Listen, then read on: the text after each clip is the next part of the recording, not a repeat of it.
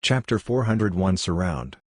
What Sareth did not know was that after he met with Dante last time, Dante had found the information broker Morrison and asked him to find a way to track Sareth. With Morrison's strength as an information broker, it was effortless for him to find Sareth's whereabouts. Not to mention, Sareth's appearance and characteristics were very conspicuous, and he did not have any anti-detection awareness at all. Therefore, even though Sareth had only taken action at night for the past few days, Dante knew everything he did. A 9-year-old child, instead of going to an amusement park or playground, had been going to a museum. This behavior was too abnormal. When Dante realized that Sareth was searching for information about Sparta, he could no longer sit still and appeared personally to block Sareth again. It was no wonder that Dante was so nervous. His father, Sparta, was too famous, and nothing good would happen as long as he was involved. Back then, his brother, Virgil, wanted to obtain his father's power and join forces with the greedy human Arkham to find the Tower of the Demon World, Temenigru. With the help of the tower, they opened the gate to the Demon World. He had settled it with great difficulty, but his brother fell into the Demon World. Later on, the Sword of the Order plotted against his nephew, Nero, and used the Sparta bloodline in Nero to cause trouble. In any case, nothing was inseparable from the so-called power of Sparta. As a result, Dandy's nerves were a little sensitive now, and when he heard that someone was studying Sparta, he felt that it was nothing good. Facing Dandy's question, Sareth certainly could not answer. He immediately turned around to escape.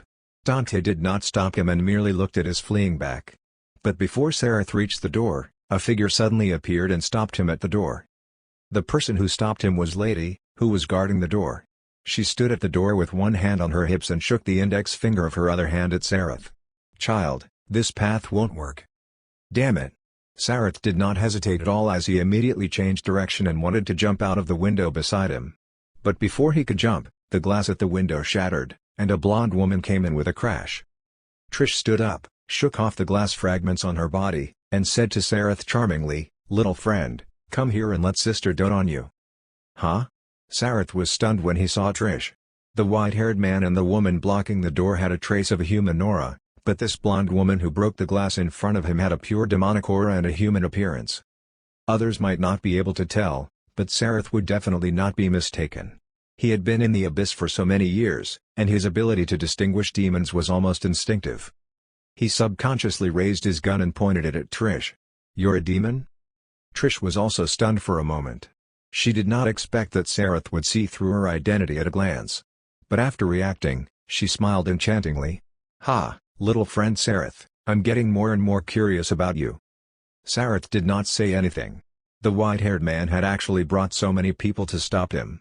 This made Sareth understand that he could only fight his way out, so he immediately shot at Trish. Trish had already begun to dodge the moment Sareth moved.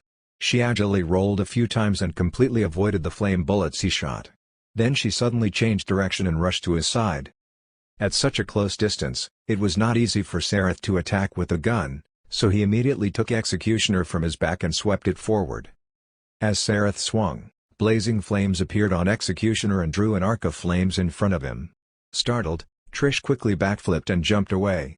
But the flames still burned a few strands of her hair, and it emitted a scorched smell. Sareth wanted to take advantage of this opportunity to jump out of the window through the path Trish made, but he suddenly heard the sound of wind coming from behind him. He quickly turned around to block, and in the next second, Dandy's sword, Rebellion, slashed down onto the handle of Executioner. The tremendous force immediately overwhelmed Sareth and pressed him into half-kneeling on the ground.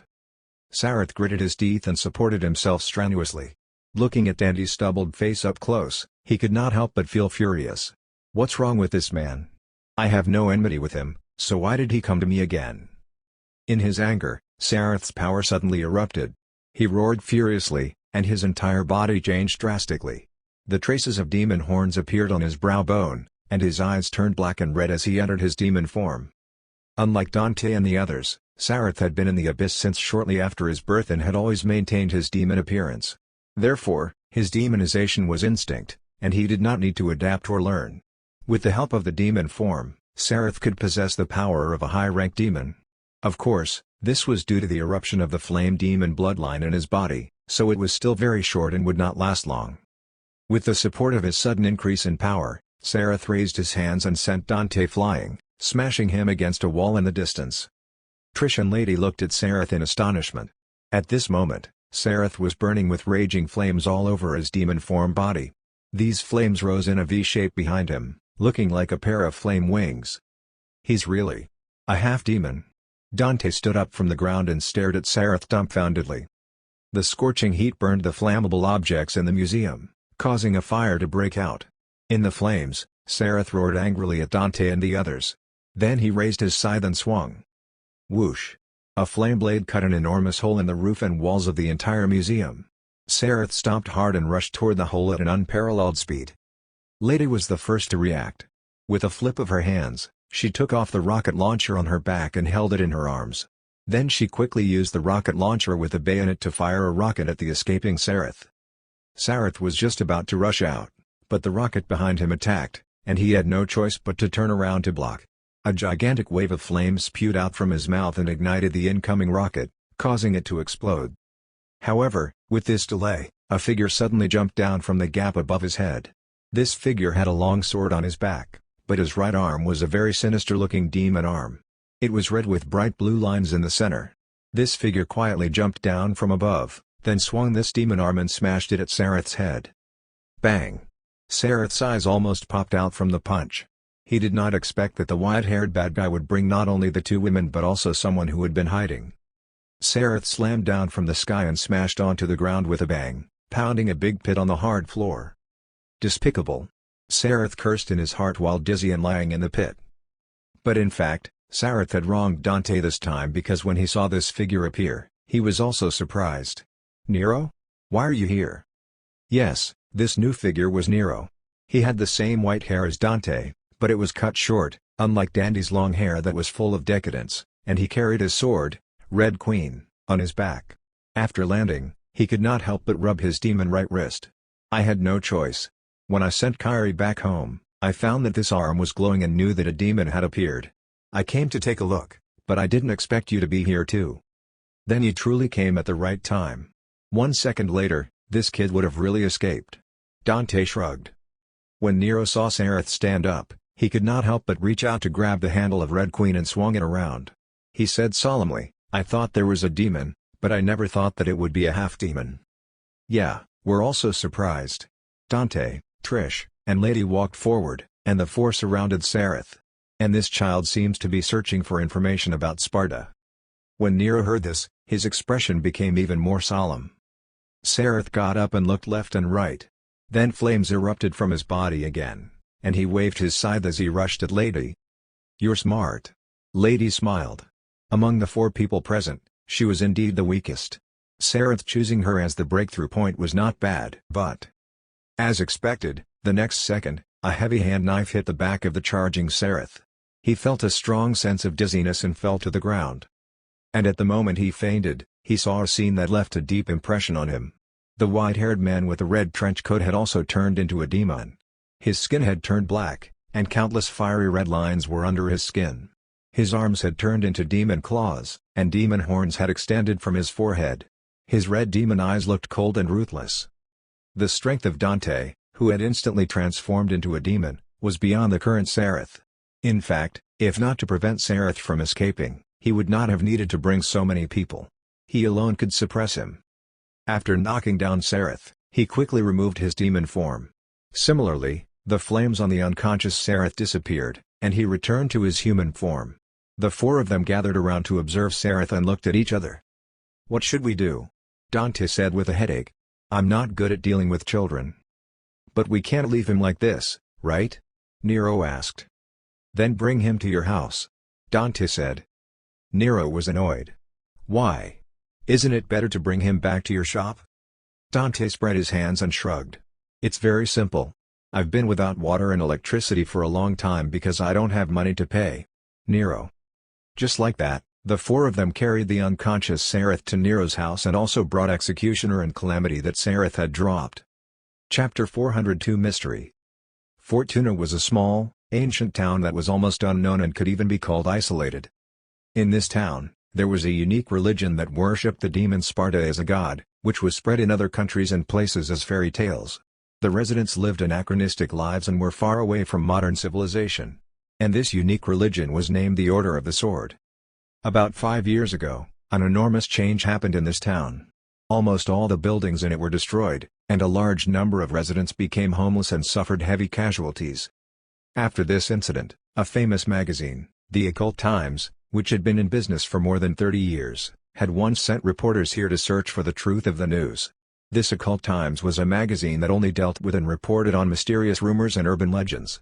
In recent years, this magazine became very famous due to the occurrence of numerous mysterious events. Regarding the changes in this town at that time, the magazine finally reported it as a mysterious white giant attacked the ancient town of Fortuna. Due to the unique religious belief of the town, the residents here were xenophobic and cold to outsiders. This also caused the reporters who came to investigate back then to obtain only vague information, which was why there was such a title that was similar to guessing. Now, 5 years later, the town of Fortuna had gradually completed its reconstruction, and many buildings had been restored, but there was now a special shop in this town. Devil May Cry. After spending about 3 hours, Dante, Nero, and the others drove back to this small town from the neighboring city. It was still 10 o'clock at night. When the car stopped in front of the shop, they could see the neon sign on the roof. But when Dante pushed the car door open, got out, and looked up at the neon sign, he could not help but sigh. "Nero, I didn't expect you to have the money to pay the electricity bill. The sign of my shop hasn't lit up for 2 months." Nero carried his wife, Kyrie, who had fallen asleep in the car, in his arms and got out of the car. When he heard this, he could not help saying, "Dante, if you don't kick the door of your shop open every time you go out, you'll have the money to pay the electricity bill." In other words, Dante spent too much money on repairing the door. Dante shrugged. He opened the trunk, carried the unconscious Sareth, and called for Trish and Lady to follow him. The group followed behind Nero into his shop. The name of Nero's shop was the same as that of Dante's. In fact, Dante had given the sign of Nero's shop to him, and he accepted commissions to hunt demons, which was the job that both Nero and Dante were doing now. But unlike Dante's, Nero's shop was well maintained. Not only did he rely on the shop to earn money to support his wife, Kyrie, but they had even adopted a few children who had become orphans 5 years ago because of the incident with the Order of the Sword. The operations of the two similar shops were totally different, so when Trish and Lady looked over, Dante could not help but blush. "Wow! Why are you only back now?" As soon as they entered the shop, a female voice came. Then a woman wearing a t-shirt and hot pants appeared in front of everyone. She was wearing a pair of glasses and had a cigarette in her mouth. Her black hair was slightly curled, and she had wheat-colored skin and strange tattoos all over her arms. "Lower your voice. Kyrie is asleep." Nero did not wait for the woman to continue asking and quickly stopped her. "I'll take her back to our room to rest first.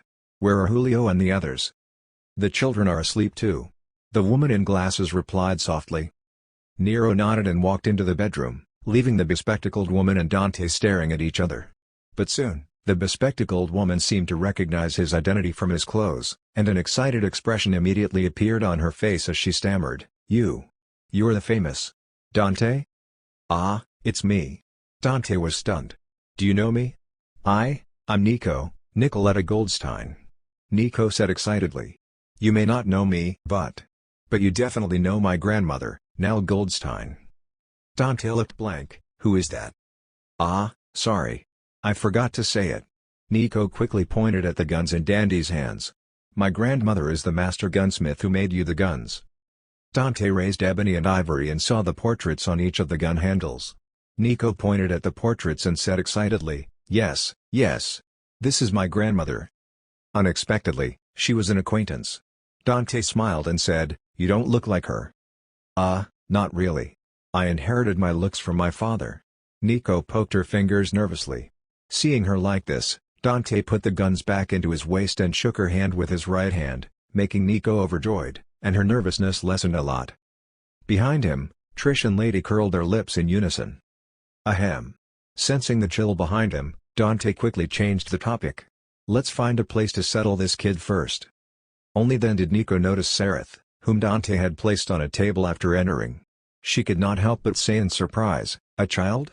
What's going on?" It was not easy for Dante to explain.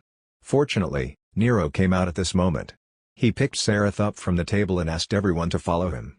Finally, he led everyone to a garage behind the shop.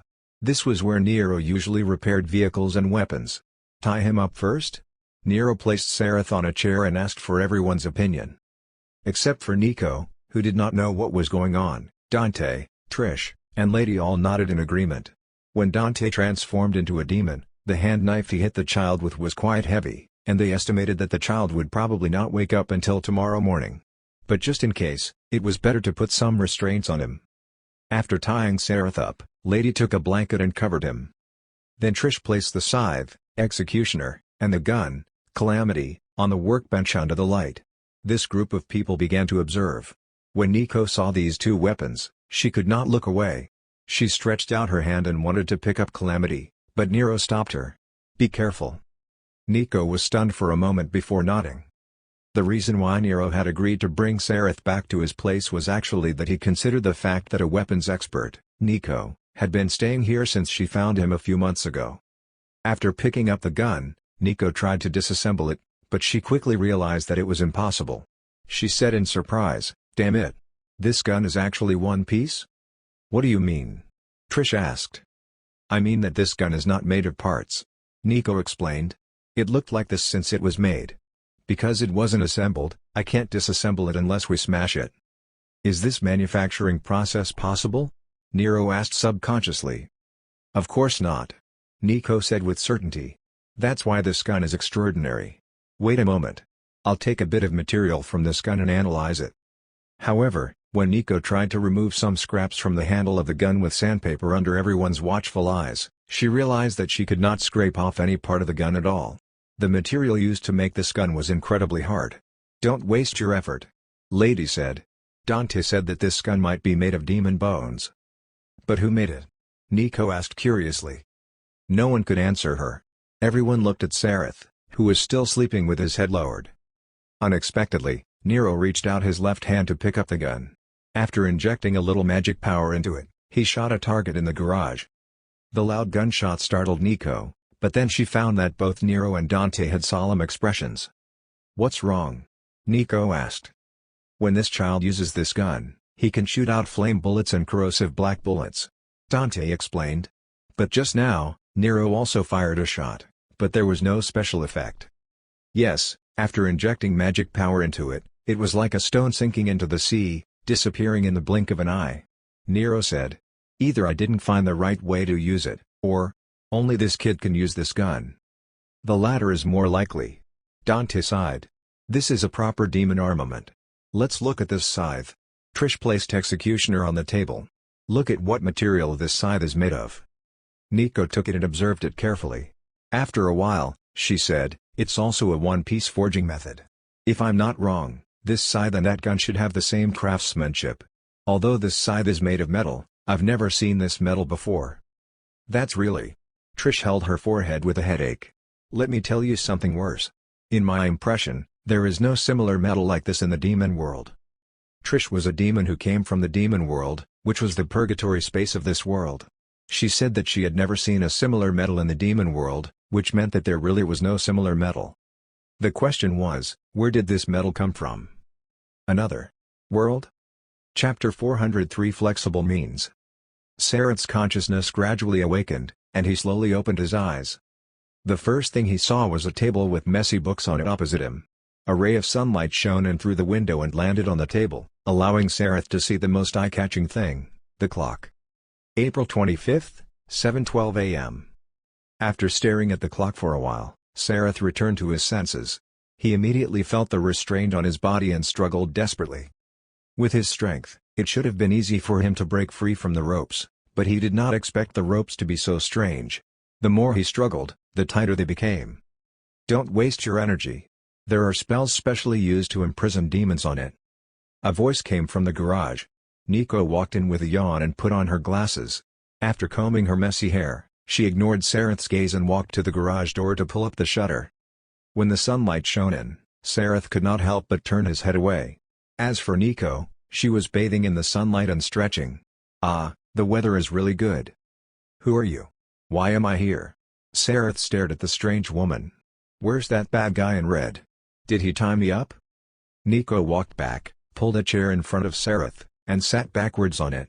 With her hands on the backrest, she looked at Sareth. "Little friend, you have so many questions. But I can understand. When I was your age, I was also full of curiosity about the world." As she spoke, she took out a cigarette and flicked it into her mouth. After lighting it with a lighter, she took a deep breath and exhaled a mouthful of smoke contentedly.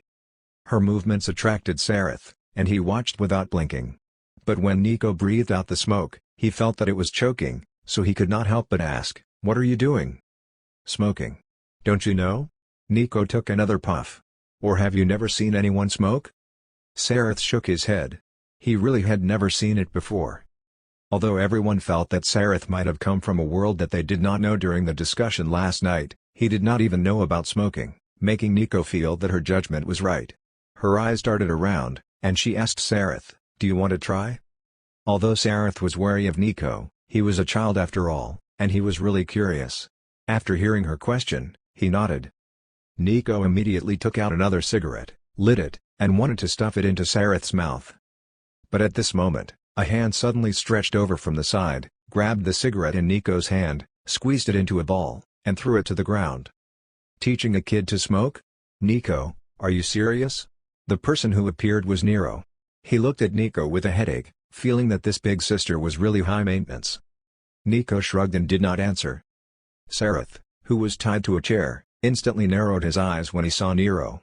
He struggled and roared, "Bastard, it's really you guys. Why did you tie me up? Let go of me." Nero stood in front of Sareth and looked down at him. "It's not impossible to let you go, but this is under the premise that you promise not to act recklessly. Do you agree?" Sareth hesitated for a moment before finally nodding. So Nero walked behind him and untied his hands. But after untying them, Nero still looked at him vigilantly, afraid that he would suddenly escape. There was nothing they could do about it. Although Sareth's origin was unknown, and he seemed to have some ulterior motive, he was still a 9-year-old child after all. It was not good for Dante, Nero, and the other adults to treat him like this. It was impossible for them to tie him up forever, right? That was child abuse. Fortunately, Sareth kept his word.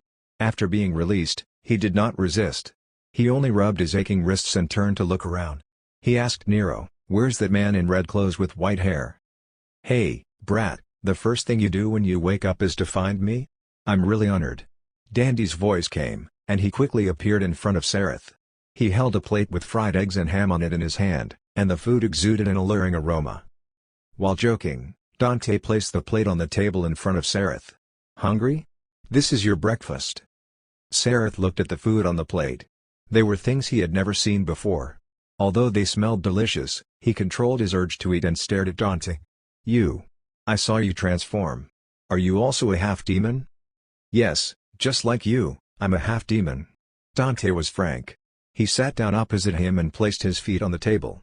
Then he pointed at Nero, who was crossing his arms. "And not only me. He's also a half-demon." Nero rolled his eyes.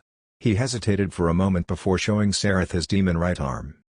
"So, you don't have to worry too much, Sareth." Dante spread his hands and tried to speak in a relaxed tone. "We're actually the same kind." Sareth finally understood what the familiar feeling he had when he first saw Dante was, so he could not help but say, "You're also children of Taboo.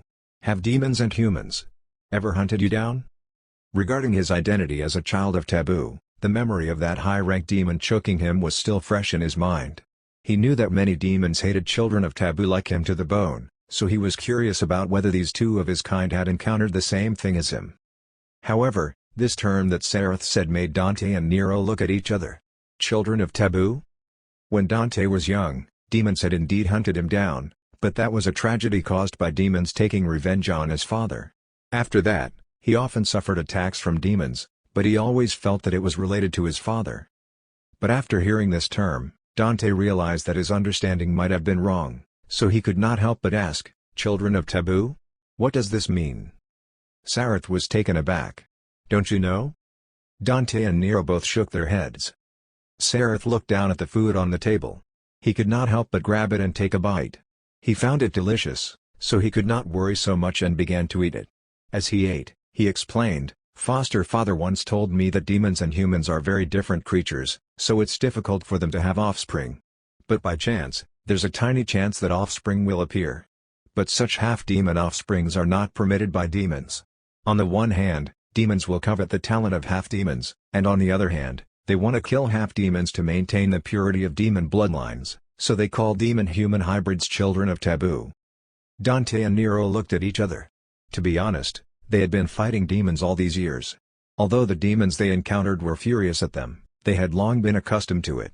They felt that the demons' anger might have something to do with them hunting demons, but they had never thought that there was such a deep reason. "Sareth, according to you, are you also being hunted down by demons?" Dante asked. "I don't know." Sareth raised his head in puzzlement and thought for a while. It seemed that except for the time when he encountered those high-ranked demons and had his identity exposed, his foster father had protected him well, so he had not been hunted down by demons. Looking at Sareth's blank expression, Dante felt a headache. To be honest, although Sareth was the same as them, it was still difficult for children of his age to communicate because adults might not be able to keep up with his thinking. At this moment, Nico, who was beside Sareth, suddenly asked, "Is it delicious? Would you like some more? Kyrie's cooking is pretty good." Sareth quickly nodded. It was the first time he had eaten cooked human food, so he naturally found it delicious. Nico smiled as she took the plate from Sareth and went to the kitchen. When she passed by Nero, she gave him a meaningful glance. This was the decision that they had reached after discussing last night. Because Dante and the others had attacked Sareth, Sareth was hostile to them. But for a child like Sareth, blindly using force was easy to arouse his rebellious attitude, and the gains would not make up for the losses. So Nico believed that if she used some gentle methods and tried her best to get along with Sareth as a friend, there might be unexpected gains. At least, this child looked like he was inexperienced, and it should be easier to get information from him. This was why, early in the morning, the first person to appear was the woman, Nico, and then Dante and Nero appeared as the same kind. Now, with the help of Kyrie's superb culinary skills, it was easy to lower many of Sareth's psychological defenses.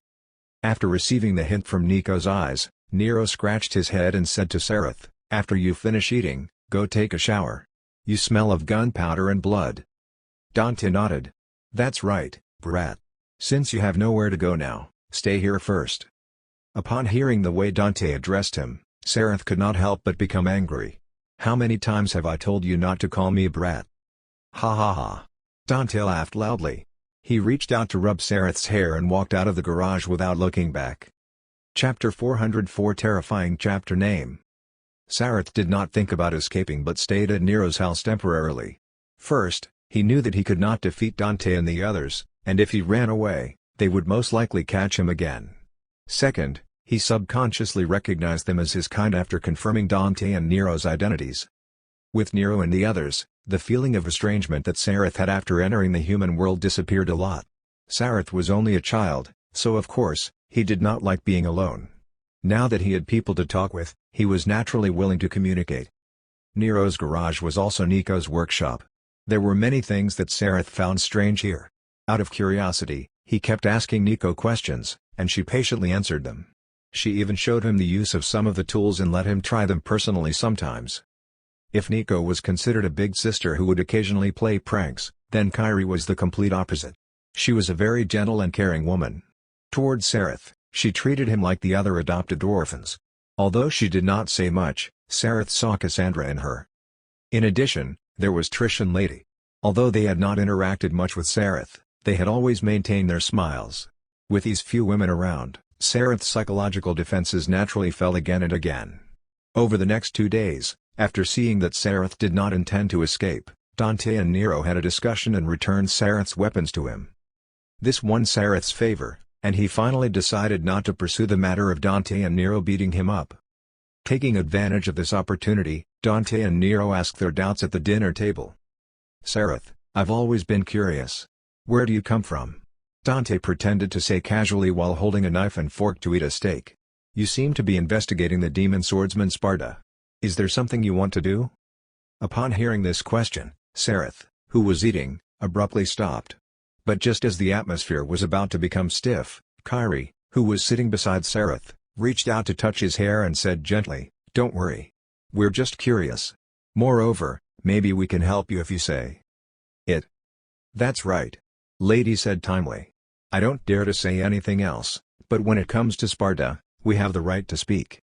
Sareth looked around and found that everyone was staring at him, and he could not help sighing heavily. He was not stupid. Of course, He understood why Dante and the others brought him back.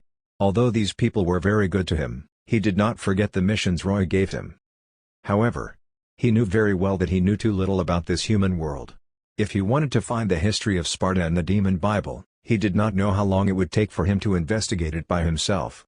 So after thinking about it, he decided to say it and ask for help from these people. He lowered his head and started eating again. As he ate, he said, "What I'm looking for is called the Demon Bible. This is my mission." Demon Bible? After hearing this term, the others were confused. In fact, many of the terms that Sareth said confused them. Dante could not help but ask, "What is that?" "It's something like a stone stele." Sareth recalled the piece that Roy had shown him and described it. "It looks like an ancient stone stele with demon characters engraved on it. It's been too long, and the characters are somewhat illegible." "What's the use of this thing?" Nero asked with a frown. "Actually, I don't know what use it has," Sareth said. "I just want to find it. It's said that a demon lord named Sparta took this thing away to this world. I wanted to find if there were any records of this thing in the museum." Subconsciously, everyone looked at Dante. He was the son of Sparta, and he should know what Sparta had left behind. Unfortunately, he frowned and thought for a long time, but he did not recall anything. In fact, Dante, and even his brother, Virgil, had very vague memories of their father. He could not even remember his father's appearance. There was nothing he could do about it. When he was 6 years old, demons had attacked his home, and his mother had died because of it. His home had been burned down, and the family portrait that had been hanging in his house had also burned down at that time. The portrait had his father's human appearance, but after decades, he could not remember much. As for the relics left behind by his father, Dante only recognized the sword Rebellion in his hands and Yamato, the sword of his brother, Virgil. Yamato was now stored in Nero's demon right arm, and Rebellion was on him. Other than that, there was nothing else that his father, Sparta, had left behind.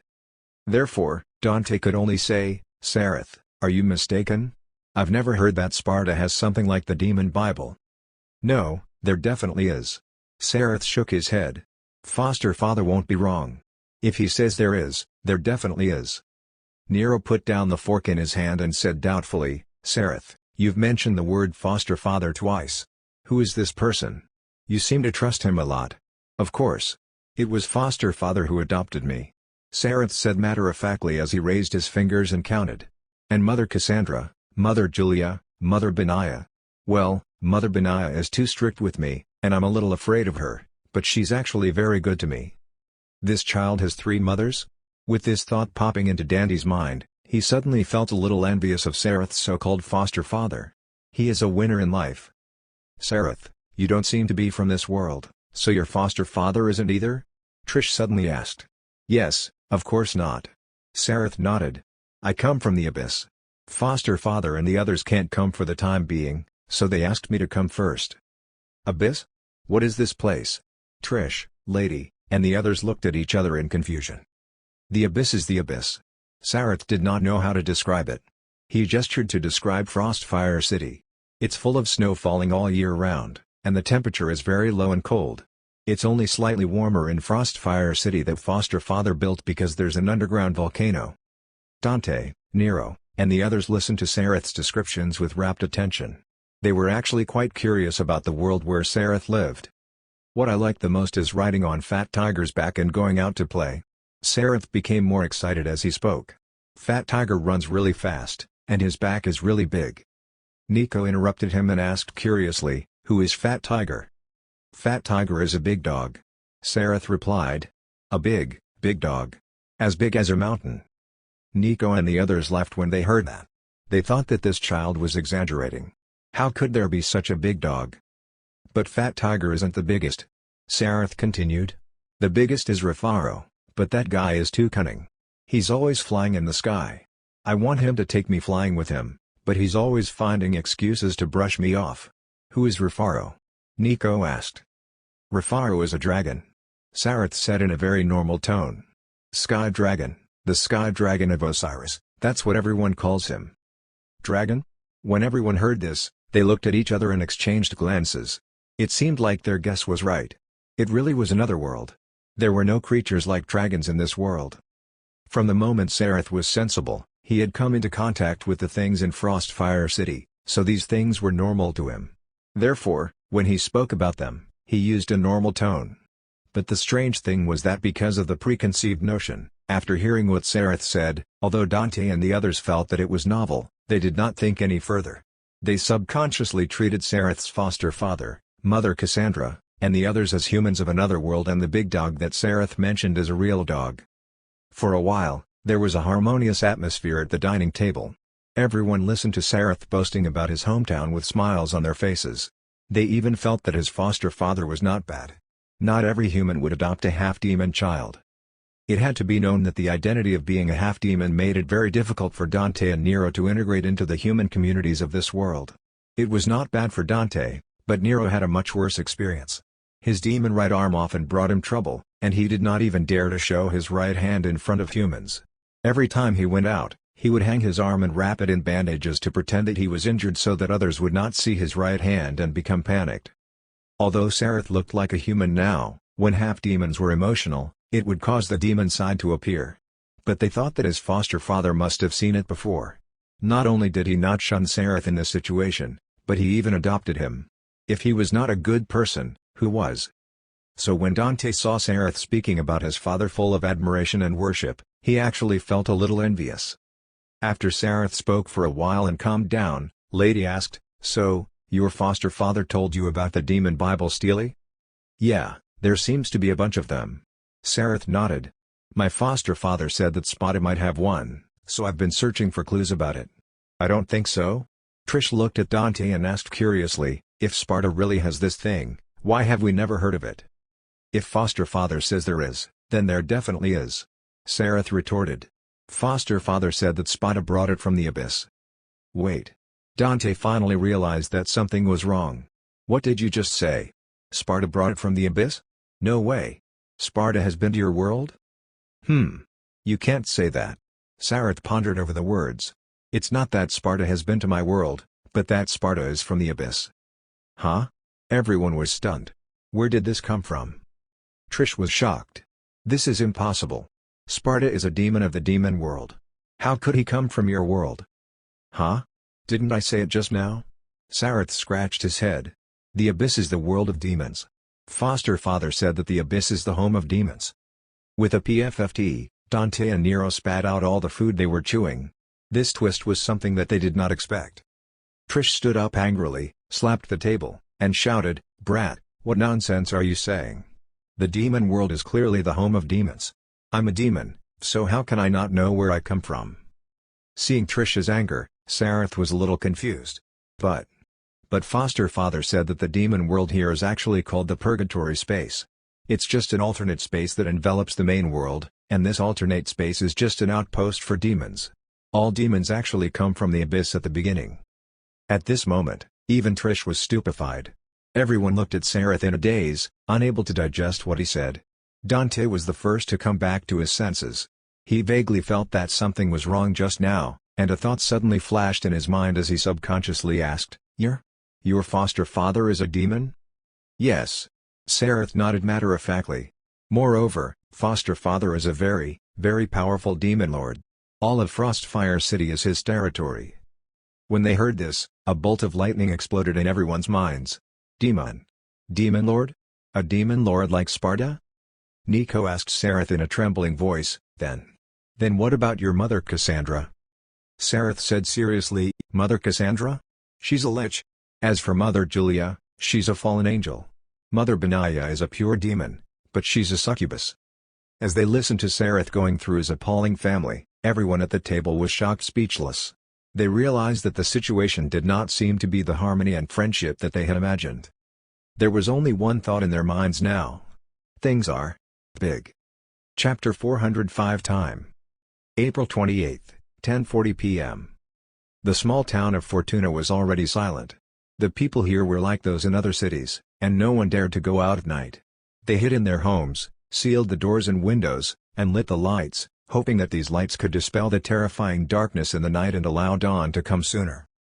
But there were also people who were not afraid of the silent night. At this moment, in the small forest not far from Nero's shop, a few figures gathered here. Although Kyrie had already coaxed Sareth to sleep, Dante, Nero, Trish, Lady, and Nico were worried that their discussion would wake him up, so they headed here. What Sareth had said during the day shocked everyone. In particular, Trish was a demon. She was a demon created by Demon Emperor Mundus to confuse Dante and had an extremely similar appearance to Dante's mother, Eva. Although she looked human, she was actually a proper demon. Even though she was a created demon, in her understanding, the demon world was the home of demons, and she had always thought so. However, what Sareth said overturned everything she knew.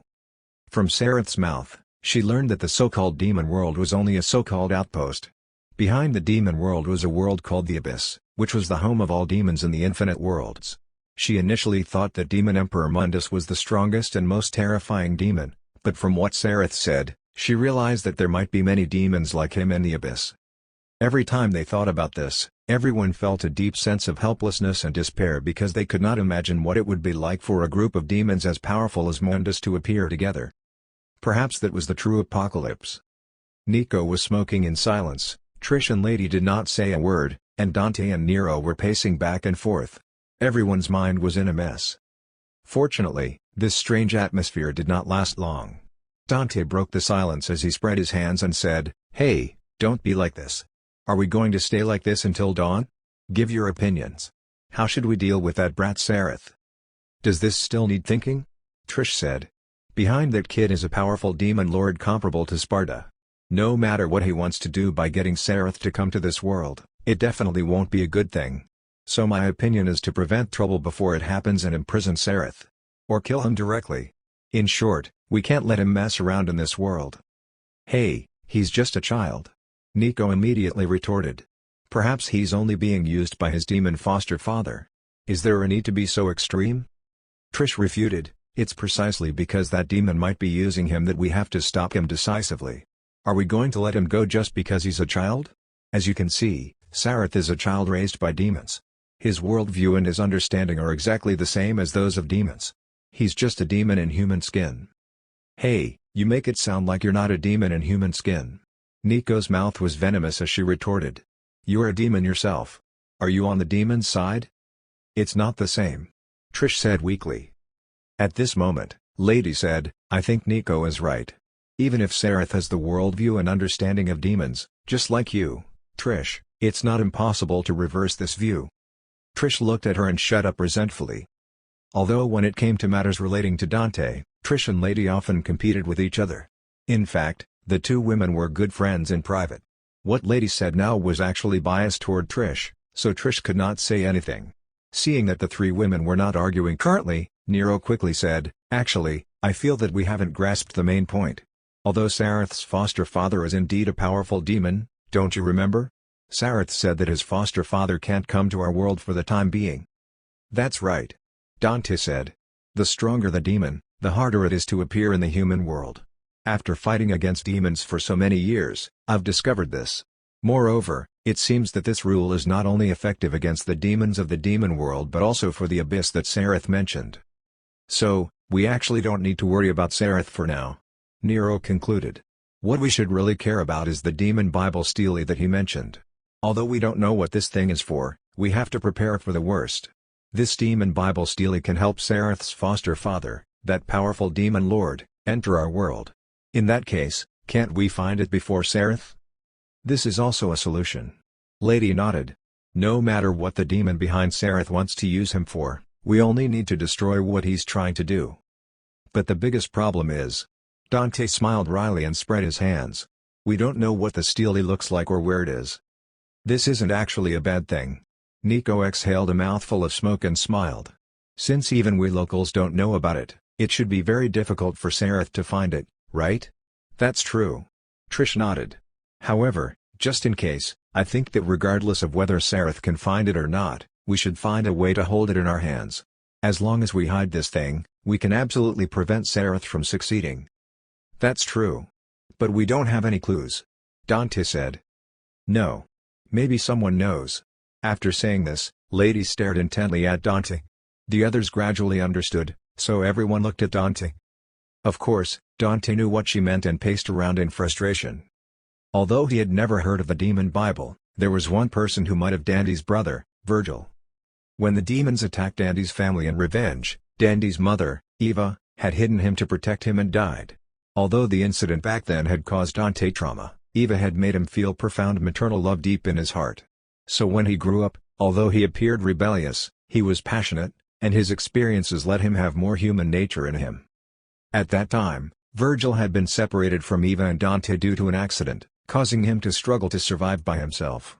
Moreover, by chance, he went to the demon world, where he could only fight against demons by himself and bitterly survive alone. This led to Virgil's realization that strength was everything, and only those with great strength could survive. Especially after learning about his mother's death, he realized that only powerful strength could protect the things important to him. It was precisely because of this understanding that Virgil was very cold and ruthless after growing up. His values were worlds apart from those of Dante. Virgil, who was desperate for power, had been searching everywhere for the power of their father, Sparta. From the demon world to the human world, Virgil had always been tracking down his father's traces, so if there was anyone in this world who knew Sparta the best, it would definitely be him. If Sparta really had a stone steely like the demon Bible, then the only person who might know its whereabouts was Virgil. However, this was what troubled Dante. He had lost contact with Virgil for a long time, so he had no idea where he was. The weapon that Virgil had always carried with him, Yamato, was currently in Nero's right demon arm. The time when Nero obtained Yamato was 5 years ago during the Order of the Sword incident. In other words, it had been at least 5 years since Dante had lost contact with Virgil. If you were to look back in detail, it should have been when Trish appeared 10 years ago and led Dante to Mallet Island. At that time, Dante had encountered a Black Knight holding a sword. At first, he did not know who it was, but after defeating him, the Black Knight had dropped the other half of the amulet he had, and he realized that it might have been his brother, Virgil. Devil May Cry events. So all these years, there had been no news of Virgil. How could it be possible for Dante to find Virgil and ask about the demon Bible? Let's do this. Dante finally had no choice but to say, let's go back first and try to investigate some of the things about Sparta back then. Although it's been a long time, maybe we can find something. In addition, we can also ask for help from the information broker Morrison. He has a lot of sources of information, so there could be an unexpected discovery. As for Virgil, I don't think we can count on him. It seems like we can only do it this way. Trish turned the guns in her hands around. The 2 guns in her hands were actually one of Sparta's relics, called Luz and Umbra. In addition, there had been Force Edge, but this sword was used to seal the demon world's tower, Temen Negru. There were only a handful of relics that Sparta had left behind. If they wanted to find the demon Bible steely, they could only think of solutions from all aspects. Sareth will stay with you first, Dante said to Nero. You and Nico watch over him. Don't let him run around. If he really wants to leave, then knock him out and tie him up. Nero shrugged. Let's talk about it when we have to. In any case, if we really do that, the trust relationship we built with him with great difficulty will go up in smoke. But it's still better than letting him attract a powerful demon, right? Dante patted Nero's shoulder. I'll leave it to you. With that, he called for Trish and Lady, and the 3 of them drove back to the city where the shop was as Nero and Nico watched them. Trish drove the car while Dante sat in the passenger seat with his hands on his head, not saying a word. Where the hell are you, Virgil? Who knew if Dante had the attribute of a jinx? Not long after he left, a swaying figure appeared in Fortuna. April 30th was the beginning of another incident. Chapter 406 Dante's home. Hey, what are you doing? Let go of me. Early in the morning on April 30th, Nero's garage was noisy as Sareth's angry voice echoed. Yes, Sareth was tied up again because he wanted to leave. Kyrie's culinary skills were excellent, and the food was delicious. Moreover, Sareth had not been mistreated here and actually liked getting along with Nero and the others. But Sareth remembered the missions that Roy gave him, so after playing here for a few days, he proposed leaving.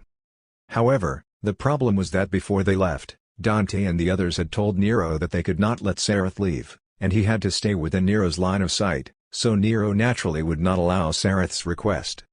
Sareth was a little angry that Nero did not allow his request. He felt that he was already an adult and should be able to act according to his wishes, so he insisted on leaving. Nero had no choice but to use the same method as Dante to knock out Sareth, tie him up, and confiscate his weapons. When Sareth woke up, he was fuming. He could not understand why human thoughts were so complicated. They had been talking nicely earlier, so why did they suddenly turn hostile? Sareth, "We can't let you leave," Nico persuaded. "Just stay here and don't think about finding the demon Bible." "I won't listen. I won't listen." Sareth struggled desperately. In his opinion, what did finding the demon Bible have to do with them? Why did they always have to stop him? Sareth felt that what he wanted to do was natural and without any problems, but Nero and the others were worried that Sareth would attract his foster father. There was an immense difference in ideas between the two sides, so it caused this farce. Nero had a headache from the quarrel. "Nico, let him think for a while. Ignore him." Nico sighed and could only do so.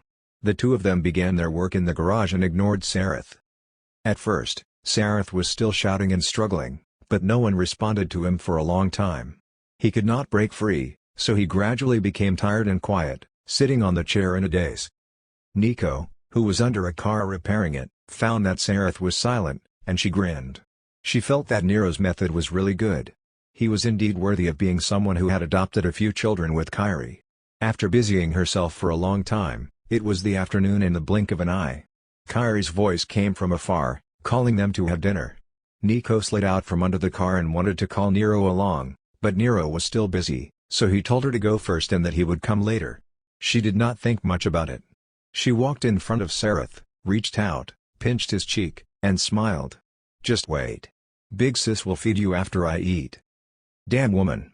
Sareth mumbled through gritted teeth, but he could not be so firm-willed after smelling the faint aroma drifting over. Only Sareth and Nero were remaining in the garage. Nero finished with his work, wiped the oil stains on his hands, and was about to say something to Sareth when a shadow suddenly appeared from behind him. Nero turned his head. The half-closed shutter door reflected a person's figure in the sunlight, and this figure stood in front of the garage door, causing Nero to be unable to see him clearly. However, Nero did not think too much about it and asked, "Do you need something?" The figure did not answer but just walked slowly into the garage while swaying slightly. "This guy looks a little dispirited. Is he a homeless person nearby?" Nero thought and continued to ask, "What's wrong? Are you hungry? You're lucky, brother. We're having dinner. Do you want to come and have something to eat together? Kyrie always cooks too much." Of course, Sareth also saw the figure walking into the garage. Because the angle was different, and Sareth did not have much light on his back, he could only roughly see that this person was wearing tattered clothes and had a hood over his head. As for the appearance, it was unclear. Even so, Sareth found something strange about this person. It felt like the first time he saw Dante. Before he had time to think about it carefully, Nero realized that something was wrong because when this person approached him, his demon right arm began to shine. This was the sign that a demon was nearby. Nero was shocked and blurted out, You're a demon?"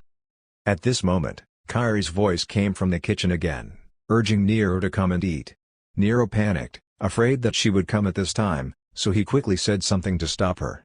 But this mysterious man suddenly attacked him.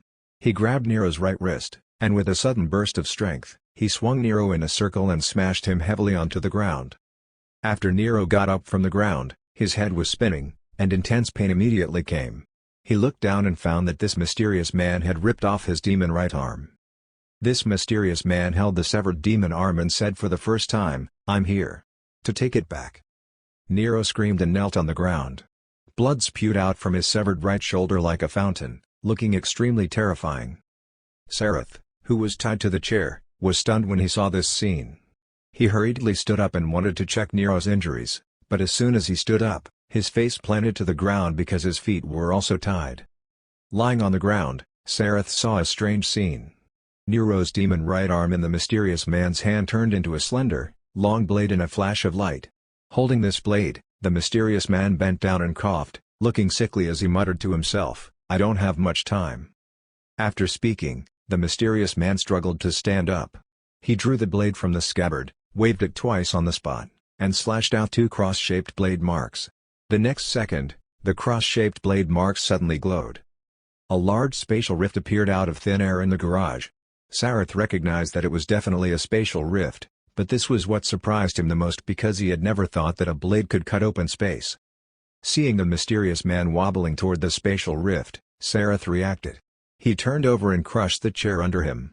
Before the spell on the ropes could activate, he finally tore off the restraint.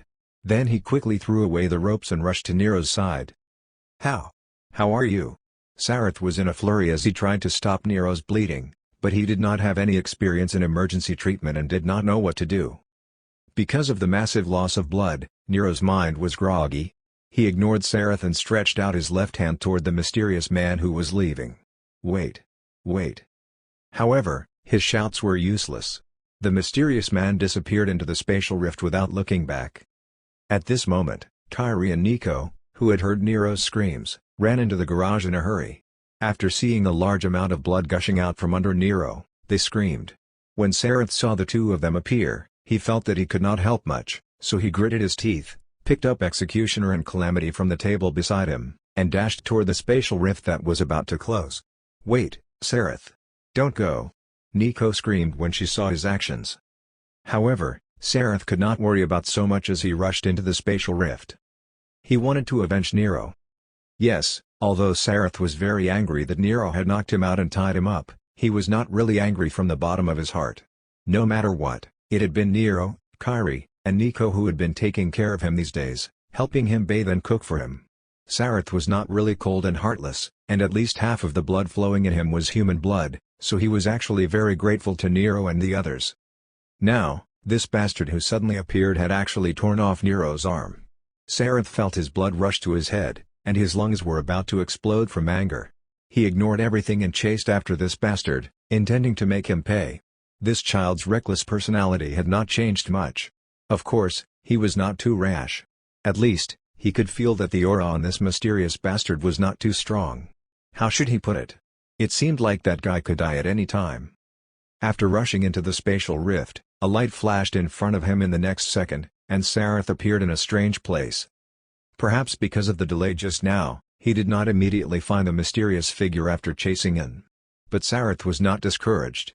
He held Calamity tightly in his hand and searched while being vigilant. Then he found that he was in a dilapidated house. This place was enormous and had many rooms, but they looked tattered and full of cobwebs and dust everywhere. Moreover, there were traces of fire and battle in many places. There were even bloodstains and hideous claw marks on several walls, looking like a haunted house. "Where is this place?" Sareth looked around in surprise. The air here was full of a strange musty smell that made him feel very uncomfortable. As he walked, he suddenly found something under his feet. After picking it up and wiping it clean, he discovered that it was an old photo that was mostly burned. When he saw this photo, he suddenly widened his eyes. In this photo was a woman, but the photo only had her head left. After seeing this woman, Sareth found that she looked very similar to the demoness Trish beside Dante. Is this Trish's home? Sareth thought in puzzlement. But then he realized that while this woman looked very similar to Trish, there were some differences, and she did not seem to be the real Trish. What Sareth did not know was that he had actually come to Dandy's house. His former home. Chapter 407 Sareth and V. Sareth had doubts in his heart, but he did not forget his purpose for coming here. When he heard a faint sound not far away, he leaned forward carefully. In a wide corridor, he finally saw the mysterious cloaked man. This mysterious cloaked man was currently staggering forward, and he did not seem to be in a good state, so he did not notice that a small tail was following behind him. Sareth tried his best to hide his figure as he approached the mysterious man bit by bit. Sareth's heart was beating like a drum. He chased after the mysterious man because he wanted to take back Nero's arm, but he also realized that the mysterious man had used some unknown method to turn Nero's right arm into a blade. At this moment, the blade was in the man's hand. If he wanted to snatch it, he had to seize the opportune moment to succeed in one blow. Sneak attacking was a test of people's mental strength. Unknowingly, Sareth followed the mysterious man through the long corridor and arrived in a room. After arriving, the mysterious man suddenly stopped. Sareth was shocked and quickly stopped and found a place to hide. Then he heard the mysterious person say, "Dante." Before Sareth could figure out why the mysterious man would say Dandy's name, he saw the mysterious man raise the sharp, long blade, hold it with both hands, and stab it into his abdomen. Sareth was dumbfounded. He really did not expect the mysterious person to do something so shocking. He was still thinking about how to sneak attack, but he did not expect the other party to kill himself first. Under the dim light, Sareth saw the tip of the blade sticking out from the mysterious man's pierced back. Blood kept flowing out from the tip, and a bloody smell immediately permeated the air. The mysterious man did not care as he said in a rhythmic tone, "Entwined all around this body is bone-chilling, icy chains. In the name of Sparta, come out." With his voice, Sareth saw a flash of light on the mysterious man's back, and then a naked person was suddenly squeezed out from his back. Sareth thought that his eyes were playing tricks on him and could not help but rub them. But then he found that he was not mistaken. The figure was really squeezed out. After being squeezed out, this naked man was lying on the ground, looking weak. The mysterious man with a blade in his chest was currently kneeling on the ground. He raised his head and let out a heart-piercing scream at the sky, as though he had broken free of some restraint at this moment.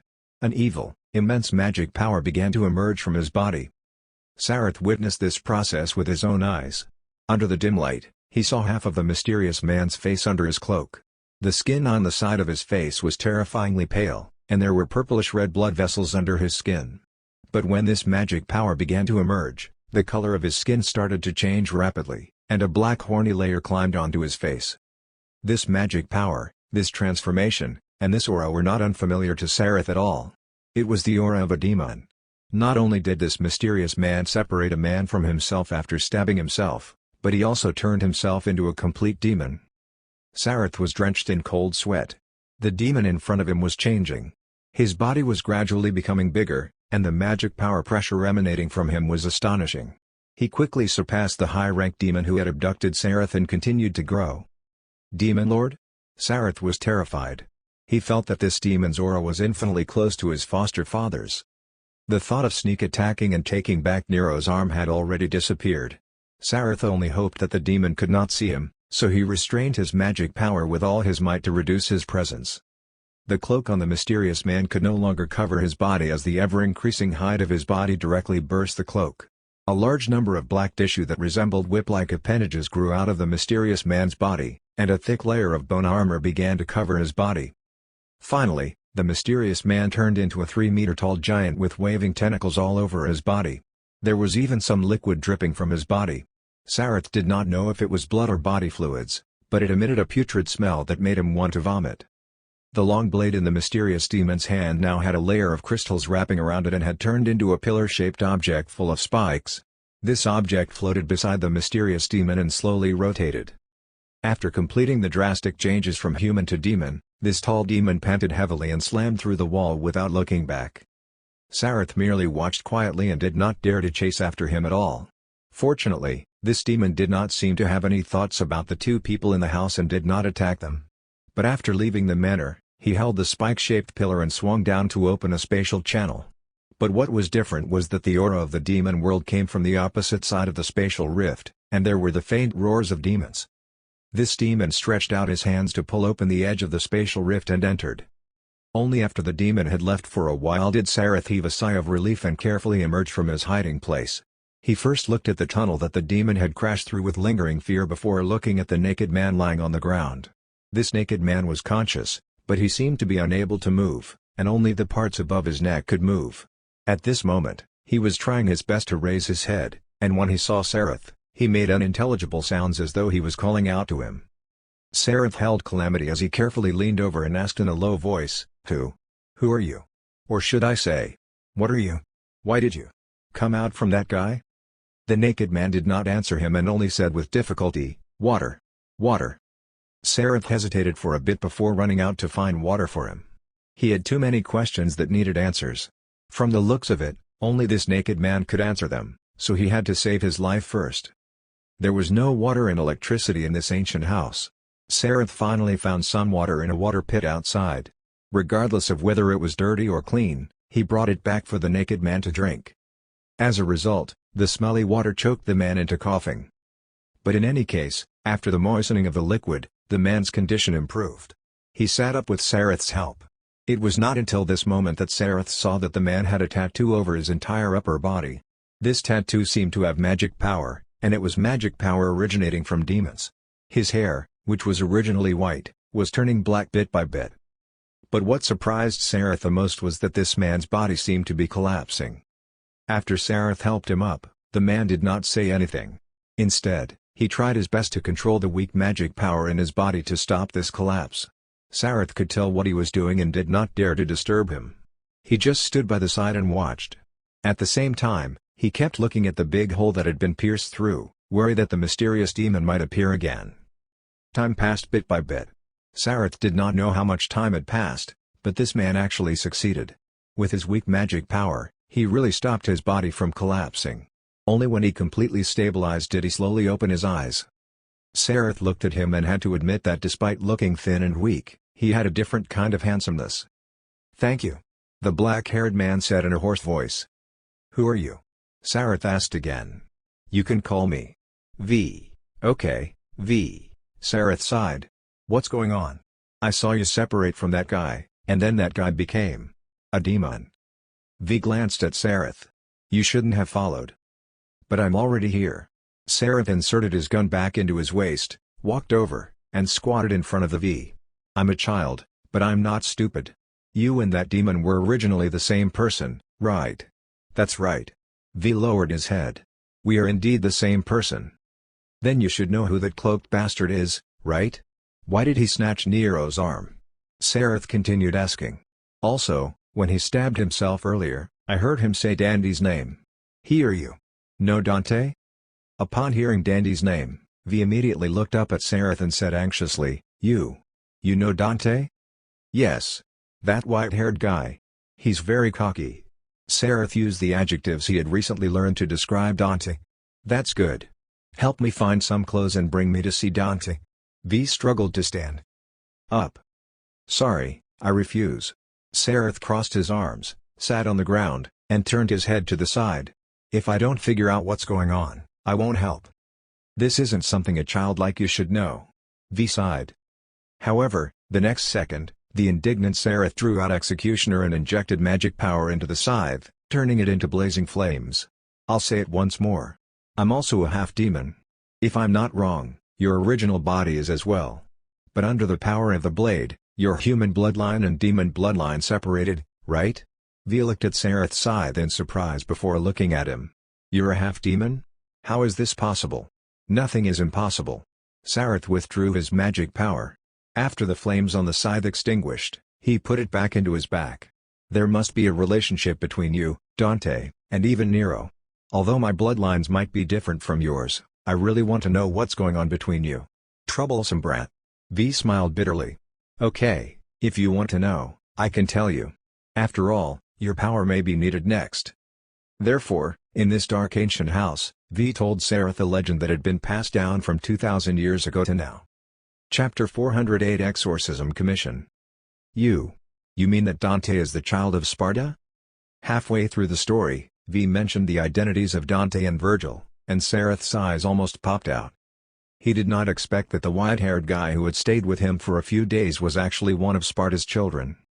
Seeing Sareth's surprised expression, V was a little puzzled. "Huh? Didn't he tell you this?" "No." Sareth shook his head and grabbed his red hair in annoyance. "Damn it. No wonder that guy has been stopping me from investigating Sparta. It turns out that his father is Sparta." Although Sareth knew that Dante and Nero were both half-demons, they had never told him about their origins, so he had only thought that Dante and Nero were the descendants of a demon and human. Now that he learned from V's story that Dante's father was Sparta, Sareth realized that it was because Dante did not like people investigating his father that he stopped him. At this time, Sareth still yet to understand. Dante and the others stopped him from investigating not because they did not like Sareth investigating Sparta, but because Sareth investigating Sparta might lead to serious consequences. After hearing Sareth's vexed words, V frowned and asked, "Why are you investigating Sparta?" V was actually the human side of Virgil. Although Virgil had separated him with the help of the katana Yamato, V had also inherited all of his memories, and Sparta was also Virgil's father. When he heard that Sareth was investigating Sparta, V also found it strange.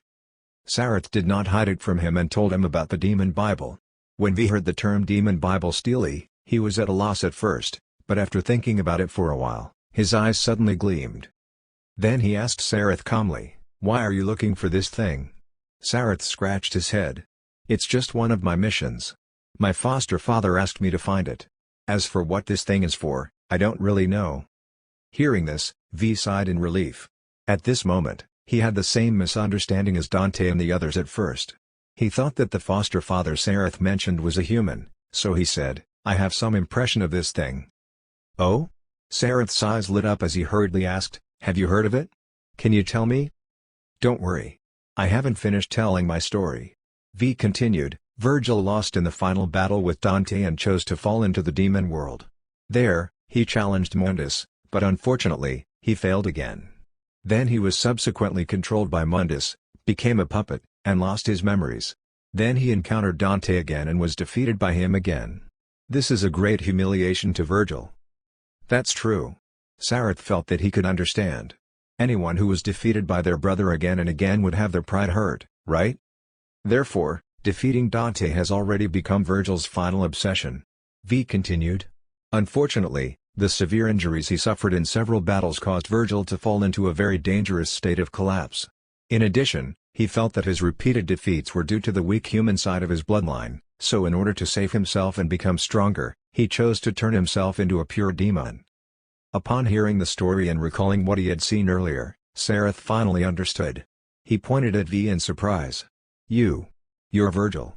Or the human side of Virgil, that's right. V struggled to stand up.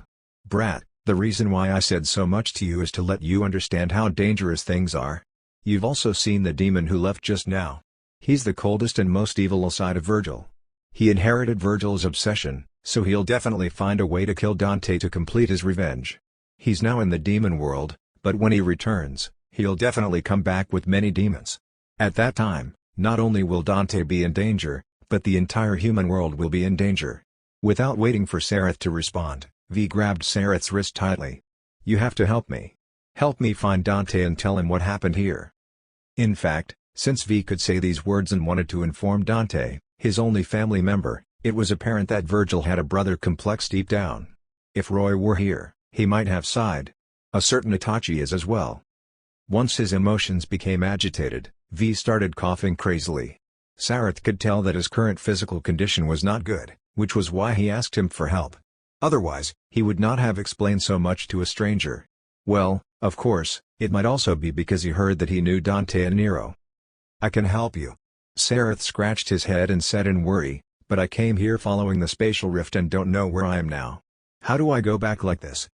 That's okay. I know where this is. V looked up at an old picture hanging on the wall with a reminiscent expression. There was a man, a woman, and two similar-looking children. After a long while, V returned to his senses and said, "This is Redgrave City. As long as we go out and find a map, we can find a way back." "Okay," Sareth said. "Then I'll help you find Dante, but you have to tell me about the demon Bible Steely. Okay? Deal." V nodded weakly. Seeing that they had reached an agreement, Sareth did not waste any time. He roared, and blazing flames immediately rose from his body. Under his control, these flames gathered behind him and turned into a pair of flame wings. This was also a harvest from Sareth's recent increase in strength. These flame wings were not the pair when a demon transformed, and they could only be regarded as a way of using magic power. With these flame wings, Sareth could barely fly as he grabbed V's arm with both hands and dragged him out of the manor. It could not be helped. With Sareth's height and arm length, it was impossible for him to embrace an adult like V, so he could only fly with V in this way. While Sareth and V were looking for a way back, on the other side, there was another scene in the small town of Fortuna. The mysterious man who suddenly appeared had snatched away Nero's right arm, causing him to lose a lot of blood and fall into a coma. After Nico and Kyrie hurriedly bandaged Nero to stop the bleeding, they finally remembered Sareth, who had rushed into the spatial rift, but they could not find him. They had no choice but to seek help from Dante. But when they tried to call his phone, they found that it was out of service. Damn it! You owe money? How can you owe money at such a critical time? Nico was dumbfounded. It seemed like she did not know much about Dandy's current economic situation. Let's try calling Lady or Trish. Okay. What's the number? Nico asked while holding her phone. The next second, Kyrie was stunned. I don't know. Not only did she not know, but even Nero did not know. He did not have much contact with Lady and Trish, and even if he did, it was through Dante. They could not count on calling Trish and Lady anymore.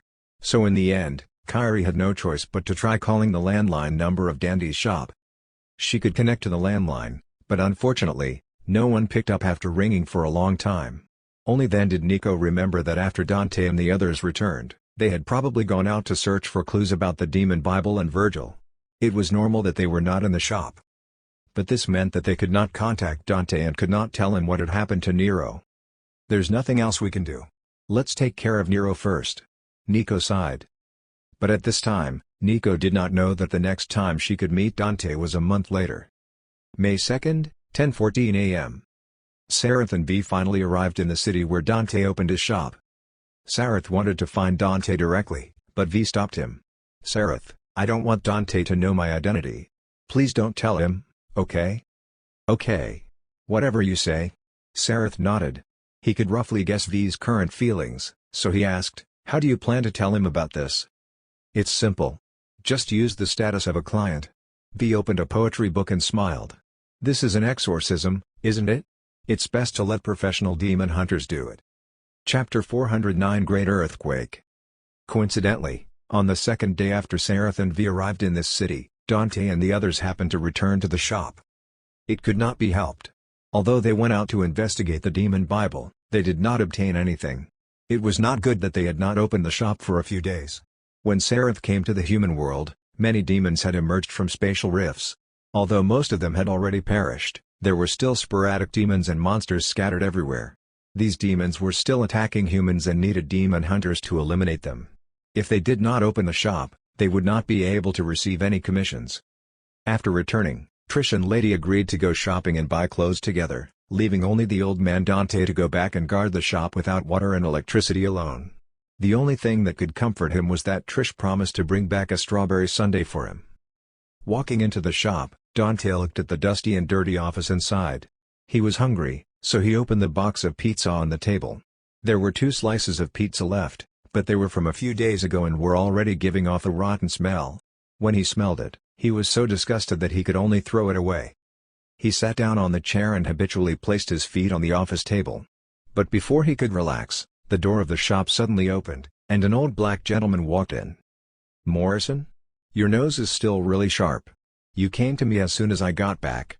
Seeing the old man, Dante was not surprised. Is there anything good for me? This black old man was Morrison, an information broker who had been cooperating with Dante and the others. He was extremely resourceful and had connections with many demon hunting organizations in the underground world. Every time Morrison appeared in the shop, it meant that there might be a commission. To the current Dante, who had no money to pay the electricity and water bills, he was definitely the most welcome person. Morrison smiled. Just came back? Speaking of which, where have you been the past few days? The little lady Patty wanted to invite you to her birthday party, but she couldn't contact you at all. She even called me. Don't tease, Morrison. You're a smart person. Don't tell me that you don't know what I went out to do? Dante spread his hands. He did not believe that Morrison did not know what he had been doing. Then he said helplessly, as for Patty, I really don't want to go. Ha, who told you to spout nonsense? Morrison took off his hat and laughed. You said that you would date her when she grows up. Haven't you thought that women will remember some words for life? Okay. Stop messing with me, Morrison. Dante surrendered. Why are you looking for me? Morrison sat down on a couch beside him. It's indeed something good. I received a job with an advance payment. Oh? Dandy's interest was immediately piqued. Advance payment? I like the sound of that. I need to get running water here so that I can flush the toilet. Indeed, not only was there a musty smell in Dandy's shop, but there was also a faint stench drifting from the toilet.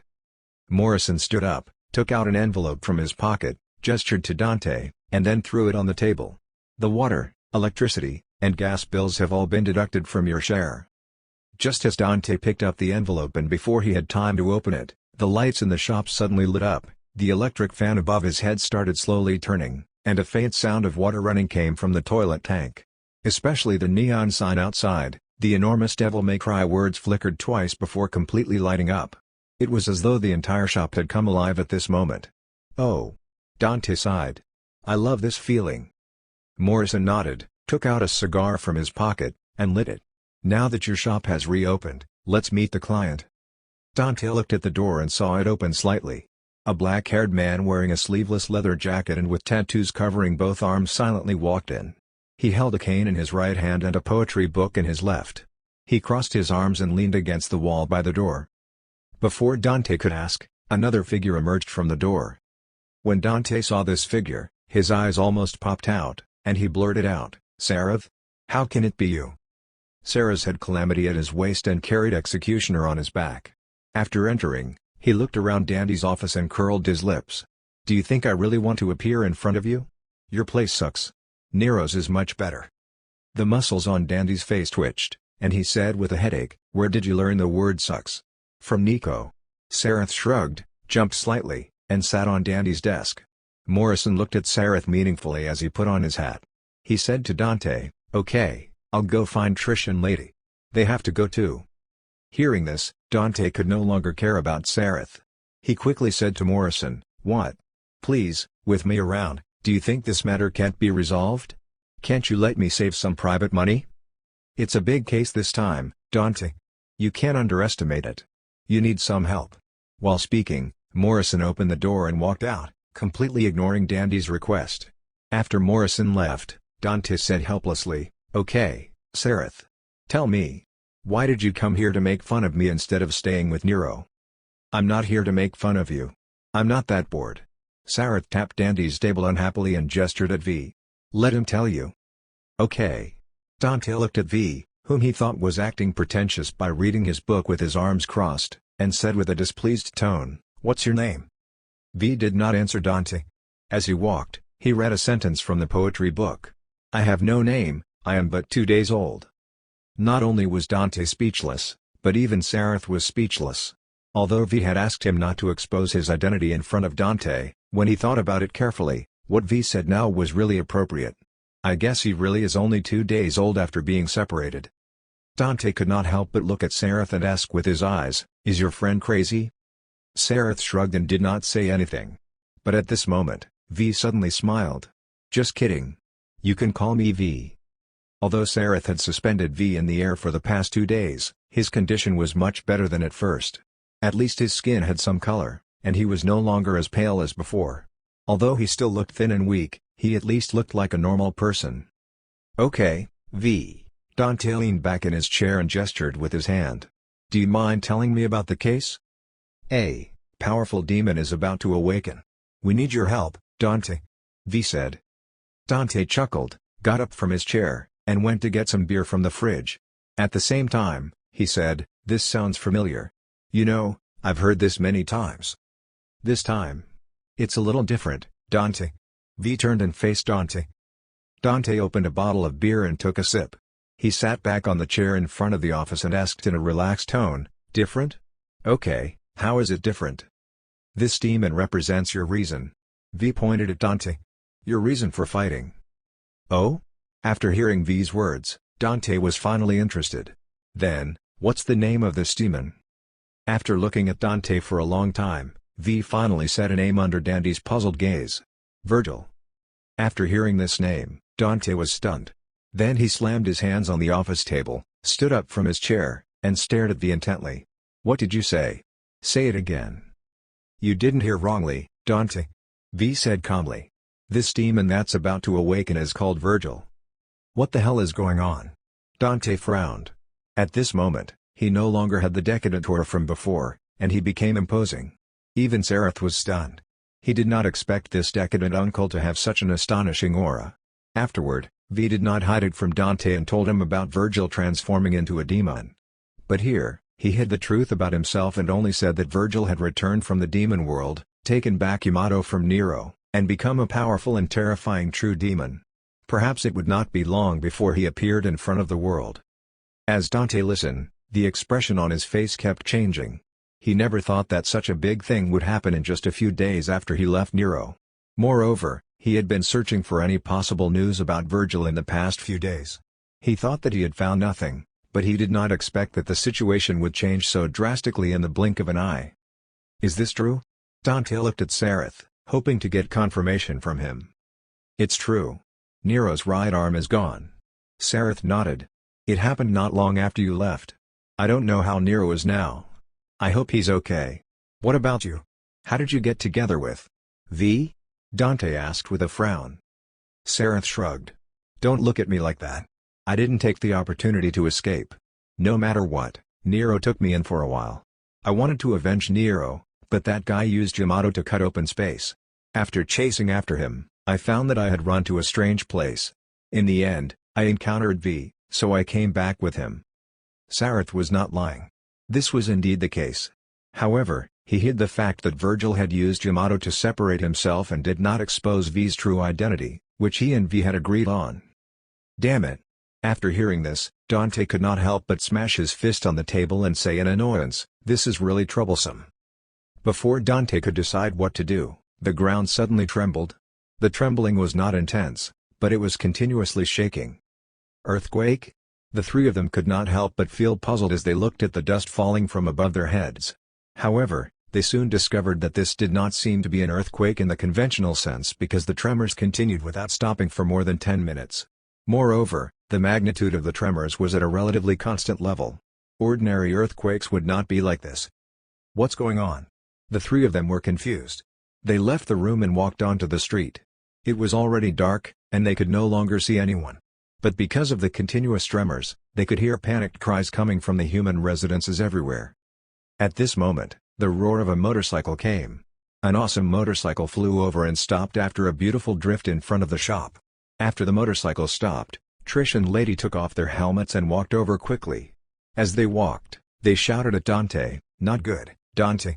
Turn on the TV." The five of them rushed back into the shop like a swarm of bees. Trish and Lady did not even have the time to greet Sareth and the stranger V when they saw them. As soon as they entered, they went straight to the television and turned it on. On the television, there was a piece of news being broadcasted. On the screen, many people were fleeing in panic, and the houses in the distance were continually collapsing. But this was not the most important.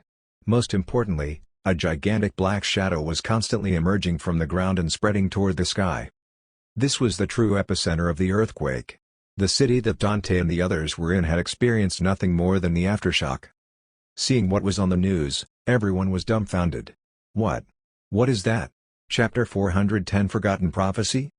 The trembling of the earth exceeded everyone's imagination because it lasted all night and did not stop until dawn the next day. Only, these tremors came much slower than they did at the beginning. After dawn, through the news on television, Dante and the others found that the culprit responsible for the earthquake was actually a tree that broke out of the ground? This should be some kind of tree, right? Lady was a little uncertain. But doesn't this thing look too disgusting? Yes, from the aerial images on the television, the appearance of this tree was too strange. On the incomparably thick bark, there were countless densely packed, blister-like things, making it look as though it had countless eyes. Anyone who saw it would feel goosebumps. It was apparent that when this tree drilled out of the ground, it had been growing slowly in a spiral manner because its shape was entirely in a twisted spiral. In just one night, it had pierced out of the surface and grown nearly 300 meters into the sky. Although its growth rate had decreased a bit, it was still continuing to drill out of the ground. Thanks to it, Redgrave City had suffered immense damage because this tree was too large. Its diameter was about 10 kilometers, and it was still expanding as the tree grew. Many of the buildings in Redgrave City at the center of the tree's growth had disappeared, because these buildings were brought upward as this tree grew. After breaking out of the ground like a sprout, it could actually take away tens of thousands or even hundreds of thousands of tons of soil and heavy objects. Such a tree species completely exceeded the cognitive ability of humans. In the news, people could see numerous military helicopters circling this gigantic tree. No one knew where this thing came from and how it appeared in Redgrave City, but in any case, the disgusting bark had already given humans a bad premonition. The government suspected that this might be another occult event, so they sent large numbers of troops to obtain first-hand research materials. "Damn it! We can't let those people approach it," Dante said solemnly. "If this thing is something from the demon world, it's dangerous to go near it." "But how can we stop them from approaching it?" Trish pointed at the people on the television screen with a headache. Logically speaking, with such a massive change, the residents of Redgrave City should have escaped as soon as possible. But unexpectedly, these bold people were still watching from afar, pointing at and discussing this gigantic tree. "I'll make a call." Dante turned around and ran to the phone. Over the years, as he had been continually exorcising demons, he actually got to know some people with status whom he could talk to, but he did not know if it would be useful to contact these people. Trish and Lady looked at each other helplessly. But at this moment, Lady noticed that Sareth's expression was a little strange, and she could not help but ask, "Sareth, what's the matter?" Sareth said with a strange expression, I think I've seen this kind of tree." "What?" Everyone was shocked. "You've seen it?" "I don't know if it is, but it looks very similar." Sareth gestured with both hands as he described. Under the ice of Frostfire City, I've dug up a similar plant. It's a plant that won't die at the low temperature of -100 degrees. But at this temperature, it's in a dormant state, so it's small, only about tens of centimeters. It can't compare to the one on TV at all. I only thought of it when I saw the strange bark. Hearing Sareth's words, even Dante, who was on the phone, could not help but turn to look at him. Trish, Lady, and Dante all knew that Sareth came from a place called Frostfire City in the Abyss. If he had seen this plant in the Abyss, it meant that this plant not only existed in the demon world. Or rather, demons had brought it to the demon world from the Abyss. Only V did not quite understand, but he did not ask anything, thinking that the Frostfire City that Sareth mentioned was a place in the demon world. Then, do you know what tree this is? Lady asked. Yes, Mother Benaiah told me before. Sareth nodded. This thing is called the Kleepote, but demons seem to prefer to call it the apple tree of hell because it can bear fruits. But it's not easy. Mother Benaiah said that it's usually extremely difficult for this kind of tree to produce fruits because it requires a lot of flesh and blood to irrigate it. Demons don't have the conditions to cultivate it. But I don't know if it's like this here. Kleepote? Flesh and blood? The ominous feeling in everyone's hearts grew stronger and stronger. V frowned and asked Sareth, so, someone is controlling this tree to grow so big? Upon hearing this, Dante immediately thought of Virgil. Combined with the commission brought by V, he immediately realized the seriousness of the matter. After hanging up the phone, he picked up his trench coat and his sword, Rebellion, and said to Trish and Lady, let's go. We should set off. Redgrave City is at least hundreds of kilometers away. After saying that, he turned to V. Do you want to go with us? V hesitated for a moment before nodding. Let's go take a look first. The four of them hurriedly walked out of the shop. Trish and Lady rode a motorcycle, while Dante and V rode another one. They stepped on the gas and prepared to leave.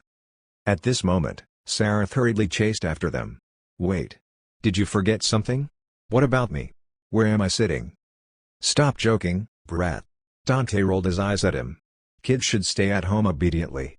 We'll be back soon. Sareth was so angry that his face turned red. To be honest, it was not surprising that Sareth hated him at times. It was obvious that Dante did not want Sareth to follow him into danger, and what Sareth cared about the most was his age, but Dante had to use this to attack him every time. I can help too. Sareth shouted at Dante. Ha! Dante did not say anything and only laughed. With a roar, the motorcycle flew off. Sareth ran after him for a few steps and then threw a stone at Dante and the others. But it hit nothing, making him say angrily, damn it. I'll slap that guy's mouth sooner or later. Sareth calmed down at this time. He recalled the demon he saw that night that had separated with V. That demon was indeed very powerful and terrifying, and it was at least at the demon lord level. Sareth thought that he would only be sending himself to his death if he faced this demon. The reason why he wanted to follow was that, firstly, he was angry that Dante was underestimating him, and secondly, he wanted to avenge Nero by killing a few demons. But after calming down, he began to think about what he could do. What he first thought of was to find Nero and then go with him to help. But then he remembered that Nero's right arm had just been torn off, and he had to recover now. It was best not to get him to go, so this idea naturally ended. Then Sareth suddenly discovered a situation. It seems like I'm free now? Dante and the others had gone to deal with the emergency, and Nero was injured. This meant that no one was looking at him now. In that case, I can do anything now? His eyes darted around, and the first thing that came to his mind was to look for the demon Bible Steely. In fact, while chatting with V on the way here, V had already told him clues about the demon Bible. V had Virgil's complete memory. In Virgil's memory, when he was a child, he, Dante, his mother, Eva, and his father, Sparta, lived together as a family. At that time, his father appeared as a human, and Virgil and Dante did not know their father's demon identity. In his childhood memories, Sparta had taught him and Dante to practice swordsmanship. He had also brought them out to hunt, and the manor where they hunted was far from their home. When Virgil was young, he had seen a strange tombstone hidden in the woods behind the manor. At that time, he had asked his father curiously who was buried here, but his father sighed and did not answer him. Now that he had grown up, Virgil recalled this memory and realized that his father might have already vaguely expected something at that time. After all, his father had betrayed his demon compatriots, and Demon King Mundus was not dead. It was foreseeable that the demons would take revenge on him, so his father might have prepared that grave for himself. However, perhaps Sparta had not expected that the revenge of the demons would come so quickly. When Dante and Virgil were still young, the demons appeared. In this battle of revenge, their mother, Eva, was killed by the demons, and their father, Sparta, was missing. Fortunately, Dante had hidden and avoided the disaster, but Virgil had accidentally strayed into the demon world during his escape. The family fell apart ever since. This was an unbearable memory for Virgil, but he had always thought that his father was not dead. This was actually a simple deduction. Whether it was Force Edge, Dandy's sword, rebellion, or even his katana, Yamato, they were all weapons made from the power of Sparta. Virgil believed that if his father died, then these weapons should lose their power. At least, their power would weaken, right? But the fact was that the power of the weapons had not disappeared. So Virgil felt that his father should still be alive. Of course, there was no news of Sparta. This was an irrefutable fact. Virgil was trying to find his father, but unfortunately, there were not many clues. Since Virgil believed that his father was not dead, the tombstone that he had seen was an intolerable existence for him. Now that he thought about it, he felt that the tombstone was a little suspicious. The words on it were not human languages, so when Sareth and V had talked about the demon Bible Stele, V wondered if the tombstone his father had erected was this thing. V was not too sure, but this was a clue for Sareth. So when he found that no one was obstructing him, he thought that perhaps he could go to the place V said to search first. If he could find the stone Stele and then think of a way to summon his foster father to this world, wouldn't his foster father beat the demon that separated with V when the time came? Sareth, who was full of worship for Roy, thought happily as he set off.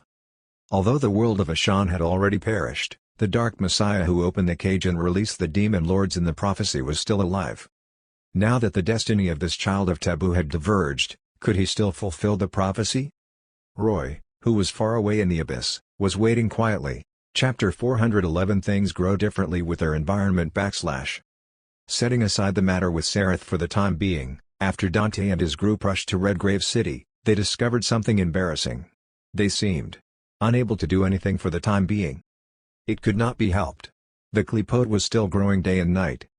Standing on the roof of a tall building nearby, they could see that the roots of the tree were continuously spiraling and slowly extending upward.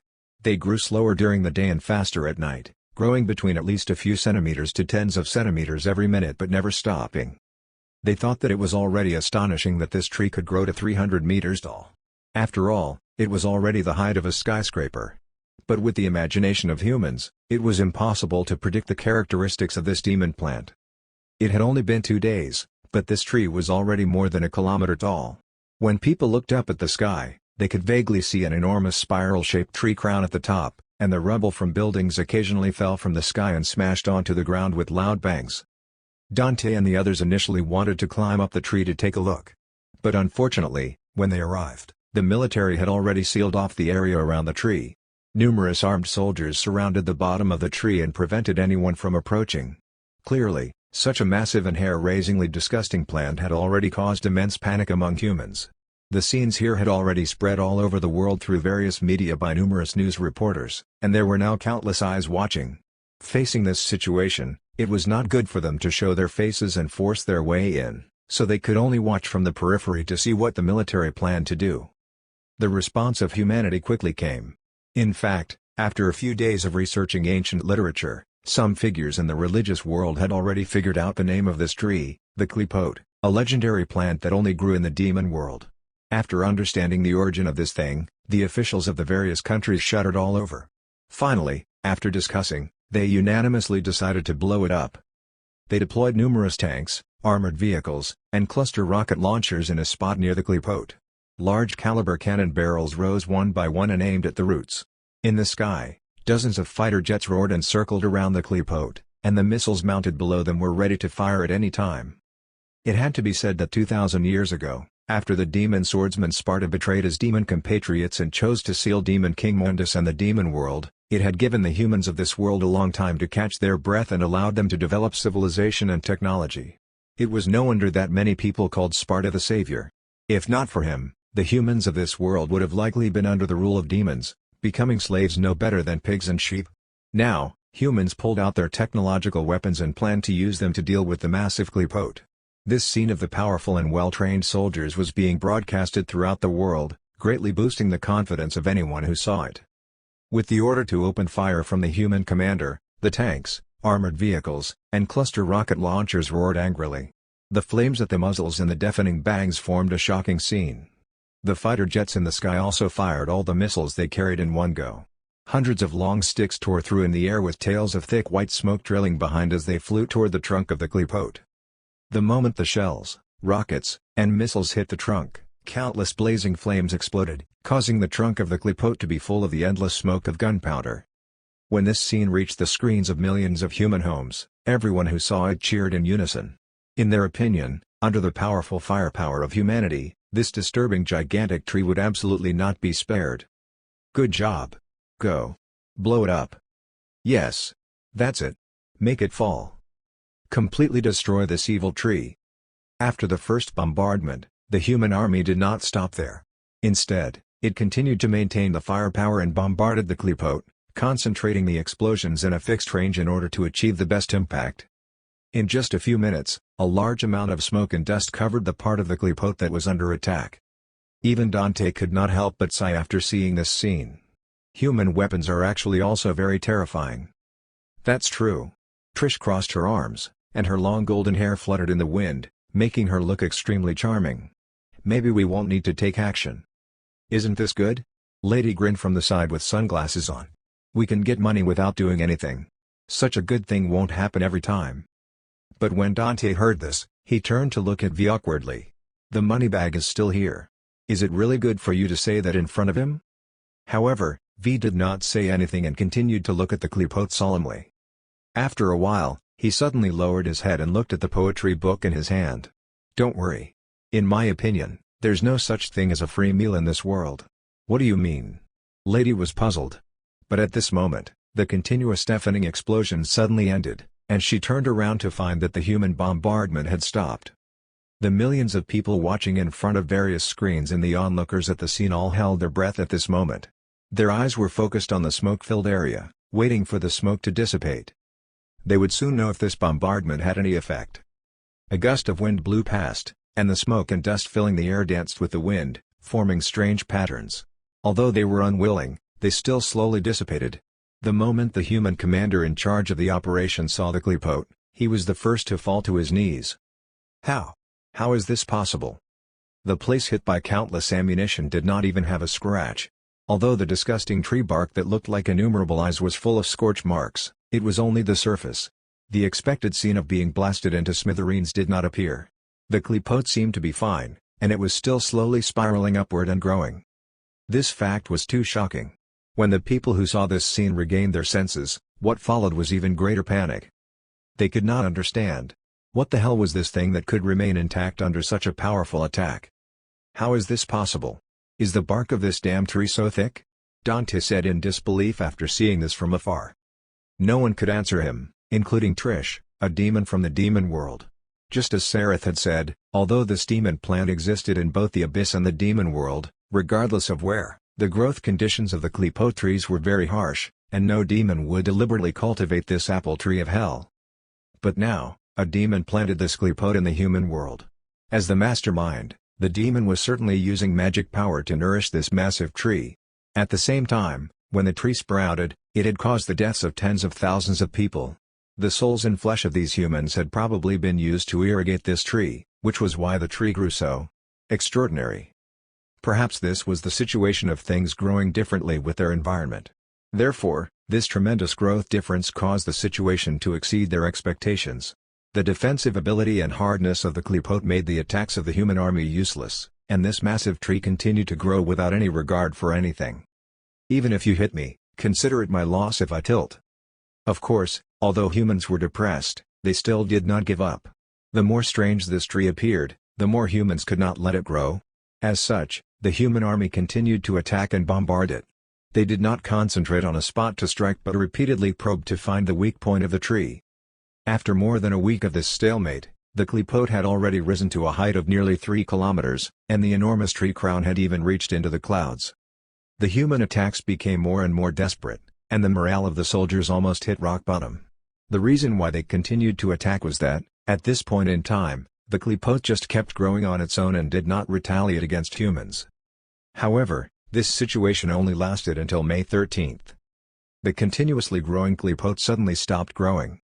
It no longer continued to spiral upward and completely quieted down, causing the earthquake that had lasted for more than 10 days in Redgrave City to stop suddenly. This sudden change caused people to be surprised and doubtful, so there was another military probing operation. The military sent a large number of fighter jets and helicopters to fly around the giant tree to investigate and find out what was going on. As a result, the fighter pilots flying in the sky saw an astonishing scene. On the top of the enormous spiral-shaped tree crown, there seemed to be a small fruit growing on a thick branch. This tree actually bore fruit? When the pilots wanted to get closer to continue investigating under the order of the commander, a dense group of black shadows suddenly flew out from the center of the spiral tree crown. It was a group of demons flying in the air. They flapped their demon wings, their faces full of savage and bloodthirsty expressions, and they laughed wildly as they pounced at these human fighter jets. Under the terrified gazes of the pilots, they lay at the front of the fighter jets, opened the cockpits, and grabbed the ejection seats the moment the pilots shot up. The next second, countless demon claws stretched out and began to prey on these human pilots. The pilots screamed as they were torn apart into chunks of flesh. One by one, fighter jets tumbled down from the sky with trailing smoke behind them. Some crashed into the tree trunk and turned into fireballs, while others fell to the ground and blew up the buildings. Tragedy, this was a complete tragedy. The sudden appearance of the demons utterly routed the human army. But what was strange was that after attacking the human army, these demons flew back to the Qliphoth, as though it was their nest. Chapter 412 Urizen. The appearance of these flying demons made Dante and the others immediately realize one thing: the interior of the Qliphoth might be empty. When the Qliphoth was growing, it gave everyone the illusion that this tree was as solid as normal trees. But now, they realized that they could not judge these demon plants with common sense. After the flying demons attacked the human air force, they retreated. The human troops on the ground also fell under attack, but this time, the ones attacking the human ground forces were not demons but the roots of the Qliphoth. These roots separated from the soil and danced in the air, and on the ends of these tentacle-like roots was a long needle. After the needles pierced the human soldiers, they would quickly suck dry all their blood. This sudden change caused the soldiers to collapse. Humans were afraid of death, and no one wanted to be sucked dry by this strange demon tree. Therefore, the soldiers who suffered mental breakdowns did not listen to orders at all. They cried, threw down their weapons, and fled in all directions. The roots of the Qliphoth began to spread in the city. After defeating the human troops, they began to target civilians. The people who were still watching from afar in excitement were dumbfounded. Seeing the needles stabbing and killing the people in front one after another, they began to escape in panic. But there were still people who were grabbed by the needles that suddenly emerged from the ground. No one knew to what extent the roots of the demon tree buried underground were. It was as though all of Redgrave City was within its hunting range. In just 10 minutes, thousands of people had lost their lives. At this moment, the people in Redgrave City could no longer care about the feelings of having to leave their homes. They brought their families and used various vehicles to escape from Redgrave City. However, this kind of swarm-like escape caused an enormous traffic jam. Even if someone stood out to organize it, this sort of emergency evacuation could not be completed in a short time. Countless civilians were blocked on various roads, and what greeted them were the vampire roots of the Qliphoth. This day was a nightmare and disaster for the entirety of Redgrave City. Dante and the others could estimate the situation outside the city, so they were extremely anxious. They had already guessed that this Qliphoth had suddenly stopped growing because it was about to bear fruit. When plants grew fruits, it was usually for reproduction. At that time, plants required a lot of nutrients.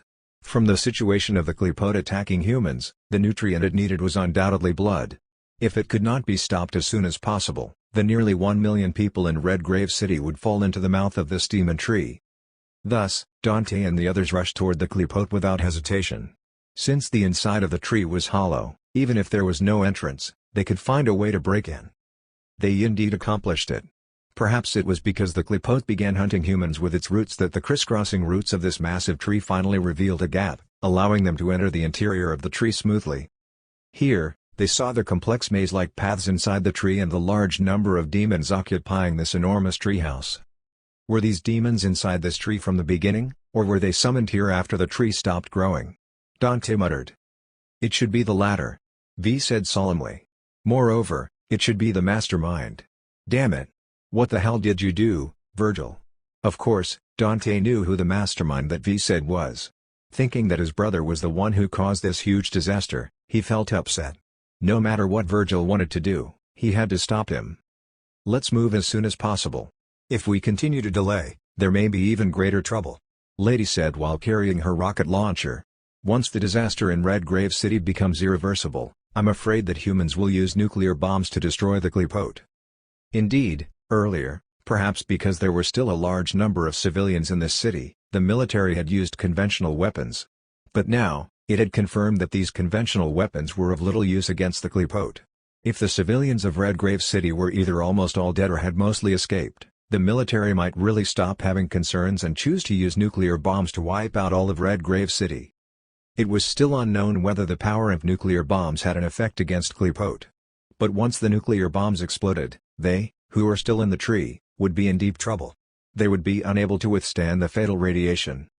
Just as the four of them were about to set off, a voice suddenly came from behind. Dante! Wait for me. The four of them turned around and saw a figure running up to them. It was actually Nero. It had been more than 10 days since Nero's arm had been torn off, and his right arm had long stopped bleeding and was gradually healing. But unfortunately, after losing his demon right arm, the demon bloodline in his body seemed to be suppressed, and it could not bring him extraordinary recovery ability. His lost arm naturally could not grow back, so he was now a cripple. His right arm was tightly bandaged, and only his left arm could move. Seeing Nero here, Dante was shocked. Nero? Why are you here? To take revenge on that son of a bitch? Nero panted slightly. He's definitely here. Nonsense. Dante said angrily. How are you going to fight like this? Leave. We're enough. Humph. I can still kill the demon with one arm, Nero said as he pulled out the Red Queen from behind him with his left hand.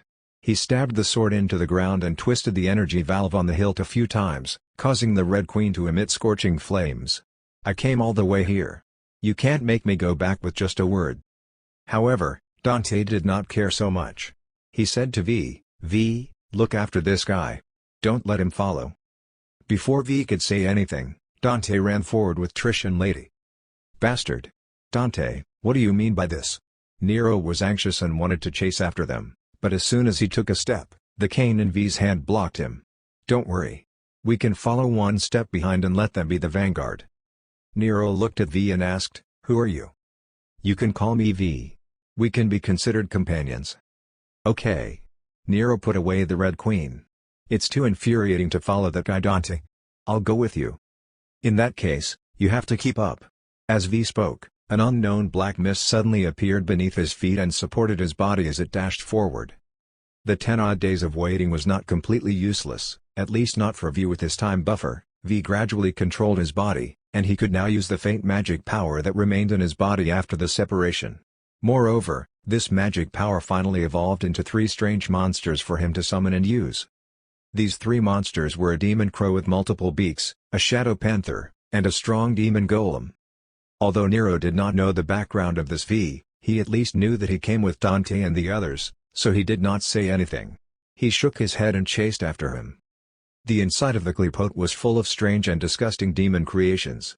Although there were many demons, perhaps because these demons had just been summoned and were searching for places to stay, they did not encounter too many obstacles along the way, allowing them to go straight to the middle section of the tree. Here, they found an enormous hall. A powerful demon with an astonishing aura was sitting in this hall. Bone armor wrapped around his entire body and face. Especially the mask, it looked like a crown wrapped around the demon's head. This demon held his face with one hand and sat on a giant throne. In the air not far in front of the throne, a needle-like object was floating and slowly rotating. Behind and under this demon's feet were tentacles that looked like roots, which looked very similar to the roots of the Kleepote. After rushing in, Dante, Trish, and Lady immediately realized that this demon was different and knew that they had probably encountered the main culprit. They did not say anything else as they charged forward to fight. But when they really fought, they realized that the demon in front of them was unimaginably powerful. He did not even move his body. He just sat on the throne and crushingly defeated the 3 of them with one hand. When Dante rushed forward with rebellion in hand, this demon flicked him back with a finger. His successive attacks were fruitless, and he was panting for breath. He could not help but point with his sword and ask, You're not Virgil. Who are you?" Hearing Dandy's question, the demon sitting on the throne finally said, "My name is Urizen, the king of the demon world." "Is that so? This name is terrible." After hearing this name, Dante could not help but ridicule it. At the same time, he confirmed one thing. This demon named Urizen was most likely a demon that had separated from Virgil. And this demon did not have any of Virgil's thoughts at all. He even used his true demon name for himself. Yes, the true name of a demon was a name unique to the demon. Chapter 413 Accident. Regardless of how terrible Dante felt Urizen's name was, when he truly faced Urizen, he realized how powerful this demon was. Dante, Trish, and Lady attacked Urizen with all kinds of methods, but he merely sat on the throne that represented his identity and defeated all three of them without even moving. Urizen sent Trish and Lady flying and knocked them unconscious. They lay on the ground, and it was unknown if they were dead or alive. Dante could still hold on for a while, but in his human form, his attacks were completely ineffective against Urizen. He was sent flying again and again, and after a while, he was panting and covered in wounds. After being knocked into the air one last time, Dante could no longer get up. Urizen sat on the throne, and the blood-sucking roots spread toward Dante, wanting to suck his blood away. At this moment, Nero and V rushed over. Seeing that something was wrong, Nero shot the spreading vines and repelled them to save Dante. "Hey! Looks like this trip isn't a complete waste of time," Nero mocked before shouting at Urizen. "Hey! Idiot over there! Didn't your mother teach you that stealing isn't a good habit?" As he spoke, Nero could not help but reach out his left hand to touch his bandaged right arm. Of course, he knew that this demon in front of him was extremely powerful. Didn't he see how badly Dante was beaten? But no matter how powerful he was, Nero had to do it because this guy was the bastard who snatched his right arm. He reached out and drew Red Queen from behind him. With one hand holding the hilt of his sword, he stabbed it into the ground, twisted the energy valve a few times, and then said to Dante, who was still struggling to get up, "Sorry, Dante. I'll take care of this guy." Wait. Dante, who was lying on the ground, hurriedly said. He was trying to stop Nero's impulse, but it was useless. Nero had already rushed forward with his sword. Then Nero was quickly beaten back. Even Dante was no match for him, and Nero, who no longer had his demon right arm, was even worse. He could not activate the demon bloodline in his body and was currently only a slightly stronger human. Facing the defensive line that Urizen had set up with his stingers floating in the air, Nero could not even break through it. After a few exchanges, he was sent flying and slammed into a pillar in the hall before falling down with a bang. Looking at the bloodied Nero, who was unable to get up for a long time, V, who was still at the entrance, was at a loss. Although he had found Dante and wanted to use his power to kill Urizen, he did not expect the demon separated from his body to be so powerful. "Aww! OWH. It's over. It's all over now." The demon crow flying beside V could not help but shout when seeing this. On the other hand, Urizen, who was sitting on the throne, seemed to feel bored. He raised a hand and aimed at Dante and Nero on the ground. A massive amount of magic power began to gather in his palm as he prepared to kill the two ants in front of him with this blow. Nero naturally saw the fireball appearing in Urizen's palm, but his entire body was in excruciating pain, and he could only watch as the fireball grew bigger and bigger. Just as Nero thought that he was going to die, a gunshot suddenly rang out. A magic power bullet hit Urizen's palm and interrupted his gathering magic power. Nero turned around and saw that it was Dante, who had already gotten up. He was holding ebony and ivory and pointing them at Urizen. The faint smoke of gunpowder at one of the muzzles was drifting into the air and dissipating. "Time for the second round, bastard," Dante said while panting heavily. With that, Dante spread his arms, and magic power quickly surged in his body. The next second, his human appearance disappeared, replaced by a ferocious demon with red and black skin. Nero recognized at a glance that this was Dante's demon form. He reached out his hand, drew rebellion from his back, spread his demon wings, and flew toward Urizen. He instantly arrived in front of him and slashed. Clang! Urizen raised his right hand and easily blocked Dante's slash. Dante's sword could not even touch Urizen's body. Half a meter in front of Urizen, an invisible force field prevented Dante from moving forward. "Ah!" Dante roared and stimulated all the magic power in his body, wanting to break through this force field. The magic power of both sides collided, and the entire hall began to shake violently. No matter how hard Dante tried, He could not break through this force field. This made him realize that the difference between the two sides was too great, so he turned around and shouted at V. Take Nero and get out of here. We made a mistake. Hearing Dante's roar, Nero gritted his teeth, stood up, and shouted unwillingly, "No. I can still fight." "Nero, leave quickly!" Dante roared. "You're only a burden here." "What?" Nero wanted to rush forward angrily, but at this moment, a giant rock fell from above and was about to strike his head. Fortunately, V had sharp eyes and quick hands, and he pulled Nero back. After pulling Nero back, V pushed him, wanting to take him away from here. He knew that Dante was right. Everyone could not be buried here. If Nero left, there was still a chance of survival. They could gather strength again and come back to take revenge. The shaking and trembling became more and more intense, and boulders kept falling from above. The hall was about to collapse. Although Nero was unwilling, V held him tightly and brought him out of the hall. "Don't be like this. Let's go."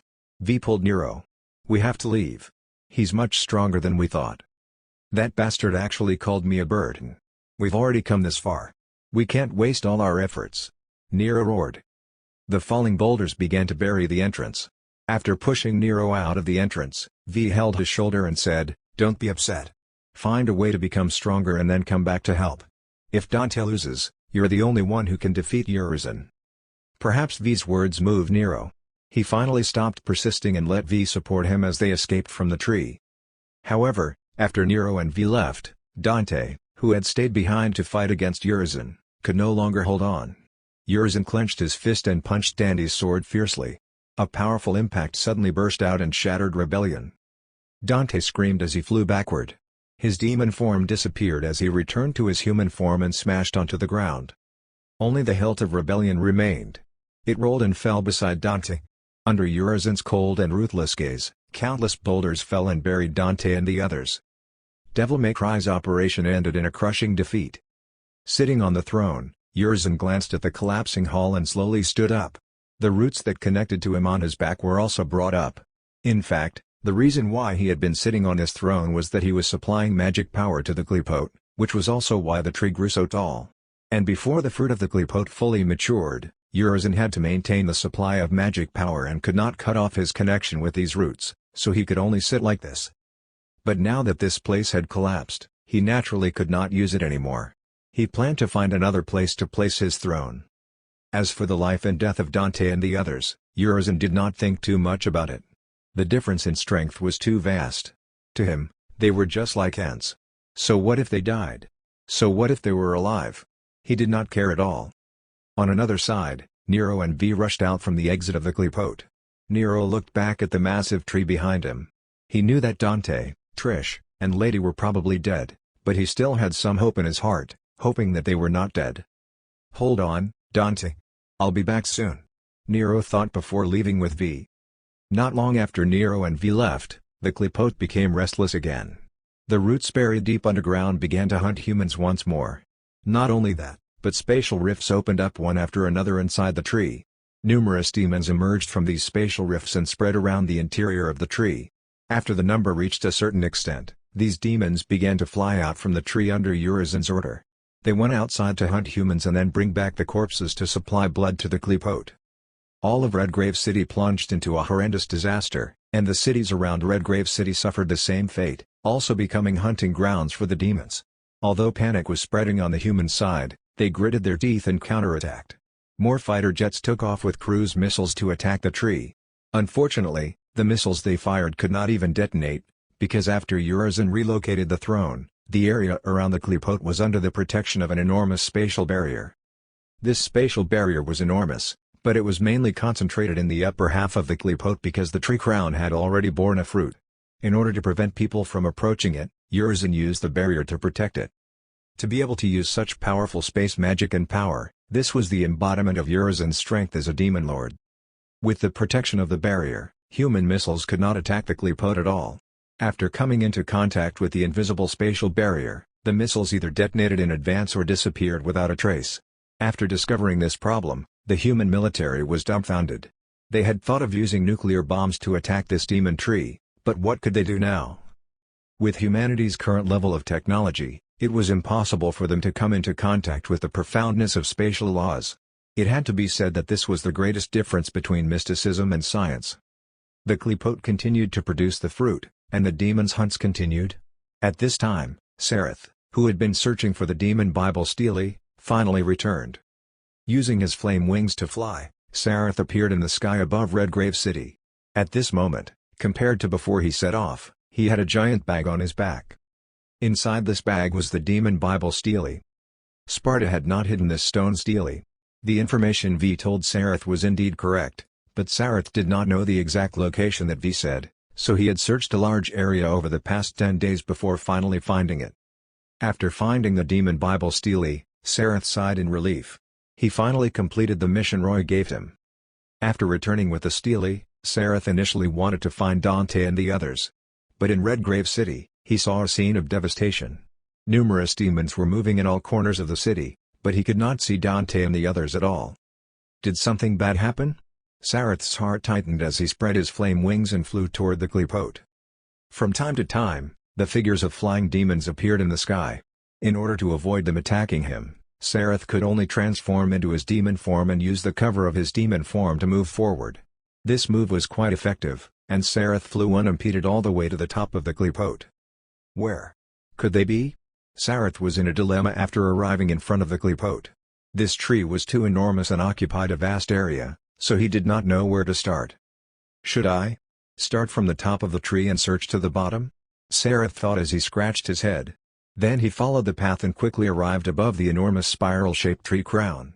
This place was already high in the sky, and he could not see any demons.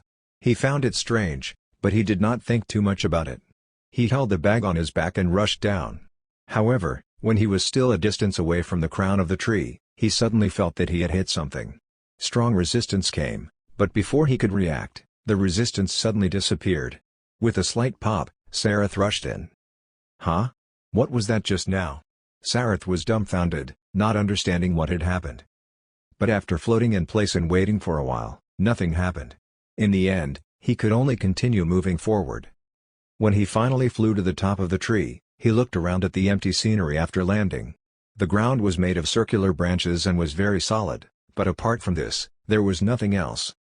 Oh, wait, there seems to be something. Sareth saw something that looked like a tree branch in front of him in the distance, and he ran over curiously. When he came close, he finally saw clearly that it was an abrupt, upright branch. At the end of this branch was a strange little fruit hanging on it. This fruit looked a bit like an apple, but a bright net-like membrane wrapped around it, and the inside was bright red. This small fruit was not even 10 centimeters large, and it was beating rhythmically like a heart. The most ridiculous thing was that there were sticky, blood-like things dripping from the fruit from time to time. It should be blood because Sareth could already smell the strong smell of blood. Is this the fruit of the Qliphote? Sareth's eyes widened, and he could not help but reach out to touch the fruit. Then he quickly shrank back and shook his hand. This thing is disgusting. However, despite feeling disgusted, Sareth discovered the extraordinary aspects of this fruit. Even just standing in front of it, he could feel the powerful magic power contained in it. This fruit seems to be growing. Sareth suddenly had a thought. When it matures, it should contain formidable magic power. If I use this fruit as an offering, can I open a gate of the abyss and let Foster Father come here? Chapter 414 Sareth's Summoning Formation. Sareth sat down cross-legged not far from the tree, looked up at the strange little fruit on the branch, and began calculating. Foster Father said that the most important things to summon demons are the coordinates and then the offerings. Sareth recalled Roy's explanations. In high magic worlds, the magic formations used to summon demons provide the coordinates, and the repulsive force of high magic worlds is weaker, so even if the offerings aren't good enough, or even without offerings, you can attract demons and summon them. This is because demons don't need to pay too much when passing through to these worlds. But it's different for low magic worlds. In addition to the coordinates, there must be enough offerings because you have to use offerings to offset the world repulsive effect. The offerings are actually not for the demons you want to summon but rather for the world repulsive effect. Therefore, you usually use the creatures of the native worlds as offerings because these native creatures have the corresponding rules of the world in them. By gathering them, you can weaken and offset the repulsive effect, allowing demons to descend. The stronger the demon, the stronger the repulsive effect required to be offset. Naturally, More and better offerings are needed. The scythe that foster father gave me can use his plague power, making it convenient for me to obtain offerings. But with this fruit now, I might not need to do it myself." Sareth stared at the fruit and pondered. This is the fruit produced by the Qliphote. This tree has sucked human blood, so it has naturally absorbed a portion of their soul power. It's a natural offering, but this bit of power is probably not enough to summon foster father. I guess I'll have to wait until it's almost ripe. It's just a little strange. Sareth scratched his head and looked around. That demon lord should be the one growing this Qliphote, and his goal should be this fruit. But why didn't he send someone to guard it? This was what Sareth felt the strangest. The top of the tree was completely empty, and he could not see any demons at all. Sareth was wondering if he had guessed wrongly. Does that demon lord not take this fruit to heart? How would he know that it was not that he had guessed wrongly, but that he had barged in accidentally? Urizen had set up an enormous barrier around the tree crown where the fruit was. And in order to prevent other demons from coveting the fruit, he even forbade any demons from approaching or appearing near the tree crown. He himself sat in the tree and commanded the demons to attack everywhere to collect nutrients for the tree. Urizen was very assured about the barrier he had set up, but he did not expect Sareth to break in. In fact, the thing that Sareth had hit earlier was the barrier. It was just that he had never encountered one before, so he did not understand it at all. Especially the moment he passed through, this sensation of the barrier only lasted for a moment before disappearing, causing him to not think too much about it. And the reason why he could pass through the barrier without hindrance was because of the demon Bible steely on his back. What exactly was the demon Bible? It was actually a little difficult to describe because what really worked was not the steely carrying the inscription but the demon characters on it. The demon language and characters were very unique symbols that could communicate with mysterious powers. Different characters and different combinations had different effects. It could even be said that it was thanks to demon characters that demons could use all kinds of magic. According to the contents recorded on the steles, the first living beings created by the Creator were angels and then demons. Just as the angels claimed to be the eldest children of God, demons were considered the second children of God. Angels and demons were actually the oldest living beings in the infinite worlds. As for titans, elves, humans, and other races, they gradually appeared later and were not as old as angels and demons. Precisely because of this, it could be said that any magic power used in the infinite worlds today came from the two races of angels and demons, unlike the legends of certain worlds that said they came from elves. The war between angels and demons had always been known as the Eternal War, and it had lasted for countless years. They fought back and forth in the infinite worlds and naturally caused the mysticism of magic to spread to the infinite worlds. The language and writing of demons were things that were continuously passed down in bloodlines and memories. But not every demon could fully understand the mysterious power contained in the language and writing. Although the demon Bible scriptures engraved on the steles recorded the history from ancient times, the combination of these characters formed a wonderful effect. This effect was the world repulsive effect. Roy had used the first demon Bible inscription that he obtained as the expulsion incantation. After getting more steles, he discovered that the power of each stele was all somewhat similar to the world repulsive effect. This made him realize that he might be able to use the innate power on these steles to solve the problem of the repulsion he encountered when traveling through the infinite worlds. Clearly, low-level demons did not need these steles because, no matter if it was a low magic world or a high magic world, the repulsion on them would not be too great. But when it came to high-rank demons, demon lords, or even demon kings, it was entirely different. Roy was not the only one facing this repulsion. Similarly, Roy was not the only demon lord who had discovered the effect of these demon Bible steles. This was also why the following demon Bible steles that Roy obtained and wanted were all in the hands of some demon lords. Sparta was the owner of this demon Bible stele. But as mentioned earlier, the steles were not important. What was important was the demon characters on them. This was why Sparta hid the stele but did not use any other protective measures. Due to the different chapters on the steles, the demon characters on them were naturally different.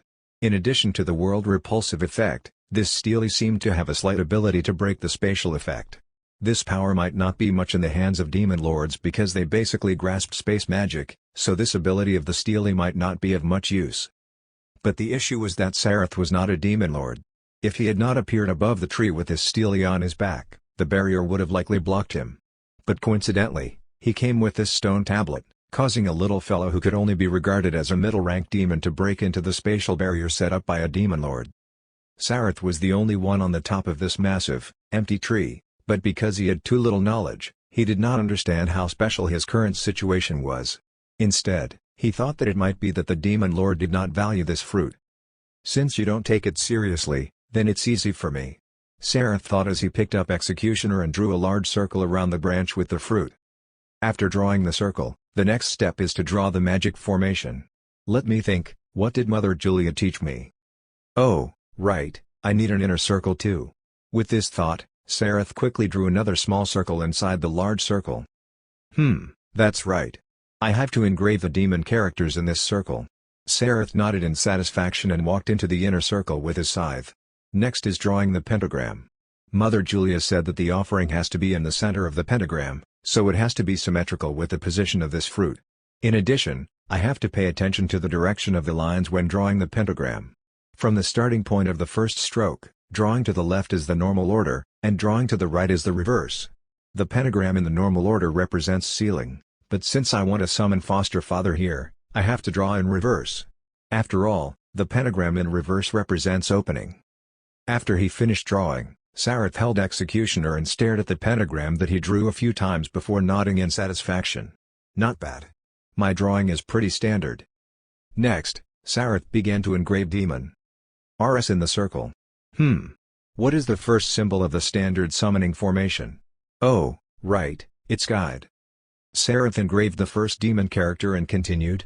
The second symbol is Force. The third is Implore. The fourth is Position. One by one, Sareth engraved demon characters according to the summoning magic formation diagram in his memory. In fact, he did not really understand the meaning and functions of these demon characters. As a child of Taboo, he had not inherited the memories of Ka-Belith, his biological demon father. And under the guidance of Roy and the others all these years, he could only achieve a little understanding. It was the same even though Roy had given him the translation gummy. It did not have the ability to parse demon characters, so to put it bluntly, this little guy was actually illiterate in demonology. After spending most of the day, Sareth was finally almost done. He sighed, crouched down, and pressed his hands on the magic formation. Next, I'll input magic power to test it. As long as there's no problem with the drawing, the magic formation will resonate, and these patterns will become fixed and not easily destroyed. Sareth felt a little excited. After all, it was his first time drawing a magic formation. The result of the test was rather good. Although it was his first time drawing, Sareth still completed the summoning formation. Next, as long as this fruit matures, I can use it as an offering to activate the summoning formation. Sareth thought happily.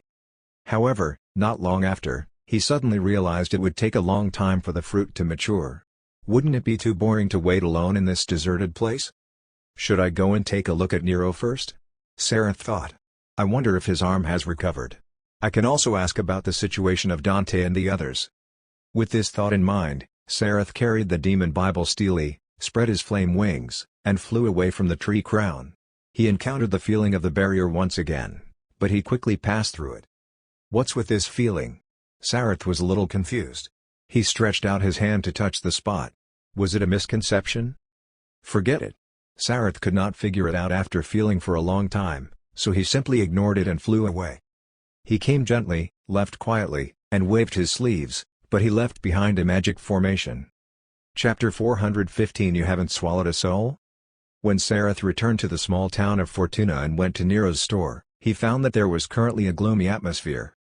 What's wrong? Sareth looked at everyone with a puzzled expression. Sareth? You. When Nico saw Sareth, she was stunned for a long time.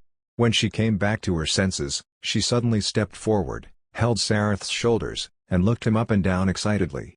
Great, you're okay. Sareth twisted his shoulders unnaturally and shook off Nico's hand before looking at V. Didn't you tell them? At this moment, V was looking down at the poetry book in his hand and said slowly, Sorry, I forgot. Yes, Nero, Nico, and Kyrie had not received any news about Sareth recently.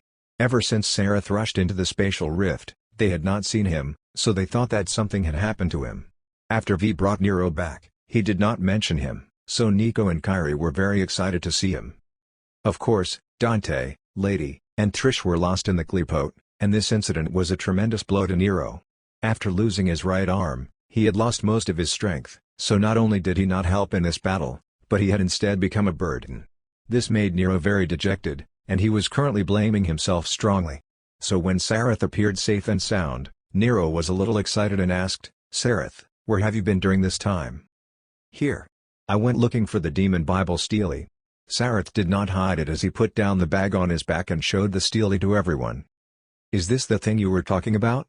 Nico and Nero gathered around the stele curiously and sized it up. But no one, including Nero, could understand the demon characters on it. After looking at it for a long time, Nero could not find anything, so he could only ask Sareth, "What's the use of this thing?" "I actually don't know." Sareth scratched his head. "Foster father asked me to find it, but he once said that there are 7 of them in total. It seems like you have to gather all 7 before you can understand the specific usage." "What kind of demon is your foster father?" Nico could not help but ask when she heard him mention his foster father again. Sareth said with a look of admiration, "He's a very powerful demon lord.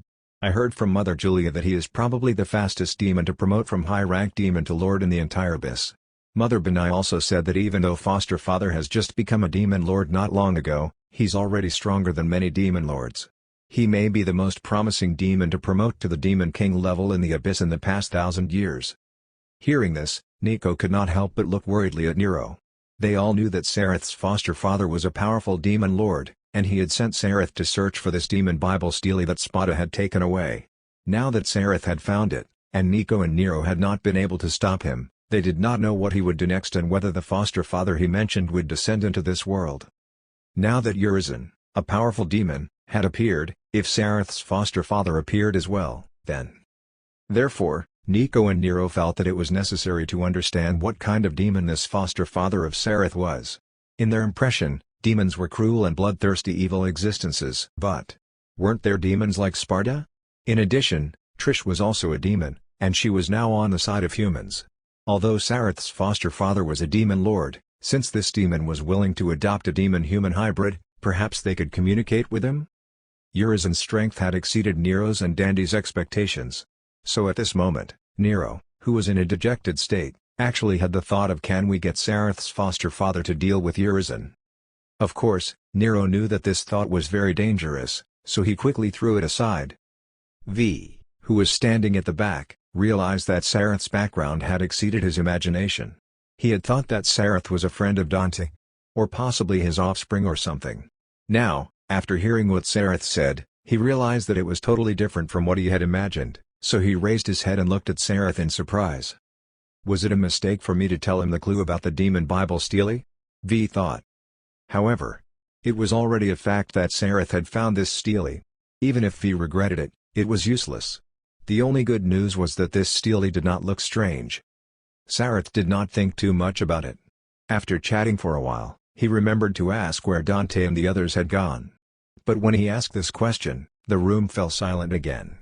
After a long time, Nero told Sareth about what had happened in the Kleepote. It was only then that Sareth knew that such an enormous change had occurred in the past 10 days after he left. Is that Urizen really that powerful? Sareth asked in surprise. Nero and V nodded in agreement. What else could they say? Urizen had beaten them badly just by sitting there. If this was not powerful, then what was? Sareth was a little flustered at this moment, so the first thought that came to his mind was, looks like I really have to get foster father to come. This Urizen probably needs foster father to deal with him. In fact, during Roy's explanations to Sareth, he had not said that Sareth definitely had to summon him to this world. Roy was just curious about the Devil May Cry world. What he truly valued was the demon Bible inscription. He had gotten Sareth to come here only to train him and let him gain experience, and there were also half-demons like Dante, Virgil, and Nero in this world. Sareth was also one of them, so they could communicate with each other. Moreover, when Roy sent Sareth over, he did not know what time it was in this world, and he would definitely not be able to guess what Sareth would encounter, so he did not force him to complete the missions. If he could find the demon Bible, he would find it.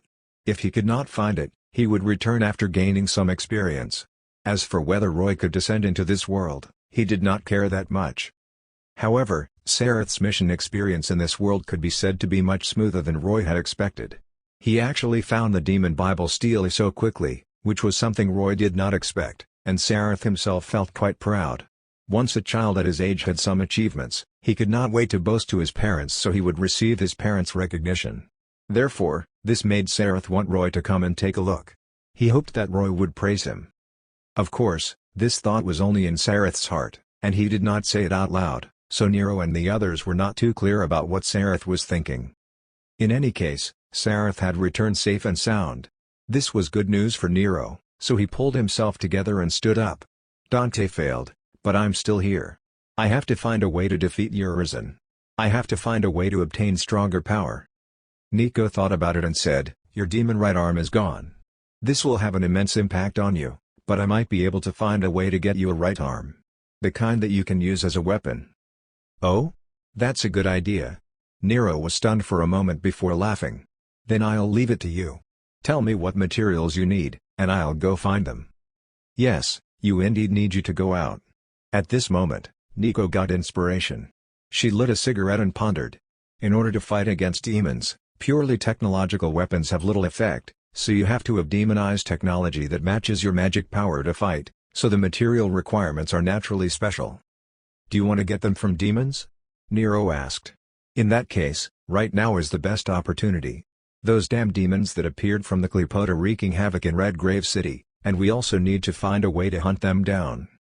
That's right. Nika nodded. This R&D will take time, so you can take advantage of this time to reduce the number of demons. At this moment, V stepped forward and said, and there's also that Kleepote. Urizen is waiting for the fruit of the tree to ripen, so during this time, he might not appear in front of the world. This is our opportunity. Hearing V mention the fruit of the Kleepote, Sareth thought of something. His eyes flickered, but he did not say anything. The three of them discussed the next course of action eagerly, and Sareth could not interrupt for a while. After finally waiting for them to calm down, Sareth said, if you want to obtain stronger power, can't you just devour souls? Huh? Upon hearing this, the three of them turned to look at Sareth in surprise. What did you say just now? Devour souls. Sareth was also surprised. You don't even know this? There are many souls floating around in Redgrave City currently. The souls of those dead humans and demons can strengthen you, Nero. This. Nero was stunned, and he could not help but ask, aren't souls only used to strengthen weapons? Of course, Nero could see souls, but in his understanding, he had always thought of himself as human, so he had never thought about devouring souls like demons, especially human souls. After all, he could not accept it psychologically. He knew that the souls of those demons had special effects, but people had always used them to strengthen weapons. In particular, some stronger demons would leave behind devil arms after dying. They were weapons made by demons using their own souls, so these weapons naturally could not be eaten, right? It was not only him, but Dante was the same. They had never thought of directly devouring souls. Of course, this was also related to the fact that half-demons did not have soul-devouring addiction. They could see souls, but they would not immediately think of eating them. They did not have the concept of edible for souls. It could be said that the magic power in Nero and Dante had gradually grown through their long years of training and fighting. This was also a special aspect of half-demons. But Sareth was different. He had been growing up in the abyss, and to him, souls could be devoured to strengthen magic power. This was almost common knowledge. So to Nero's question, he replied in disbelief, who said that? Foster father said that we half-demons can also devour souls to strengthen our magic power. This is an ability inherited from the demon bloodline. Why you never devoured souls to increase your magic power? Nero was stunned, but he immediately understood. In fact, since the first time he saw Sareth, he felt that it was a little strange. Sareth was only around 9 years old, but he already had a decent amount of magic power and could even use demon armaments. In comparison, Nero could not do this when he was at that age. Now that he heard Sareth say this, he suddenly realized that this was probably because Sareth had devoured souls. His growth was much faster than Nero's, and even faster than Dandy's during the same time. What should I do? After realizing this, Nero looked at Nico hesitantly and then at V. Sareth's words had shown Nero a new way to obtain great power. Should I do what Sareth said and give it a try? Chapter 416 Accumulation. Under Sareth's suggestion, Nero seemed to have opened the door to a new world. From that day onward, a strange group of 4 appeared in Redgrave City. V, Nero, Sareth, and of course Nico came as logistical support. Over the coming days, Nero planned to hunt demons in Redgrave City to increase his strength. Although Urizen had utterly defeated them, Nero and V realized that Urizen did not seem to be willing to leave the Kleepote. He appeared to be assisting the tree to absorb blood and souls in order to get the fruit to ripen faster. Since Urizen never came out, Nero and V could deal with the demons who left the tree to hunt. The human military was still arguing fiercely about whether to use powerful nuclear weapons to attack the Klepote. However, human civilian organizations had already begun to take action.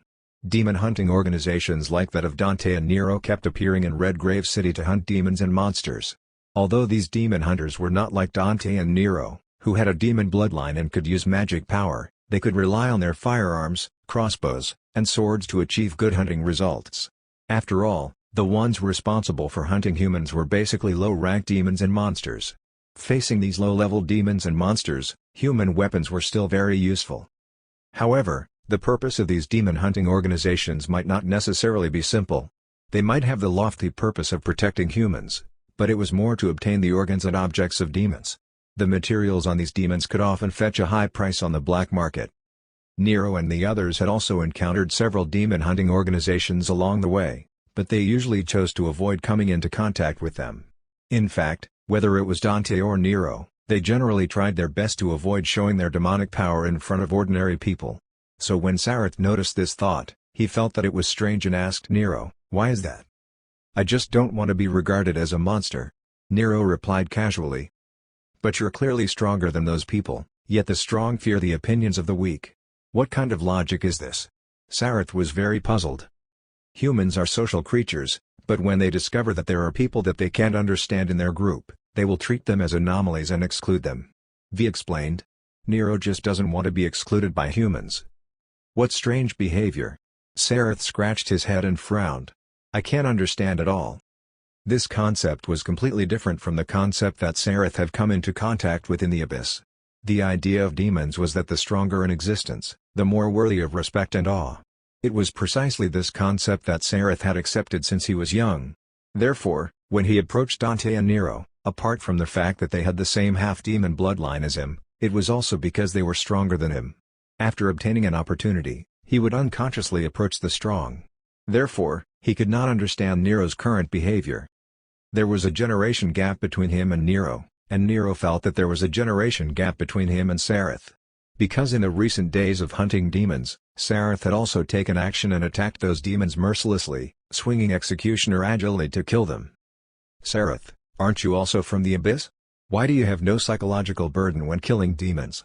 Nero finally could not help but ask during the break after a hunt. "Huh? What psychological burden?" Sareth was stunned by this question. "Isn't this normal? Demons also fight each other." "Nero means, is there no concept of the same kind between demons?" Nico interjected. "I don't think so." Sareth tilted his head and thought for a while. Although there is cooperation between demons, Foster Father said that the relationship is more between superiors and subordinates. It's only a matter of course for powerful demons to rule over weak demons. Speaking of which, don't humans fight one another? Both Nico and Nero had something stuck in their throats. They did not know how to answer this. Yes, although they had the concept of the same kind, it was not uncommon for humans to fight one another. In fact, this kind of fighting seemed to be even morally worse than demons killing one another. Similar conversations happened between Nero and Sareth every day, making both of them realize that their ideologies conflicted with each other. However, this did not stop them from hunting demons. Half a month passed. During this time, the four-member team had hunted nearly 1,000 demons, but the number of demons in Redgrave City did not decrease but instead faintly increased. This might have been due to Urizen constantly summoning demons from the demon world in the Klepote. The increasing number of demons did not have much of an effect on Nero and the others, but it had an enormous impact on the demon hunting organizations. Although these demon hunters could hunt low-level demons and monsters, their numbers were too few compared to the demons. Once they accidentally provoked more demons than they could handle, it often led to heavy casualties. Therefore, in the past half a month, the demon hunting groups that they had encountered became fewer and fewer, but the military troops had become more numerous. It was easy to raise a city with nuclear bombs. But once Redgrave City was destroyed, it was equivalent to hundreds of thousands or even millions of civilians becoming homeless. At that time, how to settle so many refugees was the most troublesome thing. Moreover, the entire world was now paying attention to the demon tree that appeared in Redgrave City. Countless people would see any drastic action of the military, and the consequences of a single instance of carelessness might lead to the military being scolded to the point of never being able to rise again. So after an argument, the military still felt that it was best to avoid using nuclear bombs as much as possible. Fortunately, after so many days of observation, humans had discovered that the gigantic demon tree had not changed at all. Although demons were continuously appearing from the tree to hunt humans, the danger seemed to be just that. So, in the end, the military sent a large number of troops into Redgrave City to eliminate the demons. This method was quite effective, and they reduced the range of the demons hunting. However, the closer they were to the Kleepote, the more demons they encountered, so the advancement of the military was gradually hindered. There were a lot of gunshots every day, and similarly, there were a lot of casualties every day. It seemed like the military had made some progress, but both Nero and Nico realized that this might be deliberate by the demons. After all, many civilians had already escaped, and these human soldiers who kept entering became the main targets for the demons to provide blood to the Kleepote. Simply put, this was a trap to lure humans into constantly sending people to their deaths. However, even though Nero and the others knew that it was a trap, they were helpless in the face of this situation. It was impossible for them to find the military commander and get him to evacuate, right? The other party did not know them at all, so why would he listen to them? So, we still have to solve the root of the problem as soon as possible. Nero looked at the gigantic Kleepote and sighed. But I'm not strong enough. I don't know what happened to Dante, Lady, and Trish. If they're really dead, then Don't worry. Nico patted Nero's shoulder. You have to believe that man won't die so easily. He's holding weapons my grandmother made for him. Let's not talk about this so much. Come and help me adjust this. In addition to hunting demons and devouring their souls to strengthen their magic power, Nico had been using the materials they obtained from the dead demons to create weapons for Nero. She planned to create a prosthetic arm for him so that his right arm could recover its combat strength. But pure technological materials could not accommodate magic power, so she could only replace them with materials like demon horns or demon bones. Now, the right prosthetic arm that Nico made was still in the adjustment phase, so it was not useful for the time being. Similarly, although Nero's magic power had increased, he felt that it was still not enough. For you. V returned, panting. There was a large black demon crow resting on his shoulder, and the corner of the crow's beak still had purple bloodstains. After panting for a while, V reached out and handed 2 black balls of light to Nero. Killed 2. Are you participating in the battle again? Nero took the souls and frowned at V. Is your body okay? It's okay.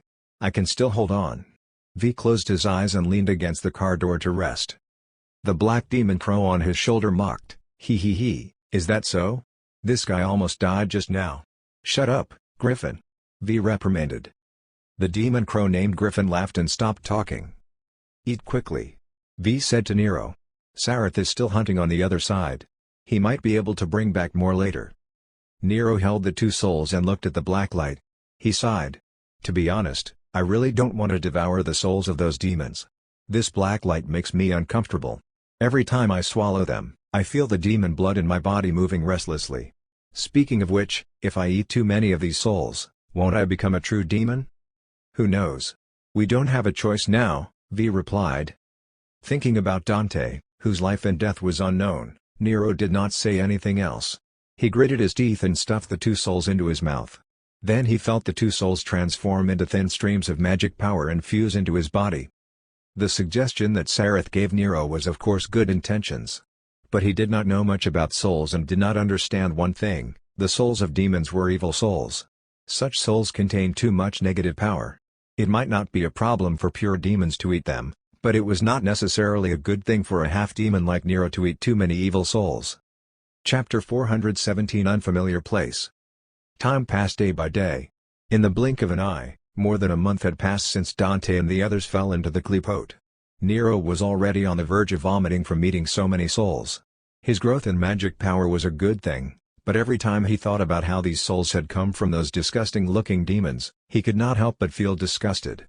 Fortunately, he finally did not need to eat anymore because the magic power prosthetic arm that Nico made for him was finally completed. Nico had made more than one of these magic power prosthetic arms, and many of them had different functions. After obtaining these prosthetic arms, Nero could no longer hold back and was ready to enter the interior of the Kleepote again. After calling V and Sareth back, the 4 of them began to discuss beside the car. Our first task is to find Dante and the others," Nero said. "Although I feel that it won't be that easy for Dante to die, we haven't heard from the three of them for more than a month. If we don't find them, I'm afraid that something bad should have happened." "What if?" V was looking at the poetry book in his hand. He raised his head and asked, "What if Dante is really dead? Then I'll kill Urizen to commemorate him," Nero said firmly as he gritted his teeth and clenched his left fist tightly. V nodded and did not say anything else. "If Dante isn't dead, where do you think he is?" Sareth asked. "As you can see, that Qliphote is massive, and its interior space is naturally astonishing. How should we find him?" Nero pondered for a while before saying, "Perhaps we can try searching separately?" "I have no problem, but Sareth," V said while looking at Sareth. I shouldn't have a problem. Right?" Sareth asked, a little unconfident. To be honest, Sareth knew that with his current strength, he could at most deal with low-rank and middle-rank demons. If he accidentally encountered a high-rank demon, then he could only run. Although his demon transformation could allow him to obtain the power of a high-rank demon, the duration was too short. If he used this unstable ability against enemies, he might fail. This made Sareth a little discouraged. His foster father wanted him to train and gain experience, but his strength did not seem to have increased much. Should I really use the plague power sealed in Executioner by foster father? Nero did not know that Sareth was thinking about this. Hearing Sareth's unconfident tone, he hesitated for a moment before saying, "Sareth, how about this? When you search, don't go too deep. If you find a powerful demon, run away quickly. Regardless of whether we can find Dante or not, we'll all meet at the entrance of the Qliphote 3 days later." "Okay." Sareth nodded. "Then there's no time to lose. Let's go." Nero waved his hand and called for V and Sareth to get into Nico's car. At this moment, Nico was sitting in the driver's seat, holding the steering wheel, and smoking a cigarette. Seeing that everyone had gotten up, she immediately stepped on the accelerator. "Ah! Let's go." The roar of the engine was ear-piercing on the quiet streets of Redgrave City. Countless low-level demons heard the noise and blocked the path of the car in an attempt to intercept everyone. However, Nico stepped on the accelerator all the way to the end and slammed into them. The specially reinforced front of the car made loud thuds one after another, smashing the low-level demons into pieces, sending blood and flesh flying. Nero and Sareth also shot down some of the demons who tried to jump down from the upper floors of residential buildings. On the other hand, V sat calmly in the back seat of the car and quietly looked at the poetry book in his hand. Who knew how many times he had read this book? They barged through several streets and finally approached the roots of the Qliphote. Here, they encountered a group of human soldiers. They did not know what orders these soldiers had received, but they seemed to be trying to break through the demon's defensive circle and enter the Qliphote. But here, a large number of low-level demons blocked them and slaughtered the soldiers one by one. The firepower became weaker and weaker, and it was impossible for them to continue moving forward. Instead, they kept retreating step by step. "Help them." When Nero saw this scene, he got Nico to stop the car. At the same time, he fired 2 bullets and pierced through the head of a low-level demon that was about to kill a human soldier. As soon as the car stopped, Sareth jumped out. When he landed, he grabbed Executioner from his back, waved it, and charged into the demons. There were only 3 rescued human soldiers remaining. The guns in their hands did not have many bullets left, and their bodies were covered with wounds. They thought they were dead for sure, but with a twist of fate, 2 people suddenly appeared to save them. They could not help but ask in disbelief, You are? Relax and Recovery. They're experts at dealing with demons." Nico got out of the car, squatted beside these soldiers with a cigarette in her mouth, and then asked V, "Aren't you going?" "They're enough." V held his cane and looked at the 2 fighting in front. "Okay. Anyway, looking at your body, it doesn't look like it can last long." Nico got back into the car. "You should save your strength." Sareth's Executioner was cutting through the air and easily killing these low-rank demons, while Nero used the magic power prosthetic arm that Nico had made for him. This magic power prosthetic arm was usually hidden in his body, and once he drove magic power through it, it would extend out. Under Nero's use, the magic power prosthetic arm immediately became a great killing weapon. In his left hand, Red Queen slashed everywhere, and the right magic power prosthetic arm continuously erupted with electrical attacks, killing the demons until they were sizzling. The demons were not stupid. After realizing that these enemies were exceptionally powerful and that they could not defeat them at all, they immediately threw down a pile of corpses and fled in all directions. Nero and Sareth did not chase after them.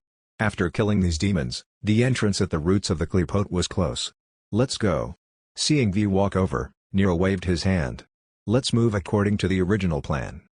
Stepping on the dilapidated city road and smelling the thick smell of blood coming from the Qliphote, the three of them entered the interior of the tree. Here, the paths began to become complicated, but no matter how complicated they were, they just followed the paths up. After all, the tree grew upright. The three of them looked at each other and separated as each of them chose a direction to go in. Sareth found a direction and moved forward alone.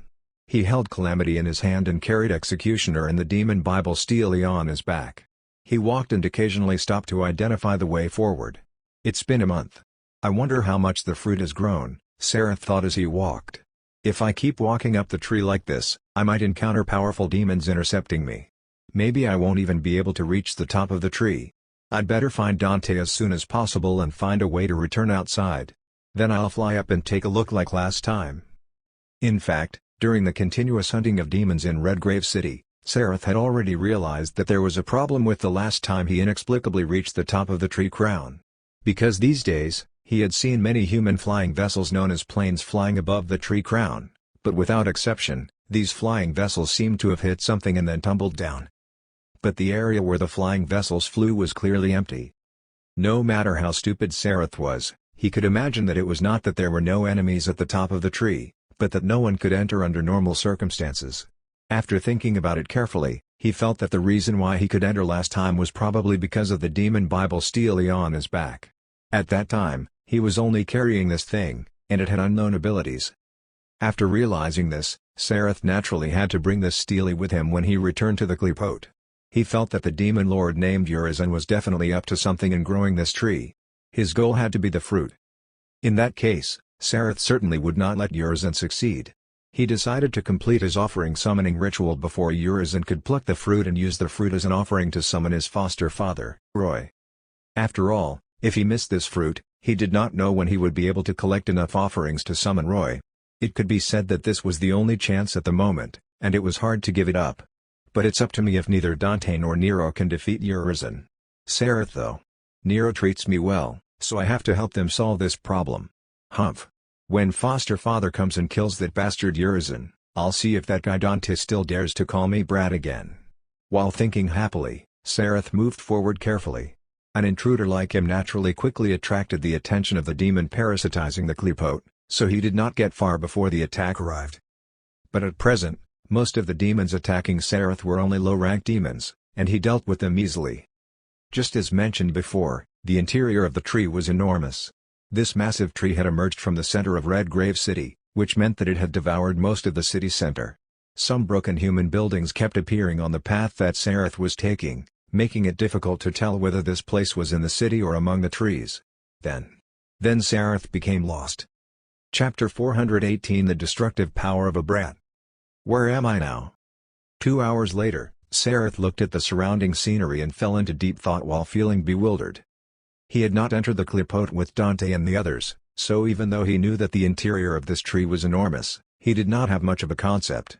But after truly entering, Sareth immediately realized that he had made a mistake. He should not have separated from Nero and the others. Although they had split up to search for Dante, Lady, and Trish, they had forgotten one thing: Sareth did not know how to use a phone, so even if he found them, he could not inform the others. Moreover, such a gigantic place covered an area of 10 kilometers, and this did not even include the height of the Qliphote. It was easier said than done to find traces of 3 people in such an enormous area. Therefore, Sareth could only brace himself and rely on luck to searching with the attitude of letting things take their course. In the beginning, he could still persevere and was quite enthusiastic. But after aimlessly searching around like this for a while, he felt bored. The interest of children usually did not last long. Of course, Sareth remembered what Nero had said and tried his best to go higher. The interior of the Qliphote was like a stairway to heaven. The higher he went, the closer he was to where Urizen was. Back then, Dante and the others had lost contact after fighting with Urizen. It was not impossible for them to escape after the defeat, but the closer he was to where Urizen was, the easier it would be to find them. But now, after discovering that he was completely lost, Sareth had no choice but to consider whether this method was useful to him or not. He did not even know how high he had reached in the Qliphote. Ah, so annoying. Sareth sat on the ground dejectedly and scratched his head in annoyance. Along the way, he had fought dozens of battles of various sizes and killed nearly 200 low-rank demons and monsters. He had even encountered more than 10 middle-rank demons. These enemies did not pose much of a threat to Sareth, but they annoyed him greatly. How many demons are there in this tree? Sareth had no choice but to start thinking about this question. I'm afraid there are at least tens of thousands or even more. With so many demons, if we have to fight every time we encounter one, let alone 3 days, we might not even be able to finish searching in 30 days. Sareth looked up at the misty dark sky. He wanted to fly up earlier, but he kept encountering demons that could fly and was naturally blocked. I wonder how Nero and the others are doing. Sareth scratched his head. He had scratched his wild red hair into a chicken's nest during this time. Since I've encountered this situation, perhaps Nero and V are the same. Too many demons are in the way. Indeed, low-level demons were not difficult enemies for the people searching, but the problem was that there were too many of them. Sareth had this problem, and so did Nero and V, but unlike Sareth, Nero had rich combat experience fighting demons, so his intuition was naturally stronger.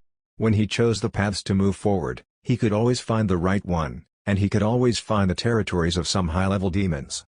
In the territories of high-level demons, there were usually not many low-level ones gathered, so there were actually not many battles between Nero and low-level demons.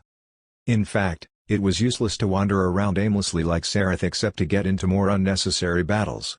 So at this moment, Nero's position and height were already far ahead of Sareth. It was the same for V. Although his combat strength was not high, he had 3 familiars by his side to assist him in battle. Moreover, V knew his own situation, so he chose to avoid fighting. When he saw low-level demons, he would avoid them as much as he could, unlike Sareth, who charged forward to kill them when he saw them. There were still many things Sareth had to learn. However, neither Nero nor V would have thought that the destructive power of a brat would sometimes be so great. Sareth, who was anxious, could no longer hold back after being attacked by 3 waves of low-level demons one after another. Damn it! What's going on with the demons here? Sareth wiped the sweat off his forehead while panting. He looked at the ant-like insect-type demon lying at his feet and thought angrily, I clearly have the aura of a demon, and it's the aura of a middle-rank demon. So why do these low-rank trash still dare to keep coming to me? Is it because of that guy named Urizen's order? Low-level demons generally did not dare to provoke demons stronger than them unless they received orders from stronger demons.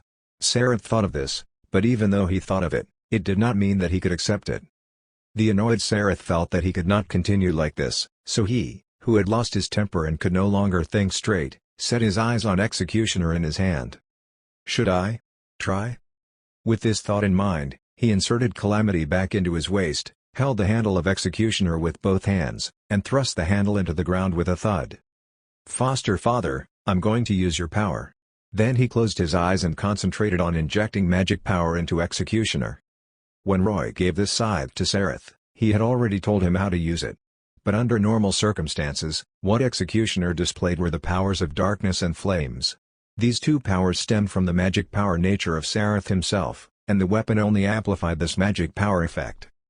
But in the depths of the scythe, Roy had sealed a portion of his own power. It was the power of Plague Calamity. Sareth could use this power that belonged to Roy alone to save his life or deal with a crisis. However, Roy probably had not expected that Sareth would prepare to use this power when he was not in any danger. First, he was curious about what kind of power his foster father had sealed in the weapon. Second, he could no longer tolerate the harassment of the low-level demons anymore, so he became hot-headed and used it. With the continuous infusion of magic power flowing into Executioner, Sareth finally activated Roy's power sealed in the scythe bit by bit. Whoosh! A vortex visible to the naked eye appeared with the handle of Executioner as the center. It continuously circled around Sareth's body and gradually became faster and faster, eventually turning into a hurricane. Sareth looked at the wall of wind with a radius of 5 meters surrounding him in surprise. Through the wall of wind, he could see countless air currents spreading to farther places. At first, the spreading air currents were normal, but gradually, the air currents began to turn black. Not only the spreading air currents but the wall of wind wrapped around Sareth also gradually turned black. It was not the color of the wind, but some black things blended into the wind. These black things were so tiny that they could not even be seen with the naked eye. But there were too many black things, and they numbered in the trillions. Only with so many did the wind become black. They were viruses. These black things were deadly pathogens. Under Sareth's dumbfounded gaze, these deadly pathogens spread with the wind, and in the blink of an eye, they spread 500 meters. 1 kilometer. 10 kilometers. In merely tens of seconds, the entire clipote was full of black mist. An ant-shaped demon covered in disgusting whip-like appendages was walking aimlessly among the rubble when a black wind blew.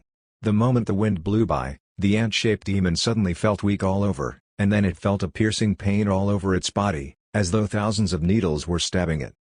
The intense pain made the demon collapse to the ground and roar in pain, but it could not even move. Before its roars ended, the skin and flesh on its body began to fester. Large chunks of muscle tissue seemed to be unable to connect together anymore and collapsed one after another. In less than a minute, this demon turned into a pool of blood and a pile of bones. Not only this demon but all the demons moving nearby were like this. The low-rank demons could not even resist as they directly turned into pus.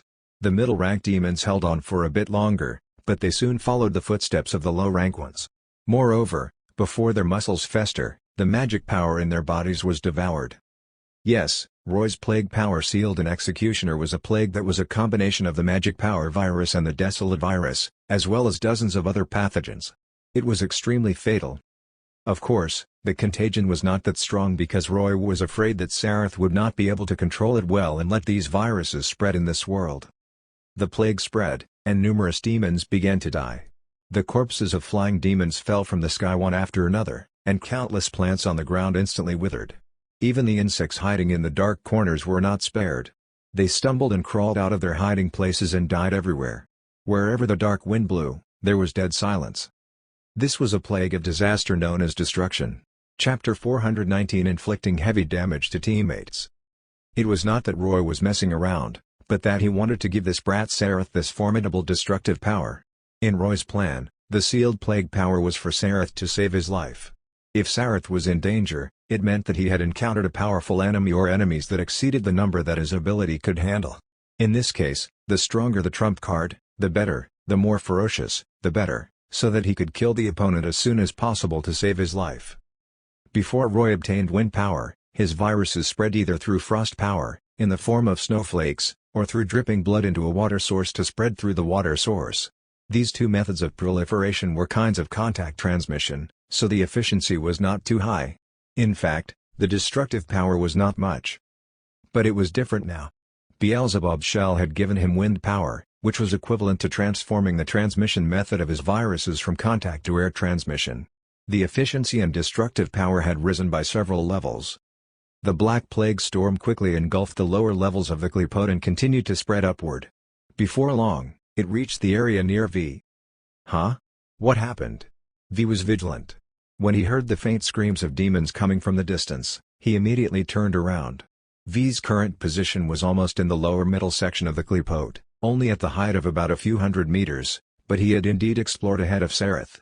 The farthest and highest one was Nero, who was now almost at a height of 1,000 meters. And be it V or Nero, they were actually moving forward according to the location where Urizen had been in their memories. The moment V turned his head, he saw a black storm rapidly approaching from behind. The demons wandering on the ground and in the sky all let out tragic roars and soon died after the black storm enveloped them. What the hell is that? V could not help but widen his eyes. But before he could see clearly, Griffin on his shoulder immediately screamed, "Oh no! Danger! Great danger is approaching! We're dying! We're going to die if we don't hide!" Hearing Griffin's warning, V shuddered and immediately began to run forward. As he ran, he turned his head to look behind him. The coverage of the black storm was astonishing, and it was much faster than his running speed. He estimated that in less than half a minute, the black storm would catch up to him. Not good. We have to find a place to hide, V shouted. And it has to be a sealed place. Griffin was flying in the air. After hearing V's shout, he looked around for a few moments and pointed to the right. In the water. In the water. There's a pool over there. Quick, jump in. At this moment, V could not worry about too much. According to Griffin's instructions, he turned and rushed to the right. He took a deep breath and plunged into the pool. The moment he entered the water, the demon crow Griffin turned into black smoke and entered V's body. Under the pool, V held his breath and looked up at the surface of the water. About 4 to 5 seconds later, the surface of the water suddenly turned pitch black from the black storm blowing from above. What is that? V looked solemnly at the black shadow passing by above his head, his mind full of question marks. But before he could figure it out, he suddenly found a black color had appeared on the surface of the water, just like a drop of ink dripping into a pool. The black color was twisting and warping in the water, and it began to spread as the water shook. V was shocked. He quickly controlled his movements and tried his best to minimize the shaking of the water. Then he watched as the black color slowly spread above his head. It had to be said that V was lucky to have chosen to hide in the pool. Roy's plague spread with the help of the power of the storm, but it did not spread so quickly in the water. Moreover, apart from the magic power virus and the desolate virus, the other viruses in this plague were airborne types, and they were ineffective in water. Furthermore, even the magic power virus and the desolate virus had a concentration problem in water. When the viruses spread in the water, V was inevitably affected. He felt that the little amount of magic power in his body was gradually flowing away, and the skin all over his body was itching. Realizing that something was wrong, V did not dare to stay in the water any longer. He estimated that the black storm should have passed, so he hurriedly got out of the water, not daring to stay in the pool. Huff! Huff! V's entire body was wet, and he was gasping for breath while kneeling. At the same time, he turned his head to look at the pool with lingering fear and found that the originally clear pool was gradually turning black. Looking up high into the sky, V found that the black storm was moving away. And wherever the storm raged, there was still a lot of black dust floating. Although the density had become very thin, it did not completely disappear. V did not know what this black dust was, but he also realized that he would come into contact with it if he foolishly stayed exposed in the air like this. This black dust seemed to devour the magic power in his body and also caused his skin to itch and swell. At this moment, V saw the bones of a demon not far away. They were still fresh and clearly caused by the black storm just now. Without comparison, there would be no harm. V immediately realized that he seemed to have escaped a disaster in the water. Although his body was currently experiencing abnormalities, it was much better than these demons who died directly. Is it some kind of poison or pathogen? Or some kind of tiny insect? V thought for a while and came to a conclusion. He was almost certain. No matter what it is, flames should be able to work, right? V dragged his exhausted body, walked tens of meters away, and found a damaged car in the nearby ruins. He took out his cane and used the tip to dig at the fuel tank. He pierced a hole in the fuel tank, let the little remaining gas flow out, and guided it to circle around him. When there was enough gas, he lit it. The gas ignited into raging flames, forming a ring of fire around V. He sat in the ring of fire with his hands covering his mouth and nose, trying to get as close to the flames as possible to burn the abnormal spots on his skin. He was using this method to try to eliminate the toxins or pathogens on them. Pain. The places he was burning were extremely painful, but no matter how painful it was, he could only endure it. Fortunately, the method he used worked. After burning several places, he found that the loss of his magic power seemed to have slowed down, proving that his guess was right. But V looked up at the black dust floating in the air, and his heart sank. Even though he had eliminated the pathogens on his skin with the fire, what about the black dust in the air? It was impossible for him to ignite flames all over his body to resist, right? Nero had the same thought. The plague storm spread to his altitude in a short time. Just like V, he chose to hide in water to avoid the disaster, but after coming out, he encountered the same situation as V. On the other hand, Nico had not gone too high. After all, she was just driving a car to provide logistical support and had always been following behind. The height of her advancement was not even comparable to Sereth's, so she was lucky enough to escape the disaster. Just as V and Nero did not know how to deal with this sudden disaster, the raging black storm suddenly disappeared. It was not that Sereth had stopped releasing the plague storm. In fact, he could not stop it because it was the power Roy had stored in Executioner. Once activated and released, the plague storm would only stop when Roy's magic power was exhausted. In order to prevent Sereth from causing too much destruction, the viruses in the plague storm would quickly lose their activity after the storm stopped. Not too many viruses infected V and Nero. After the plague storm stopped, the viruses on them would lose their effect, but the viruses that had already taken effect still worked. Thus, this brat Sereth used Roy's power to inflict severe damage to the demons in the Kleepote and his two teammates. Chapter 420 Hellhound King. After the plague storm ended, Sereth looked at the silent scene around him in a daze, his hand still holding his scythe. Although Sereth knew that his foster father was very powerful, He had never really seen Roy's true strength. It could be said that this was the first time Sareth had faced the terrifying power of a true demon lord. None of the demons in the Qliphoth could resist. It seems a little too much, Sareth thought as he put away Executioner. He looked around and found that there were no longer any moving objects. All right. In any case, the following path will be easier, Sareth joked as he shrugged his shoulders, spread his hands, and continued forward. At this moment, he did not know that he had severely injured his teammates. The spread of the plague storm had exceeded the range that Sareth could see. On another side, V and Nero could only stop and call Nico for help. When Nico, driving the car with a cigarette in her mouth, found V, she realized that he could not even walk anymore. The handsome V had now become a miserable man. Seeing this, Nico was so shocked that the cigarette fell from her mouth. She quickly went forward to help V and placed him into the car for a checkup. Although she was a weaponsmith, she also knew a little about medicine. After checking V, she had a strange and incredulous expression on her face. She said uncertainly, "Your symptoms look like radiation sickness?" "Radiation sickness?" V was puzzled after hearing this. "I'm not too sure. After all, I don't have any medical equipment here, so I can't do a detailed examination." Nico spread her hands. "But judging from the symptoms on your body, it's really similar to radiation sickness." "Damn, what did you experience? Was it due to a powerful demon?" "It's a long story." V struggled to sit up. "If I'm not wrong, Nero probably encountered the same thing as me. We have to find him quickly." Nico did not waste any time and returned to the driver's seat. She floored the accelerator, and the car sped off. As she drove, she looked out of the window. "I noticed just now. Why didn't I encounter a single living demon along the way? All I saw were piles of bones. Did you do this?" "No. It wasn't us." V panted as he recounted the situation earlier to Nico. Nico's eyes widened. "A black storm? Was it that powerful? Did Urizen discover that we were here and attacked us?" "Impossible." V shook his head. "The ones who suffered the most casualties were his demons. Why would he do that?" "It's hard to say," Nico said. "What if he thinks that it's too slow to nurture the fruit with human blood, so he might as well get demons to contribute some of their strength?" V did not know how to answer.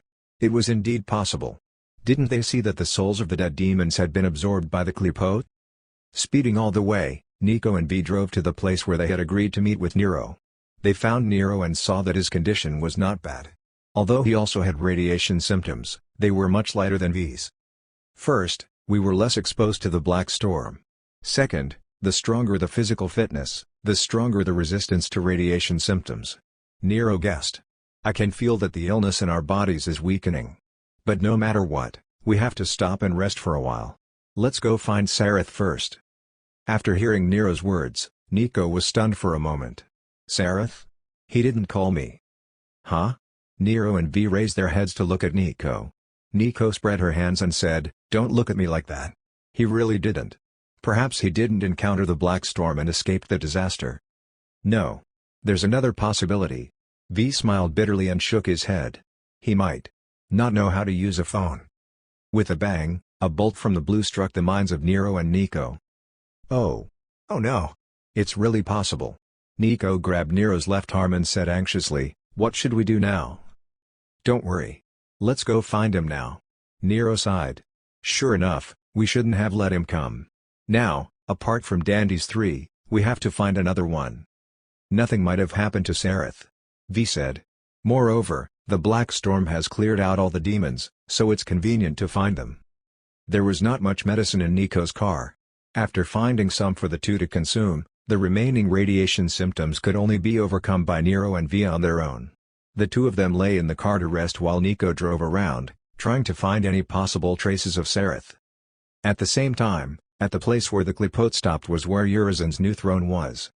In fact, the Qliphoth was 3,000 meters tall, and not all of its interior was empty. The place where Urizen put his throne was basically at the end. Any higher, and the trunk of the Qliphoth was solid. After all, the top of the tree had the hell apple fruit, and it was impossible for Urizen to let anyone go through the passage to the top of the tree. He was a demon lord, and not only did he possess spatial power, but he also had Yamato, a weapon that could cut open space. If he wanted to go to the top of the tree, he could open a spatial rift at any time and directly pass through. In addition, the top of the tree was under the protection of a barrier, so he could ensure that no one other than him could touch this important fruit. There were countless roots entwined around Urizen's body. These roots connected to the Qliphote, and not only could they transmit magic power to the tree, but they could also sense the maturity of the Hell Apple. However, just now, through these roots, Urizen suddenly sensed a thought of pain coming from the tree. In the plague storm that Sareth released, of course there were viruses that were effective against plants. Even demon plants would be affected and wither. The plague storm had wreaked havoc inside the Qliphote and naturally affected the tree. At this moment, if anyone looked from the outside, they would find that the tree bark, which was originally as thick as a city wall, was slowly changing color, turning from blackish gray to white. The Qliphote was massive, so its life force was naturally very strong. Although the pathogens in the plague storm had infected the tree, they could not make the tree wither like other weak plants. But even so, the tree showed signs of extensive decay, and the infected areas were gradually becoming fragile and rotten. The thought of pain that Urizen had felt came from the Qliphote after it got sick. Moreover, not only did Urizen feel the thought of pain coming from the Qliphote, but he also noticed that the auras of many demons in the tree had suddenly disappeared. He could only roughly sense it, so he did not understand the specific situation. Thus, in doubt, he prepared to send someone to check the situation. The throne that Urizen was on was in an enormous hall, and at the entrance of the hall was a giant demon gate. Outside the gate was a huge watchdog. This watchdog was a three-headed hellhound, but unlike ordinary three-headed hellhounds, this one was even bigger and more ferocious because it was the king of hellhounds. It was the oldest three-headed hellhound that Urizen had found in the demon world. He used this hellhound king to guard his gate to show his respected status. Urizen stretched out a hand and waved at the gate of the hall from afar to open it. After hearing the loud bang from the gate, the hellhound king guarding the gate turned around. This big dog had several iron stakes inserted into it, and on the other end of the iron stakes was a thick chain that firmly tied the hellhound king to the gate. Urizen opened his hand, and the chains binding the hellhound king instantly snapped. Urizen said to the hellhound king, who had obtained freedom, "Another rat has snuck in, and many demons have died. Find out the reason." The hellhound king lowered its three heads and wagged its tail at Urizen, indicating that it understood. Then it saw Urizen open an enormous spatial rift, and the hellhound king jumped into it. And the place where this rift connected to was near where Sareth was. Chapter 421 Cerberus. After the plague storm dissipated, Sareth moved forward a distance. But before he could get far, he suddenly heard a loud bang behind him. The ground was shaking, as though a giant monster was chasing from behind. The heavy footsteps sounded like a tank running over the ground. Sareth realized that something was amiss, so he immediately ran. As he ran, he looked back and saw an enormous hellhound chasing from behind, knocking away all the obstacles blocking the way as smoke and dust filled the air. The other party was extremely fast, and Sareth realized that he might not be able to outrun the big dog, so he immediately spread his flame wings and flew into the sky. As soon as he flew into the sky, a black shadow pounced from under his feet. This enormous hellhound suddenly jumped up with all its might and bit at Sareth's feet in the air, almost biting Sareth. Looking down from the sky, he saw three bloody mouths flying past his feet. So close. Sareth broke out in cold sweat. Just in case, he went a little higher. Stupid bug. After the hellhound king landed, the three heads looked fiercely at Sareth and growled. "Did you kill the demons here?" Sareth's eyes widened. "You can speak?"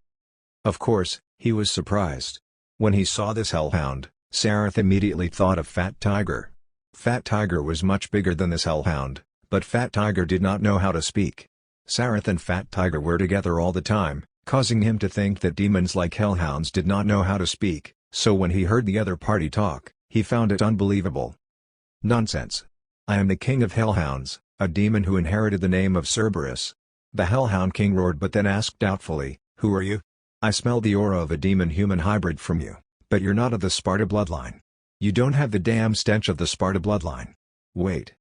The three heads of the hellhound king raised and sniffed at Sareth, who was in the air, seemingly confirming something. "What's going on?" Seeing the big dog's actions, Sareth was a little puzzled. He could not help but stretch out his arm and smell himself. "Half-demon brat." The hellhound king suddenly changed its form of address and asked Sareth in confusion, "Why do I smell the scent of another hellhound from you? And this scent? Have you been in contact with my kind for a long time?" "Why should I tell you?" Sareth asked warily. This enormous hellhound seemed to have suddenly appeared. Sareth did not know how it appeared, but considering that he had just used his foster father's power to activate the plague storm and eliminate numerous demons, he felt that this hellhound might have come specifically for him. Three-headed hellhounds in the abyss were considered a race of demons, but most of them were only at the middle-rank demon level. They could use a certain amount of elemental power, but most of the time, they relied on their tyrannical physical strength to fight. Very few three-headed hellhounds could break through to the high-rank demon level. Of course, Sareth had listened to Benaiah telling him the common sense of the abyss, but at this moment, his common sense was invalid regarding this hellhound in front of him. Not only was this hellhound king a true high-rank demon, but it was also at the level of an elite high-rank demon. Sareth could feel the powerful aura of the other party's rank and felt that it was stronger than the high-rank demon who had caught him. Can't beat it. Sareth knew that even if he entered his demon state, he could not defeat this hellhound. Fortunately, this hellhound did not have wings like Fat Tiger and did seem to be able to fly. If Sareth wanted to run, he should be able to escape. However, Sareth did not understand why this hellhound would ask about Fat Tiger, and he subconsciously wanted to refuse to answer. This hellhound king was about 4 meters tall and more than 10 meters long. Although it was only half the size of Fat Tiger, its size was quite astonishing. After being rejected by Sareth, the hellhound king seemed to be a little irritated. It jumped twice on the ground, and its forelimbs that were thicker than elephant legs stomped the ground loudly. "Don't make me angry, half-demon brat," the left head of the hellhound king said. Thick flames like magma burned in the mouth of this head, and the middle head and the right head were frost and lightning. In its anger, the elemental power in its body began to boil as it roared at Sareth, "Answer my question. Otherwise, I'll kill you without mercy. Tell me, have you come into contact with others of my kind?" "So what if I have?" Sareth secretly tightened his grip on Calamity behind his waist. He prepared to shoot the big dog when he saw that the situation was not right and then quickly escape. After hearing Sareth's answer, the hellhound king bared its teeth and continued asking, "Then what is he like? Is he powerful?" Sareth nodded. "Of course. Your body is only half his size. Moreover, Brother Fat Tiger has demon wings. He can fly." "Nonsense. We hellhounds have never had demon wings." After being stunned for a moment, the hellhound king said angrily, "Are you lying to me?" "Why would I lie to you?" Sareth said. "Are you really the king of hellhounds? With your size, you're the liar, right?" Roar. The hellhound king was angered by Sareth's words. It opened its left head, and a thick flame pillar shot out and attacked Sareth in the air.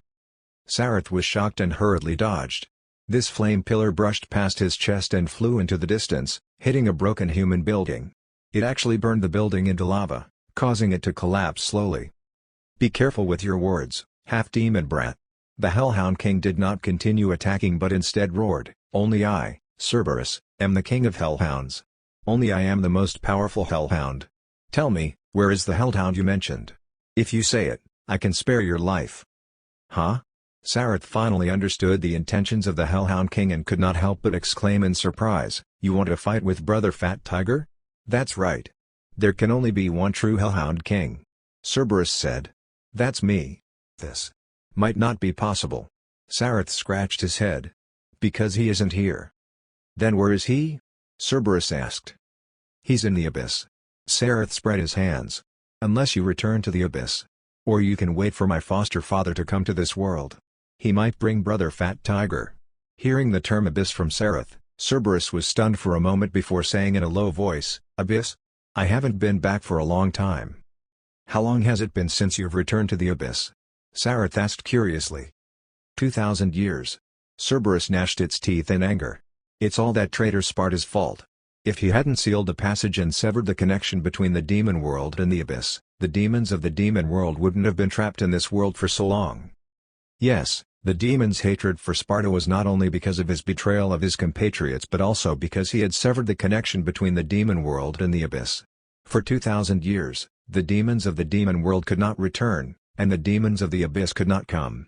This was equivalent to a disguised cage trapping the demons here.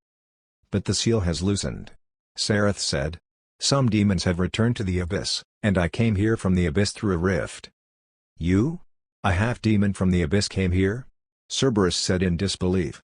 "Has the abyss changed so much after 2,000 years? Half-demons are actually allowed to stay in the abyss?" Sareth did not know how to answer this question, so he could only change the topic. Let's not talk about this for now. If you want to return to the abyss, you should be able to do it now." "Impossible." Cerberus's three heads shook together. "My demon contract is in His Majesty Mundus's hands. As long as the contract remains, I can't go back." Sareth spread his hands. "Then there's nothing I can do." Cerberus paced back and forth on the ground in frustration. Perhaps because of its agitation, but the elemental power emanating from its body caused the ground around it to change. A part of the ground turned into magma, and another part turned into frost.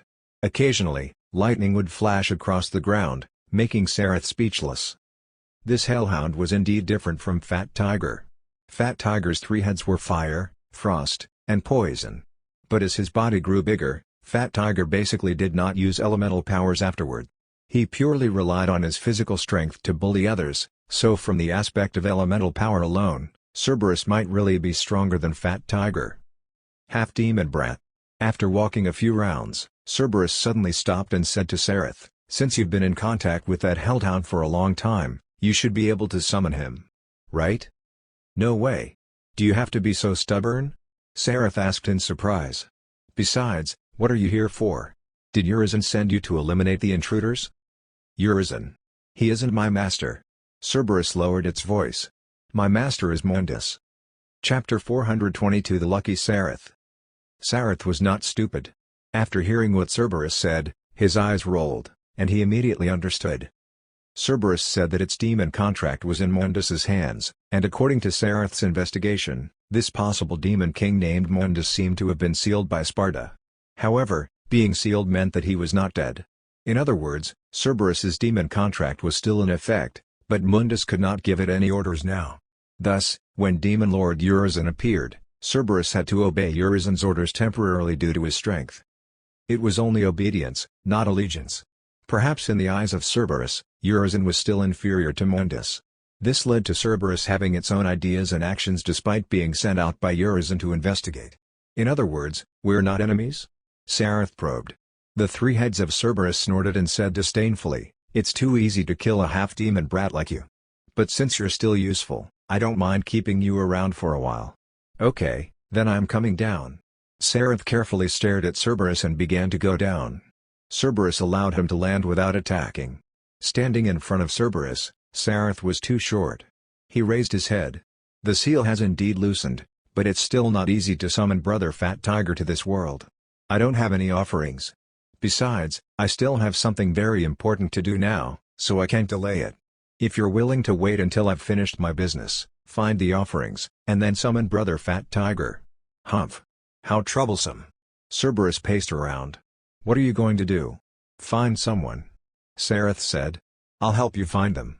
Cerberus said impatiently. "I can also prepare the offerings for you. Once you're done, you have to summon that guy immediately." Sareth's eyes widened. "There's such a good thing?" To be honest, the conditions that Cerberus gave were beyond his imagination.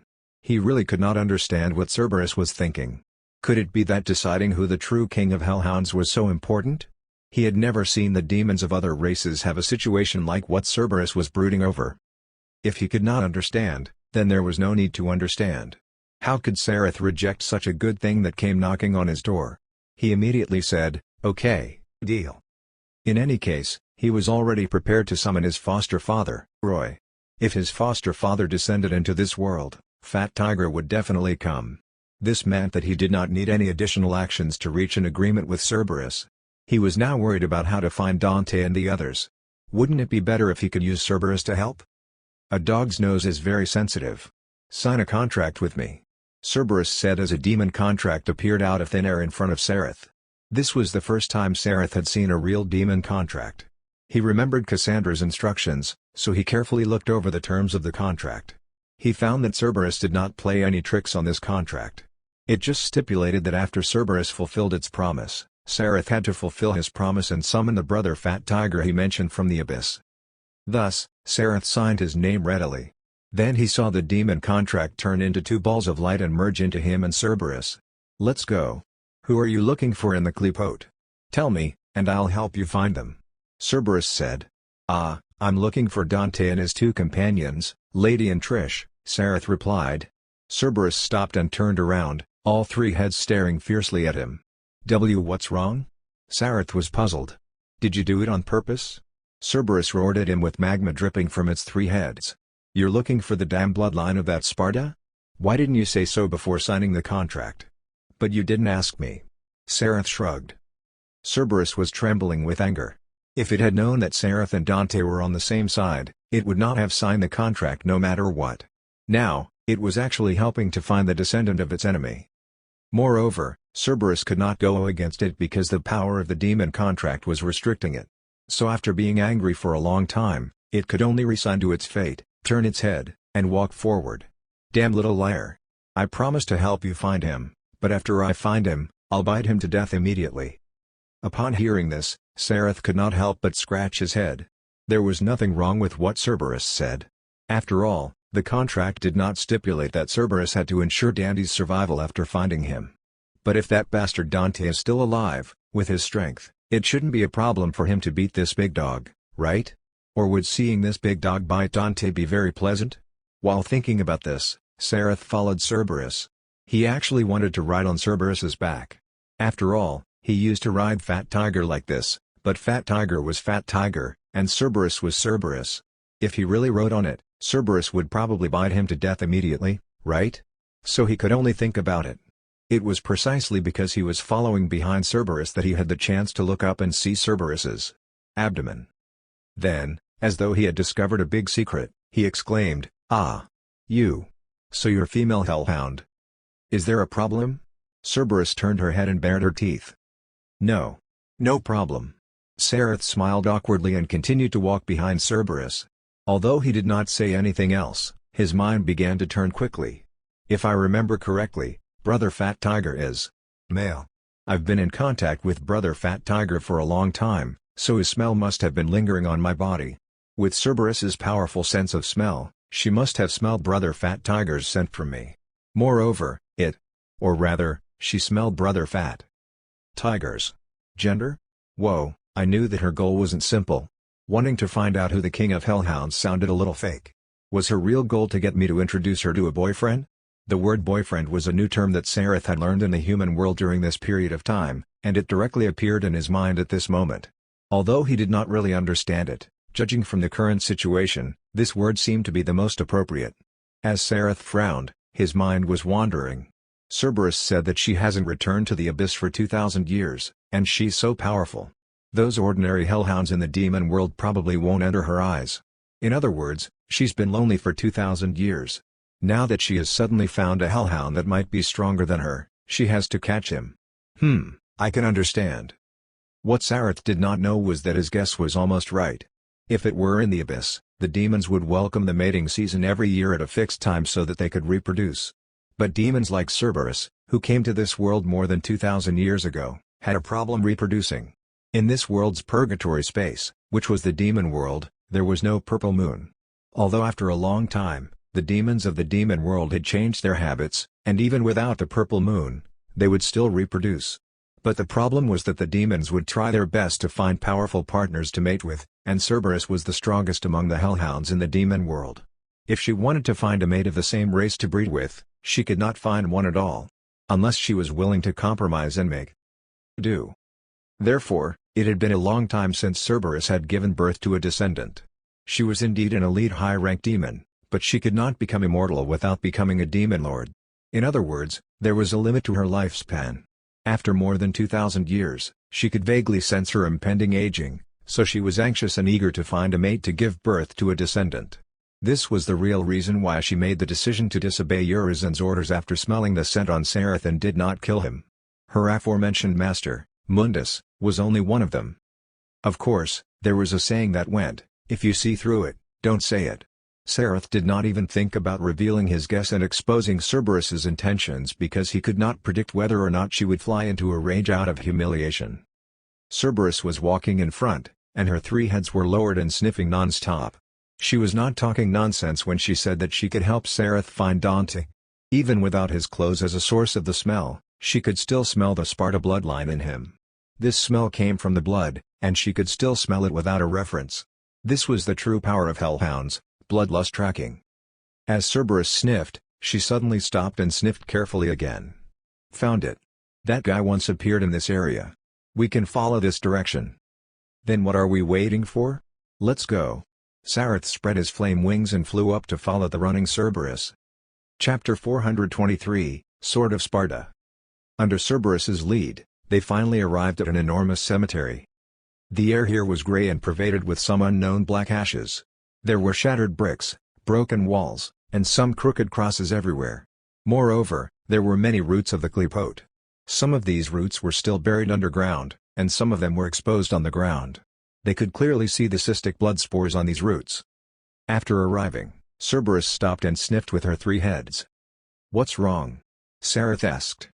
"Very strange," Cerberus replied. "The aura of the Sparta bloodline suddenly disappeared here." "No way. Is there something wrong with your noses?" Sareth looked around. "Why did it suddenly disappear?" Confused, Sareth began searching the cemetery. If there was nothing wrong with Cerberus's noses, then there had to be a reason why his aura suddenly disappeared here. While Sareth was searching, Cerberus did not participate. About 10 minutes later, she suddenly turned around and stared fiercely in the direction behind her. She could smell the scent of a human approaching. Oh, there's actually a big guy here." A nasty voice rang out. V's demon crow, Griffin, flew over, shouting while flying. Soon after, V appeared, followed by a black panther and a golem. The 3 familiars stared at Cerberus with vigilance. "There's still a living human?" After seeing V, Cerberus asked curiously, "Or are you also an invading little mouse?" "Hellhound." V held his cane with his right hand and patted it gently against his left palm. He looked up at Cerberus. "Can you please move aside? You're blocking our way." Flames began to rise on Cerberus's body as she looked at V fiercely. "Of course I can. After you turn into a corpse, I won't stop you." With just a few words, both sides were full of gunpowder. Just as the battle was about to begin, Sareth happened to rush back. When he saw V, he hurriedly shouted, "Wait! It's not an enemy." Looking at Sareth rushing over, V was stunned. He did not expect to see Sareth here. After the plague storm earlier, both Nero and V were searching for Sareth everywhere. But before they could find Sareth, they found Lady first. Nero had found her in the stomach of a high-ranked demon named Artemis after defeating it. This demon had wrapped Lady in its body and seemed to be absorbing her power to fight. After Nero saved her, he learned what had happened after the battle last time. Neither Lady nor Trish had died. Urizen seemed to have disdained killing them and instead put them to use. After waking up, Nero asked Lady about Dandy's situation, but she had fainted earlier, so she did not know what happened afterward. But she told Nero and V a piece of news. When they accompanied Dante to fight against Urizen, Trish had been carrying the Sword of Sparta. Trish was now missing, and she might have been captured by a demon like Lady. But Dante had later taken the Sword of Sparta to fight against Urizen. If they could find the Sword of Sparta, they might be able to find Dante. After hearing this news, Nero and V discussed it for a while.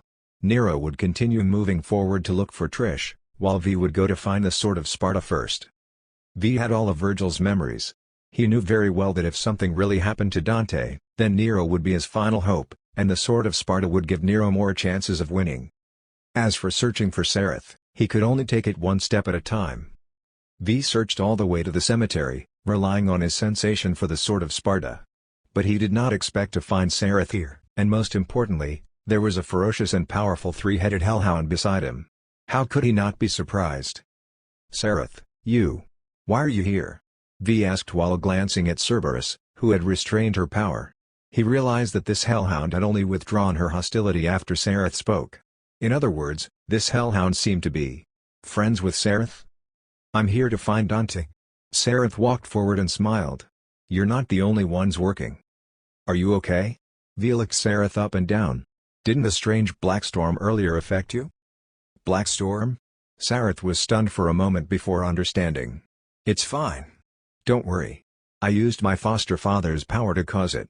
Now that most of the low-level demons have been killed, it's much easier to advance." V was stunned. That black storm was actually caused by you? That was the power of your foster father?" Sareth nodded proudly, but V remained silent. He roughly knew Sareth's origins, but he did not have a direct understanding of the demon foster father that Sareth had mentioned. When he heard that the deadly black storm was actually the power of Sareth's foster father, he realized how terrifying the backing behind Sareth was. This child. is actually a little dangerous. V had the same thought as Dante and Nero, but before he could think of what to say, Sareth asked, V, why are you here? Looking at the board Cerberus not far away, V whispered, I sense the sword of Sparta. It's roughly around here. The sword of Sparta? Sareth thought for a moment. Cerberus said that Dandysaurus suddenly disappeared in this area. Could it be related to the sword of Sparta? That's possible. V nodded. So we have to find the sword of Sparta first. What's going on with that hellhound? I signed a demon contract with her. She'll help me find Dante, and I'll help introduce her to a boyfriend. Sareth blurted out. As a result, when Cerberus heard this, she immediately roared at him, half-devil brat. What nonsense are you saying? Ah, sorry, I misspoke. Sareth quickly turned his head and waved at Cerberus. Cerberus snorted and did not say anything. Sareth turned around and winked at V, sending the message, she's actually a tsundere. V did not know what Sareth's gaze meant. He was at a loss from beginning to end. There were too many things about Sareth that V could not understand. Therefore, they did not say anything else, and Sareth and V began searching the cemetery.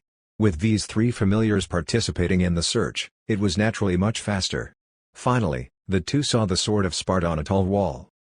The sword of Sparta was stabbed into the stone wall, and it seemed to be caused by an immense impact. Most of the blade was inserted, and Sareth could not wait to spread his flame wings and fly up to take down the legendary demon sword. This is the sword of Sparta. After Sareth landed, he carefully sized up the sword and found that it was very heavy. The large sword curved in a slight arc, and the entire edge was the blade.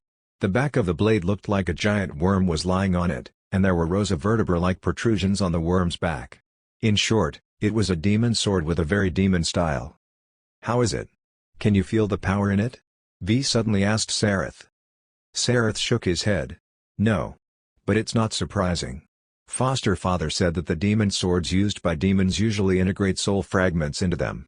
Apart from the creators, it's difficult for others to use them. V nodded. This was indeed the case. Only Dante and Virgil had always been able to use this sword of Sparta and exert its power. This might be because the two of them were direct descendants of Sparta. In addition, Trish could use it, but she could not even exert 1/10 of the power. The ground trembled slightly, and Cerberus walked over like a tank. Her 3 heads stared at the sword of Sparta in Sareth's hands with hatred. This damn sword again. The damn stench of Sparta on it has never dissipated. V looked at Cerberus vigilantly, afraid that she would suddenly attack, but she was not so impulsive. She would not rush up to bite an inanimate object.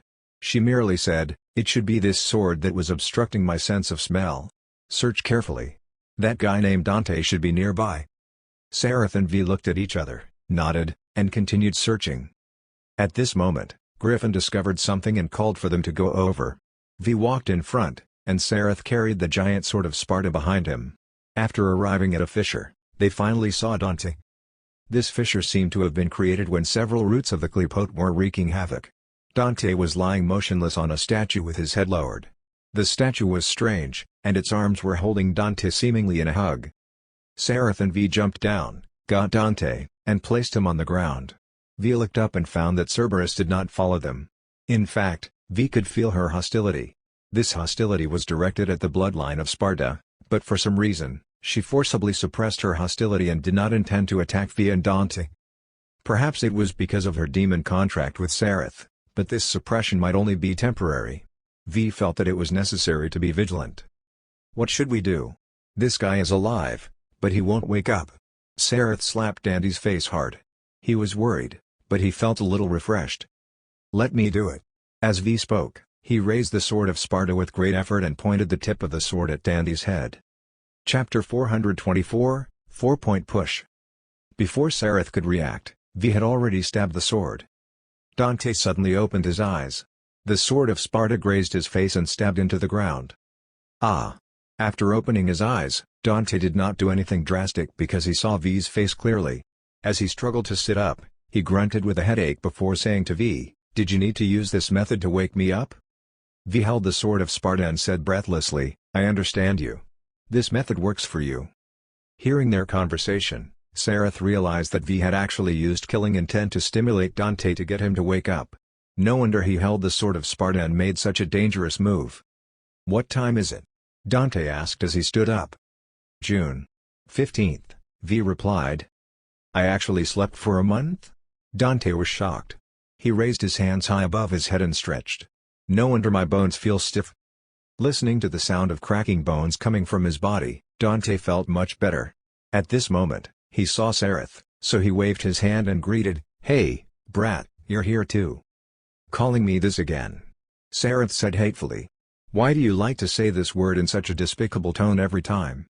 Cerberus had also called Sareth half-demon brat, but Sareth did not have much of a reaction to this name.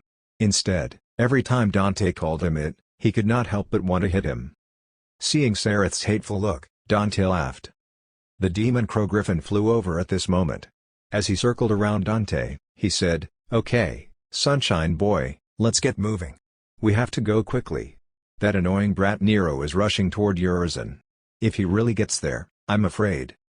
Before he could finish speaking, Dante grabbed Griffin's bird head and threw him far away. Turning around, Dante said to V, Hey, this is my job. You shouldn't have gotten Nero and Sareth involved. V said expressionlessly, If you could have defeated Urizen before, I wouldn't have had to involve these lads. V walked over and picked up his cane. Urizen is too powerful, beyond our imagination. We need to unite all the forces that we can unite. Dante crossed his arms, recalled the scene of his sword, rebellion, being shattered, and had nothing to say.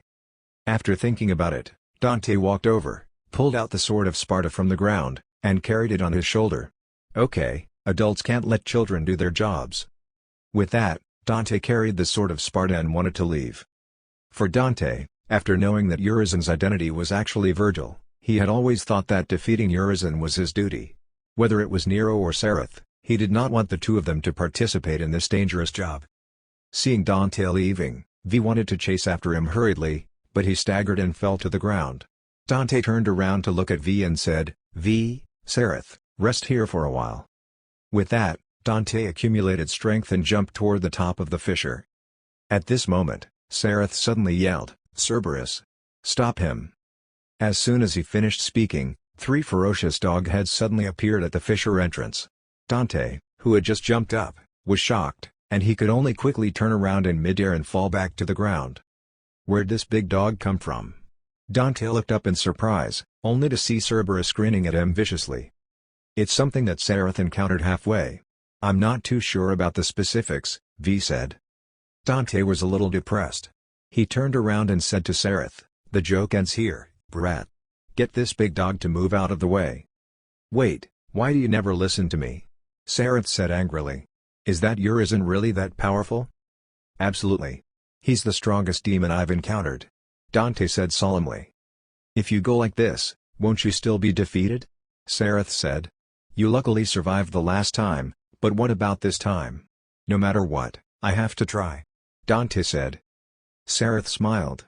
Then, don't you want to hear my suggestion? Oh? Dante was surprised. He lowered the sword of Sparta and stabbed it into the ground. Okay, let's hear what you have to say. Sareth raised his index finger. Have you ever thought about why Urizen is spending so much effort to make the Qliphote bear fruit? Isn't it just to strengthen himself? Dante spread his hands. He's already extremely strong now. If he eats that fruit, perhaps no one will be able to deal with him, so we have to defeat him before the fruit matures. Then haven't you thought about taking the fruit away? Sareth said. If he wants to do something, don't let him do it. Isn't this the simplest method? Dante shook his head in amusement. Sareth, you're thinking too simply. Haven't you seen that a powerful barrier surrounds the crown of the tree where the fruit is?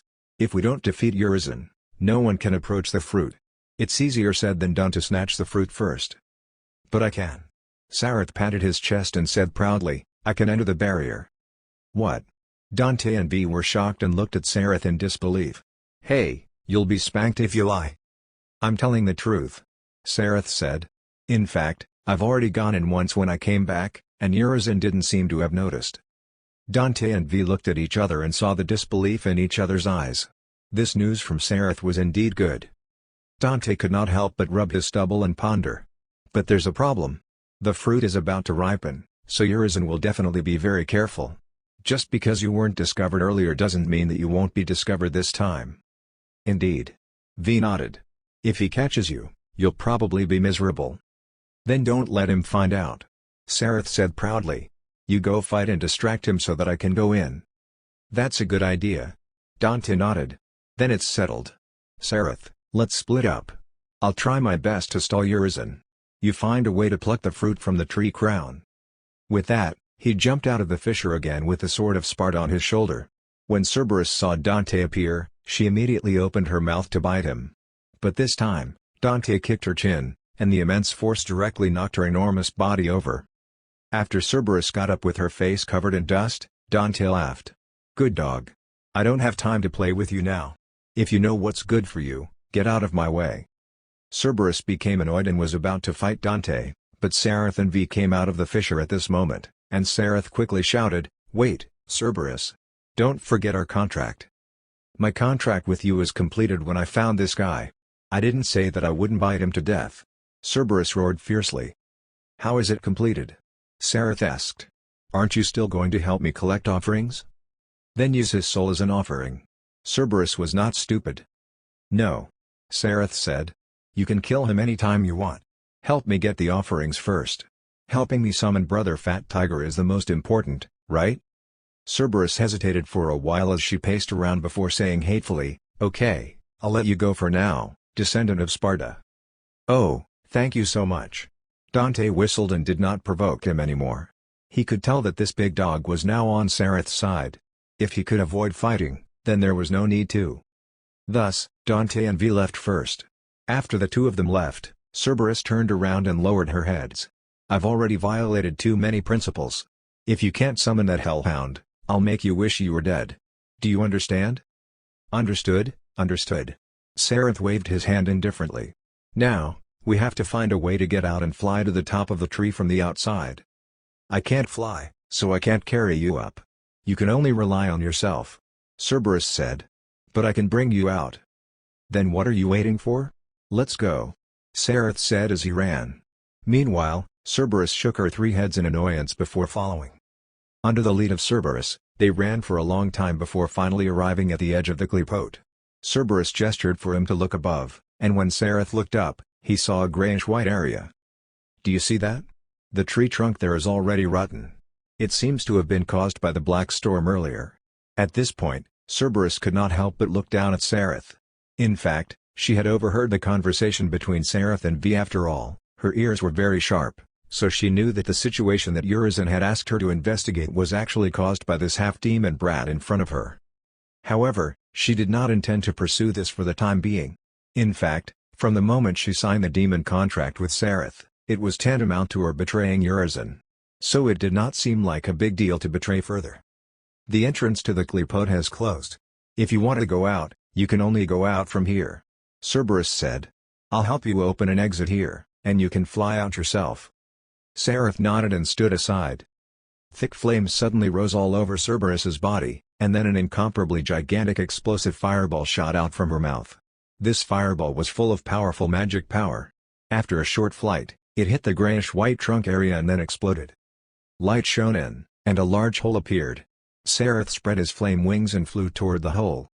Half-demon brat, if you dare not to fulfill the contract, you know what the consequences are. Cerberus roared at Sareth's distant figure. With the power of the demon contract, even if you hide at the ends of the world, I can still find you. Understand? Got it, got it. Sareth replied without looking back as he flew out of the hole. Chapter 425, Backdooring. In the clipote, Dante was still running forward.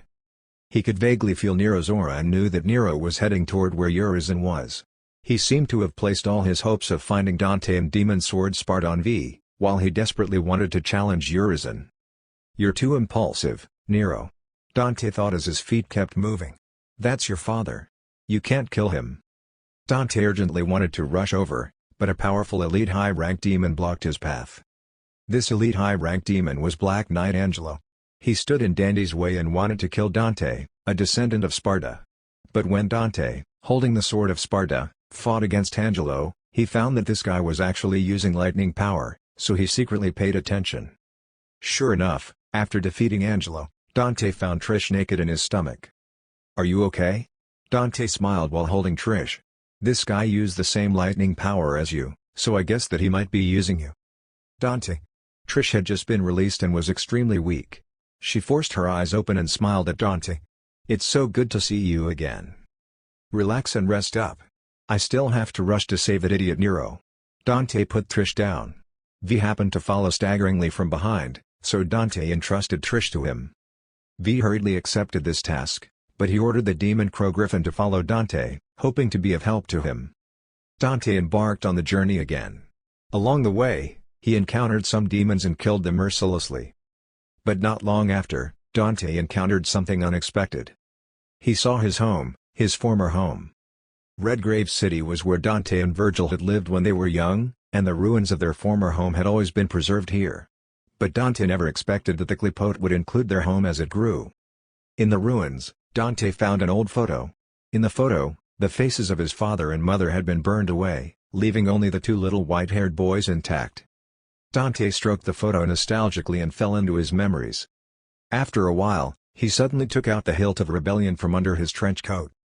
Urizen had broken rebellion during Dante's first battle with him. But after being sent flying, Dante still held the remaining hilt tightly. He was unwilling to give up this sword that had accompanied him for decades. "When my dear brother Virgil pierced my body with rebellion, the demon power in my body activated once." Dante sized up rebellion while muttering to himself. "I've been wondering why Father gave me rebellion." Griffin, who had been flying near Dante, asked in confusion, "What are you mumbling about?" Dante looked at him and laughed self-deprecatingly. "Over the years, I've been poked by many things, but who would have expected?" With that, Dante suddenly turned the sword hilt and stabbed the remaining blade end into his abdomen. This action shocked Griffin. He screamed, "Are you crazy? What are you doing? There are demons waiting for us to defeat in front. If you're so anxious to commit suicide, I can help you." However, Dante ignored him and stabbed the blade of rebellion deeper into his stomach while gasping heavily. Since Yamato can separate humans and demons, what use does rebellion have? Before he finished speaking, the hilt of rebellion in his abdomen turned into a red light and merged into his body. Moreover, the sword of Sparta on Dandy's back gradually turned into a red light at this moment and then drilled into Dandy's body. Griffin was so shocked that he could not help but shout, "Wow! You're absorbing Sparta's power?" Red light lingered around Dandy's body and turned into red lightning. Dante let out a painful and satisfied roar before his body started shaking violently. A magic formation light formed by red lightning flashed in Dandy's body. With the disappearance of the magic formation light, an incomparably powerful magic power erupted from Dante. A red shock wave instantly spread out and swept everything around it, blowing countless rocks away. The red light gradually disappeared, but Dandy's appearance had changed drastically. His original human form completely disappeared, replaced by a tall red demon with a sinister face. This red demon exuded an intense high temperature all over his body, and fiery flames even seeped out from under his skin from various parts of his body. He had sharp claws that were as sharp as blades, and there were protruding bone spikes all over his body. He floated in the air, and the four enormous demon wings on his back flapped slowly. The two pairs of demon horns on his head were long and thick. One pair pierced straight into the sky while the other curved to cover his cheeks. The original human pupils had long disappeared, leaving only a pair of red eyes emitting dazzling light. Strength. Such powerful strength. Dante lowered his head and looked at his curved demon claws and then suddenly squatted. The next second, the sound of air exploding came. Dante flew into the sky at high speed, breaking through the sound barrier, and then disappeared. What's going on? Griffin stared at Dandy's departing figure, dumbfounded. He could not come back to his senses for a long time. When he finally realized what had happened, he immediately flapped his wings and rushed back to V's side while screaming, "It's starting! The battle is about to begin!" When Dante, who had completely transformed into a demon, flew to where Urizen was, he happened to see the scene of Urizen's tentacles capturing Nero. Thus, he fell like a meteor with tremendous force, and the powerful shock wave directly broke the root tentacles wrapping around Nero. Nero immediately recognized Dante when he saw this demon. "Dante, you bastard! I knew you wouldn't die so easily." Nero was panting, but he could already laugh. Although he was unwilling, he knew that he was indeed not Urizen's match. It was the same even though he had increased his magic power through devouring souls. Looking at Dandy's powerful demon form, Nero felt that perhaps only Dante could defeat Urizen. "Dante!" Urizen recognized Dante and was shocked by the change in his appearance. At the same time, he felt the immense magic power in Dante, so he finally stood up from his throne. The root tentacles wrapped around Urizen were still thick with blood and red. Feeling Urizen's boiling fighting spirit, these root tentacles waved crazily. Urizen's body was very tall and big, and Dante looked a little small, floating in front of him. But at this moment, Dandy's heart was brimming with unparalleled confidence. Although he only had 4 wings, he was actually in the Sin Devil trigger state after fusing his demon power with the demon power in the Sword of Sparta. In this state, Dante also had the power of a demon lord. Dante stretched out his hand, and a slender and long demon sword with strange patterns appeared in his hand. This was Demon Sword Dante, a powerful demon sword named after Dante. It's time to fight. Sereth, I'll buy you time. I hope you can destroy that fruit as soon as possible. Dante thought as he held the demon sword and rushed at Urizen. On another side, on the crown of the Qliphote, Sereth had arrived. He specially experimented and found that it was really the demon Bible stele on his back that allowed him to break through the barrier. He did not know why, but he did not intend to investigate further. After breaking through the barrier, he came to the location of the Hell Apple. The magic formation engraved on the ground was still there. Sereth calmed his mind, walked into the magic formation, and came under the fruit. If some religious people were here and saw this apple that was beating like a heart, they might not be able to help but think of the forbidden fruit in the Garden of Eden. This was indeed the case.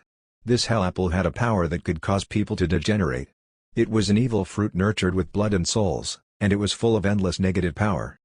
This fruit had grown much bigger since the last time Sereth came, but it was still not fully ripe, and it was still dripping with a sticky black unknown substance. Wait. Sereth knew that he could not be anxious. But as he walked around the fruit, he looked around from time to time, afraid that Urizen would tear through space and suddenly appear if he was not careful. That would be terrible. Sereth did not know if Dante, Nero, and the others had managed to delay Urizen, so he could only choose to believe them. After waiting for a long time, the beating of the hell apple suddenly slowed down.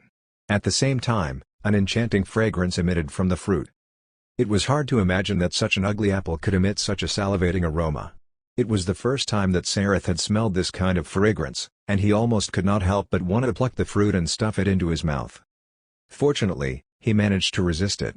The appearance of this aroma meant that the hell apple had finally ripened, so he did not dare to delay. He swung Executioner above the hell apple, cutting the branch connected to the apple. The hell apple fell and happened to land right at the center of the formation. Sereth could not be bothered to pick it up. He immediately ran to the edge of the magic formation and pressed his hand on it. At the same time, Urizen, who was battling Dante in his demon form, suddenly stopped. He was currently connected to the Qliphote, so when the hell apple matured, he immediately knew. But what surprised him was that as soon as he sensed the apple ripen, he found that it had disappeared from the branch. "Who is it?" Urizen roared angrily, his anger reaching its peak in an instant. With a wave of his hand, the spiked sword beside him immediately removed the crystals on the surface and returned to the form of Yamato. Urizen held Yamato, cut across in the air, instantly opening a spatial rift, and entered. It was too late for Dante to stop him.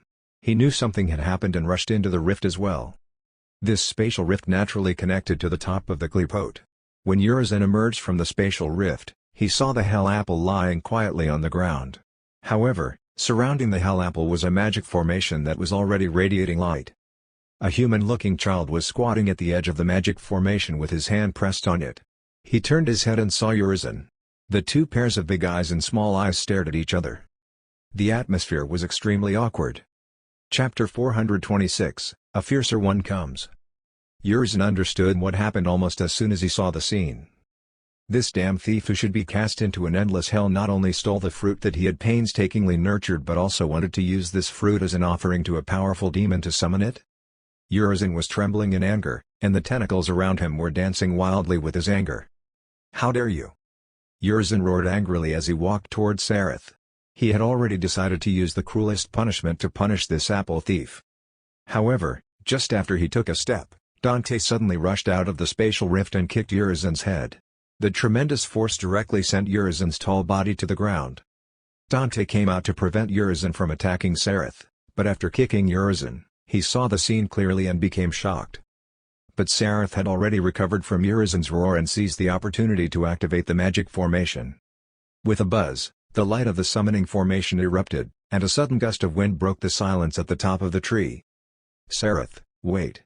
Dante hurriedly said, wanting to stop Sereth.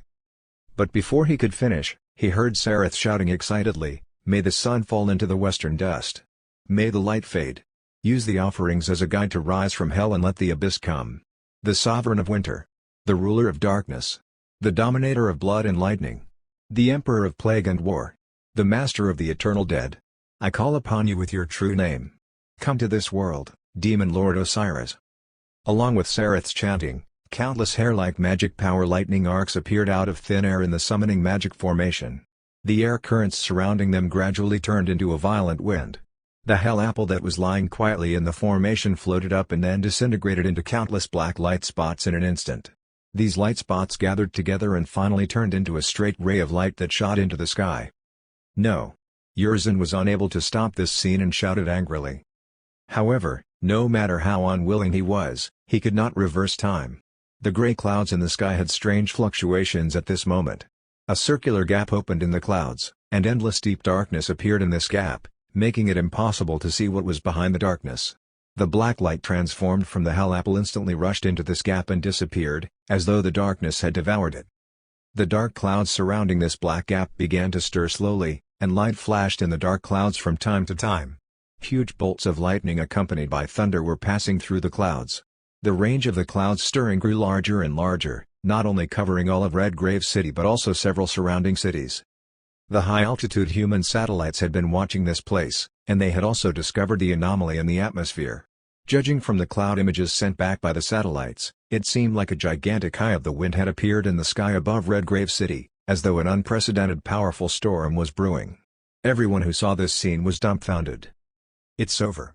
There's no way to stop it. Dante had already returned to his human form. He looked up at the gigantic eye of the wind in the sky helplessly. The lightning in the dark clouds became denser and denser, illuminating the figures of the people on the treetop below. Sareth looked up at the sky as the violent wind around him was blowing his long red wild hair. The flashing of the lightning continually illuminated the fanatical expression on his face. Amid the loud thunder, a massive magic formation of light and shadows suddenly appeared in the eye of the wind. And in this magic formation, an Ouroboros mark flashed and disappeared. The massive magic formation slowly rotated, and a spatial rift opened in the blank space of the formation. Something is coming out. At this moment, Nero and V were desperately climbing to the top of the tree. They could not catch up to the spatial rift that Urizen had opened and could only use this method to rush to the top. While climbing, they also saw the anomaly above their heads, and they could guess what was going on with their toes. "Sareth, you're too reckless." Countless bolts of lightning gathered at the opened rift, as though the will of the world was rejecting the being opposite the spatial rift and did not want him to appear. However, no matter how unwilling it was, no matter how much it rejected him, the spatial rift still continued to expand. Then a pair of demon feet wearing shiny, black reflective armor appeared from the rift first, and then the calves and thighs descended bit by bit. Under the stunned gazes of countless people paying attention to this place, a giant demon slowly descended from the rift. Behind him, his 3 pairs of enormous wings had curved over from behind, tightly wrapping most of his body, as he appeared in the eyes of the people of this world like a spindle. Only when his entire body appeared in this world did the demon wings wrapping around his body slowly open. It was indescribable what Dante was feeling at this moment. When he saw the demon's slow stretching movements, for some reason, he felt that this entire process had an unusual sacredness. Finally, under the endless lightning and thunder, this enormous demon revealed his appearance in front of the world. The 3 pairs of demon wings that were more than 3 times the length of his body looked like they could cover the sky and cover the sun. The black and savage black armor was like a dangerous piece of art, making everyone who saw it feel the majesty. No one dared to look directly at the scarlet, shining eyes under the helmet mask because when they saw those eyes, they could not help feel fear. And the huge demon horns that were like a crown pierced into the sky full of rebellious spirit, as though they wanted to resist the authority of God. They were the hardest parts of this demon to ignore. The moment this demon stretched out, the lightning in the clouds around him went berserk. They charged to this demon's side with all their might but could not approach any closer. The humans who were lucky enough to see this scene through various cameras and props were trembling as they all knelt on the ground, their eyes filled with despair. It was just a descent, but it already made people feel like the apocalypse was coming. Roy stretched out a demon claw and gently shook it in front of him. The Red Dragon Emperor's gauntlet on his arm made cracking sounds as he moved. He sniffed the air that had an entirely different smell from Frostfire City and felt intoxicated. A new world. As his voice fell, an incomparably vast magic power pressure emanated from his body. He had descended to this world in the true name Liberation State. The power contained in the Hell Apple opened the channel between this world and the abyss to the greatest extent, so after he descended, he did not feel the slightest repulsive force of the world. Perhaps this was the special aspect of the offering summoning. Roy only tested the power he could use, but the people below felt totally different. The moment Roy's magic power pressure struck, Dante instantly felt as though he was about to suffocate. He could not help but enter the Sin Devil trigger state to resist this immense pressure. Nero and V collapsed while climbing. The unwilling Nero roared angrily. He could feel the restlessness of the demon power in his body resisting this immense pressure. As for V, he could no longer stand up.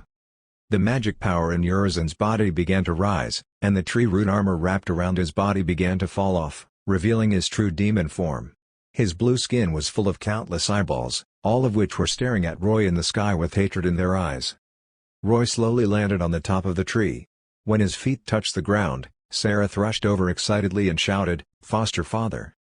Seeing Sareth, the mask on Roy's face disappeared, revealing his ferocious demon appearance. He grinned at Sareth. "Well done, Sareth." After Roy landed, Dante looked at Urizen, then at Roy, and found that Urizen's tall body was shorter than Roy by 2 heads. After carefully sensing the magic power between the two sides, Dante could not help but hold his forehead and whisper, "This is really troublesome. There's someone even fiercer." Chapter 427, Demon Lord with Broken Wings. The moment he saw Sareth, even Roy could not help but sigh about the wonders of fate. When he sent Sareth to this world, he did not actually expect him to prepare offerings and summon him. He just wanted to see if the Dark Messiah and the prophecy of Ashan could still fulfill the prophecy. But he did not expect that Sareth really did it. He opened the cage between the abyss and this time, connected the channel on both sides, and successfully released him, a Demon Lord. Looking at Sareth running over, Roy stretched out his hand and gently raised it. An invisible force carried Sareth up onto Roy's shoulder. Sareth had already transformed into his demon form and happily sat on Roy's shoulder. His small body looked like it was only the size of Roy's head. Sareth held one of Roy's demon horns excitedly. "Foster father. I missed you so much. And Mother Cassandra, Mother Julia, and Mother Benaiah, where are they?" "Don't worry. Since I'm here, they'll come soon," Roy replied. Under the gazes of Dante and Urizen, Roy stretched out his hand and took out Frostmourne. He raised one hand above his head and faced the spatial channel in the sky that had yet to close. A massive amount of magic power passed through Frostmourne's tip and formed a blue ray of light that rushed into the spatial channel. With the infusion of magic power, the spatial channel that was about to close remained open. Next, with the help of Roy's contracts, Julia and the others would soon come here through the channel. Seeing Roy's actions, Dante realized that it was not good. Such a fierce character had already appeared, so he could not let any more come. The next second, he transformed into the Sin Devil form and rushed at Roy with Demon Sword Dante even before Urizen. Of course, he knew that this was Sareth's foster father, but as he said before, he had always thought that this demon might be using Sareth. Dante was extremely vigilant against any demon that appeared in the human world, so he attacked without hesitation. "Huh?" Roy was holding Frostmourne with one hand. From the corner of his eye, he suddenly saw a demon rushing at him with a sword raised and about to slash him. Without even thinking, he clenched his empty hand into a fist and swung it. Clang! Demon Sword Dante collided with the gauntlet of Roy's cold winter armor. The next second, Dante was sent flying like a cannonball. After flying dozens of meters, he crashed onto the ground with a bang. "Wait!" Sareth hurriedly said. "Don't attack, Dante. He's my foster father." After hearing Sareth's shout, Roy realized that this demon was actually Dante. Dante stood up from the ground with his sword. Although he was not injured, he said to Sareth in annoyance, "Damn it, Sareth. If I had known that you would use the fruit to summon your foster father, I would have never agreed to this plan." Sareth was stunned and asked in puzzlement, "Why? We combined can't defeat Urizen, so I got foster father to come and help. What's wrong with that?" "There are many things wrong." Dante could not help but complain. However, before they could finish talking, Urizen, who had been ignored, finally could not restrain his anger. Magic power suddenly burst out from his entire body as he roared, "Enough!" Urizen's roar attracted Roy's attention, so he turned to look at him. Urizen strode toward Roy. When he was a few meters away, he stopped, pointed at Roy, and shouted, "Where did you come from, you idiot demon? How dare you order this ugly thief to steal my fruit?" Roy looked down at Urizen and sized him up. From the pressure of magic power, he was indeed a demon lord. But why did he not have demon wings? Even the war demons who relied on powerful bodies to fight, even if they did not have wings before, would give birth to a pair of demon wings after promoting to demon lord. Why did this guy not have them? Roy knew that this was the Devil May Cry world, but he did not know exactly when he descended, so he did not know Urizen at all. Roy felt that the amount of magic power infused was almost enough, and the spatial channel could maintain for a while, so Frostmourne disappeared from his hand. He lowered his hand and clenched his fists. "Who gave you the courage to shout in front of me, Osiris?" "Ha ha ha." Urizen laughed wildly, making the largest demon eye on his chest abruptly open. After laughing, the light of magic gradually glowed on Urizen's arms. He roared, "Ignorant fellow, the one standing in front of you is the demon king of this world. My name is Urizen, and I am the ruler of strength, despair, and death. This world doesn't need two kings. I will torture you and kill you, and then I will step on your corpse and ascend to the true throne." Demon King? Roy could not help but laugh when he heard this term. How pathetic. You're just a lord. Even I don't dare to call myself king. How dare you use this term? It's useless to say anything else. Urizen's patience had reached its limit, and he suddenly raised his hands. The next moment, a powerful blue magic power shock wave rose from under Roy's feet like a surging heat wave, directly aiming at him. Roy jumped up unhurriedly, and the 3 pairs of demon wings on his back spread open. An enormous circular magic power shield enveloped him and Sareth. The magic power fountain bombarded Roy's protective shield with unparalleled force, causing ripples to spread out, but it could not break the protective shield. Roy hovered in the air, removed the protective shield, and said to Sareth, "Sareth, stay away." Sareth spread his flame wings and flew away. "Foster father, be careful. This guy is really powerful." Roy chuckled and did not say anything. He raised his hand and retaliated against Urizen with the same move. A hurricane spinning at high speed appeared under Urizen's feet and enveloped him. The spinning hurricane was extremely sharp wind blades, and they instantly slashed at Urizen thousands of times. Unlike Roy, Urizen did not use a magic power shield to protect himself but used the strength of his body to resist. The high-speed spinning hurricane cut countless sparks on his body. But even though he managed to withstand it, Urizen felt that something was amiss. This hurricane was not like the magic power impact he had used, and it can last long. He could now endure it, but if he withstood too long, these wind blades might break his defense. He immediately raised his right foot and stomped on the ground, and the overflowing magic power impact immediately defeated Roy's hurricane that was attacking him. The next second, Urizen disappeared and then appeared behind Roy. He raised his hands, clenched his fists, and punched the back of Roy's head. This punch hit, but Urizen did not feel any sense of hitting because Roy's entire body suddenly turned into countless small clones that spread out like a swarm of mosquitoes. Then they gathered not far away and reformed Roy's main body. Urizen raised his hand again, and a large number of magic power arrows appeared in his palm. These magic power arrows flew up like fireworks, then turned in the air and fell at high speed toward Roy, covering a large area. "Flashy without substance," Roy mocked. His figure disappeared and flashed above Urizen's head. He stretched out his hand, and Frostmourne appeared in it as he slashed at Urizen's demon horns. "Roar!" Urizen roared angrily. But instead of retreating, he charged forward to meet Roy's sword. Sparks flew as the hard demon horns and Frostmourne collided. They actually blocked Roy's slash and then began to fight head-on in a battle of strength. A melee war demon? Roy immediately understood when he saw this guy's fighting style. He suddenly withdrew his sword and pressed his hand on Urizen's head. Endless cold air instantly gushed out, and in less than a second, Urizen was frozen into a gigantic black ice block. Roy landed, and the Red Dragon Emperor's gauntlet on his right hand began to emit red light. He waited for 2 seconds, and as expected, the black ice exploded. Urizen used his strength to break through the frost prison and punched Roy with a roar. However, Roy's right hand easily caught this fist that could shatter a small mountain. "What?" Urizen was shocked. He quickly withdrew his fist, raised his leg, and kicked at Roy's waist. But before he could kick Roy, Roy's right fist slammed into his chest. 30 hit. Nail punch. Boom. The moment the punch landed, the power accumulated in the Red Dragon Emperor's gauntlet erupted, bombarding Urizen and knocking him back a few meters away. But this was not the end. After a short pause, another equally powerful force erupted on his chest, forcing him back again. Immense impacts kept erupting on Urizen's chest one after another. When the number of hits reached 9th, Urizen could no longer stand firmly. His entire body was sent flying, and then he was bounced and tossed around in the air during the subsequent explosions of power. Purple blood splattered as Urizen was constantly knocked back and forth in the air. Dante, who was watching from the side, almost broke out in cold sweat when he saw Urizen convulsing in the air like he was epileptic. He imagined what would happen if he suffered such a punch.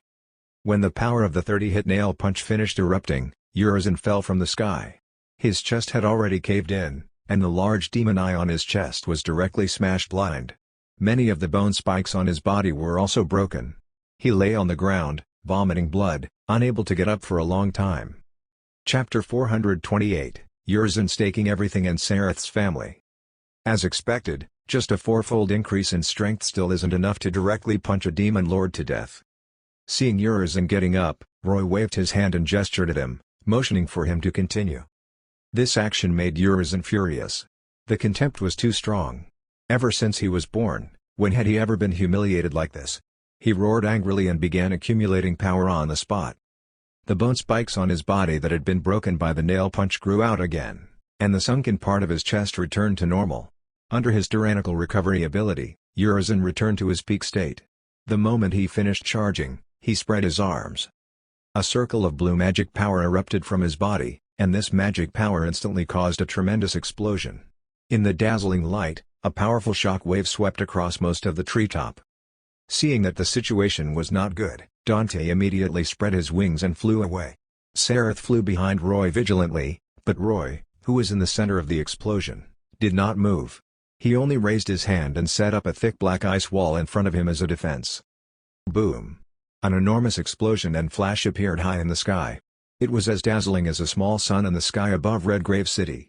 After the explosion, a gigantic mushroom cloud slowly rose, but the spatial barrier, which had always existed around the entire tree crown, blocked it after it rose for a distance. This barrier restrained the entirety of the explosion and its impact. As a result, even though Dante flew away, he could not completely escape. At the edge, he still suffered from the impact, was sent flying by the immense force, and smashed into the barrier. Sareth, who was hiding behind Roy, was safe and sound because Roy's ice wall had blocked all of the impact and the explosion. After the explosion, the entire barrier was full of countless ashes. They were the dust produced by the destruction of innumerable roots of the Qlipote. The ground collapsed. Urizen's magic power explosion had almost totally destroyed the spiral ground formed by the tree crown. Only the place where Urizen stood was still intact. Roy flapped his wings and floated in the air while holding Sareth with one hand. After Sareth reacted and started flying on his own, Roy let go of him. Amid the dust and smoke, vision was terrible. Roy stretched out his hand to summon Frostmourne and then swung it at the sky. An invisible spatial power slashed out with the blade, and the next second, there was the sound of glass shattering. Roy had destroyed the barrier that Urizen had set up. Roy casually summoned a strong gust of wind and blew away the smoke and dust permeating the air. He shook his head at Urizen, who had reappeared. "Are you blinded by anger? You actually destroyed the ground even though you don't have wings? Is it possible that you want to fight an aerial battle with me?" Urizen was panting heavily at this moment. Releasing a large amount of magic power in an instant had been a huge burden for him.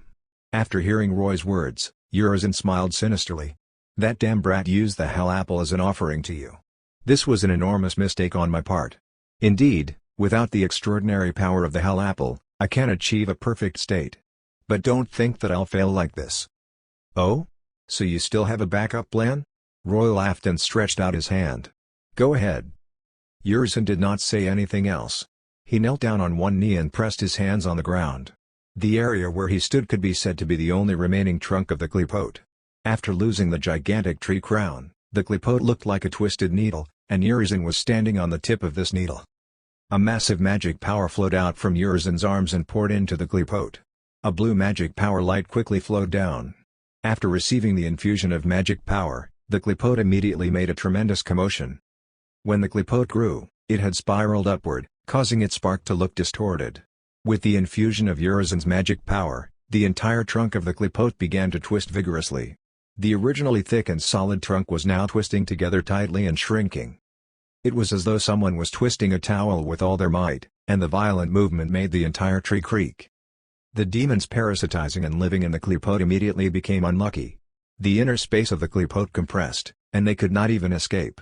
They screamed as they were crushed to death by the closing space. After they died, the Qliphote instantly absorbed their blood and souls and then transmitted them upward to the top of the tree to flow into Urizen's body. Although Sareth had used the plague storm to wipe out a large number of low-level demons, there were still many demons in the Qliphote. Even some high-ranked demons could not escape this misfortune.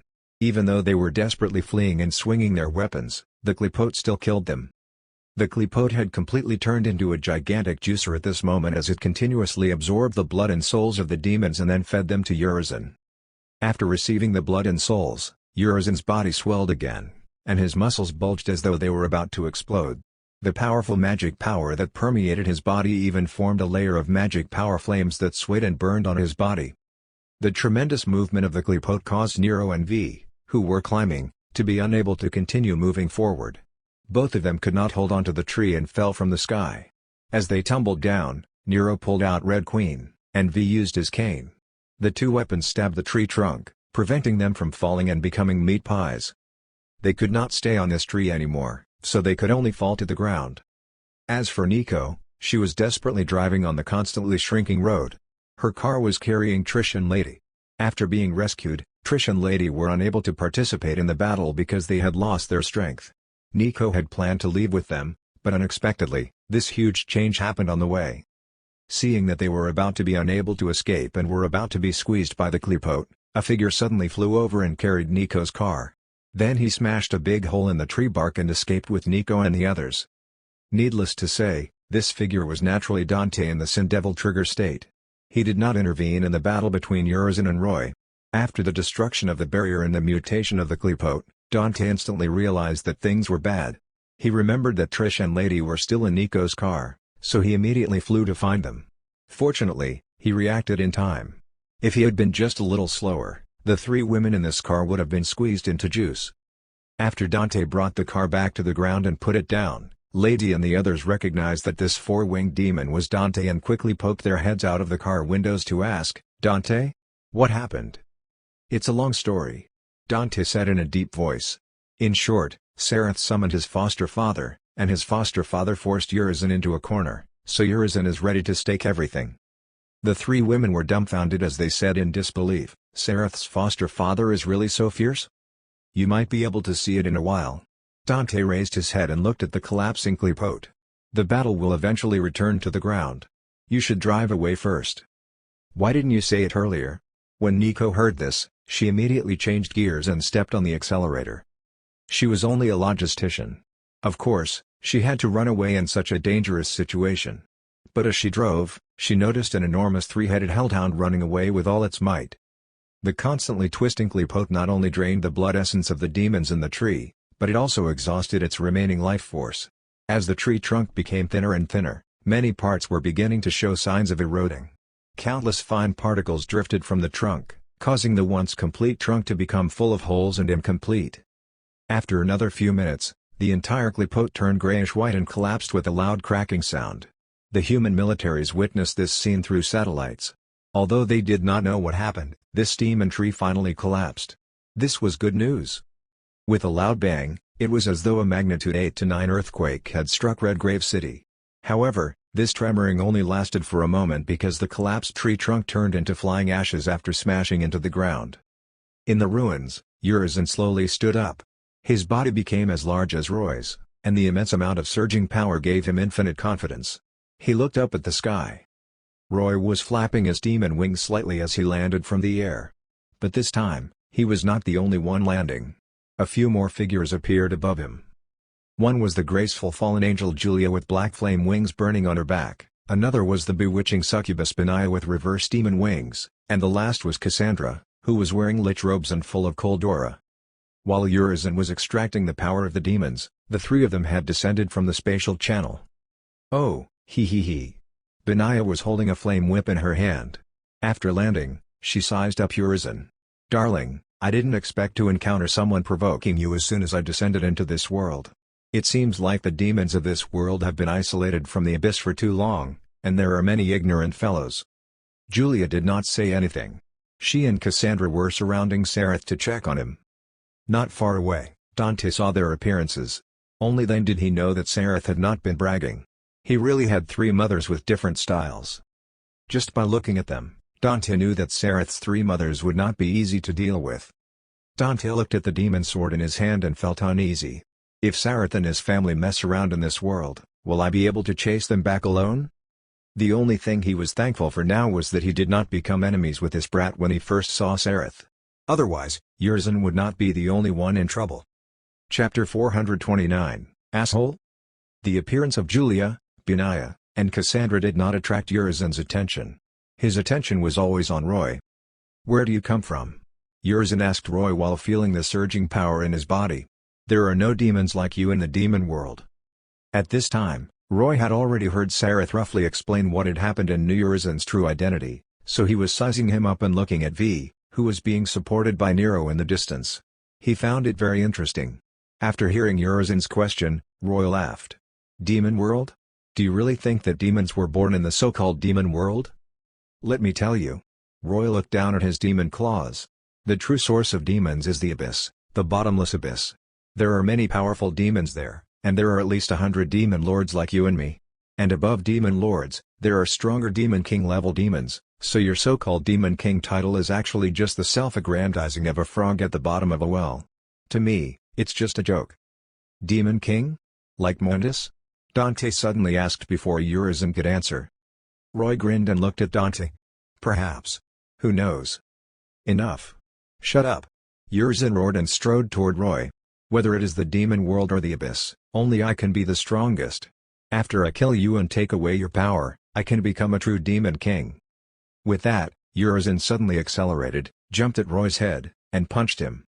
Seeing the two demon lords fighting, Julia and the others immediately flew away. So did Dante. He immediately spread his wings and flew up. Dante knew that Urizen's true identity was his brother, Virgil. And Virgil had always been obsessed with defeating Dante. Originally, the final battle should have been between Dante and Urizen. But after Sareth's foster father descended, Urizen's attention was immediately focused on him. Before the outcome of the battle between Urizen and Roy came out, Dante was unable to intervene for the time being. Urizen's fist emitted a loud bang, but it failed to hit Roy. Before his fist landed on the ground, the unparalleled force of his fist blasted an enormous pit on the ground, and countless rubble flew into the air. Urizen roared as he adjusted his direction and rushed toward Roy in the air. At the same time, he waved his palm and shot dozens of gigantic fireballs at Roy. Roy flew upward while agilely shuttled through the gaps of these blazing fireballs. After dodging most of the fireballs, Roy suddenly condensed a black frost spear in his hand and hurled it at the last fireball. The frost spear hit the fireball, and the collision between high and low temperatures instantly caused a huge explosion. The gigantic shock wave blocked Urizen, who was rushing forward. Taking advantage of this moment, Roy opened his mouth and shot out a black lightning ball. It struck Urizen like a pillar of light. Urizen was extremely reckless. Not only did he not dodge Roy's lightning ball, but he instead clenched his fist and slammed the back of his fist against the lightning ball. The moment his fist hit the lightning ball, there was a loud sizzling sound as the lightning ball exploded. Its volume suddenly expanded countless times, forming a massive lightning barrier that enveloped a radius of nearly 100 meters. Even with Urizen's powerful physique, he could not help but scream. How could Roy's dark lightning be so easy to deal with? Not only would this lightning cause immense damage to the body, but it also dealt extraordinary damage to the soul. Urizen's soul was incomplete, and this attack made him feel excruciating pain. Fortunately, the exploded lightning ball had also produced a tremendous knockback force. Urizen was sent flying with a bang and smashed onto the ground, leaving countless cracks on the hard ground. Roy shook his head, feeling that Urizen, this demon lord, really did not live up to the name. Although he had extracted a large number of demon souls through the Qliphote to supplement himself and obtained formidable magic power, this guy was still attacking in melee. If this was not stupid, then what was? He was a demon without wings, so his mobility was not as good as others who had wings. If Roy were in Urizen's shoes, he would have definitely used space magic to move around while continuously launching long-range magic attacks. In order to make Urizen realize his mistake, Roy decided to teach him what a mage cannon was. He extended an arm, and at the same time, the 3 pairs of demon wings on his back stretched out. The wings glowed with magic power while Roy floated in the air. Numerous black lightning balls appeared beside him. Roy pointed, and these sizzling and dangerous balls of light immediately turned into straight black beams of light that shot down at Urizen. The moment they landed, the lightning balls exploded one after another, shining with dazzling light as they engulfed Urizen. This powerful magic power bombardment lasted for about 10 seconds before suddenly changing into dense and sharp icicles. These icicles whistled down from the sky and smashed toward the ground with rumbling sounds. Urizen crossed his arms above his head, and a magic power shield protected him, allowing him to strenuously withstand the magic bombardment. However, he could block the top of his head but not the bottom of his feet. A rock spike burst through the ground under Urizen, hit his magic shield, and sent him flying into the air. The moment he was knocked into the air, thousands of dense wind blades appeared in the next second. These wind blades cut into Urizen's shield from all angles and directly shattered it. Next was the scene of a meat grinder with blood splattering everywhere. At first, Urizen angrily roared again and again, but then it turned into screams of pain. But at this moment, the countless wind blades suddenly disappeared and turned into a giant tornado that connected the clouds and the ground. It sucked Urizen into it and sent him flying up and down in the sky. In the tornado, the dizzy Urizen suddenly saw a ray of light coming from the dark clouds above, and his eyes widened in shock. A meteorite with a long flame tail broke through the dark clouds like a comet and smashed toward Urizen in the tornado. Seeing that he was about to be hit by the meteorite, Urizen hurriedly struggled to use space magic to flash out of the tornado. But unexpectedly, Roy suddenly stretched out his hand toward him from afar and sealed the space around him. Urizen's idea of escaping failed, and his vision was already full of the flames burning on the surface of the meteorite. No! Urizen let out a helpless roar as the meteorite crashed into him and slammed toward the ground. An intense flash of light filled the sky. The moment the meteorite landed, immense energy and light erupted. The ground trembled in pain, and all of Redgrave City welcomed an earthquake that was like an apocalyptic catastrophe.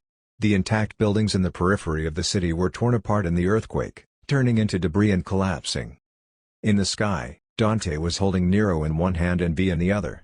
The 3 of them stared at the scene in front of them with their mouths agape.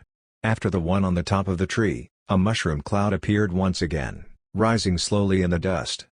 No one would have thought that Urizen, who had beaten Dante and the others miserably earlier, was now being beaten like a sandbag in the hands of this demon lord named Osiris. The series of consecutive magic attacks just now had crushed Urizen from beginning to end, and he did not even have the chance to fight back. At this moment, Nero looked at the Red Queen behind him, then at the gun at his waist. All along, he had fought with swords most of the time, and most of his long-range attacks relied on the magic power guns in his hands. But when he saw Demon Osiris's string of continuous long-range magic bombardments, Nero suddenly felt that the gun in his hand was not so good anymore. Is this how the demons of the abyss fight? Dante was a little nervous. To be honest, both Dante and Virgil had learned the fighting style of their father, Sparta, since they were young. Sparta was known as a magic swordsman, so he naturally mainly used the sword with magic supplementing. Roy's battle just now had shown them a completely new fighting style and had subverted Dante's views. Why is there such a huge difference between Urizen and Osiris even though they're both demon lords? V asked in puzzlement. How could they know that, let alone the demon lords of this world? Even among the demon lords of the abyss, Roy's combat strength could not be judged by common sense. In terms of the amount of magic power alone, there were many demon lords stronger than him. But when combined with his strange skills, even some senior demon lords might not necessarily be able to defeat him. Roy had already converted the more than 10 million souls he had brought back from the world of Ashan into his combat strength. Under such circumstances, Roy did not even need to use all his strength to beat a countryside demon lord like Urizen. The battle seems to have ended. Should we go down? Nero asked. Redgrave City was over, the entire city had been reduced to ruins. Fortunately, when Urizen first appeared, the survivors had basically escaped, so there were not many casualties even though the city was destroyed. This was the only place that relieved Dante and the others. Seeing that Roy had landed, Dante was hesitating about whether to go down when a tremendous force suddenly came from afar and pulled V out from his right hand. V. Dante was shocked and quickly swooped down, only to see that V had already fallen into Roy's bomb. Roy used psychokinesis to levitate V in front of him and looked him up and down. Although V was currently fine, he was extremely nervous. When he saw Osiris up close, He realized that this demon lord was so tall. "What do you want to do?" V asked in a hoarse voice. "Don't worry." Roy grinned at V with a sinister smile. "I heard from Sareth that you're the human side separated from Virgil?" "That's right." V nodded. "Then go." Roy pushed him gently toward Urizen. "I've heavily injured this guy, and he can't move anymore. Go kill him and take back your power." V was stunned and could not immediately react. At this moment, Dante had already flown over with Nero. He heard Roy's words and could not help but ask, What do you want to do?" "What do I want to do?" Roy turned to look at Dante and smiled. "It's nothing. I just want to borrow Yamato. Yamato is in Urizen's body, but I don't know how to get it out, so I want to get Virgil to give it to me personally. Of course, there's also you, Dante. I want to borrow your rebellion." "You know me?" Dante was very surprised. "Humph. The name Sparta is also widely spread among the demons of the abyss," Roy said. "So is it strange that I know your name?" "I don't know what you want to do with Yamato and rebellion, but unfortunately..." Dante raised the demon sword Dante in his hand. "Now that rebellion is gone, there's only this sword. Moreover, it's not something you can borrow as you wish. It's all the same." Roy waved his hand casually and said with a faint smile, "Don't be hostile to me. Believe me, you don't want to become my enemy. On account of you having taken care of Sareth, I won't do anything to your world, but likewise, don't reject me. All right." Dante was silent for a while before landing on the ground. He changed from the Sin Devil form back to his human form. Roy was stunned when he saw Dandy's weathered face and shouted, "Arthas? Asshole?" "Huh? What?" Dante was dumbfounded and did not understand. "It's nothing. I'm mistaken." Roy did not explain further, but he thought to himself, "Damn, I didn't expect Dante in this world to be at this age. He used to be so handsome, but I feel like he's become old and disabled. He's become so similar to Arthas in my impression. This is f***ing ridiculous." "Oh Osiris, what do you want Yamato and rebellion for?" Dante could not help but ask out of curiosity. Roy said something that dumbfounded Dante again. "I just want to use them to find your father, Sparta." Chapter 430, Virgil's Return. V had already walked to Urizen's side. At this moment, he was already exhausted, and his skin was showing signs of cracking inch by inch. He had little magic power left, as he had almost used it all after fighting the demons along the way. Without magic power, his life might come to an end. So even if Roy had not said it just now, he would have sought the opportunity to kill Urizen with his own hands and then become one with Urizen to restore his original identity as Virgil. But after hearing Roy's words, he could not help but stop and turn around in surprise. Dante was also stunned and said in disbelief, What did you say? Find our father, Sparta? Is this possible?" "Why not?" Roy asked. Dante stretched out his hand and gestured twice, but he did not know where to begin. In the end, he could only say, "In fact, over the years, whether it was me or Virgil, we've tried to find our father's whereabouts, but there has been no news. You're a demon from outside this world. What makes you think you can find him?" Roy shook his head. "You're half demons like Sareth, but you seem to have lived in the human world for too long, so you don't know much about demons and your father." The power of frost condensed under Roy's feet, and an enormous frozen throne gradually took shape. Roy removed his true name Liberation State, shrank a lot, and sat down on the throne. Julia and Benaiah walked over and sat on the left and right sides of the throne. After doing this, he looked down at Dante and slowly said, "Have you ever thought about why the weapons Sparta left for you still have powerful magic power in them after so many years?" "Huh? Isn't this normal?" Dante was confused and spread his hands. "If they were weapons purely infused with magic power, of course it's abnormal," Roy said. "Just like the weapon I gave Sareth, I infused my power into it. But after he used it, there's not much left of my power in the weapon." Dante looked at Sareth and found him nodding. He took out Executioner and showed it to Dante. "After the plague storm, foster father's power is almost gone." Dante did not know about the plague storm, but Nero and V knew. They nodded at Dante, indicating that it was true. "Okay." Dante spread his hands. "What are you trying to say?" Roy pointed at the sword on Dante's back. "Weapons that purely have magic power infused into them can only be regarded as disposable items. However, demons have a way to keep magic power in their weapons for a long time.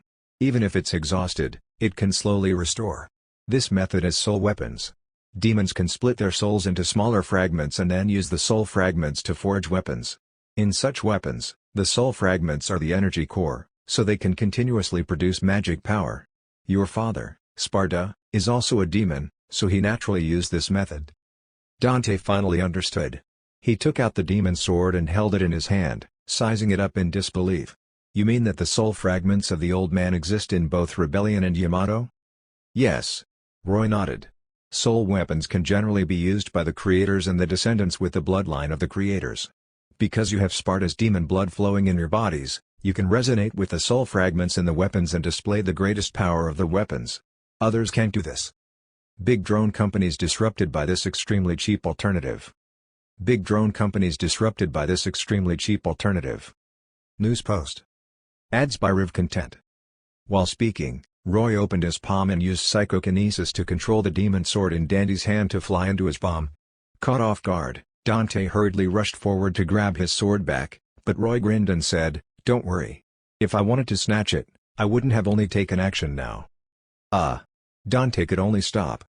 Roy held demon sword Dante in his palm with an invisible force and slowly rotated it. If I remember correctly, there are 3 weapons forged by Sparta, right? That's right. Dante nodded. My Rebellion, Virgil's Yamato, and Force Edge, which used to seal Temen Negru, the tower that's the passage to the demon world. But after Force Edge fused with the necklace left behind by my mother, it became the Sword of Sparta, which is the sword that the old man used. Now, your demon sword Dante is equivalent to the product of the fusion of the Sword of Sparta and Rebellion. Roy rotated the sword while observing. Precisely because there are soul fragments of the same origin in them, the 2 swords could fuse together. Now, this demon sword Dante has 2 of Sparta's soul fragments in it, which is why this demon sword is stronger than the original Rebellion. Is that so? Dante said in enlightenment. Listening at the side, Nero suddenly realized something and said, "You mean that since Rebellion and the Sword of Sparta could fuse, then Yamato can fuse as well?" That's right. Roy looked at Nero approvingly and nodded. I believe you've seen what the consequences of an incomplete soul are. Urizen, who is being crushed over there, is an example. Dante and Nero turned their heads and saw V stepping on Urizen's chest. Urizen was lying on the ground, his bones shattered, and his lower body still being pressed down by the heavy meteorite fragments. He could not even move and was already on the verge of death. He was indeed an example. Your father, Sparta, has legends about him even in the abyss. Roy said. Although it's been a long time, it's undeniable that he's definitely an extremely powerful demon lord. Perhaps even stronger than me. Have you thought about it? Since he could seal his master, Mundus, why couldn't he protect his family afterward and ended up missing? I see. Dante said thoughtfully. In that case, the old man had already split a soul fragment out once for the Sword of Sparta that he used. Then because he left weapons for me and Virgil, he split out 2 more soul fragments. As a result, the loss to his soul is more severe. You won't be able to see the effect of soul deficiency in a short time, but it will indeed cause magic power to decline. Roy said. You should be glad that Sparta placed his soul fragments in inanimate objects like weapons. At least the inanimate objects won't give birth to consciousness, causing the soul fragments to produce independent personalities. If such soul fragments are taken out, they might lead us to Sparta because of the tendency toward the master. If Sparta had used his soul fragments to create clones, even I might not have been able to do anything after so many years. So, you want to fuse Demon Sword Dante and Yamato, and then take out the old man's soul fragments and find him through the soul fragments? Dandy's expression was very complicated. Yes. Roy looked at Dandy's expression and said playfully, what? Don't you want to see your father again? I don't know either. Dante sighed. Maybe I still wanted to see him again when I was young, but after so many years, this thought seems to have faded. Because I don't know what to say when I see him. Roy smiled and gently threw the demon sword back to Dante. Dante grabbed it and inserted it back behind him. Roy looked in V's direction. You heard, right? Perhaps you can't represent Virgil, so you should fuse back before making a decision. Indeed. V looked at Urizen, who was vomiting blood on the ground, and said to him, our branches are connected, and our roots are intertwined. You lack me and have become reckless and brainless. I lack you and have become weak. Admit it, Urizen. You and I are one. Yes. Yes, I hate it. Urizen looked at V and said intermittently, I should have killed you and then fused with you. That way, It would have represented the victory of the demon side, and I would have obtained even stronger power. But now, I'm the one killing you. V said as he raised his cane and stabbed it into the eye on Urizen's chest. This represents the victory of the human side. The demon eye on Urizen's chest spewed out a large amount of filthy blood again, staining V's body and face. But no matter how hard he struggled, it was useless. As he became weaker and weaker, a light began to appear, enveloping both Urizen and V. The light became brighter and brighter until eventually becoming extremely dazzling. Dante, Nero, and the others could not help but cover their eyes. After the light faded away, both Urizen and V disappeared, replaced by the back of a tall man standing on the spot. This man had white hair the same color as Dante's, but it was not as sloppy as Dante's. Instead, it was short, neat, and standing upright. He was wearing a blue trench coat, and the trench coat swayed gently in the breeze. In his left hand was a katana with a long white handle and a simple and smooth blade. Virgil. Dante could not help but cry out softly when he saw this back. Dante. Virgil slowly turned around, looked at Dante, and then at Roy. Damn it. It's really him. Nero gnashed his teeth as he stared at Virgil. He felt a faint pain coming from the cut on his right arm. Virgil was the culprit who took away his demon right arm. Although Nero already knew V's identity, it did not mean that he had forgiven Virgil. So when he saw that Virgil had really returned, he held the Red Queen behind him and wanted to rush at Virgil. But at this moment, Dante reached out and stopped him. Wait, Nero. Dante. Why are you stopping me? Nero roared. This bastard took my right arm. I have to take revenge. You can't attack him. Dante said. Why? Nero did not understand. We'll talk about it later. Dante held Nero back with all his might. After stopping him temporarily, he looked at Virgil and said, Virgil, you know what I'm thinking, right? Dante. My brother. A slight smile appeared on Virgil's cold face. Actually, even I didn't expect to have the same idea as you one day. Then what are we waiting for? Dante took off the demon's sword from his back, and Virgil crouched down slightly and held the hilt of Yamato. Seeing this scene, Nero was in disbelief. Of course, he knew about the enmity between Dante and Virgil, but at this time, why did these two brothers still want to fight each other after meeting? After a moment of silence, Dante and Virgil suddenly burst out with great speed and charged at each other. Just as Nero thought that the two of them were about to fight, the situation suddenly changed. When Dante and Virgil charged to the middle, they suddenly turned in unison. Dante held his demon sword, Virgil held his Yamato, and the two of them were side by side as they stabbed at Roy, who was sitting on the throne. Chapter 431, Roy's Super Desperation Move. Ah! Dante held his sword in his right hand, his arm and sword forming a straight line, as he stabbed at Roy's throat. Meanwhile, Virgil held the hilt of his katana until he was close enough. Then he suddenly drew his katana, and Yamato drew a silver arc in the air and also cut at Roy's throat. The reason why they chose this place to attack was that both of them could tell that Roy's Black Frost armor had astonishing defensive strength, so they chose the uncovered weak point of his throat to attack. When Dante and Virgil charged at each other, they were not far from Roy's frozen throne. This sudden turn in the middle was truly lightning fast. Even Nero did not expect them to attack so suddenly that he could not even react. This was the tacit understanding between the two brothers alone. After all, they had fought each other so many times, and they could tell what the other wanted to do with a glance.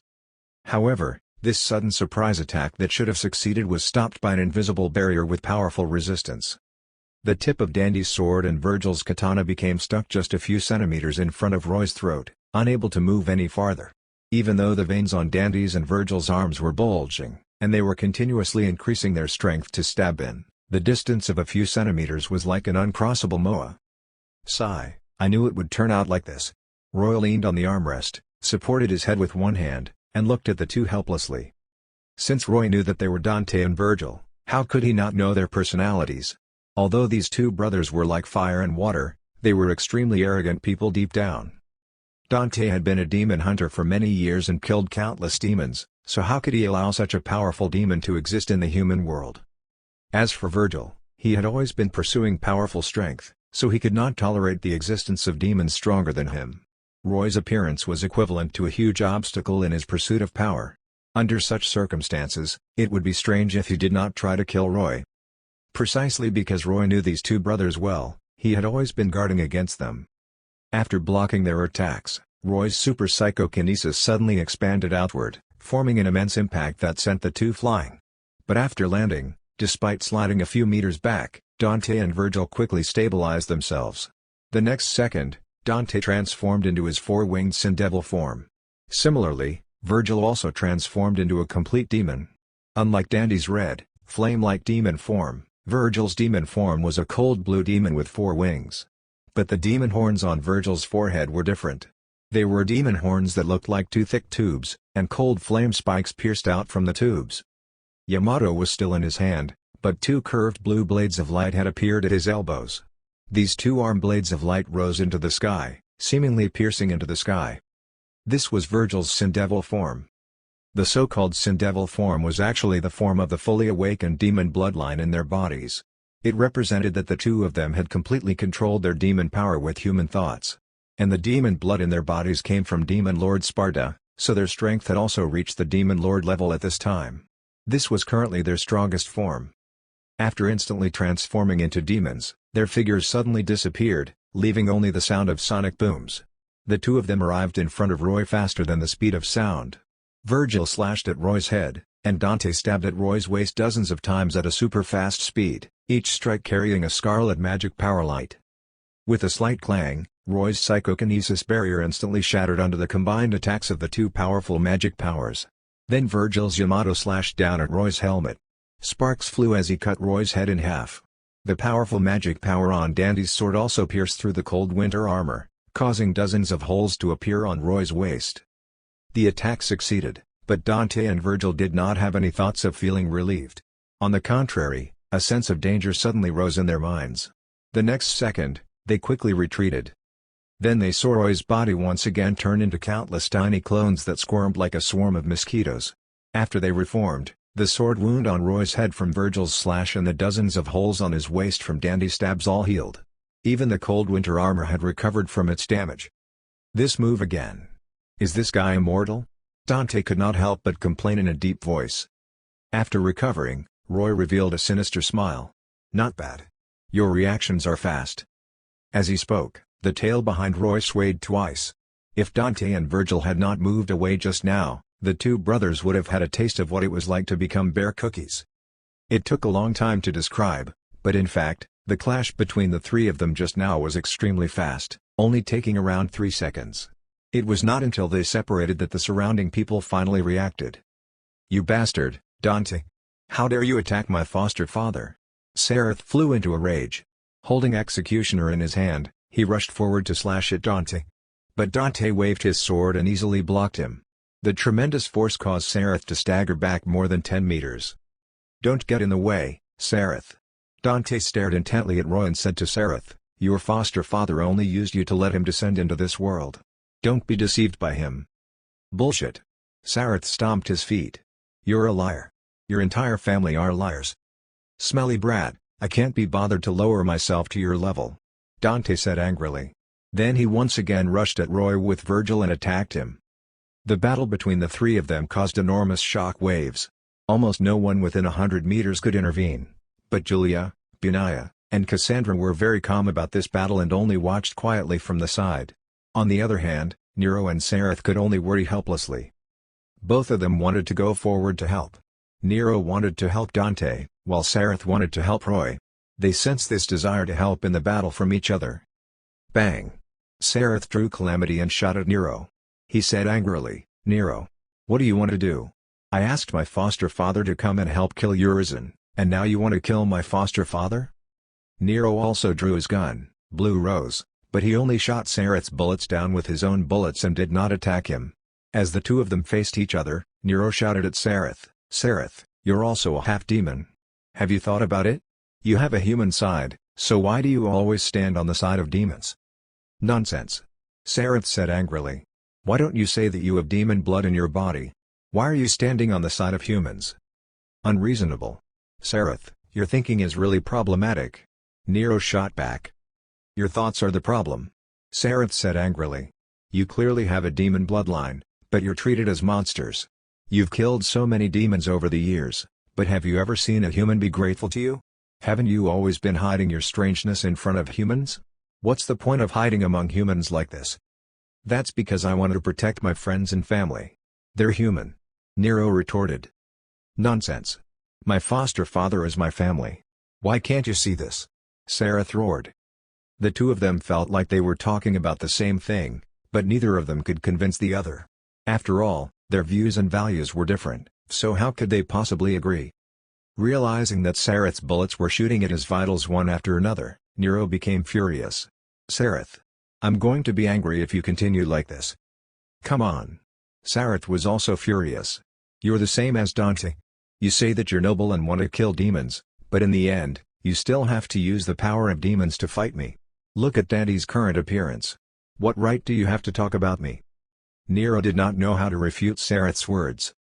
Ha ha ha, well said, Sareth. Roy, who was constantly resisting the combined attacks of Dante and Virgil, could not help but laugh when he heard the conversation between him and Nero. Then he said to Dante and Virgil, who were besieging him, you two want to kill me because you think I'm powerful and dangerous, right? Isn't that so? Dante waved his demon sword and slashed left and right. Years of experience have taught me that I can't believe what demons say. Perhaps your lies can confuse Sareth, but they can't confuse me. I have to expel you before you cause greater destruction to the human world. Ha ha ha, Dante. Roy continuously flashed to dodge their attacks while smiling. Just ask yourself, aren't you and your brother the ones who caused the greatest damage to the human world over the years? Let's not talk about the distant past. Just this time, so many humans in Red Grave City died because of your brother, Virgil. Don't tell me you're going to blame me for this? Dante's attacks clearly paused. Humph. At this moment, Virgil said, cut the crap. Only strength can determine who is right and who is wrong. Yes, yes. Roy nodded. He waved his left hand and blocked Virgil's katana. Then he stretched out his right hand, grabbed Virgil's foot, and smashed him hard. Do you know what I'm thinking now? I'm thinking, if the one standing in front of you two brothers was your father, Sparta, would you still say words like you can't believe what demons say? How can you compare to the old man? Dante continued to attack with Virgil. Roy sighed and shook his head. I'm tired of playing. With these words, Dante and Virgil felt Roy's aura suddenly change, becoming even more dangerous. Shocked, the two of them erupted with immense speed and attacked Roy. No matter what Roy wanted to do next, they did not plan on letting him do what he wanted. But the moment the two of them approached, Roy made a strange pose. His feet were slightly bent and half-crouched, but his right claw with the Red Dragon Emperor's gauntlet was raised high. Something seemed to flash in his claw, and then Roy's figure disappeared in a breeze. The next second, Roy appeared in front of Virgil with a sinister smile. Under Virgil's disbelieving gaze, the demon claw that was sharper than a blade tore at him. Super desperation move. True 8 maidens, cruelties of true reality. Fast. Indescribably fast. Roy's claws left after images in the air as they tore at Virgil's body several times in an instant. Every swipe of his claws took away a large amount of Virgil's flesh and blood. With Roy's movements, violent, howling hurricanes appeared from the ground. A hurricane with the same powerful tearing force followed closely behind each claw strike, participating in the destruction of Virgil. Virgil, who had been caught, could not think at all. He did not even know how many times his flesh was ripped out. He only felt pain in his bones as he screamed again and again. Finally, Roy grabbed Virgil's neck and flew into the air. Fierce light erupted from the Red Dragon Emperor's gauntlet, covering Roy's entire arm. 64 times the strength, go down. Roy roared and smashed Virgil to the ground the moment he landed. Boom. Amid the earth-shaking sound, a bottomless human-shaped pit instantly appeared on the ground. Looking at the shape of the pit, it was actually like Virgil's demon form. With the appearance of the pit, an enormous crack spread to both sides, extending out for nearly a kilometer. Dante was stunned, or rather, he could not even react at all. From the moment Roy caught Virgil, he could not even save him. Under Roy's 64-fold increase in strength, Virgil was smashed into the ground nearly 2 kilometers deep. Laying 2 kilometers underground, he was not even visible in the pit. He could not even maintain his Sin Devil form and return to his human form. All his bones were shattered, and he could not move at all. He could only vomit blood helplessly as he watched the underground water gush out and submerge him. Chapter 432, Almost Filial. After obtaining the wind magic circuit from Beelzebub's shell, Roy had been thinking about how to use wind magic in battle. There were only a few more destructive moves such as wind blades, vacuum fields, tornadoes, and so on, But Roy had created a new skill for himself and used wind magic in close combat. The inspiration for the skill naturally came from the king of fighters Genets. Whether someone was strong or not was a matter of version, but whether they were cool or not was a matter of a lifetime. Without a doubt, Roy had used the true Eighth Maiden, cruelties of true reality, and took the cool route. Of course, with a divine artifact like the Red Dragon Emperor's Gauntlet, Roy's new move was not only cool but also very powerful.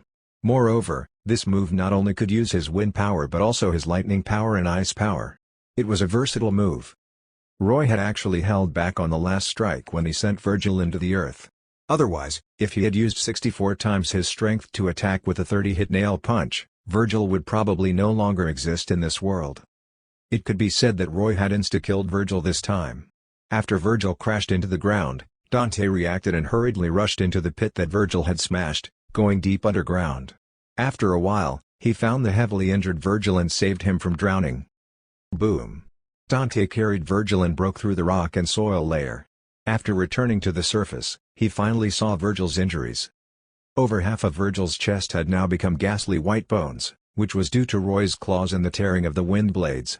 At this moment, apart from the heart still beating in his chest, most of his internal organs had disappeared, probably turned into fragments and vanishing in the bloody storm earlier. His tattered chest was open, and the surrounding muscle tissues were slowly growing again. Under the power of his demon bloodline, it was still possible to recover. As for how long it would take, it was hard to say. With such severe injuries, it was equivalent to Virgil completely withdrawing from the battle. Although Dante and Virgil had always been injuring each other, Virgil was still Dante's brother after all. When he saw Virgil's miserable state, Dante was furious. The battle between Nero and Sereth had already stopped. Taking advantage of this opportunity, Dante transformed back into his human form and walked toward Nero. He handed Virgil to Nero to get him to take care of him. However, Nero was unhappy. Virgil was the culprit who caused his disability. He was Dante's brother, but it had nothing to do with him. What did he mean by getting him to take care of Virgil? Nero did not want to help. He curled his lips and said, "Dante, why don't I do it? And you take care of this guy." "No, you can't beat him." Dante shook his head. "You'd better take care of Virgil. Don't let the aftershocks of the battle affect him." "I can't guarantee that," Nero said unhappily. "No. You have to ensure that he lives." Dante grabbed Nero's collar angrily. "Why?" Nero slapped Dante's hand away and raised his mechanical right arm. He shouted at Dante, "Even if he's your brother, don't forget what he did before. Osiris is right. Who caused the disaster in Red Grave City? Your brother. Because of him, countless people died in this disaster. We were still discussing how to kill him earlier, but now you want me to ensure that he doesn't die? Is your brain muddled?" "But he's your father," Dante suddenly said. "Do you want to see your father die here?" What? Nero was dumbfounded. "I've had my suspicions since the first time I met you." Dante sighed. "Don't tell me that you think just anyone can use Yamato and resonate with its power?" How is this possible?" Nero looked at Virgil, who was lying on the ground, at a loss, and his face contorted uncontrollably. Dante stretched out his hand and summoned Demon Sword Dante again. Then he transformed into his Sin Devil form and turned around. Without looking back, he said to Nero, "I will make him redeem his mistakes, but Nero, he can't die in your hands." With that, Dante stomped on the ground and rushed toward Roy in the distance, leaving Nero facing Virgil and at a loss for what to do. Clang! Demon Sword Dante slashed at Frostmourne, which instantly appeared in Roy's hand. The enormous shock wave produced by the collision of the two swords swept all around. Seeing the shock wave coming, Nero could no longer worry about his confusion. He quickly blocked in front of Virgil and helped him withstand the shock wave. Dante was crazy at this moment. He did not defend at all and used storm-like attacks to fight Roy. Roy used Frostmourne to block left and right, seemingly struggling to deal with the attacks. Roy's swordsmanship was indeed not as good as Dante's. In fact, Roy had not studied any swordsmanship. When he fought with Frostmourne, he relied on his strength and speed to swing his sword. Dante seemed to have noticed this, and his attacks became more and more fierce. After hundreds of rounds, Dante finally caught Roy's flaw. He swung the demon sword in his hand horizontally and suddenly slashed at Roy's wrist. With a swish, Dante severed Roy's right hand, which was holding the sword. Frostmourne flew away along with his hand, and then it landed not far from Nero. Taking advantage of this opportunity, Dante charged and stabbed the demon sword into Roy's chest. The two of them were in the air, and the scene suddenly seemed to freeze. Dandy's demon face was panting heavily, while Roy looked down at the demon sword pierced into his chest. How was it so easy? Dante was in disbelief and a little confused. Roy suddenly smiled sinisterly at him, as though he had guessed his thoughts. Of course, it won't be that easy. With that, Roy's body once again turned into countless tiny clones. Even the severed hand holding Frostmourne was the same. These tiny clones gathered together again after retreating a distance and reformed into his main body. The wound that Dante had stabbed just now returned to its original state, and even his severed right hand was intact. Damn it! Dante cursed.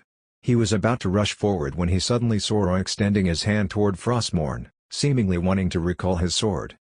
But at this moment, it was unknown what Nero was thinking. After seeing Roy's intentions, he rushed forward and grabbed Frostmourne tightly. Frostmourne struggled hard in Nero's hands, but Nero gritted his teeth and persisted, using his strength to stop Roy from summoning the demon sword. And it just so happened that Dante rushed forward again and entangled Roy. So after a few unsuccessful attempts, Roy gave up on recalling Frostmourne and continued fighting with Dante empty-handed. Nero immediately felt a little self-satisfied, feeling that he had helped. He took Frostmourne and returned to Virgil's side. However, when he turned around, he did not notice that the skeleton eyes on Frostmourne suddenly flashed with a red light before disappearing. Dandy's berserk attacks continued for a while. Although he was using the method of exchanging injuries with injuries to add some wounds to Roy's body, his own consumption was immense. After Roy punched his blade and forced him back, he stabilized himself in the air and stopped his charge temporarily as he floated and tried to catch his breath. Is this really good? Roy also stopped and suddenly said teasingly to Dante, I don't know what the use of your futile attacks is. If you want to continue, I can waste an entire day with you. But I have to remind you that your brother, Virgil, might really die. Huh? Huh? Dante did not react at first, but then he suddenly thought of something and said in surprise, not good. That sword just now. He turned around abruptly and saw that there was an abnormal flush on Nero's face. His eyes were bloodshot and beginning to become confused. He stood beside the unconscious Virgil, slowly raised Frostmourne in his hand, and pointed the tip of the sword at Virgil, who was lying on the ground.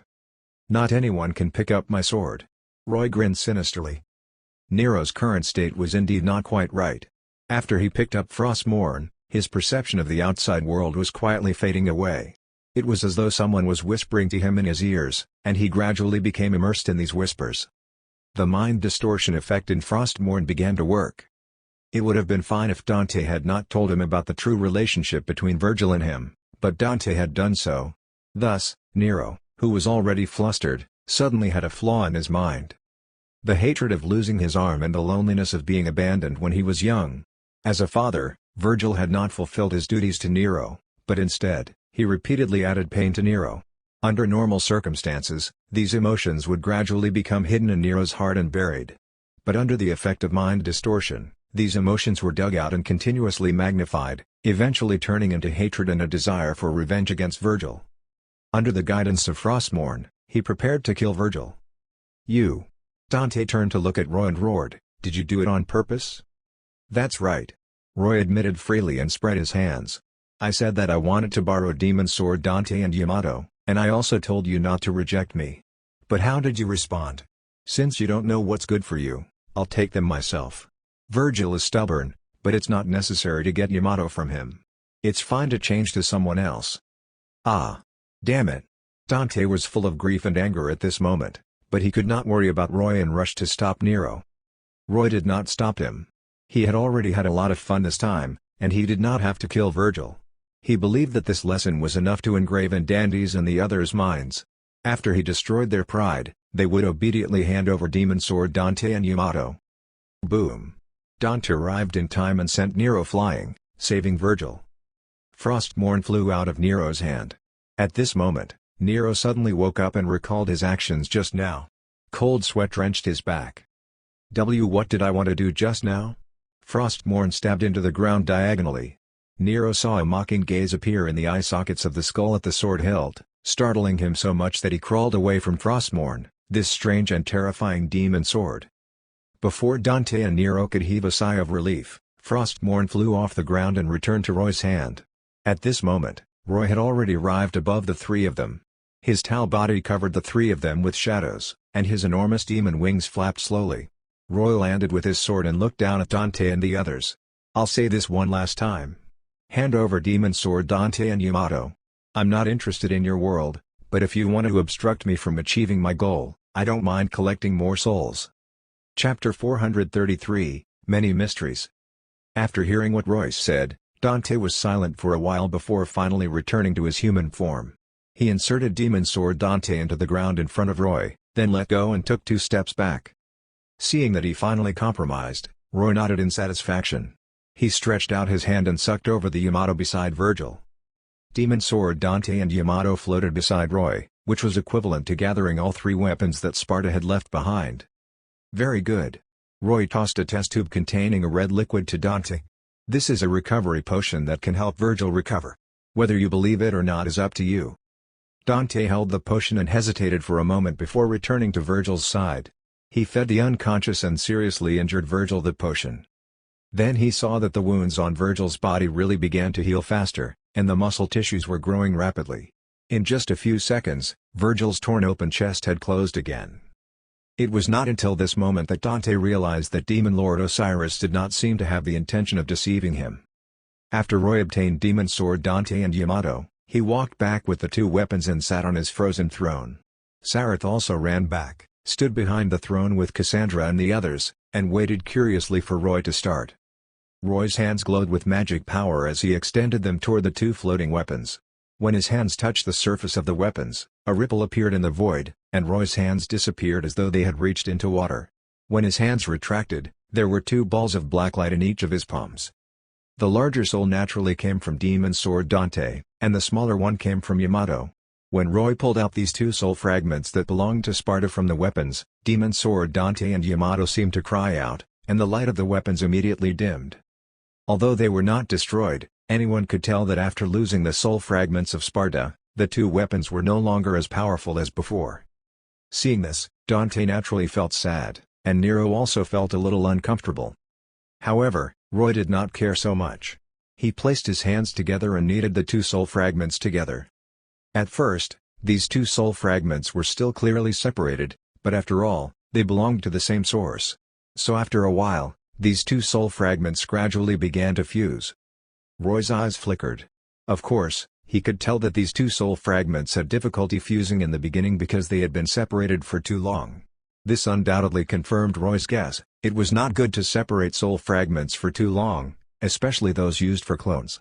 Once they developed self-awareness over time, it would probably be even more difficult to fuse them. After he waited quietly for a while, the 2 soul fragments finally fused together, turning into an even larger black ball of light.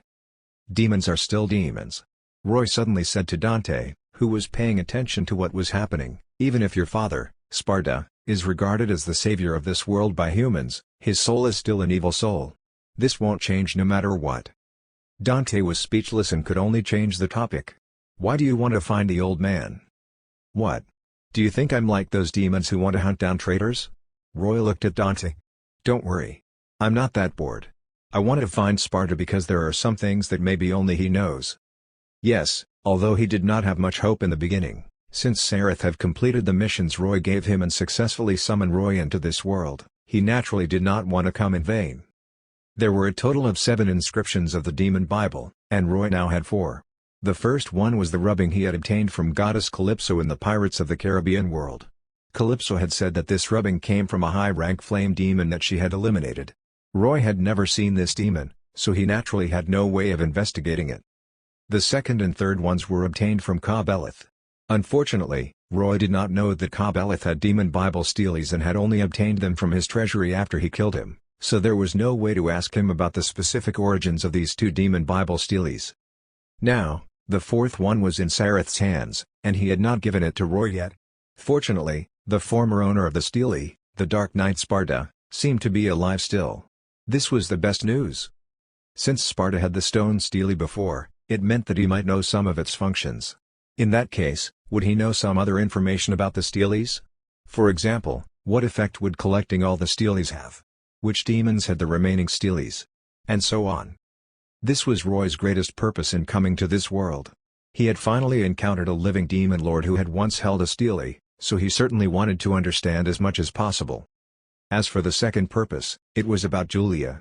Roy still remembered that Julia had mentioned to him that Samael had brought her back to a certain world and made her a fallen angel, and this certain world was very likely the Devil May Cry world.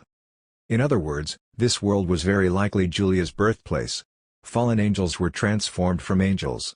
But the problem was that from the moment Roy descended into this world, he felt that this world seemed to be strange, and he did not sense any angelic aura in this world. And if there were no angels, it meant that there was no heaven in this world.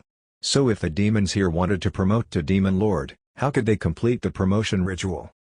It was impossible for them to become Demon Lords with the help of their father's bloodline like Dante and Virgil, right?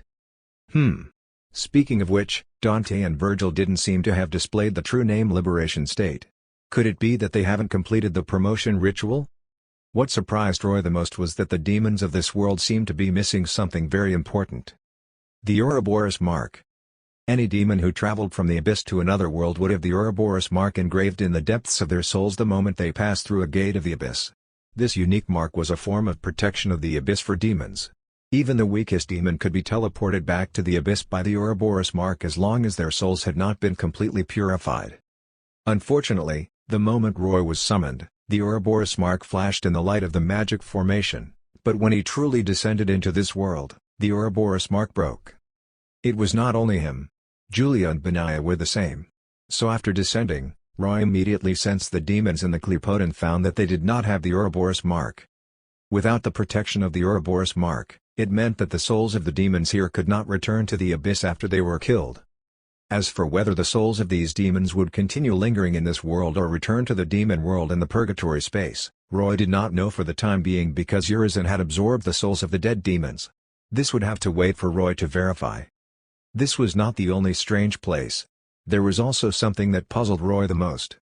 In Roy's impression, demon kings were very powerful. It was evident by Samael and Lilith, whom he had encountered in the Darksiders world.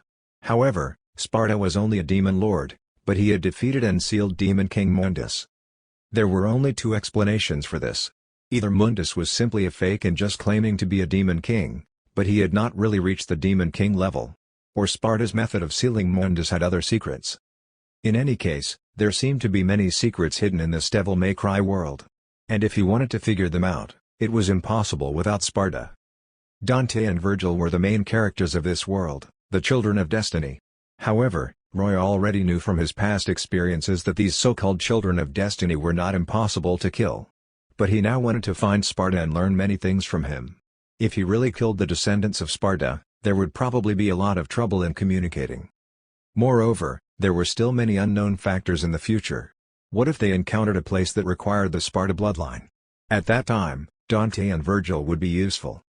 This was also why Roy had shown mercy and spared Virgil's life.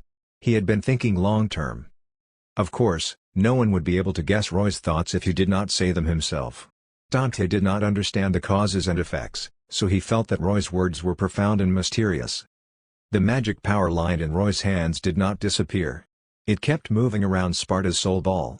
Soon, the black soul ball became even more dazzling. About half a minute later, an illusory light suddenly appeared above the soul ball. The figure in the light was actually a demon.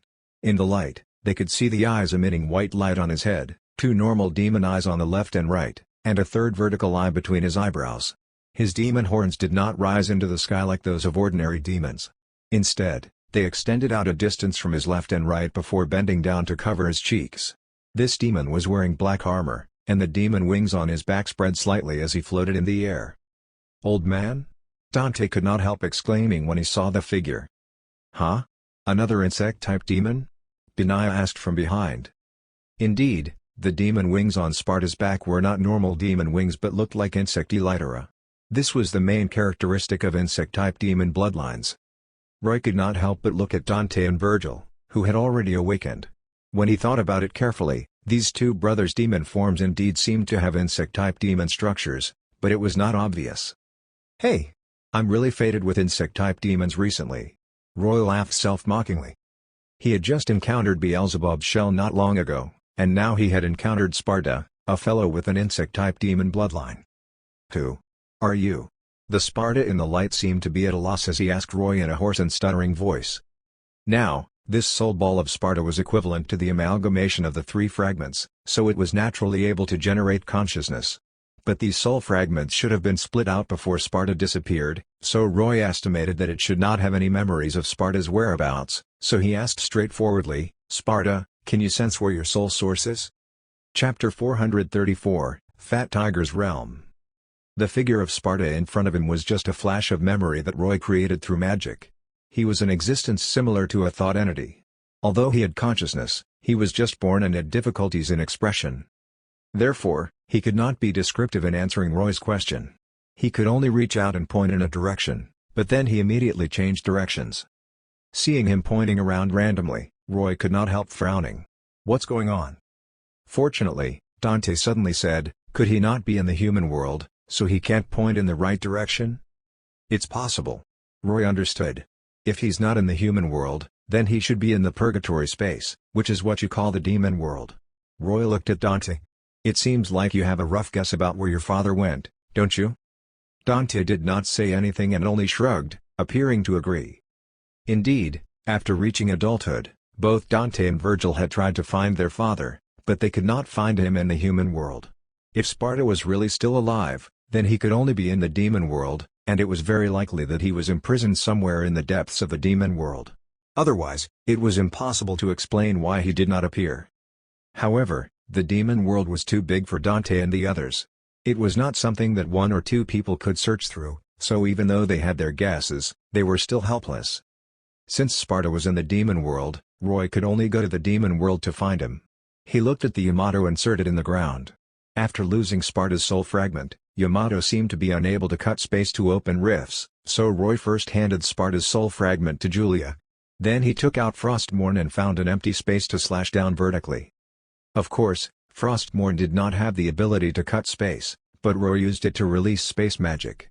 As the sword slashed down, a straight blue light appeared out of thin air. It was the spatial rift that had been cut open. Roy put away his sword and walked over. The light of magic power in his hands bloomed as he grabbed both sides of the rift and began to tear it to the left and right. Under his power, the spatial rift slowly opened wider. "Let's go." Roy turned around and said to Julia and the others before stepping into the passage. Julia, Benaya, Cassandra, and Sarah hurriedly followed, passed through the passage, and disappeared. Only Dante, Virgil, and Nero were left at the scene. The three of them looked at each other and hesitated about whether to follow. "Let's go." In the end, Virgil, who had woken up, made a decision. He was currently being supported by Nero, and he had one hand covering his chest as he said to Dante, "The demon left this passage and did not immediately close it because it's actually for us. This concerns the whereabouts of our father, so we have to go and see. If that demon harbors ill intentions, we can deal with it in time." Dante nodded. Virgil was right. He walked over, pulled out the demon's sword Dante on his back, and threw Yamato to Virgil. Virgil caught Yamato and sized up the katana before turning to look at Nero. "Sorry, Nero." When he was unconscious earlier, he did not actually lose consciousness completely. He had heard the argument between Dante and Nero intermittently. He did not remember anything else, but he had clearly heard Dante say that he was Nero's father. It was fine when he did not know before, but now that he knew, he did not know how to face Nero. After all, he had ripped off Nero's arm. Nero did not know how to respond to this apology. After a moment of silence, he held up Virgil's shoulder again. "I almost killed you earlier. Let's go. We'll settle the scores slowly in the future.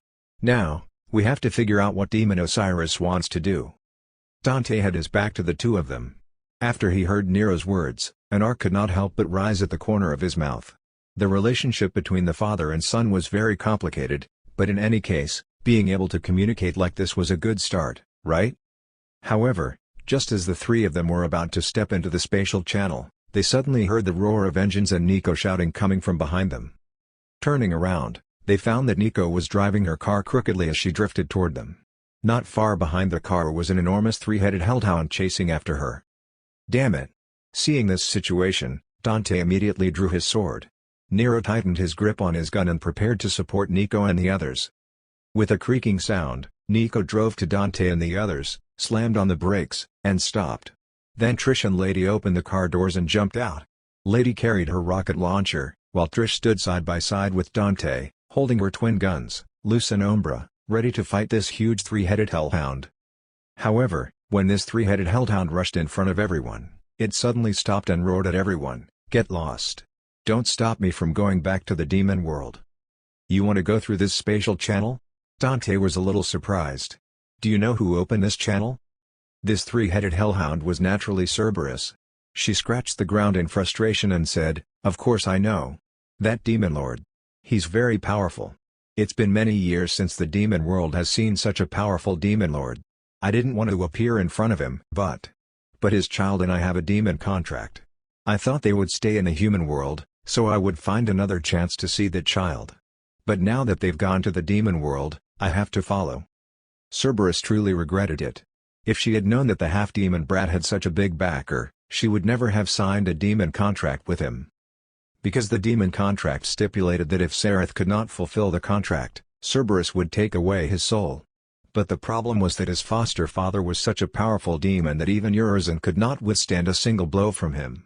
In this case, if Cerberus really took away his soul, what would his foster father's reaction be? Therefore, for Cerberus, she had to help Sareth complete the contract now. She could not let Sareth be executed for violating the contract. In other words, even if Sareth brought out a little puppy and placed it in front of her, she would have to admit that it was the brother fat tiger that Sareth had mentioned. At this time, it was no longer a matter of the dignity of a demon but a matter of her life. Earlier, when Roy appeared and fought with Urizen and then Dante and Virgil, Cerberus had only been watching from afar. But after seeing Roy open the spatial rift and bringing people into the demon world, she did not dare to delay any longer and could only catch up quickly. As for the car with Nico and the others, it could only be said to be a complete misunderstanding. Cerberus just happened to be going in the same direction as the men, was not really chasing after them. In order to prevent a conflict with Dante and the others, causing her to be unable to catch up, Cerberus could only patiently explain. After hearing the entire story, Dante and the others looked at one another and then silently made way. Cerberus was not polite at all as she ran past them and charged into the spatial channel. "Don't go." After Cerberus disappeared, Dante said to Nico and the others, "The demon world isn't suitable for human survival." "Okay. Although I'm very curious about what the demon world is like, I don't want to cause you any trouble." Nicole was reasonable and nodded. As for Lady and Trish, one was the descendant of the priestess and the other of a pure demon. Logically speaking, they could go to the demon world, but they knew that this trip to the demon world might be extremely dangerous. So after thinking about it, they decided not to go with them. Trish handed Luz and Umbra to Virgil to give him more assurance. Then she said to Dante, "Lady and I will wait for you to come back to the shop. But if you don't come back, then the shop will belong to us." "Ha! If you want my shop, then you'll have to wait." Dante laughed and walked toward the rift. Without looking back, he extended his hand and bowed to the two of them before disappearing into the rift with Nero and Virgil. After they entered, the spatial rift slowly closed. The wind howled, the filthy air was full of drifting ashes, the sky was dark and low, and the ground and mud exuded a foul stench. After more than 2 months, Sareth once again set foot on the land of the demon world, and the surrounding environment evoked his bad memories. "This place isn't much." Benaya placed a hand on her waist and said in disdain, "There are no volcanoes, and it lacks the lovely smell of sulfur. This is an alternate space opened up. How can it compare to the environment of the abyss?" Julia was also curiously sizing up her surroundings. After coming to this world, she actually had a familiar feeling. This place evoked her old memories, and she seemed to remember vaguely that she had become a fallen angel in a similar environment before being taken away by Samael. The spatial rift behind flashed, and Roy looked back. He initially thought that Dante and the others had followed in, but he did not expect that what appeared was an enormous three-headed hellhound. After rushing in, this enormous three-headed hellhound cautiously came in front of Roy. Then it sprawled on the ground on all 4 limbs and prostrated. "Your Excellency Demon Lord Osiris, high-rank demon Cerberus greets you." "Cerberus? Since you've inherited such a true demon name, it seems that your bloodline is very pure." Roy said with interest, "You were watching the battle from afar earlier. Why did you catch up with me now?" Cerberus did not dare to say anything and looked at Sareth pitifully. Sareth scratched his head awkwardly and said to Roy, "Foster father, it's like this." He told them about him signing a demon contract with Cerberus.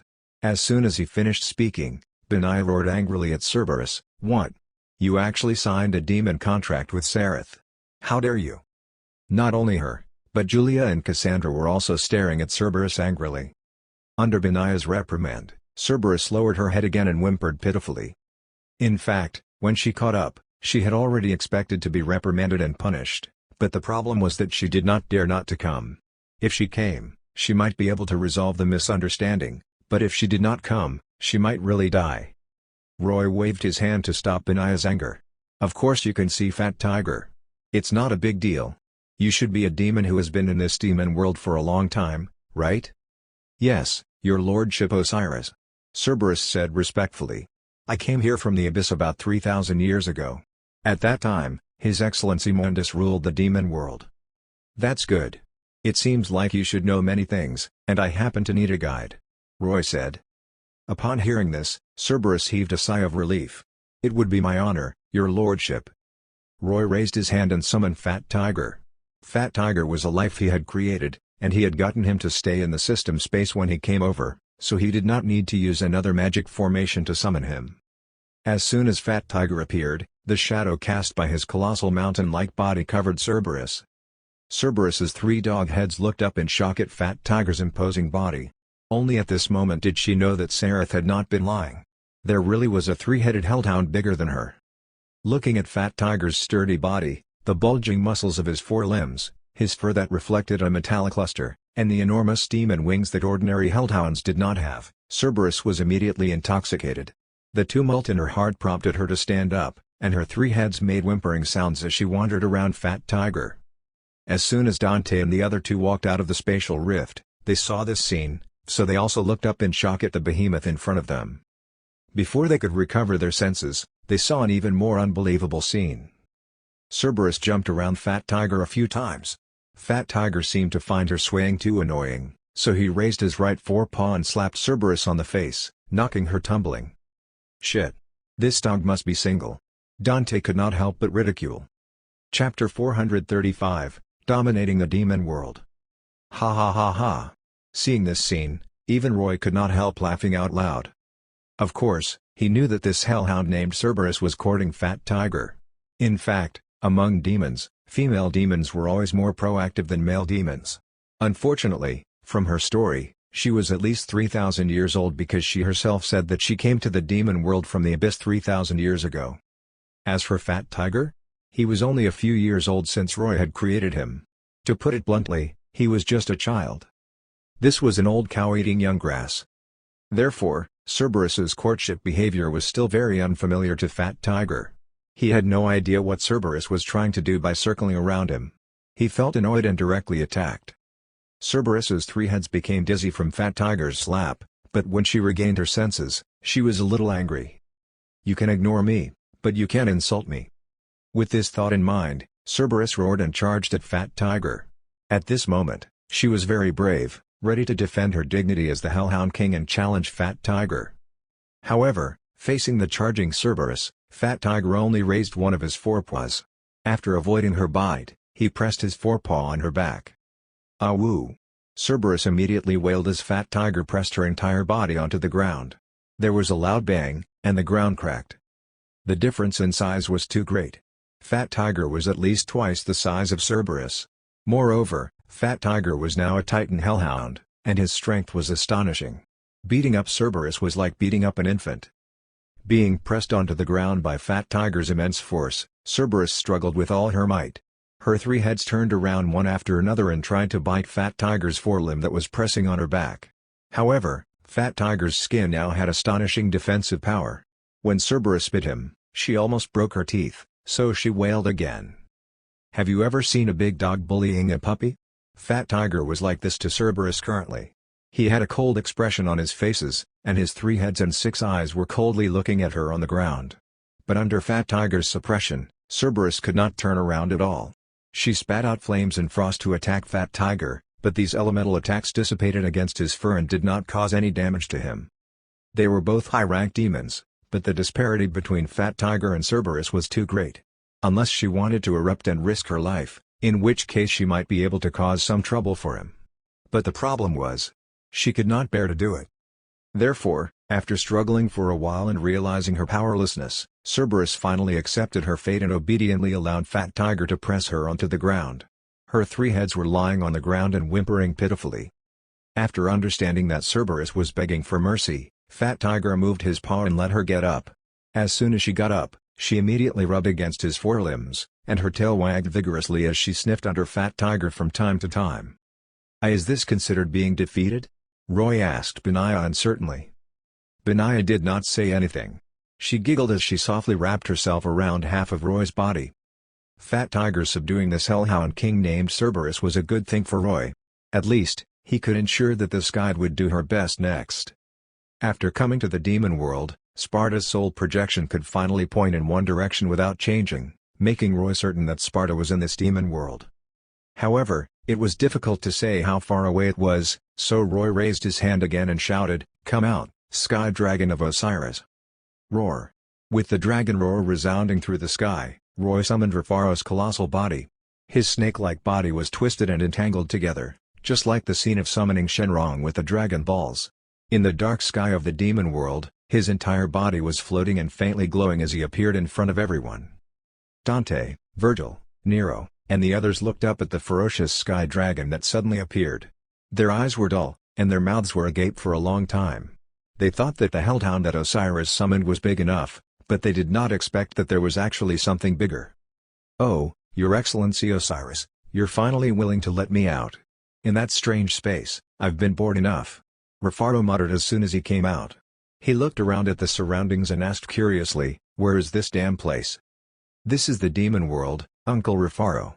Sareth flew up happily, climbed onto Rapharo's body, and then crawled along his back. "Wait. Sareth. Wait." Rapharo hurriedly shouted. "Damn it. Don't you have wings?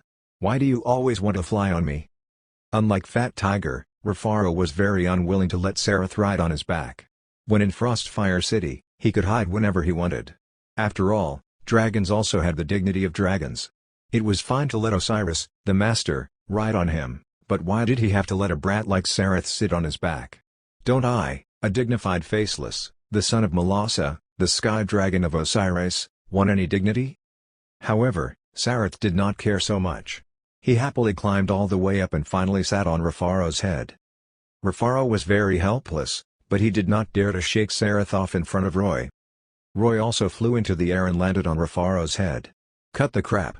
There are too many people this time, so you will carry them all." Okay, Rapharo mumbled. "Anyway, I knew that besides looking mighty, this big body has always hidden the attribute of transportation." Julia, Benaya, and Cassandra flew up as well. Fat Tiger spread his demon wings and prepared to land on top of Rapharo's head. Cerberus was unwilling to be left on the ground, so she ran, jumped up, bit Fat Tiger's hind leg, and then was brought up by Fat Tiger. "Hey, it's my first time riding a dragon." Dante rubbed his hands and was eager to try. He climbed up along Rapharo's tail. Nero and Virgil looked at each other and followed. They all knew that Osiris must have summoned this colossal dragon to carry the 3 of them, so there was no need to worry at this time. They would just do as he said. Rapharo's nose turned crooked in anger. It was fine if Roy told him to carry this brat Sareth, but why did this unknown hellhound and 3 humans come? "Let's go. Go in the direction I'm pointing, and we can test how high the sky of the demon world is on the way," Roy said. "Understood. Sit tight." Rapharo immediately became happy when he heard this. As soon as he finished speaking, he suddenly soared into the sky. The tremendous acceleration caused Dante and the other 2 to cry out in surprise. They were almost thrown off and hurriedly grabbed Rapharo's scales. In this demon world, there were countless demons scattered on the ground. Regardless of whether they were far or near, they all turned their heads to look up at the sky at this moment. Along with a loud dragon roar that spread throughout the demon world, the demons saw an ascending dragon appear in the dark sky. This ascending dragon exuded a faint light as it broke through the dark clouds high in the demon world and disappeared in the blink of an eye. As Rapharo soared higher, the ground of the demon world below became blurrier and blurrier. The dark clouds were so thick that they could not see the bottom, and scarlet lightning flashed from time to time in the clouds. Everyone felt as though they were in a thunderstorm, and their ears were constantly ringing. 10 kilometers, 20 kilometers. With Rapharo's speed, this vertical distance was almost fleeting. Finally, when he reached a height of 30 kilometers, He crashed into a tough spatial barrier and was blocked. 30,000 meters? Roy rubbed his chin. This demon world space is shockingly large. Yes, although the height of the sky was only 30,000 meters, it had to be known that the purgatory space where the demon world was wrapped around the Devil May Cry world. If the Devil May Cry world was a circle, then the demon world was an outer ring with a thickness of 30,000 meters around the circle. One could imagine how large the outer ring was. Such a large purgatory space is really rare. Julia said to Roy. You have to know that in the Darksider's world, the outpost established by His Majesty Samael was only in a spatial bubble. The purgatory space there is basically made up of separate spatial bubbles. Such a continuous and unified purgatory space bubble is extremely rare. I wonder what we would see if we broke through this spatial barrier, Binaya said. It's hard to say. Roy left Rufaro's back and flew up. He stretched out his hand to touch the spatial barrier and sense it. The thickness of this barrier is astonishing. I'm not even sure that I can use space magic to break this eggshell. Forget it. I'll slowly explore this purgatory space when I have the chance. Let's find Sparta first. Under Roy's command, Rufaro descended a little and arrived about 10,000 meters above the ground. This place was right below the dark clouds to avoid the scarlet lightning and thunderstorms in the clouds. Then Rufaro flew in the direction that Sparta's soul projection was pointing in. As passengers, Dante and the other two did not say much. Virgil was no stranger to the demon world. After all, he had lived here for a while. But this was the first time that Dante and Nero had seen the real scenery of the demon world, so they were observing the sights below. And with this observation, they discovered a strange phenomenon. As Rufaro flew forward, they could see a large number of demons gathering from all directions on the ground. Then these demons actually followed Rufaro. As they ran, some demons raised their heads and shouted excitedly at the sky, but no demons dared to fly close. What's going on? Nero asked in confusion. Chapter 436, White Demon? Hearing Nero's question, Binaya explained proudly, that's because these demons feel the aura of a demon sovereign. They are welcoming a new ruler. Dante was silent. Of course, he knew who the new ruler Binaya was referring to was. It was Demon Lord Osiris in front of him. Even a king of demons like Urizen had been killed. Apart from Osiris, who else in the demon world could be called a sovereign? The original ruler of the demon world, Mundus, had been sealed, so demon lords were the strongest demons that could be born in this demon world. Although Roy was flying high in the sky on Rufaro's back, the demons on the ground could feel his strength, so they naturally could not help but follow him. While running, some demons fell behind, but then more demons joined. Hundreds of thousands or even nearly a million demons ran wildly on the ground, and a massive black wave of demons gradually formed. Looking at the spectacle of the boisterous demons below, even Dante and the others broke out in a cold sweat. They could not imagine what kind of catastrophic consequences would happen if so many demons broke through the spatial barrier and went to the human world. Now, Dante and the others could only pray that Demon Osiris really had no interest in the human world here, as he had said. Otherwise, the trouble would be massive. They would probably need their father, Sparta, to fight against him. In fact, the reason why Dante and the others were following him was with this mindset. If Sparta was really still alive, then they could join forces with the old man to fight against Demon Osiris. Just as the three of them were letting their imaginations run wild, they suddenly heard Roy ask Cerberus, "Cerberus, do you know where in the demon world we're heading?" "Lord Osiris." Upon hearing Roy's question, Cerberus walked forward and crouched down in front of him.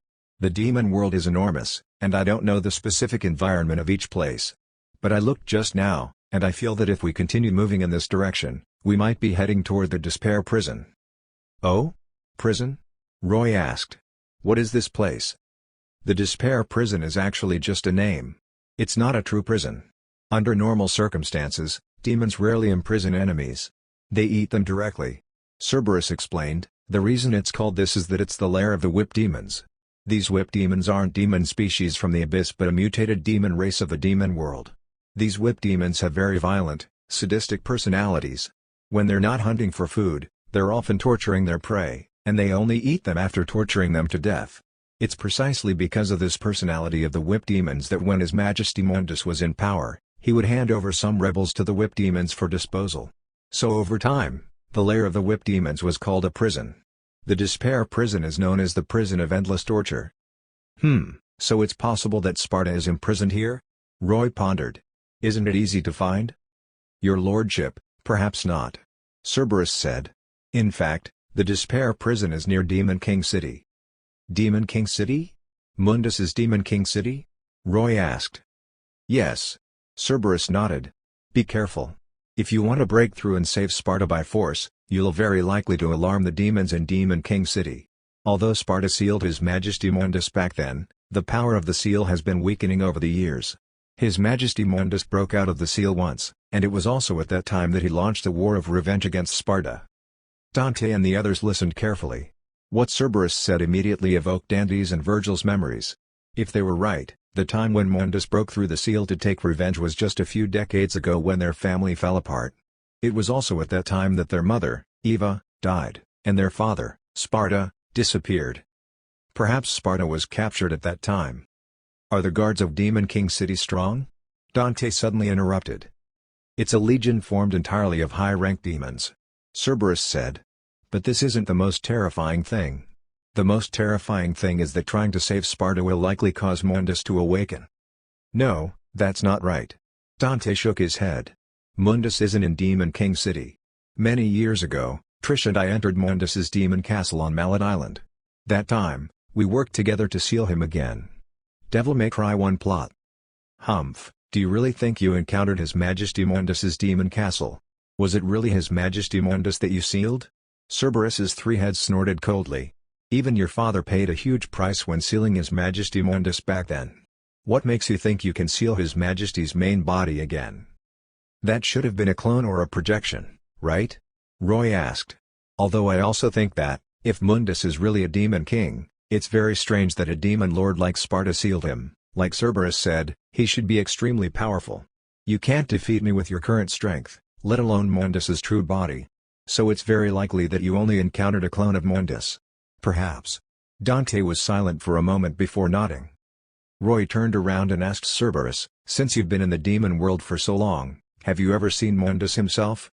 No. Cerberus shook her heads.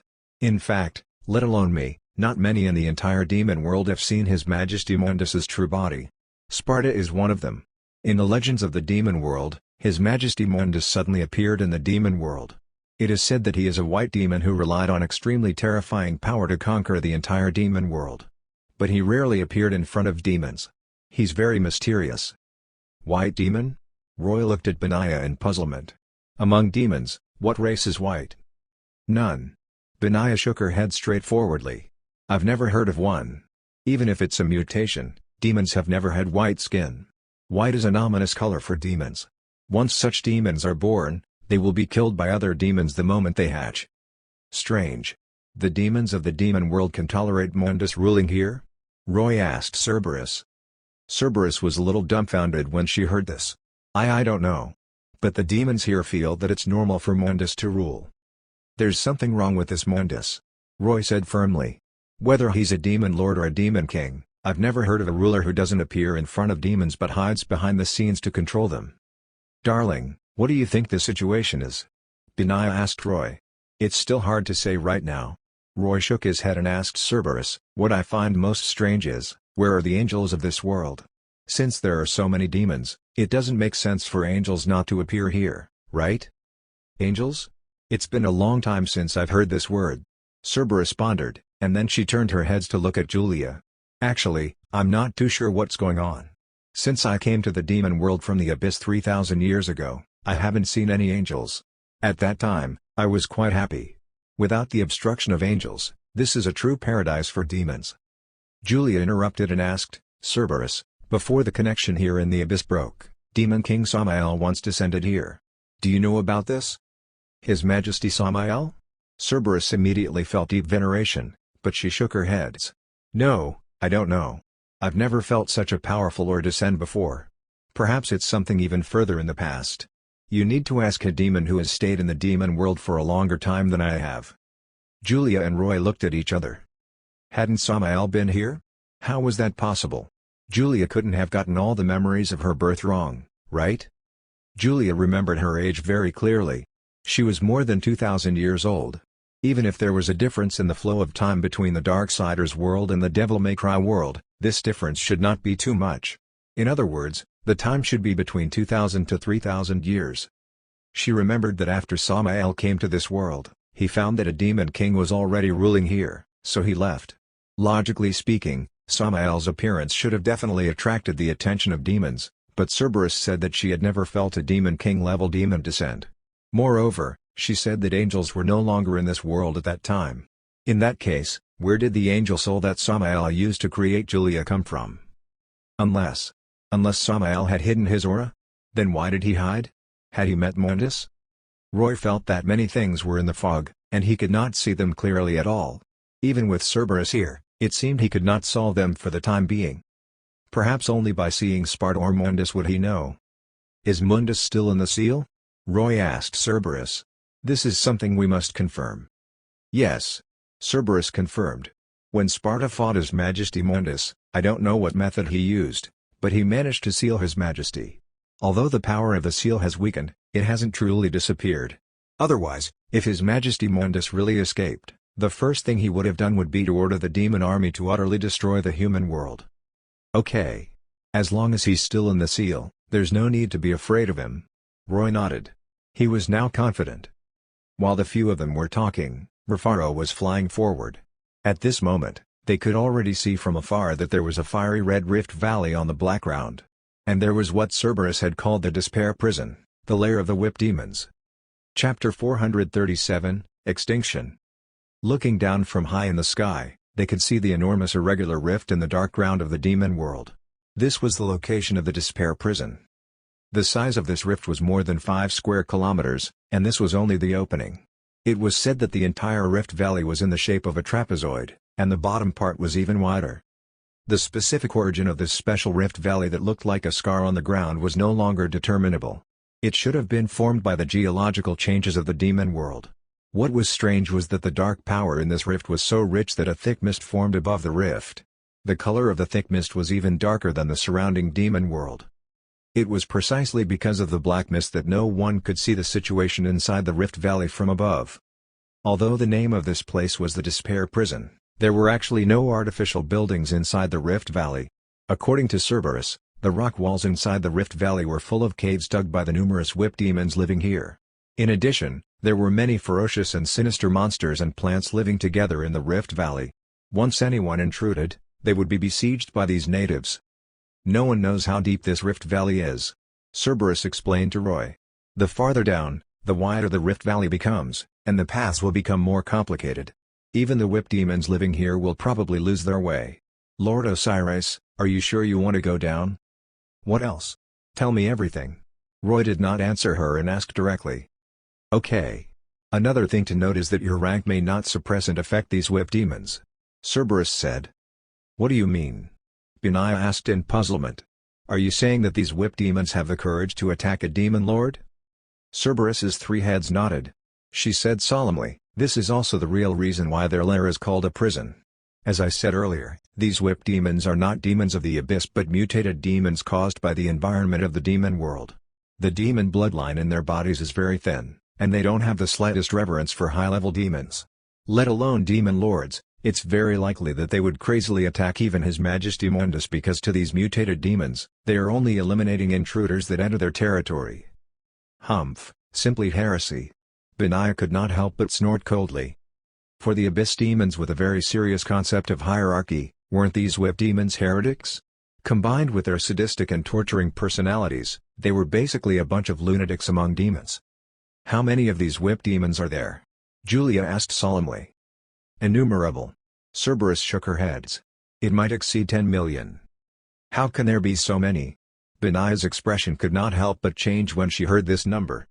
Cerberus stepped on her forelimbs uneasily. Maybe even more. You have to know that these whip demons aren't actually that strong. Most of them are merely low-rank demons, and a few strong individuals can reach the middle-rank demon level. But even with this strength, no demon has ever driven them away and occupied this rift valley. Because the reproduction ability of these whip demons is too astonishing. They are demons born from eggs, but they can lay more than 20 eggs at a time. Over the years, they have accumulated an astonishing number. Are there many species like whip demons in the demon world? Roy asked with a frown. There are indeed many.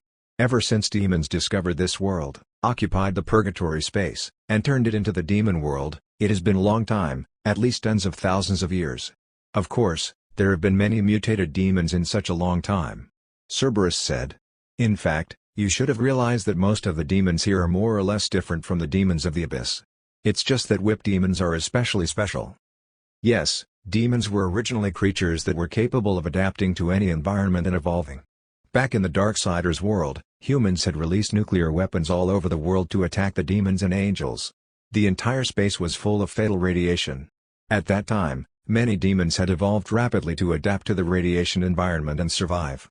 In the demon world here, it was naturally reasonable for a large number of mutations to occur. Only powerful high-rank elite demons like Cerberus could survive long enough to maintain the characteristics of abyss demons. Let's go. No matter how many there are, we'll kill any who dares to stop us. Roy spread his wings, left Rufaro's back, and descended from the sky. Behind him, Julia and Benaiah brought Cassandra and Sareth to go down with him. Fat Tiger brought Dandy's group of 3 and Cerberus down. Since there were so many whip demons, it was definitely impossible to rely on Roy alone. The more combat power, the better. As they descended, they could see the Black Rift becoming larger and larger, covering an area of 5 square kilometers. Compared to it, Roy and the others were as inconspicuous as a sesame seed on a piece of flatbread. After passing through the thick layer of the dark element mist, their vision suddenly brightened. Roy flapped his wings and controlled the speed of his descent while looking around. Just as Cerberus had said, he could see dense black caves in the rock walls of the Rift Valley, as though the entire Rift Valley had been hollowed out. After Roy and others entered, pairs of dark green lights appeared in these caves one after another. Needless to say, they were the whip demons residing in the caves. With shrill, jackal-like roars, the entire interior of the Rift Valley suddenly boiled, as though drops of water had dripped into a hot pan of oil. Thousands of whip demons flew out of their caves, and the overwhelming scene was simply shocking. It was not until this moment that everyone finally saw the appearance of these whip demons clearly. Although they were called demons, these whip demons actually looked more like monsters. They had a pair of strange demon wings with membranes, but their bodies were like giant mosquitoes. There were 2 rows of symmetrical eyes on their foreheads, and each row had 4. They were arranged from front to back, big to small. Their faces looked extremely strange. And their mouths were like sharp needles, as though their primary way to hunt prey was to suck blood. The reason why they were called whip demons was because of the 6 legs under their abdomen that looked like long whips with fleshy thorns. These long fleshy thorns carried a dim blackish-purple light on them, and it was obvious that they were poisonous. When hunting prey, they would use these whip-like legs to wrap tightly around the prey and rely on the poison on them to make the prey lose the ability to resist. Then the whip demons would not immediately eat the prey but bring them back to their nests and repeatedly torture them with the thorn whips until they finally died from fear and pain. Only then would they use their sharp mouths to slowly savor the blood and delicious souls of their prey. Roy and the others' intrusion alarmed these hordes of whip demons. The startled whip demons flew out of their caves and gathered together. The terrifying scene could cause anyone with aclophobia to have an attack. Perhaps it was because of the immense number of them. The food of these whip demons had always been deficient. They were always hungry, and once they found prey, they would rush forward to snatch it without care. Even though Roy had released his magic power pressure to the maximum, these whip demons still continued to surround them. Although they did not dare to rush forward to attack for the time being, anyone could sense their greed for food. This greed and hunger would eventually make them lose their minds. Attack. It seems like we can't go down without reducing their numbers, Roy said. After receiving Roy's order, Julia, Benaiah, and the others immediately attacked. When facing such hordes of living creatures, flames were extremely useful. Julia's destruction flames attacked one after another. These incomparably violent flames blew up a large area each time, and the whip demons that were blasted could not even leave ashes behind. Benaiah activated her charm magic and made the whip demons kill one another. Although the other whip demons would soon eliminate the charmed whip demons, once Benaiah turned in another direction, she would charm a new batch. Cassandra also took action, but she controlled undead. The whip demons that Benaiah charmed turned into corpses after their deaths and naturally became the best targets for Cassandra. Fat Tiger and Cerberus on his back continuously sprayed flames, frost, toxins, and lightning from every head, while Dante, Nero, Virgil, and Sareth used their guns to kill the ones that slipped past. Facing such immense numbers of enemies, no one dared to relax and could only cooperate with one another. Their killing efficiency was actually very high, But the number of whip demons did not decrease because more whip demons would join in when a portion of them died. At this moment, everyone was enveloped in a huge cage made of whip demons. Looking at it from the outside, it even felt airtight. Roy did not make a move for the time being. He knew very well that against these many whip demons, even though he was a demon lord, he might exhaust all his magic power in a continuous battle, so he had to think of a way to solve this once and for all. Moreover, Roy was very puzzled at this moment. Although Sparta's soul projection pointed down here, would Sparta's main body really be here? Even his group had to go through so much trouble, so how could Sparta stay here alone? Especially with the crazy personalities of these whip demons, even if Mundus really imprisoned Sparta here, how could Mundus guarantee that these whip demons would not tear him apart? Roy stretched out his hand and grabbed a whip demon who slipped past the others and charged at him.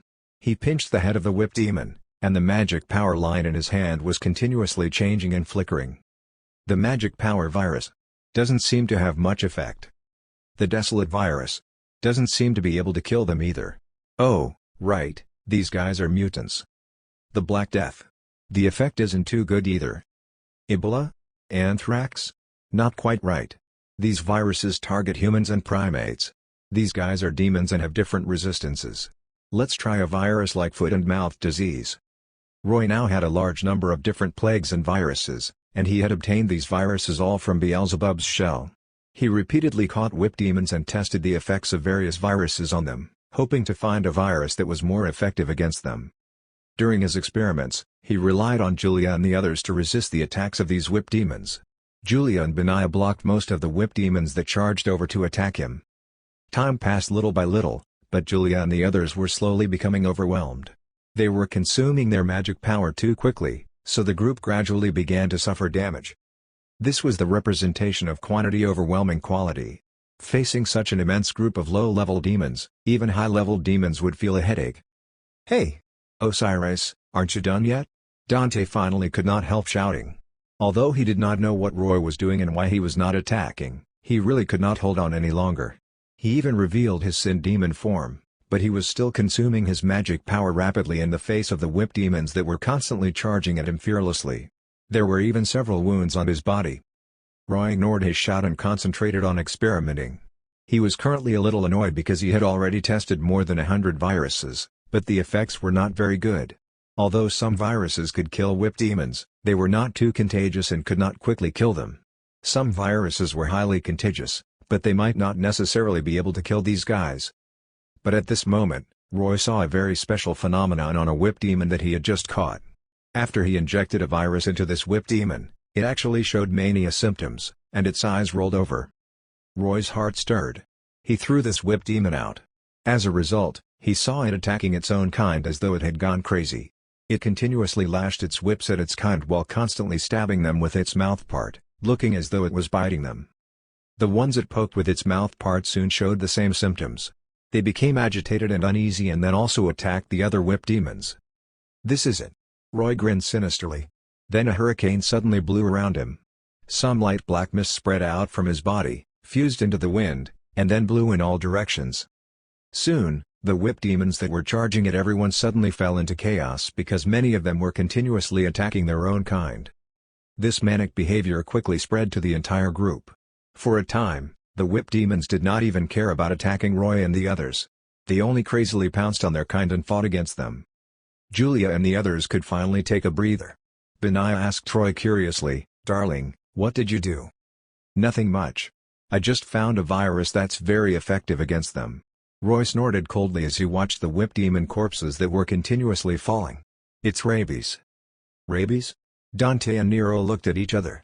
They did not expect this virus to have such an astounding effect on the whip demons. The whip demons were already crazy. When the rabies virus spread in their group, it seemed to have the effect of adding poison to poison. Their madness became uncontrollable, and they could not even distinguish between their kind any longer. As time passed, this crazy mutual biting did not show any signs of stopping at all, and it spread more and more fiercely. "Lord Osiris." Cerberus realized something and could not help but exclaim, Are you planning to exterminate these whip demons?" Chapter 438, The Forbidden One? Cerberus was right.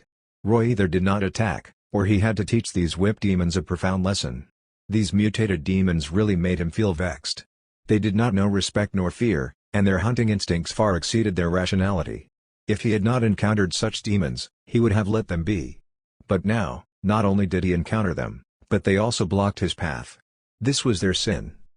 There were tens of millions of them, and it was impossible for Roy to use magic power to fight them from beginning to end, so his method should naturally be sharper. The plague viruses that Roy used now did not mean that he carried these viruses in his body but that he could use magic power to transform them. Since magic power transformed these viruses, it naturally consumed the least amount of magic power to transform a single virus. This was why he did not use a plague storm like the one he sealed in Sareth's scythe. A plague storm required too much magic power, and it was impossible to use it to eliminate tens of millions of demons. Since the rabies virus had an astounding effect on these whip demons, Roy would keep making this virus to spread. Although the rabies virus did not spread through the air, he could use wind magic to spread these rabies viruses forcibly. Now, the hurricane blowing in the Rift Valley was full of these viruses that scattered with the wind. When the viruses transformed from magic power came into contact with any wounds or bodily fluids on these whip demons, they would immediately be absorbed into them. They did not even need an incubation period before immediately flaring up in them. 1 spread to 10, 10 spread to 100. The whip demon lair welcomed a disaster. They could no longer care about attacking the intruders. When most of their kind fell into chaos, the rest would naturally be dragged into this chaotic vortex. In the entire canyon, it began to rain corpses. Whip demons bitten to death by their own kind fell into the abyss of the Rift Valley one after another. Every whip demon's corpse was incomplete, and some had even been split into dozens of pieces. The strong stench of the blood of these whip demons permeated throughout the entire canyon, forcing Dante and the others to cover their noses with their clothes. Amid this tragic epidemic disaster, Roy slowly descended with everyone. A high-speed rotating hurricane surrounded everyone. Not only did it send the fish that escaped the net flying, but it also separated everyone from the disaster scene outside, as though they were two different worlds. Although there were heavy casualties, the number of whip demons did not decrease noticeably because more and more whip demons kept rushing out from the depths of the Rift Valley and joined in on the killing of their own kind. Most of these new whip demons were already infected with the rabies virus because they had swallowed the corpses of their own kind before flying up. When Dante, Nero, and the others saw this scene, they were dumbfounded. Even though they knew that there were more than 10 million whip demons, they did not have any direct concept of this number before. Only after seeing it with their own eyes did they understand how terrifying this lair was. If they were to come alone, they would probably be unable to move an inch in this Rift Valley. And now, Demon Osiris's ability to create plagues and natural disasters was the key to ensuring that everyone could move forward in this whip demon lair. To be honest, if Sparta is really in this Rift Valley, I can't believe that he's still alive. Benaiah said. Not every demon lord has Osiris's ability. No matter how powerful Sparta is, it won't work. These whip demons are simply a nightmare. Benaiah was not the only one doubtful about this, but Roy was also. This number of whip demons simply made them an overlord-level existence in this Rift Valley, and no one would dare to provoke them easily. It's also possible that Sparta used his spatial ability to enter here. Like this, he can avoid the whip demons. Roy pondered. But generally speaking, if you want to go to a certain place through a spatial channel, the first thing you have to do is familiarize yourself with the place. At least, you should know the approximate spatial coordinates of the place. So unless Sparta has been to the bottom of this Rift Valley before, it's impossible to connect to here through a spatial channel. Cerberus nodded. That's indeed possible.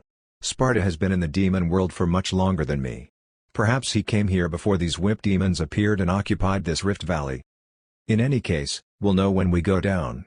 Benaiah concluded.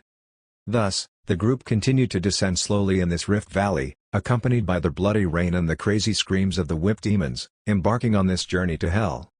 The space under the Rift Valley became bigger and bigger. This place gave people the feeling that it was like a flask.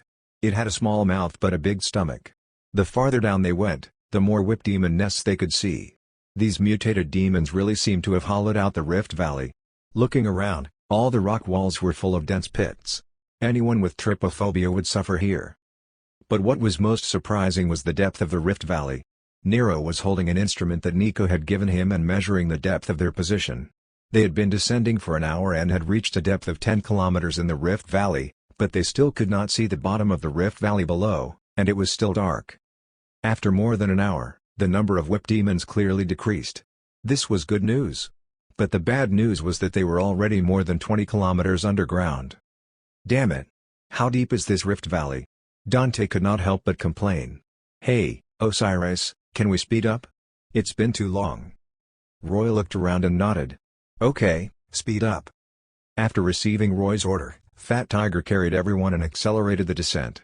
When they arrived more than 40 kilometers underground, the surrounding environment finally changed. A scarlet light appeared at the bottom of the rift valley, which should be the light emitted by the magma flowing deep underground. When they saw this light, their hearts shook, and they accelerated their descent again and rushed toward the light. Then they saw a gigantic magma lake. This magma lake was very wide, and they could not even see the end at a glance. But what was strange was that this magma lake was not the spout of an underground volcano but formed by the convergence of several magma rivers flowing out from the surrounding rock walls. Under the high temperature, the magma still maintained its energy, constantly bubbling and bursting. The corpses of whip demons kept falling from above. After falling into the magma lake, they made sizzling sounds and then quickly burned. While sinking into the magma, the corpses entirely turned into charcoal. Not only was this magma lake gigantic, but it was also likely very deep. So many whip demon corpses had fallen from above, but they had not filled the lake. It was conceivable how deep the lake was. With the demise of the corpses, the souls of the whip demons gradually emerged. These souls floated above the magma lake, neither rising nor sinking. Instead, they slowly condensed. When Roy and the others arrived, they could already see several large soul clusters appearing. Huh? This is an unexpected surprise. Roy was stunned for a moment before immediately taking out a soul-attracting flag. Under the power of the soul-attracting flag, the souls above the magma lake floated like fireflies and converged into a stream of souls that flowed into the soul-attracting flag. At the same time, the number of souls Roy had in the system space was rapidly increasing. Cerberus looked at Roy with envy. During her descent, she had actually seen a small number of souls floating, but with Demon Lord Osiris here, she did not dare to have any ideas about these souls. Needless to say, the souls of these whip demons were all pitch-black demon souls. After collecting almost all of them, Roy found that he had more than 9 million souls. In other words, more than 9 million whip demons had died in the rabies storm. And whip demon corpses were still falling from above one after another. Although the density had decreased a lot, it was still continuing. Therefore, he did not put away the soul-attracting flag but handed it to one of Fat Tiger's heads and got him to stay here to continue collecting souls. Roy himself spread his wings and flew toward the magma lake. He held Sparta's soul in his hand and followed the direction that Sparta's soul projection was pointing. Seeing Roy leave, Dante could not help but mutter in a low voice to Virgil, "Could the old man be buried under the magma lake? We'll know later." Virgil did not want to say much, but he was actually very concerned deep down. In fact, Roy thought so at first. This magma lake was so huge. Since it appeared at the bottom of the Rift Valley, it might really be where Sparta was buried. However, when Roy flew a few kilometers following Sparta's soul projection, he saw a towering pillar in the magma lake. It was an enormous rock pillar that extended out of the lake. This rock pillar was around 5 meters above the magma lake, and the top was very neat and smooth, as though it had been cut by a sharp blade. On the top of the rock pillar, Roy saw a large pentagram magic formation. This magic formation emitted a faint light, and it was clearly in operation. But in the center of the pentagram was something that stunned Roy. It was the arm of a demon. What the hell? Roy flew over in bewilderment and doubt. He found that he was not mistaken. It was a black demon arm, and judging from the shape of the fingers and claws, it was a left arm. There was still black armor on this arm, and the wrist had strange chains of light tightly tied to it, but the other ends sank into the magic formation. Roy looked at this arm in astonishment and then down at Sparta's soul projection in his hand. He found that the soul projection was pointing at the demon arm. Is this Sparta's left arm? Roy was a little confused because he did not expect to find only one part of Sparta. Roy slowly landed, bent down, and wanted to pick up this arm. But as soon as he picked it up, he felt immense resistance. The ends of the chains of light that bound the arm to the magic formation suddenly tightened, and the light of the magic formation became much brighter. Is this a seal? Roy immediately understood. He looked at the chained arm and could not help but lampoon. What is this? Exodia the Forbidden One? Chapter 439, Your Father Exploded. When Roy found that Sparta's arm was bound in place by the magic formation and could not be taken away, he did not do anything rash and only squatted down to examine it carefully. After careful observation, he found something unexpected. The first strange thing was that Sparta's arm did not show any signs of being cut, but the cut was very neat and smooth. The second strange thing was that this arm had clearly separated from the main body, but it was fresh. Not only did it not show any signs of withering or dying, but when he placed his hand on it, he could even feel the blood flowing in the arm. But he did not know where the blood was flowing to when it passed through the cut. This situation seems to be severed by space? Roy looked at Sparta's arm with a weird expression and found it unbelievable. In other words, the severed arm is in a strange spatial balance and still has a connection to the other parts of the body. Although it's placed here, it's actually isolated with the spatial concept and not really severed, so the blood in the arm is still flowing? Who did it? Also, did they put Sparta's arm here just to seal him? Shaking his head, Roy placed his arm back into the magic formation and got Fat Tiger to come over through telepathy. After everyone came with Fat Tiger, Roy beckoned to Dante and Virgil. "Come and take a look. I found your father, Sparta, but the bad news is that your father seems to have exploded." "Dante? Virgil?" Hearing Roy's words, not only Dante's group but even Julia and Benaya were curious, so they gathered around and landed on the magic formation. Then they saw Sparta's arm. "What's going on? The old man only has one arm left? Who did it?" Dante and Virgil were furious. "Don't worry." Roy waved his hand and told everyone about his discovery. Only then did Dante and Virgil calm down, and then they squatted down to observe Sparta's arm carefully. Julia looked at it for a while and then said, "Someone used a special method to cut off Sparta's arm and seal it here. But it's only the left arm here.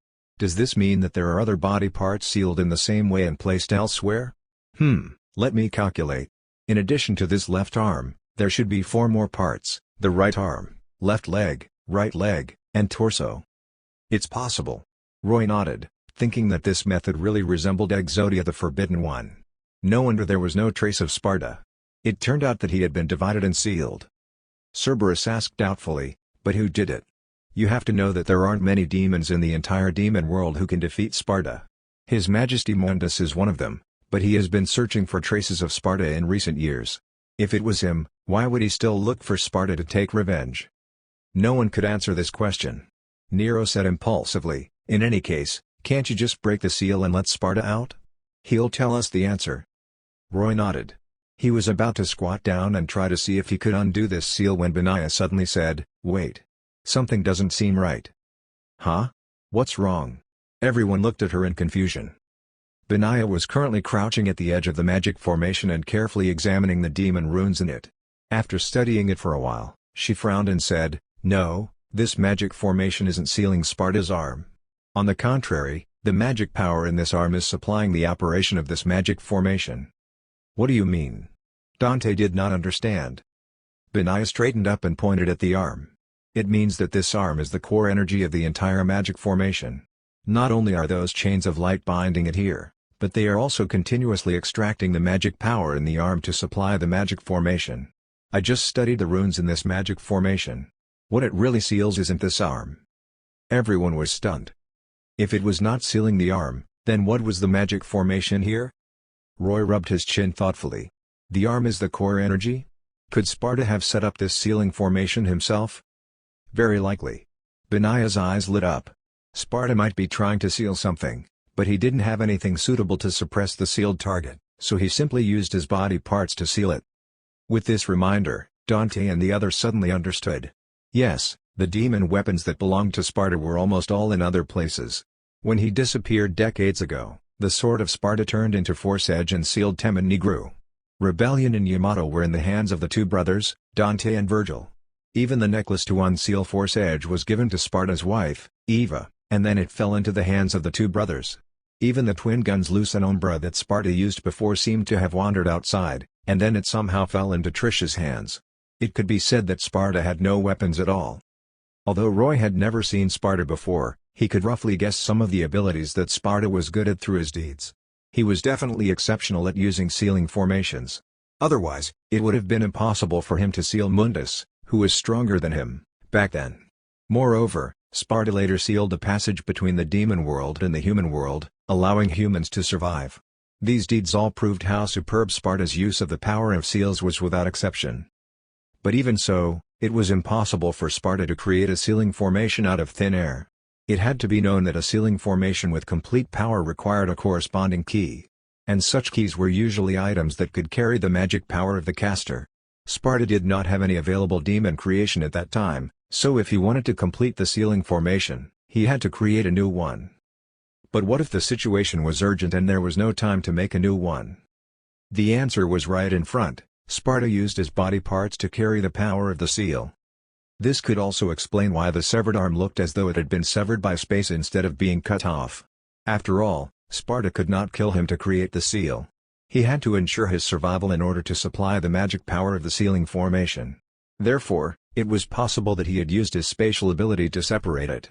And at the same time, this arm maintained the connection with his main body and could preserve it for a long time to supply magic power continuously.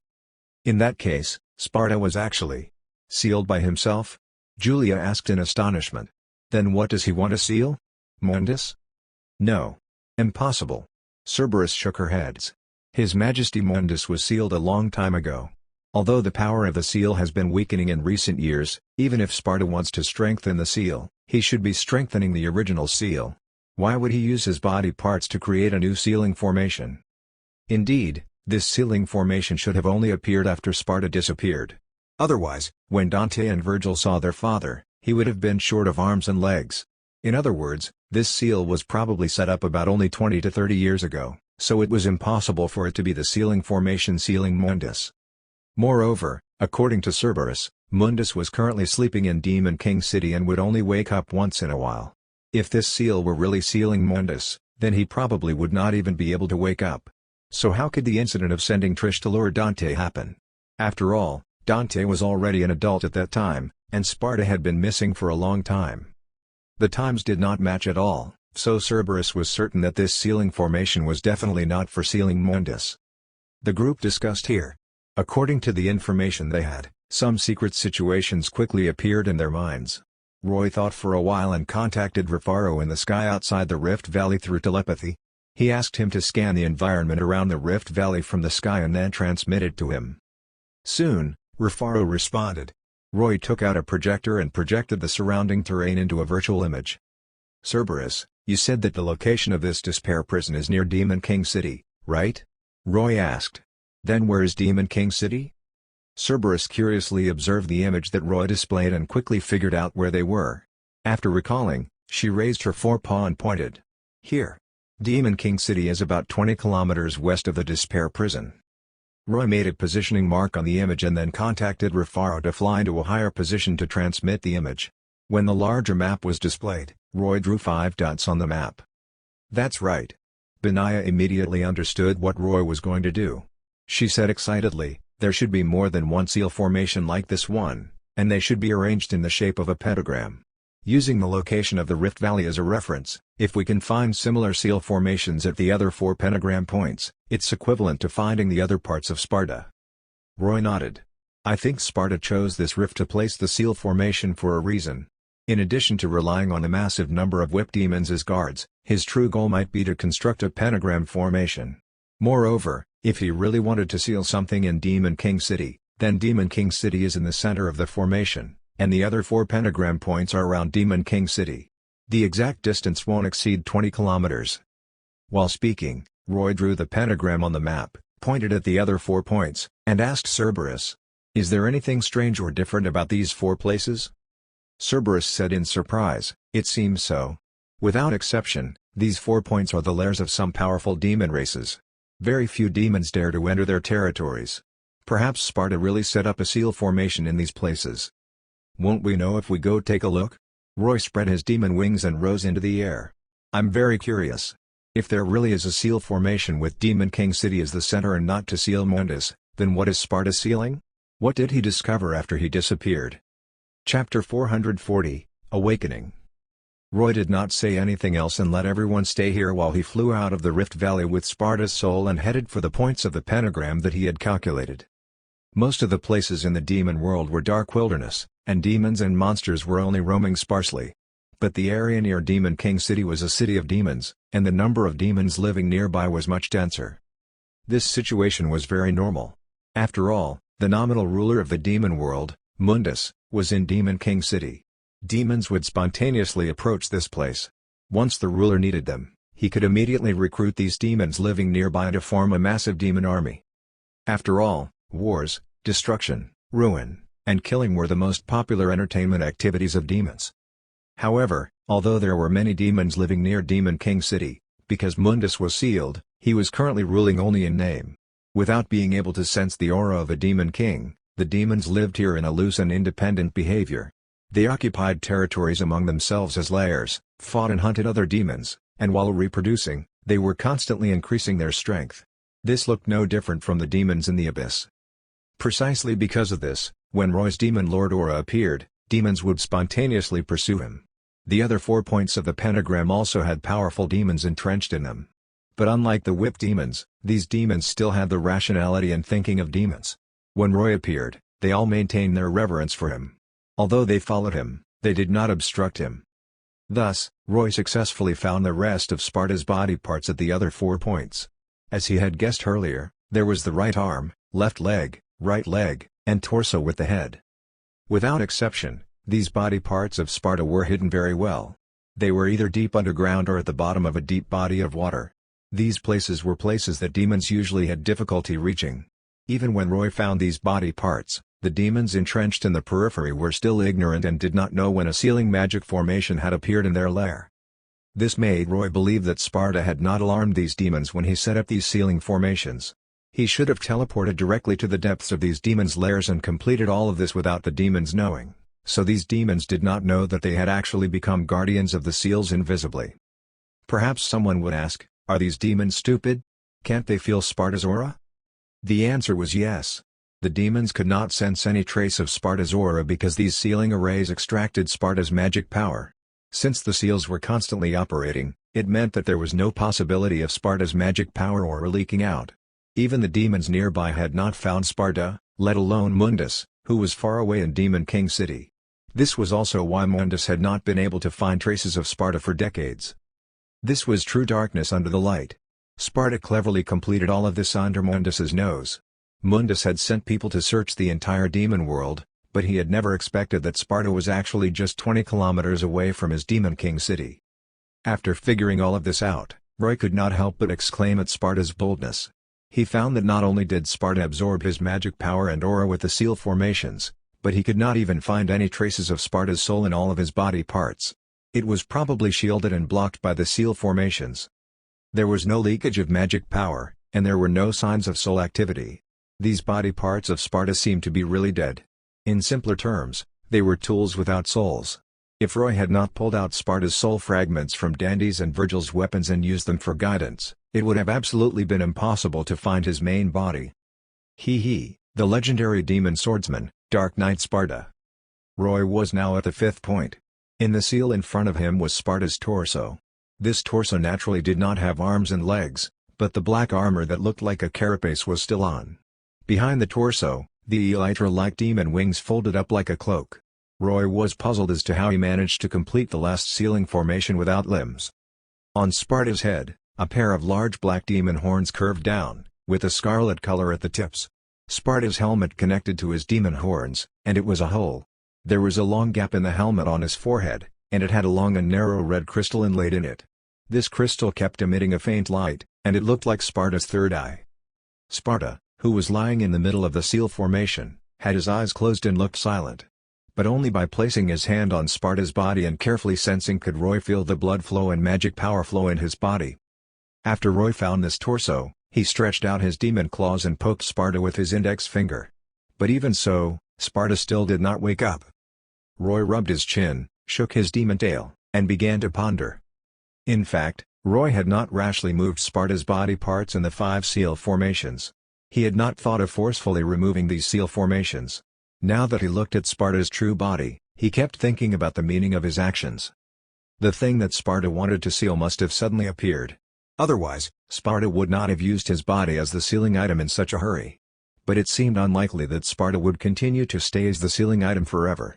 When he disappeared, it was not long after he rescued Dante and Virgil from their predicament. Of course, he should know that his 2 sons were still in the human world. Wasn't he worried about how his 2 sons were doing? Demons actually cared a lot about their descendants, And the stronger the demon, the more it was so. Even Julia and Benaiah wanted to have a child with Roy, let alone a demon full of human nature like Sparta. Roy was certain that Sparta must have had a backup plan when he sealed himself. Generally speaking, when self-sealing, only you could unseal yourself. And if you wanted to unseal yourself, you had to wake up first. So while he might have been in a hurry at the time, he had probably left a way to escape. And this method was very likely his soul fragments sealed in the several weapons. However, Sparta might have imagined that when his two sons, Dante and Virgil, came to find him, they would use the soul fragments in their weapons to help him wake up, then he would unseal himself. But he would never have thought that Roy, a demon who suddenly interfered, would gather his soul fragments from Dante and Virgil first. With this thought, Roy took out Sparta's soul fragment. He only took a glance at it before holding it and pressing it down on Sparta's torso. The Sparta projection in this soul fragment struggled unwillingly, as though it did not want to return to its main body and fuse with it. But Roy had already expected this. Under his forceful suppression, this soul fragment finally fused into Sparta's body. After a faint light flashed twice, it fell silent again. However, after the soul fragment entered, Sparta still had no reaction. Roy frowned and then thought of a possibility, so through the spiritual connection, he asked Fat Tiger to bring everyone to him. After waiting for a while, Fat Tiger brought everyone to him. Before they could be surprised about seeing Sparta's torso, Roy opened his hands and grabbed Dante and Virgil through the air. "Hey!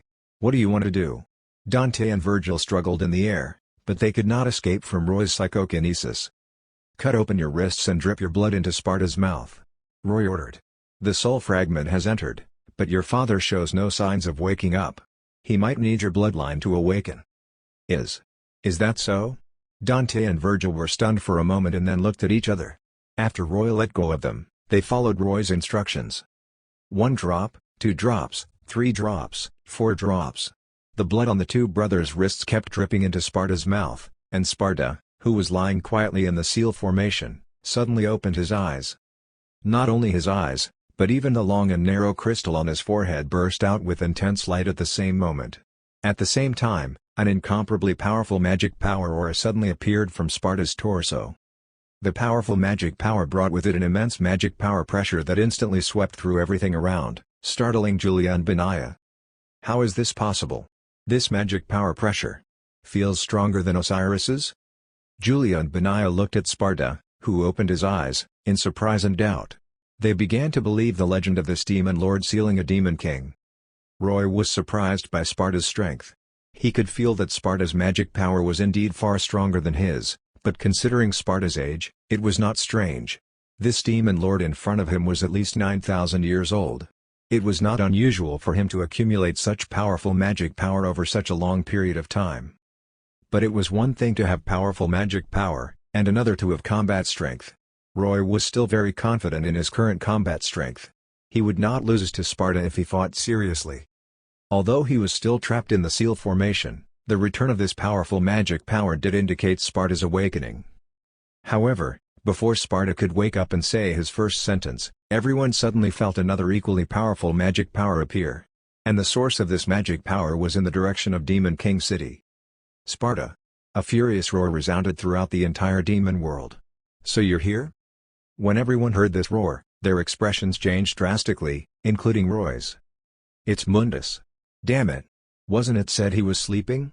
Chapter 441, Participant. The moment Mundus's magic power appeared, it seemed as though all the demons in the entire demon world had stopped talking. The world was dead silent, and only Mundus's roar resounded. Hundreds of millions of demons, except for a few, were lying on the ground trembling. This was because they felt the immense anger of the ruler of the demon world. Of course, Mundus had reason to be angry. Putting aside Sparta's betrayal of him, in the past few years, he had sent people to search the human world and the demon world for traces of Sparta. But unexpectedly, Sparta was 20 kilometers away from his Demon King city. This situation of hiding so close made Mundus feel that Sparta had fooled him again. But in fact, for Sparta, if possible, he did not want to wake up at this time.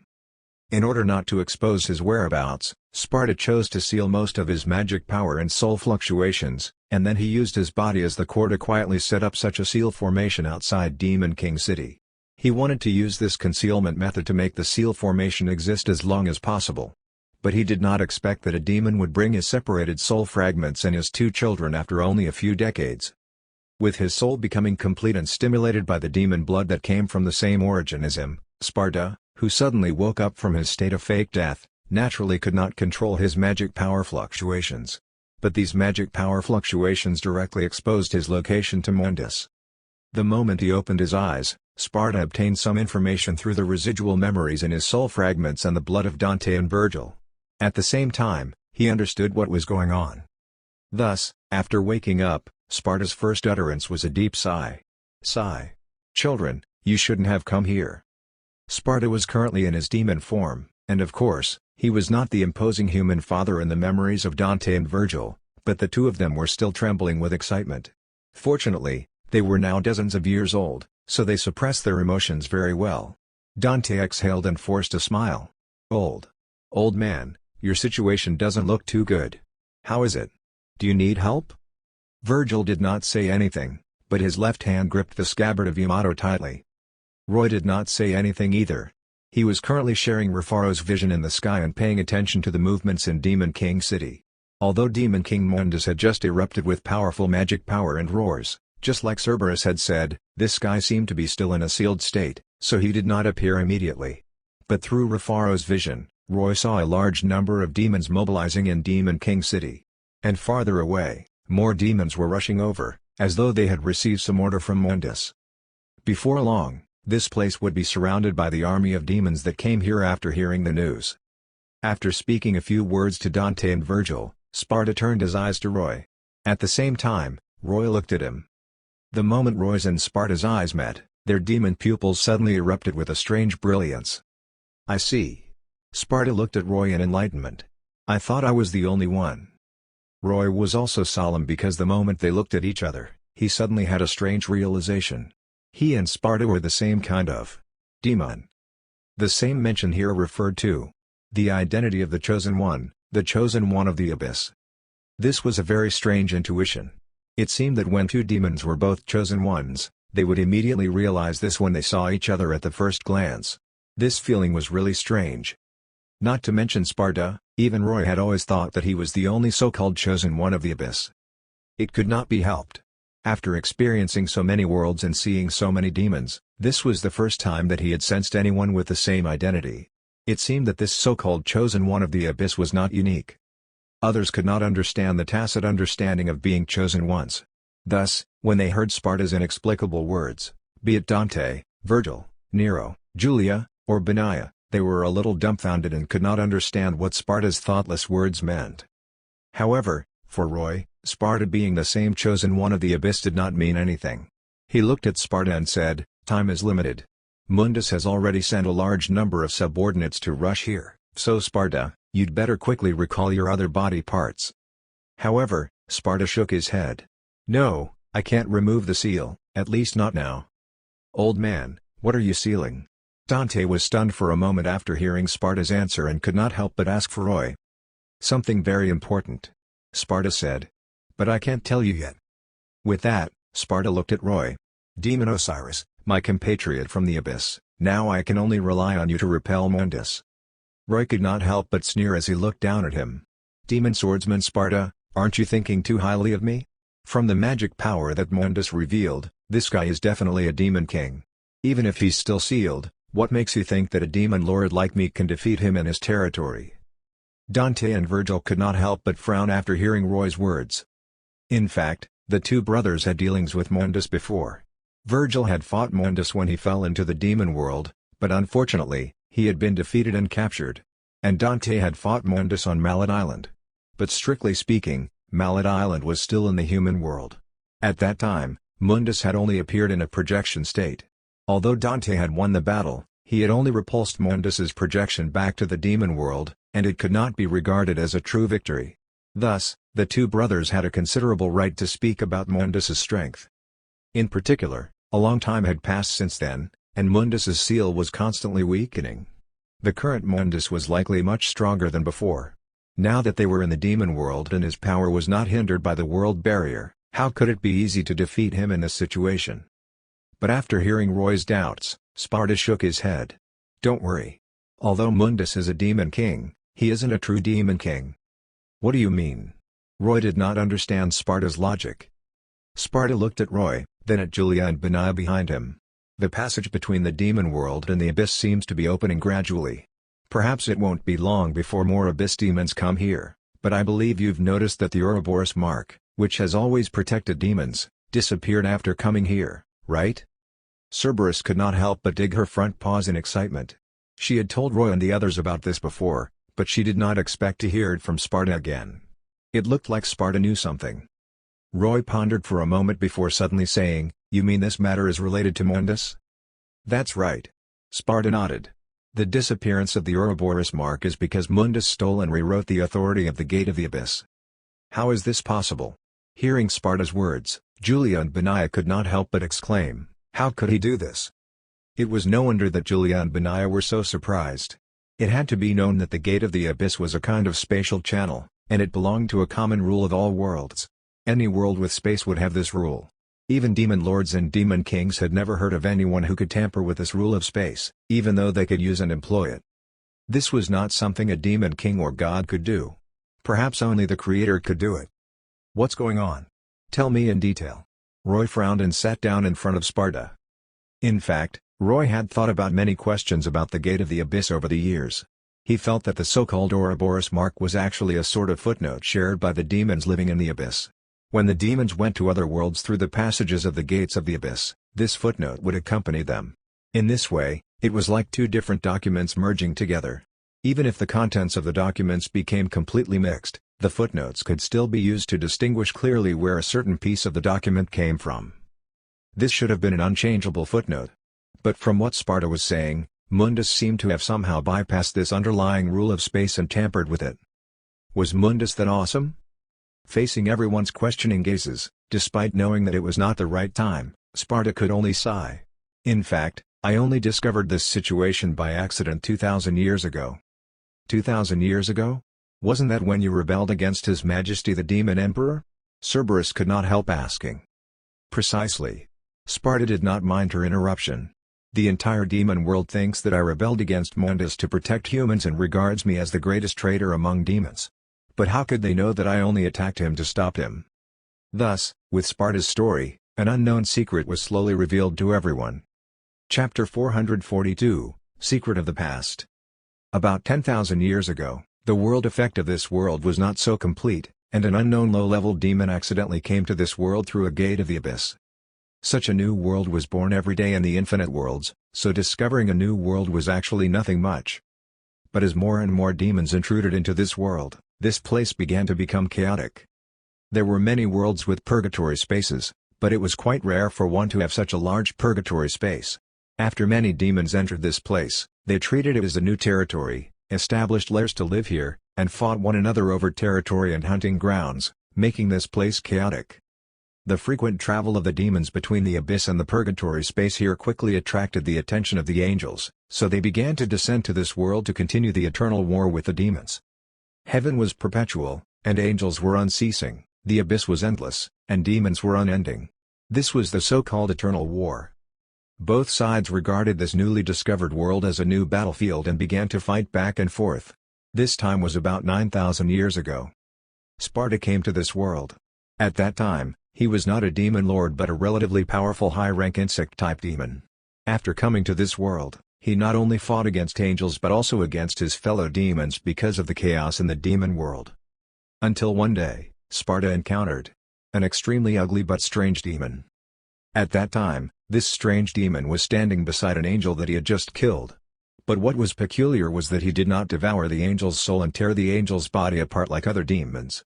Instead, this demon guarded the angel's corpse and rubbed and licked it intoxicatedly. Angels with pure bloodlines would turn into light and disappear after death, but artificial angels would leave behind flesh and blood bodies. This angel in front of him was an artificial angel. Sparta felt that this was very weird at that time, so he hid to the side and watched. Not long later, he found that this strange and ugly demon actually tore off the angel's wings, placed these two white wings on his back, and then began to skin the angel. He seemed to want to wear the angel's skin on himself. Sparta was extremely puzzled. He could not understand the demon's actions, so he could not help but stand out and ask. But unexpectedly, This demon seemed to have flown into a rage out of humiliation and attacked Sparta. After fighting, Sparta realized that this strange demon was actually very powerful and already at the demon lord level. Sparta was not this demon's opponent at all and was defeated. But after defeating him, this demon did not kill him but let him go. But the condition was that Sparta had to obey him. Submitting to the strong was normal for demons, so Sparta did not think too much about it at that time and followed behind this demon. Needless to say, this strange demon was naturally Mundus.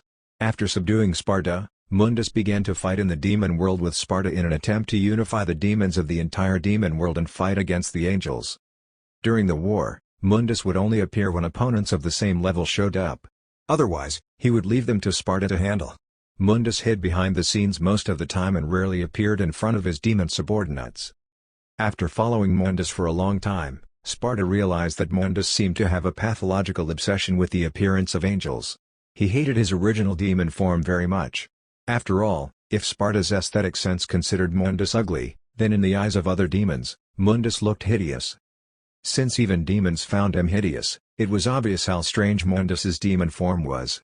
It could be said that Mundus was a bizarre species among demons at that time. So Sparta could understand Mundus's mentality of wanting to hide his appearance. Although he felt that it was weird for this guy to want to turn himself into an angel, who let Mundus be so strong. For demons, strength could cover all ugliness. As long as the boss was strong enough, Sparta did not care about any special hobbies. During those years, although the humans of this world had already been born, they were still living in a state of eating raw meat and drinking blood, and demons did not take them seriously at all. For demons, human souls at that time were no different from animal spirits and could only be used as supplementary food. The main opponents of demons in this world were still angels. During the thousands of years of continuous battles, Sparta became stronger and stronger. He eventually surpassed the limitations of high-ranked demons, completed the promotion ritual, and became a demon lord. In contrast, Mundus progressed slowly. Although he was also becoming more powerful, as time passed, the gap between them was shrinking. With Sparta's help, Mundus defeated the other demon lords of the demon world and unified the entire demon world. But because Mundus had been hiding behind the scenes most of the time, the reputation of the demon swordsman Sparta gradually began to surpass that of Mundus. Sparta did not feel that anything was wrong. He still regarded himself as Mundus's subordinate and fought for him, but Mundus became increasingly anxious. Because Mundus's path to becoming a demon king was exceptionally rough. All demon lords wanted to become demon kings, but the difficulty of demon lords promoting to demon kings was hundreds of times more difficult than high-ranked demons promoting to demon lords. After thousands of years, Mundus had unified the demon world, but he still had very little hope of becoming a demon king. Then one day, Mundus suddenly disappeared. No one knew where he went. About 10 years later, Mundus returned. The time he disappeared for was not too long for demons, so Sparta and his other subordinates did not find it strange. At that time, the war between the demons and angels was still ongoing, and Mundus's demon army was still operating according to inertia, without any accidents. However, from the day Mundus returned, he gradually became stronger and stronger. As time passed, Mundus's magic power experienced a tremendous leap, far exceeding that of demon lords like Sparta and the others, and his soul also began to change qualitatively. Demon lords were known as demigods, and their greatest symbol was that their bodies were immortal. As for demon kings, they would go one step further and become immortal souls, becoming truly immortal and indestructible. Mundus was transforming into this form at that time. It could be said that once Mundus obtained the power of authority, he would become a true demon king and as powerful as a god. This was also why many demon kings were called demon gods. The powerful strength that Mundus occasionally displayed made the demons of the demon world rejoice, including Sparta. They hoped that Mundus could become a true demon king and lead them to attack heaven. The development of the situation was not unexpected for the demons. The angels were retreating in defeat, the eternal war in this world was about to end, and the demons would win the final victory. But at this moment, Sparta discovered something abnormal. As Mundus's right-hand man, Sparta had always been a top-tier general, the kind that led the most troops. In the past, Sparta often saw some familiar faces among his army. The so-called familiar faces referred to the fact that even if these demon subordinates died in battle, it would not be long before they returned from the abyss and continued to join the war. As long as the angels did not purify and eliminate their souls, these demons would definitely return. But gradually, Sparta found that these familiar faces were becoming fewer and fewer. At first, Sparta did not think too much about it, assuming that the familiar faces had been completely killed by the angels and could not return. But as time passed, he realized that something was amiss. There were too many familiar faces that had disappeared. With doubts in his heart, Sparta naturally had to investigate what was going on. As the investigation unfolded, he discovered an astonishing situation: the Ouroboros marks among the demons were gradually disappearing. An Ouroboros mark was engraved in their souls the moment they passed through a gate of the abyss. For millions of years, demons had already become accustomed to this, and it was instinctive, so demons would never deliberately examine the Ouroboros mark in the depths of their souls. As a result, the demons did not notice that the Ouroboros mark in the depths of their souls had disappeared. It was the same for Sparta. If he had not deliberately investigated, he would not have realized that this was happening.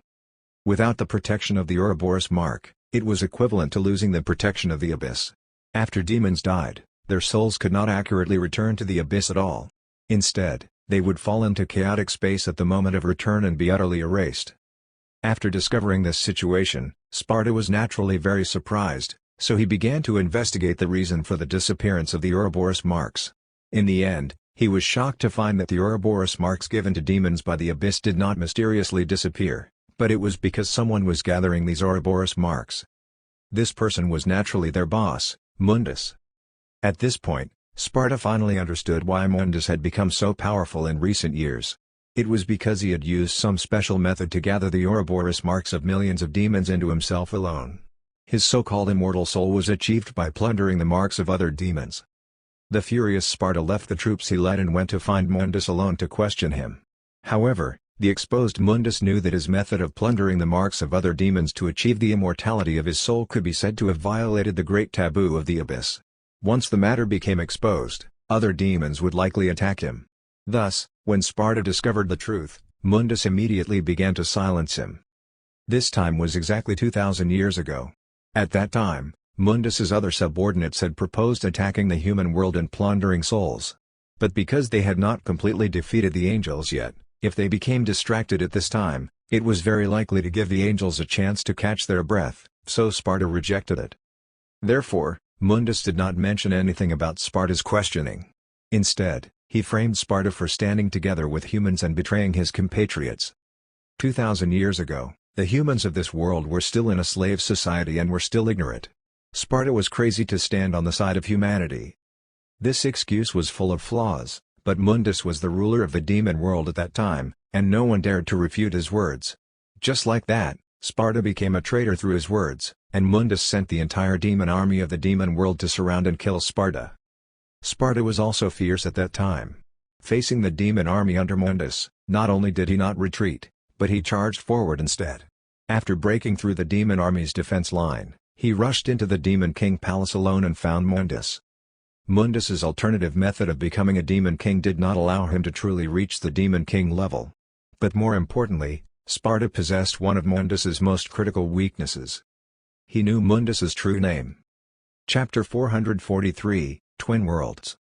The so-called true names were not only possessed by demons. In fact, angels also had them, and dragons as well. All races that relied on soul memories to pass down their legacies had true names. And the reason why these races with true names would think of ways to hide them was naturally because of the existence of the spirit of language power in mysticism. One had to know that true names were inherited in soul memories, so it was naturally linked to the souls of living creatures. When an enemy knew your true name, theoretically speaking, the power of the spirit of language could directly touch your soul and cause immense damage to it. Moreover, this damage was impossible to defend against. Of course, Sparta did not know all of Mundus's true name. It was only a part of it. How should it be put? This portion of Mundus's true name was not deliberately discovered by Sparta but accidentally exposed by Mundus himself. After unifying the demon world, Mundus became increasingly arrogant. He began to regard himself as a god and tried to make all creatures worship and believe in him.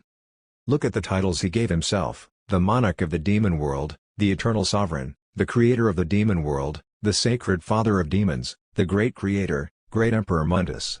When he made statues of himself, he even portrayed himself as a god. During this process, a portion of his true name was inevitably revealed. Although it was only a portion, It was enough to give Sparta an enormous advantage in the battle against Mundus. In game terms, if an enemy knew all of the true name of a demon, then the enemy could deal 100% true damage to them that ignored their defense. Although Sparta only knew part of Mundus's true name and could not reach 100%, at least 30% or 40% was always there. Sparta was also one of the chosen ones of the Abyss. Although no one really knew what the so-called chosen ones of the Abyss were, there was no doubt that they were all demons with astonishing talent and could grow rapidly. It was not a coincidence that Sparta was chosen. Not only was he proficient in sword techniques, but he was also extremely skilled at dark sealing magic. Although Sparta was still a little inferior to Mundus, the gap was not that big. So during the battle with Mundus, Sparta found the opportunity to seal him. With the strength of a demon lord, he defeated a demon who was about to become a demon king. This result was truly unfathomable, but Sparta did it. Of course, he could only seal Mundus and not really kill him. After plundering and absorbing all the Ouroboros marks of countless demons of the demon world, Mundus was already a being with an immortal soul. At this level, let alone Sparta, even archangels such as Gabriel or Michael would find it difficult to purify Mundus's soul completely. Demon kings could only be sealed, but they would not perish. This had always been a saying in the Abyss. Although Sparta had successfully sealed Mundus, the name of the traitor Sparta could not be washed away. In addition, he had indeed violated his superiors, so all the demons of the demon world regarded him as an enemy, and there was no place for Sparta in the demon world. With no other choice, Sparta could only go to the human world. Interestingly, no one knew where the news came from, but when the humans of the human world heard about the upheaval in the demon world, they really thought that Sparta had betrayed his compatriots to protect them. Therefore, they regarded Sparta as their savior, praised him for his noble soul, and worshipped him endlessly. Without Mundus's rule, the demons of the demon world no longer had any constraints, and they once again became scattered and fought separately. So naturally, they would not be able to invade the human world on a large scale. From this point of view, Sparta had indeed saved the human world once, giving the humans of this world a chance to recuperate and develop civilization. The power of Sparta's seal on Mundus weakened over time, but this seal lasted for 2,000 years. During these 2,000 years, Sparta spent most of his time in the human world, allowing him to observe the human race better and closer. Perhaps because he had observed for too long, he was gradually affected by humans. Not only did he create a human incarnation for himself, but he also had feelings like humans. One day 2,000 years later, he fell in love with a human woman named Eva, and thus Dante and Virgil were born. However, the flag of returning home to get married was like a curse. Not only was it effective for humans, but also for demons. Not long after Sparta got married and had children, Mundus broke through the seal and caused Sparta's family to fall apart. His wife died tragically, and his pair of children were separated. Sparta was in tremendous pain at that time. He also realized that as long as Mundus was alive, he and his family could not have a peaceful life at all. So not long after the tragedy happened, he quietly sneaked back to the demon world and wanted to find a way to seal Mundus again. However, when he returned to the demon world, he discovered that Mundus had done many things during the 2,000 years he was sealed. Even though he slept most of the time in the seal, he would occasionally wake up for a while. During this period of time, Mundus would contact his demon subordinates and order them to do things. Through investigation, Sparta found that Mundus had been plotting a huge scheme and seemed about to succeed. Therefore, under the urgency of this emergency, Sparta could not worry about too much. He gave up the opportunity to challenge Mundus for revenge and chose to use himself as the sealing medium to stop Mundus's scheme. Sparta's narration of the events was not that detailed. Roy deduced all of this from Sparta's description and some of the situations he knew. "So, you mean you want to continue maintaining the existence of the seal and give me the task of repelling Mundus?" Roy concluded. Then he looked at Sparta with a sneer. "Then, have you ever thought about what would happen if I refuse?" Roy put a hand on his chin and tilted his head to look at Sparta. "Mundus hates you the most, not me. It can even be said that Mundus and I have never even had any dealings. So why should I take the risk of fighting a demon king to help you?" "Ha ha ha." Sparta let out a deep laugh. "Demon Osiris, because I know that you won't reject me. I already know your intentions through the memories in the soul fragments. I can tell you everything I know about the Demon Bible. I also pursued the Demon Bible in the past, so I'm certain that I know more than you. Also, Mundus took away the Ouroboros mark in your souls when you entered this world. Even if you immediately return to the Abyss, these marks won't be able to return. Moreover, This state of losing the mark will always accompany you. No matter which world you go to next, there won't be another mark. So if you want to regain the marks, you have to defeat Mundus. You're certain that I'll help you? Roy sighed. As expected of an old demon who has lived for nearly 10,000 years. After hearing Roy's words, Dante could not help but sneak a glance at his brother. Virgil had truly inherited his father's deep scheming. Sparta did not say anything and just looked at Roy. He knew that after saying so much, Demon Lord Osiris would definitely submit. However, what he did not expect was that Roy suddenly grinned sinisterly. Actually, I have another choice. With that, before Sparta could react, Roy suddenly waved his hand to summon Frostmourne. Powerful magic power quickly condensed on the sword, and then he slashed at the magic power chains that tied Sparta to the seal. No! No! Sparta shouted. But it was too late. Magic power sparks immediately shot out from Frostmourne's blade as it severed the chains. Roy used this violent method to destroy Sparta's seal formation. The moment the magic power chains broke, the ground where the seal was immediately trembled. Moreover, this pentagram seal formation was basically connected to one another. After the seal at this point was destroyed, the seals at the other 4 points immediately had a chain reaction and broke one after another. The ground was trembling, and Sparta could not help but roar at Roy, "Damn it! What have you done? Even if you're unwilling to fight Mundus, there's no need to destroy the seal formation. I asked you what you were sealing, but you didn't tell me."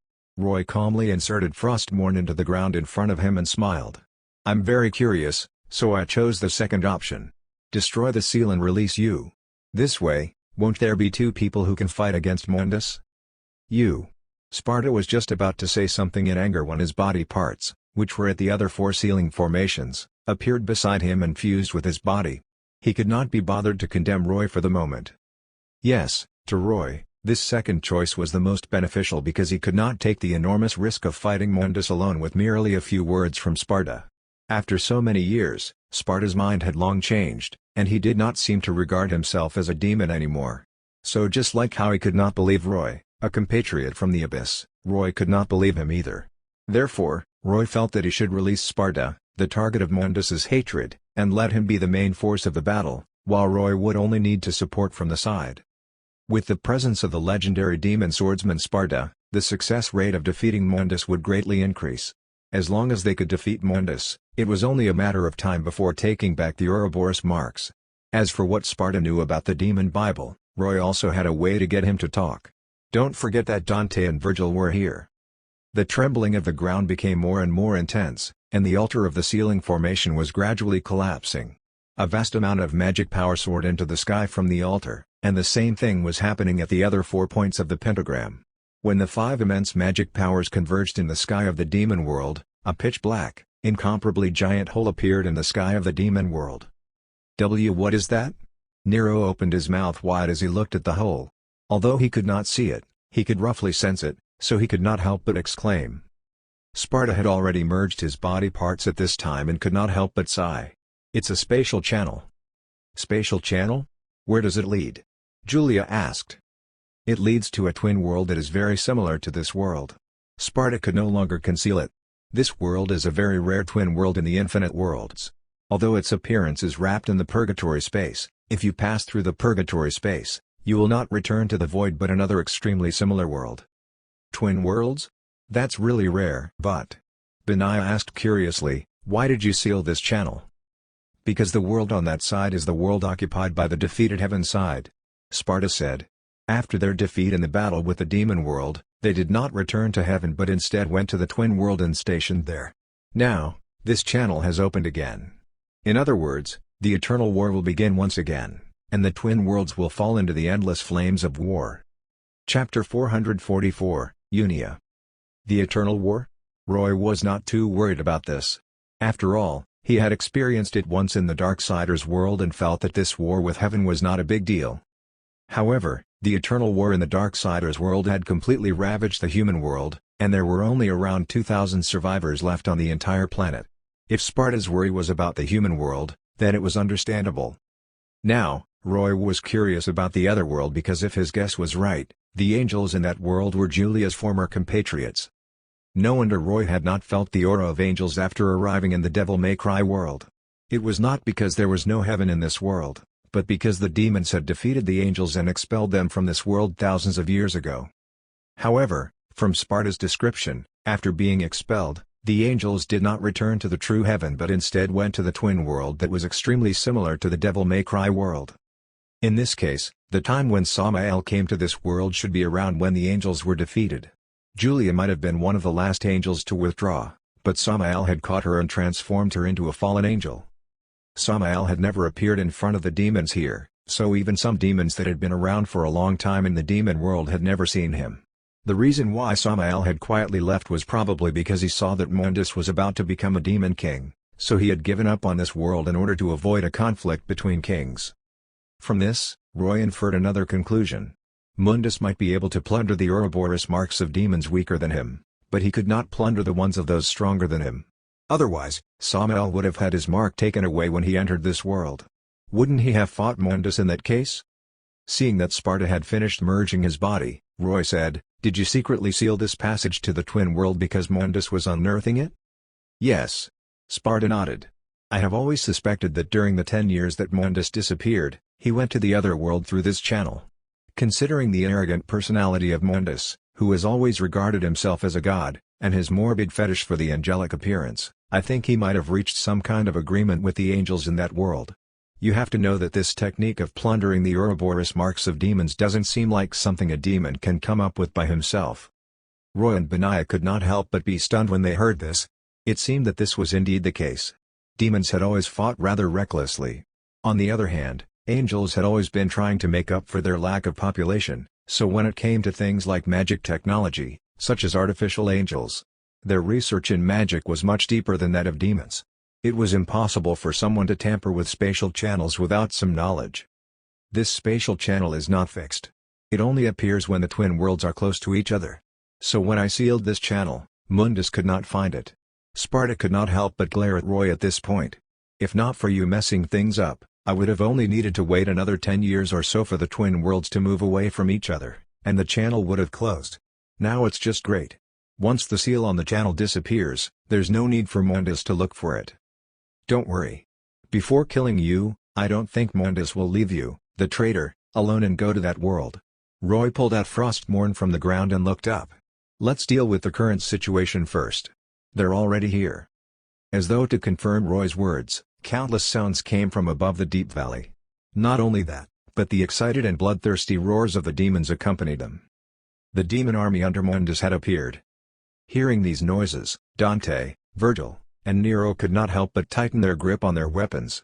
Although Rebellion and Yamato were still there, Sparta's soul fragments had already been taken out from their weapons, and the power of the two demon swords had dropped several levels, making Dante and Virgil feel a little lacking in confidence.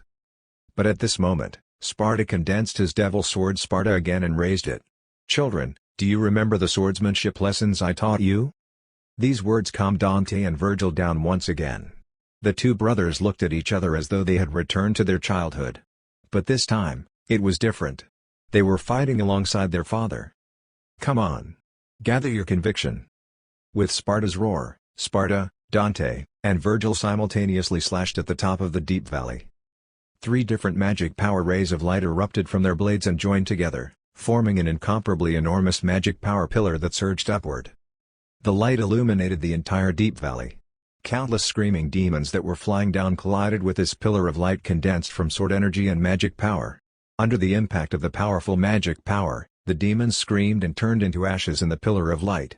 The pillar of light broke through the surface of the deep valley like a hot knife through butter, and without slowing down, it slammed into the dark clouds of the demon world, directly punching a hole in the sky. The dazzling pillar of light cut through the night sky, declaring its existence. Many demons on the surface flapped their wings and flew away from the pillar of light in panic. Even hundreds of kilometers away, the brilliance of the pillar of light could be seen. "This is an epic scene." Rafaro, who was floating in the sky, could not help but exclaim when he saw this scene. The pillar of light lasted for a while before gradually dissipating and finally extinguishing. However, the combined attack of Sparta and his sons eliminated countless demons. The whole deep valley was wiped out, and the terrifying roars of the demons disappeared. The entire deep valley was empty and quiet. Seeing this situation, Dante whistled to express his excitement as he placed Rebellion on his back. They had eliminated the demons in the deep valley, but there were still more enemies waiting for them on the surface. Sparta looked back at Roy, only to see him grinning sinisterly. He stretched out his hand to gesture, "You first, please." Even Sparta could not help but feel depressed after seeing Roy's expression.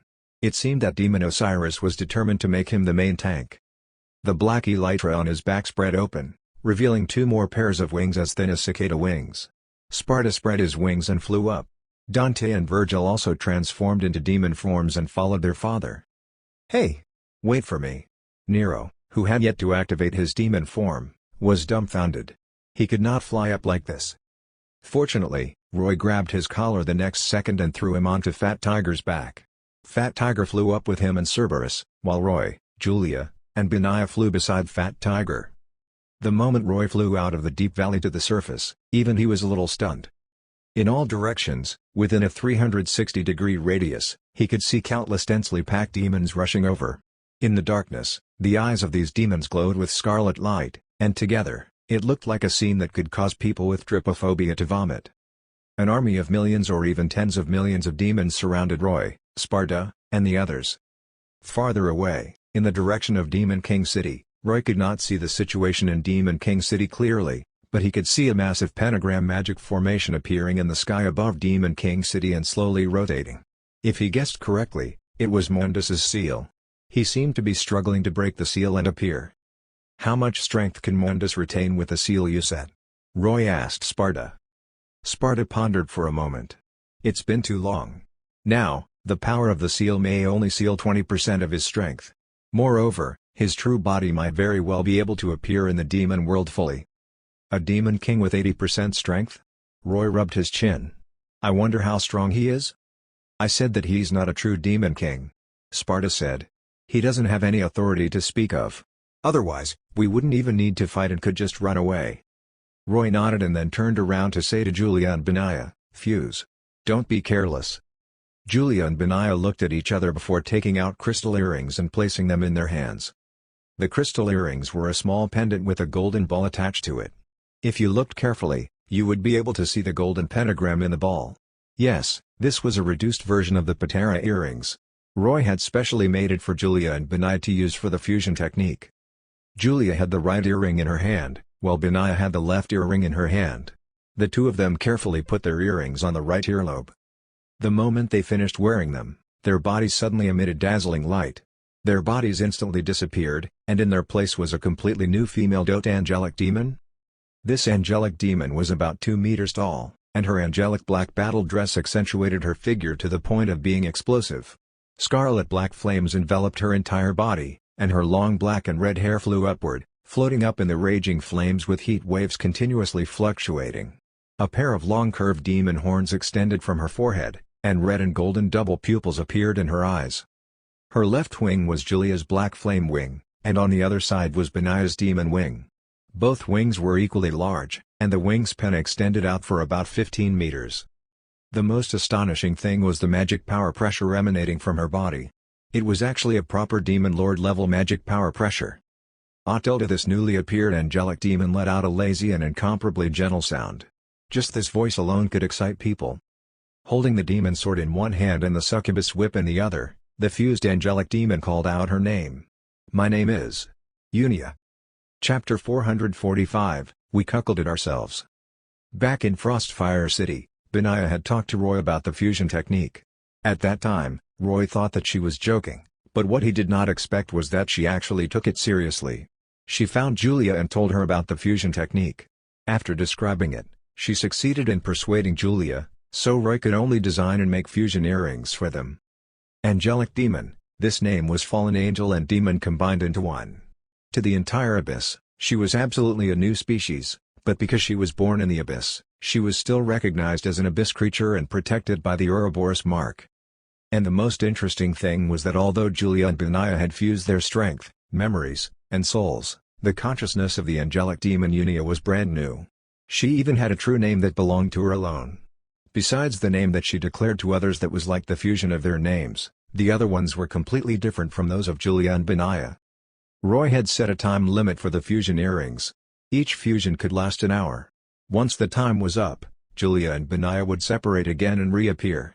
After the first fusion ended, Roy had once asked Julia and Benaya how they felt, but the two women could not recall what happened during the fusion at all. There were no memories after the fusion. The angelic demon Unia born after the fusion was truly a very special individual. This special thing was that she would only exist in the world for an hour after Julia and Benaya fused.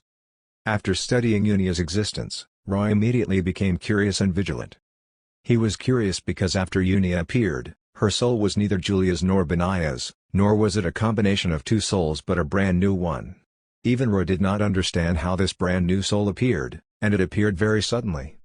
As for his vigilance, it was because he realized that the reason for the phenomenon of Unia's appearance was that it was the fusion of two individuals with complete consciousnesses. This could not help but make him think about the situation of soul fragments.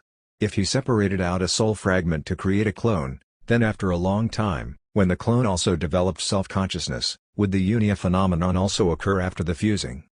If fusing with a self-aware clone led to the birth of a new body, new consciousness, and new soul, wouldn't that mean that the existence that originally belonged to oneself would be erased? As expected, his previous caution was correct. It was best not to abuse clones. Unia stretched her wings lazily and observed her surroundings curiously. Where is this? It's not in the abyss?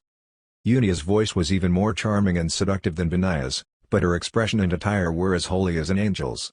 It could be said that once she spoke, even demons could not resist becoming restless. Roy also felt a little unbearable. Unia, we meet again. He. Unia giggled. She spread her wings, directly flew to Roy, and hugged his head to her chest. While pressing his face against her towering mountain peaks, she said resentfully, "Dear Osiris, haven't you figured out a way to make me stay longer when I come out?" Yes, after the fusion ended, Julia and Benaya had none of Unia's memories at all, so they did not know that they now had one more competitor, and it was a completely invisible competitor. This invisible competitor had driven Roy when the second fusion test occurred. Angelic demon Unia was the so-called mistress. Oh, wait, little four. Just like how there were 5 of the 4 heavenly kings, Roy's 2 lovers were actually 3. Unia's existence gave Roy a sense of sneaky excitement. But the current situation was not suitable for anything lewd, so he gently pushed her away. Stop messing around. I asked you to come out to fight. Look around. These are all enemies. It's really awesome. Unia stretched out her pink tongue and licked her red lips as she looked at the demons gathering from all directions. Her dual pupils glowed with bloodlust.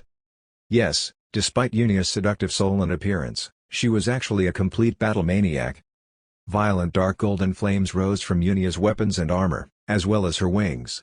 At the same time, these dark golden flames formed a giant flame halo behind her head. It looked like the halo of an angel. She fully entered her battle stance.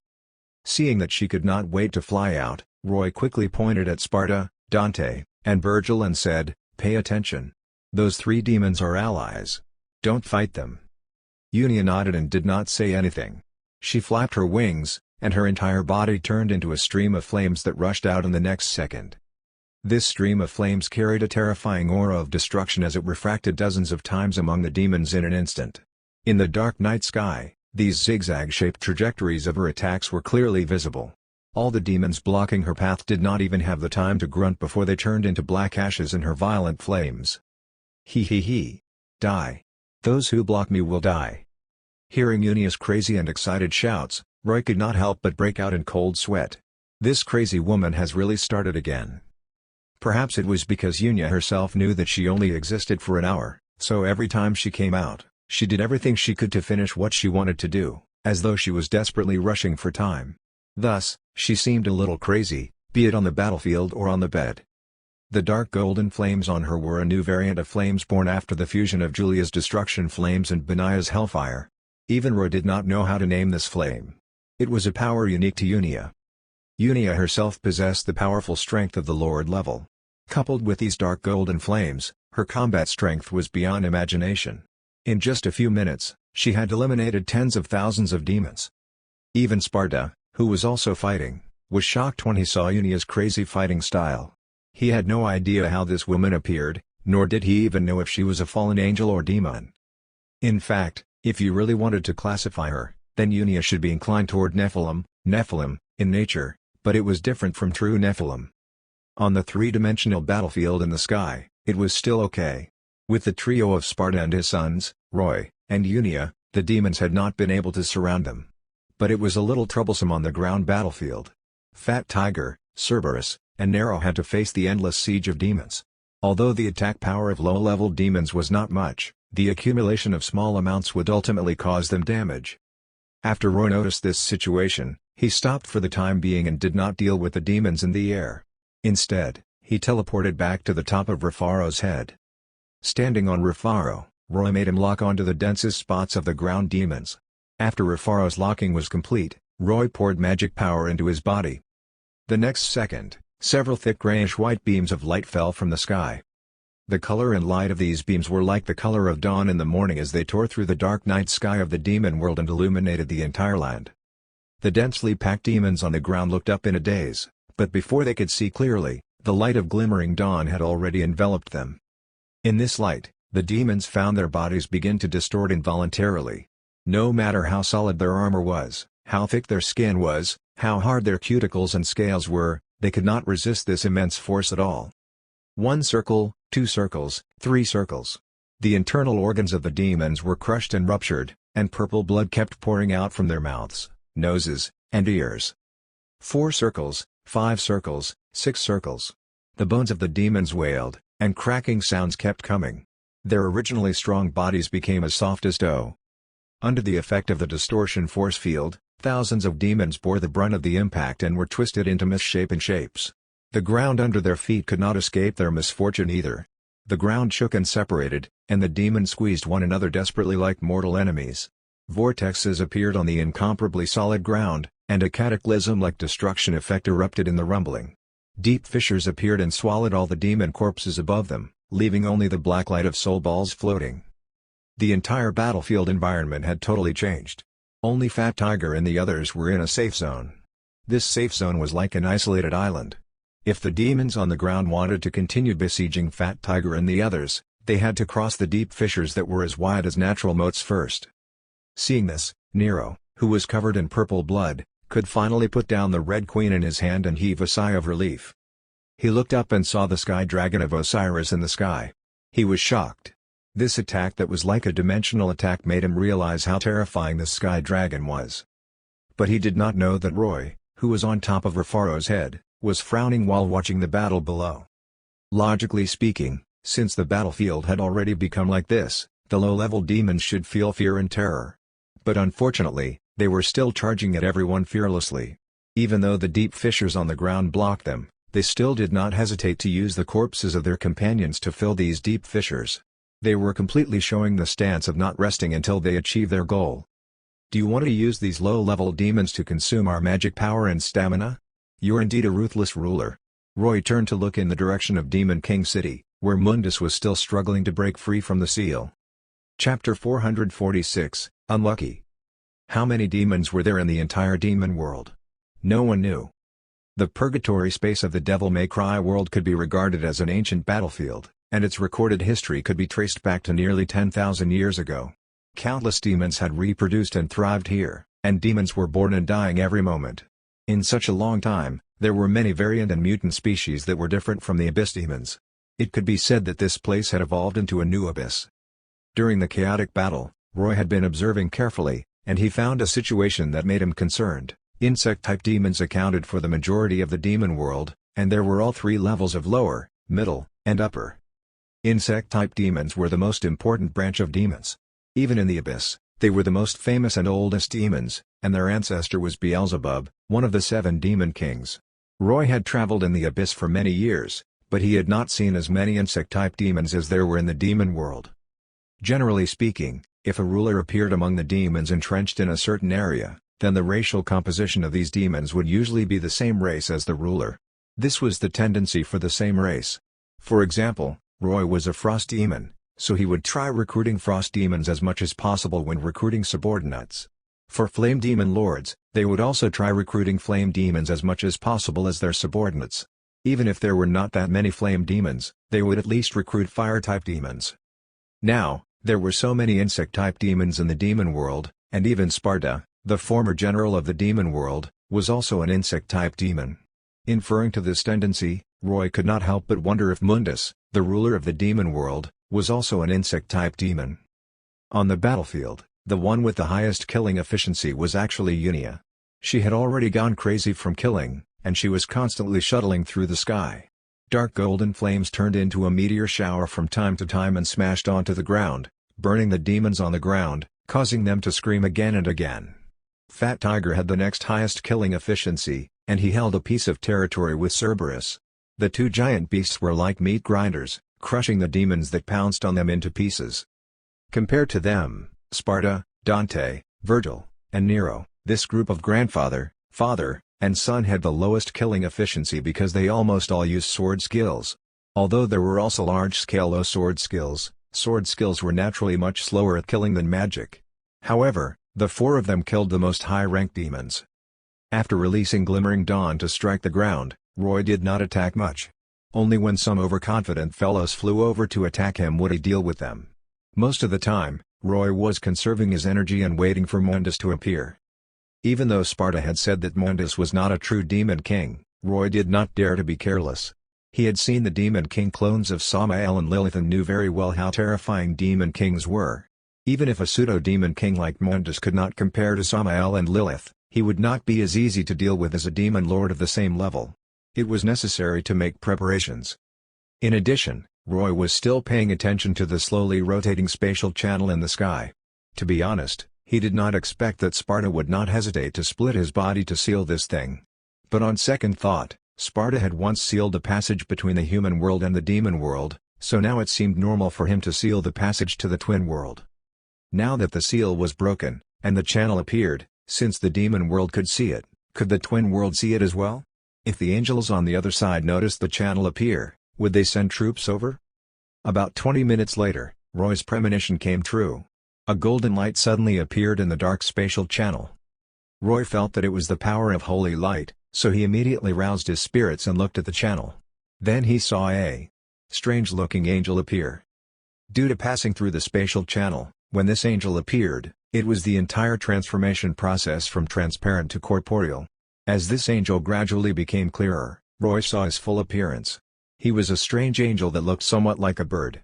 He only had one eye in the middle of his head, and his whole head looked like a bird's beak. His hands were not 5 fingers but 3 fingers that looked like bird claws. The legs below were the same. They were inverse joint legs, and his feet also had 3 bird claws, but they were thicker than his finger claws. His body was an upright human figure, and his lower body was wrapped in a white battle skirt. His upper body was bare, and only on his 2 arms were there simple golden ornaments. On his back was a pair of pure white wings, but the edges of the wings were golden. He held a golden spear in his bird claw-like hands, and at the tip of the spear was a cross-shaped jaw.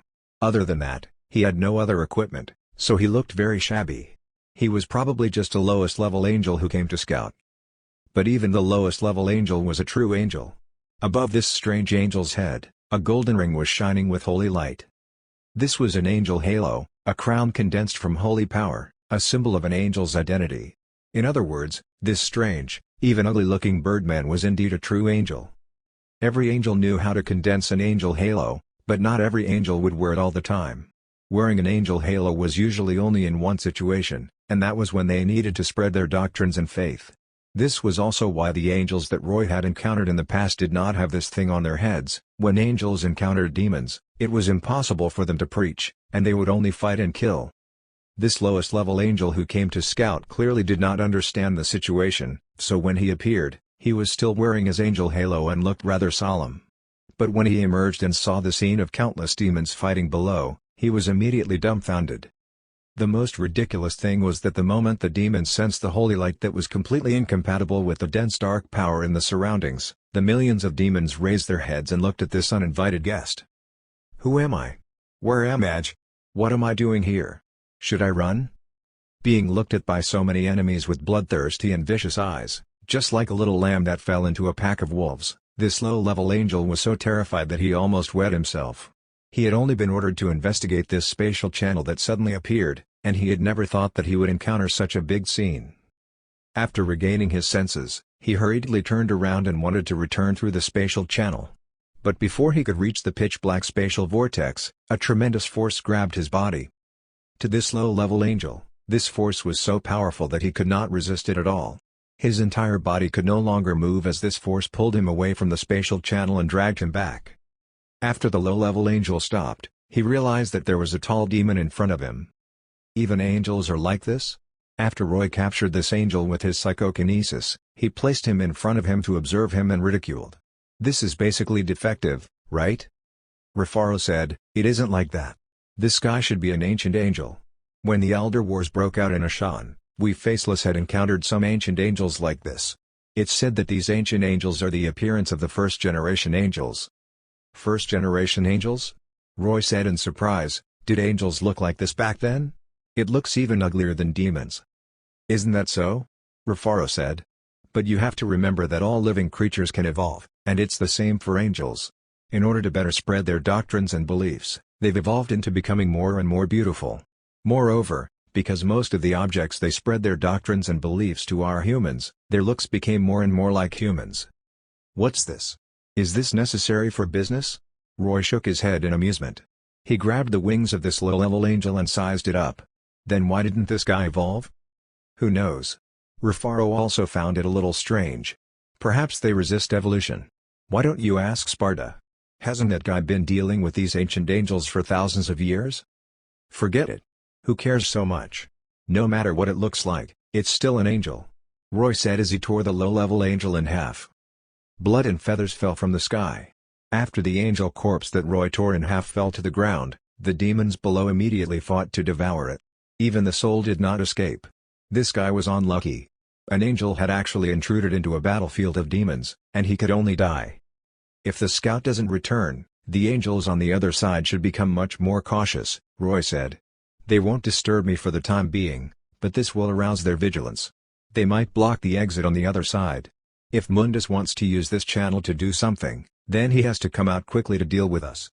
As soon as he finished speaking, a red cross-shaped lightning bolt suddenly erupted from the rotating pentagram in the sky above Demon King City in the distance. The entire magic formation turned into a curtain of countless light beams amid the lightning. Then in the dark night sky, 3 blood-red eyes arranged in a triangle appeared. These 3 blood-red eyes were extremely bright and dazzling as they floated in the sky like 3 enormous searchlights with electric sparks flashing around them. Mundus finally broke the seal and appeared. He looked at the entire battlefield like a god. Chapter 447, Statue. "What a pretentious fellow." Roy snorted coldly in his heart. With his ability, he could naturally detect that the 3 electric eyes in the sky were not his main body at all but an illusion formed by a magic power projection. Sparta had said before that Mundus was a very ugly demon. Roy now vaguely understood that this guy seemed to be trying his best to hide his original appearance and was unwilling to reveal it to the world. This gave Roy the feeling that Mundus had an inferiority complex. Roy did not know what the situation was, but Mundus's 3 eyes in the sky had already seen Sparta on the battlefield. "Ha ha ha, Sparta. You damn traitor, have you finally shown yourself?" Mundus's voice came from the distant sky and echoed throughout the entire battlefield. He said in an ecstatic tone, "Oh, look at what this is? There are 2. No, 3 little fellows with the same bloodline as you. Why, are they your seed, Sparta?"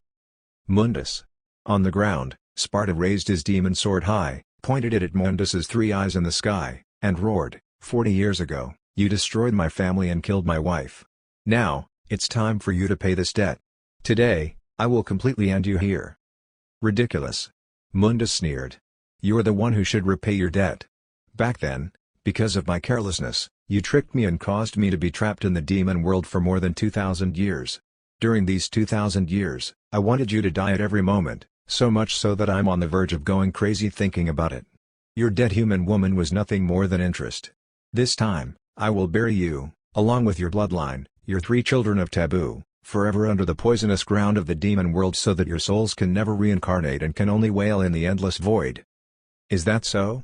Come on then." Sparta released all his magic power pressure and shouted at Mundus, "Don't use these illusions that can only fool the weak. Show your ridiculously ugly true body. Come and end it with me." Sparta's words seemed to pierce Mundus's sore spot and caused his 3 eyes to tremble. He roared angrily, "Shut up. If you want to die, then I'll fulfill your wish." The next moment, the illusion of Mundus's eyes in the sky disappeared, and what replaced it was an intense tremor in Demon King City. From afar, Roy saw the building in the center of Demon King City collapse, causing dust to fill the air. And amid the dust, a colossal body stood up. It was a white stone statue nearly 20 meters tall. This stone statue was in the image of a human elder. He had a thick beard, and his face was the combination of solemn, kind, and so on. Behind the stone statue was a pair of huge white angel wings made of stone. As the stone statue stood up in Demon King City, these wings spread out, and the enormous wingspan seemed to be able to envelop Demon King City. It was hard to imagine that such a stone statue could move as freely as a living creature, but it did indeed fly. Its huge stone wings flapped, fanning a violent hurricane. The stone statue slowly flew off the ground and toward the battlefield. It was not until the stone statue flew closer that Roy realized that it really looked like an angel. But what was strange was that there was a giant cavity in the chest of the stone statue, giving people the feeling that it did not have a heart. Needless to say, this stone statue was definitely made according to Mundus's wishes, so the large hole missing in the heart of the stone statue might have some special meaning.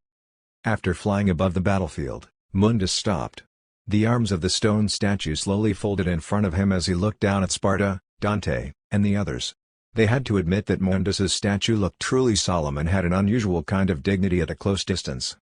Using this angel appearance as his statue, isn't Mundus afraid that his demons will rebel? Rafaro looked at the statue in the sky and could not help but mock. Humph! Although he uses an angel's appearance, this status is still emanating a rich aura of darkness.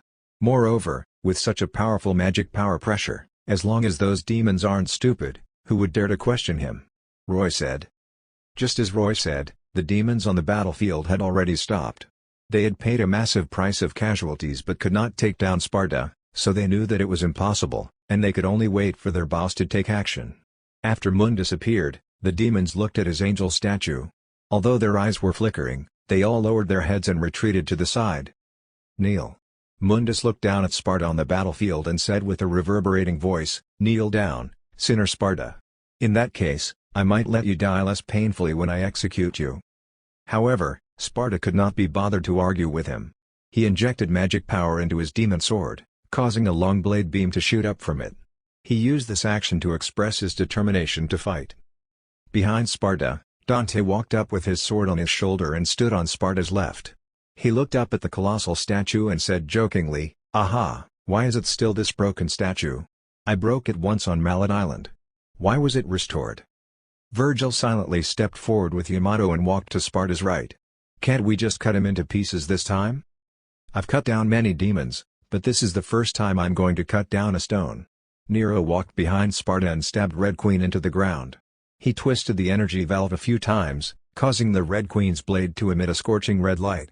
He smiled and said, "But seeing as this is the first big gathering of the Sparta family, I'll treat it as a celebration." Looking at his three descendants all showing fearlessness and courage, Sparta felt very pleased and became high-spirited.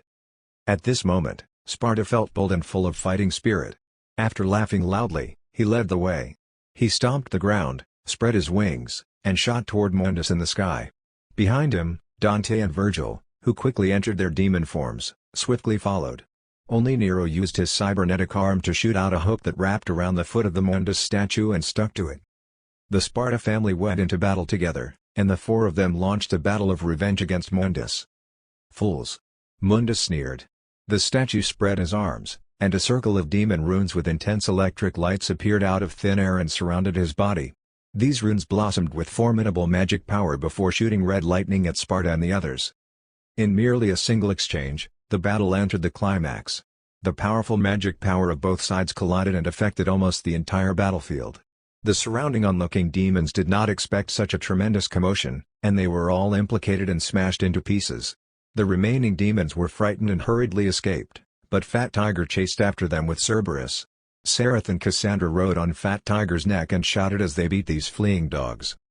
Dark golden flames flashed, and Unia appeared in the sky and landed on Rafaro's back. Her face was flushed, as though she was extremely excited from the battle just now. After arriving in front of Roy, she immediately rubbed against him, her long legs and tail rubbing against his body continuously. She looked at Roy coquettishly. "Darling, aren't you going to do it?" "Don't worry."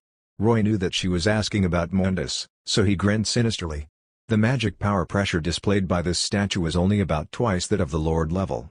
This doesn't seem to be Mundus's true power. His true body should still be hidden in the statue.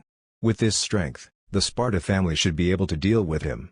When they break the statue and force Mundus's true body to appear, I'll find an opportunity to take action. Then, are you just going to watch? Do you want to do something? Unia stretched out her tongue, licked Roy's chest, and giggled. I can still exist for about 20 minutes. Do you want to take the opportunity to have a good time with me? Ahem. Roy almost choked on her words. He waved his hand. Forget it. This situation isn't suitable. Unia giggled. After Roy grabbed her tail and slapped her butt twice, she calmed down and let Roy continue watching the battle. It had to be said that when Mundus fought, the sound and light effects were really good. All kinds of high-end and flashy skills were at his fingertips, and even the darkness in the sky of the demon world was dispelled. But the Sparta family besieging him succeeded in attacking the statue one after another, cutting it into pieces. In particular was Sparta's sword. According to Roy's observation, in addition to his fierce sword skills, there was another phenomenon that was very worthy of Roy's attention. The damage that Sparta caused to the Mundus statue was much greater than that of Dante and Virgil. This was not because Sparta's magic power was stronger than that of Dante and the others. Even if it were the same quality magic power that Dante and the others used, it would still be the same situation. Roy noticed that Sparta's mouth was moving slightly every time he attacked, seemingly like he was muttering something. Is he declaring Mundus's true name? Roy rubbed his chin and guessed in surprise. Is this how an enemy's true name is used in battle? Chapter 448, Fierce Battle. Sparta quietly announced Mundus's true demon name as the demon sword in his hand kept slashing, shooting powerful sword beams at the Mundus statue from afar. From the beginning, the sword beams could only leave small cracks on the statue, but later on, every one of them could tear off pieces of the statue. All of this increased with every syllable that Sparta gradually recited. In comparison, Dante and Virgil often had to slash at the same place several times to damage the statue. Mundus naturally knew what Sparta was doing. To him, Sparta was the greatest threat, so he focused his attacks on Sparta. The statue roared, and the wings on his back suddenly spread open. Hundreds of red light thorns flew out and stabbed at Sparta. Sparta swung his demon sword and blocked most of the light thorns, but a few light thorns still pierced into his body. After these light thorns stabbed into Sparta, they did not disappear but remained in his body, bringing him immense pain. However, Sparta gritted his teeth and did not interrupt his rhythm as he repeatedly chanted the true name of Mundus's soul. Along with the chanting, Mundus felt his soul trembling and fluctuating constantly. It was the power of the spirit of language touching his source. The trembling of his soul not only affected his magic power but also made his body and soul unable to coordinate, and his movements began to slow down. Although he had experienced a similar situation 2,000 years ago, after encountering Sparta again, he still felt restrained by Sparta. Sparta! Mundus roared as he released red light spikes all over the sky once again. You must die. To demons, if an enemy knew their true name, even if it was only a portion of it, then this enemy was an opponent that they had to kill as soon as possible. No demon dared to let an enemy who knew their true name live. This was also the real reason why Mundus was unwilling to let off Sparta. Compared to this matter, the so-called crime of betrayal was secondary. In the chaotic battle, not only Sparta but even Dante and Virgil found it difficult to avoid these dense light thorns completely. These light thorns intertwined, pierced into their bodies, and continuously released scorching energy that brought unbearable pain. Even though the three of them were in demon form, this pain was still unavoidable. Of course, for a demigod demon lord, physical injuries were very difficult to be fatal to them. With their powerful recovery ability, such attacks could not kill the three of them. In comparison, Nero, who had been sticking to the statue, was spared. Although he was not injured by the light thorns, he was still having a hard time. The Mundus statue kept flying in the air, causing Nero to swing around and become dizzy. He gritted his teeth and persisted in climbing up the statue. His goal was the head of the statue. According to common sense, the hole in the heart of the Mundus statue should be where his weakness was because Nero saw a ball of magic power shining in the hole while it was in its battle stance. He reckoned that it should be where the driving core of the statue was. But Mundus did not forget to protect this place during the battle. His giant arms hugged together from time to time to cover his chest tightly, so Nero thought that it would not be easy to attack this place. On the other hand, the three eyes on the statue's face were shining with dazzling light. Of course, this statue could not be Mundus's main body. Mundus's main body was either hiding inside the statue or remotely controlling the statue to fight. In that case, He should be using these three eyes to perceive the situation outside. As long as he could think of a way to get rid of these three eyes, Mundus would immediately become blind. Fortunately, with the entanglement of Sparta, Dante, Virgil, Mundus did not notice Nero, the little bug climbing on him, allowing Nero to approach bit by bit. The Mundus statue spread his wings again, and countless fine lightning bolts filled the sky. This move was like a spiritual storm, and the enveloped Sparta, Dante, and Virgil could not help but scream in pain. Especially Dante, he was struck by a bolt of lightning directly on his head, and the lightning charred his entire body black as he fell from the sky like a meteor. Before he crashed, a figure flew over and caught Dante. It was Sereth in his demon form. He spread his flame wings and caught Dante in the air, but the immense kinetic force smashed him toward the ground. Fortunately, the moment he was about to slam down, he finally stopped, landed on his feet firmly, and put Dante down. Thanks, brat."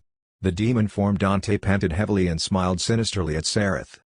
His demon appearance looked ferocious, so once he smiled, he had a sinister smile, and it was impossible to tell that he was grateful. Sereth curled his lips in disdain and took out his gun, Calamity.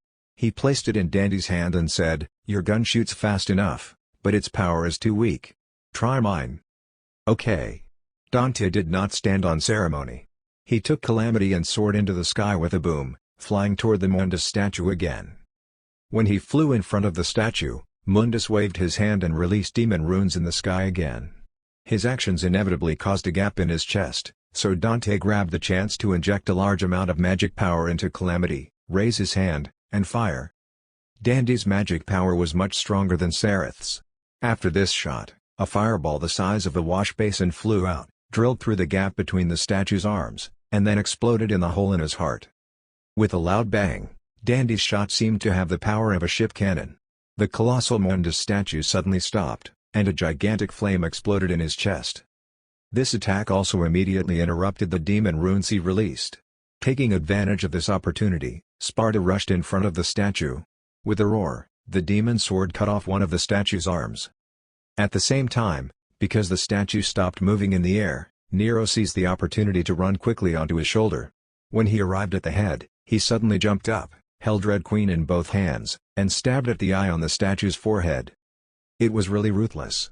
Most of Red Queen pierced into the eye on his forehead. With a buzz, the lightning in the eye immediately swelled and scattered.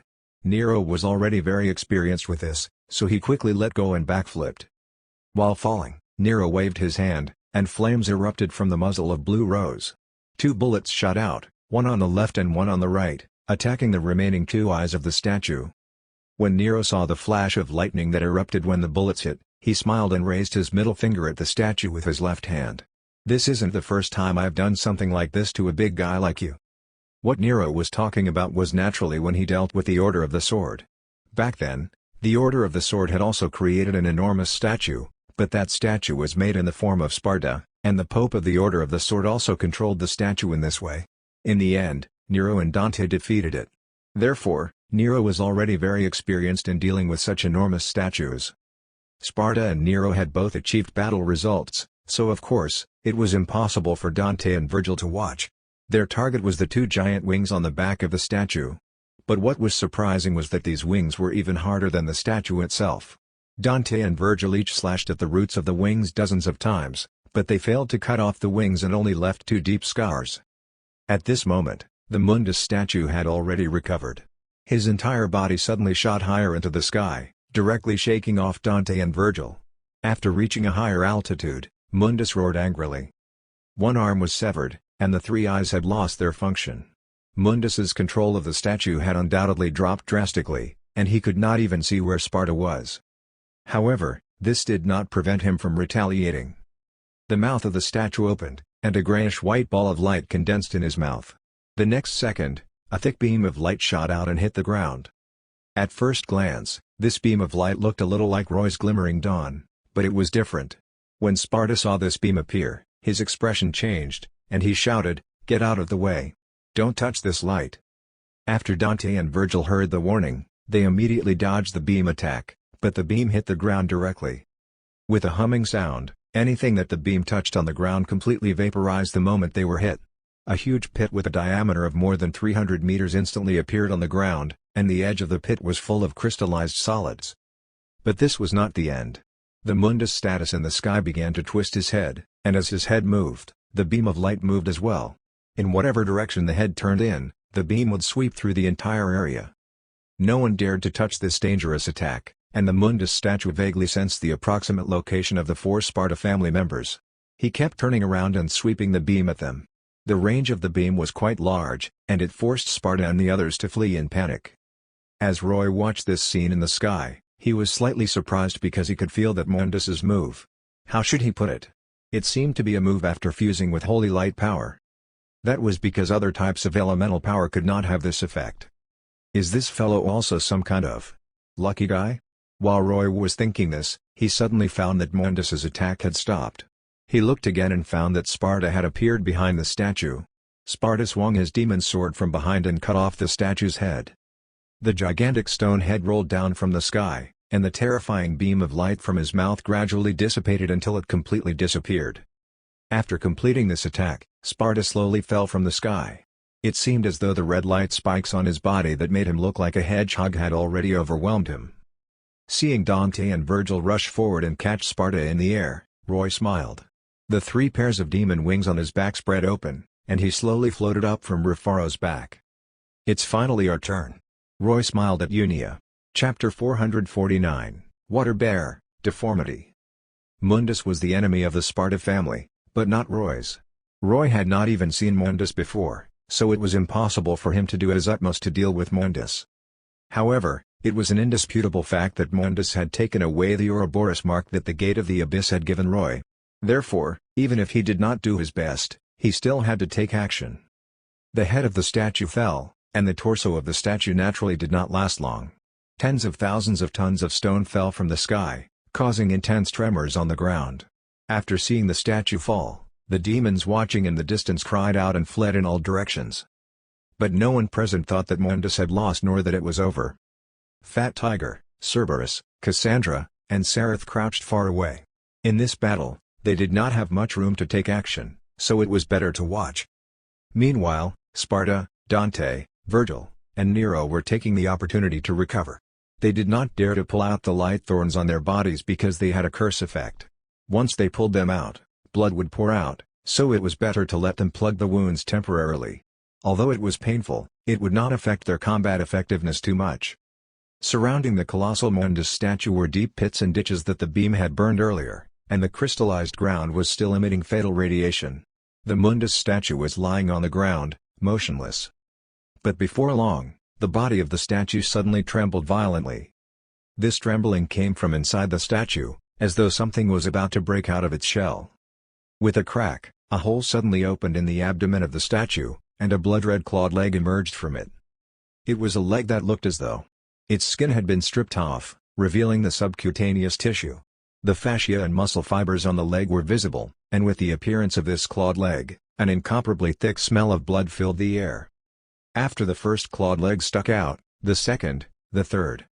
Then similar clawed legs appeared one after another, and the body of the statue kept shattering as these legs drilled out.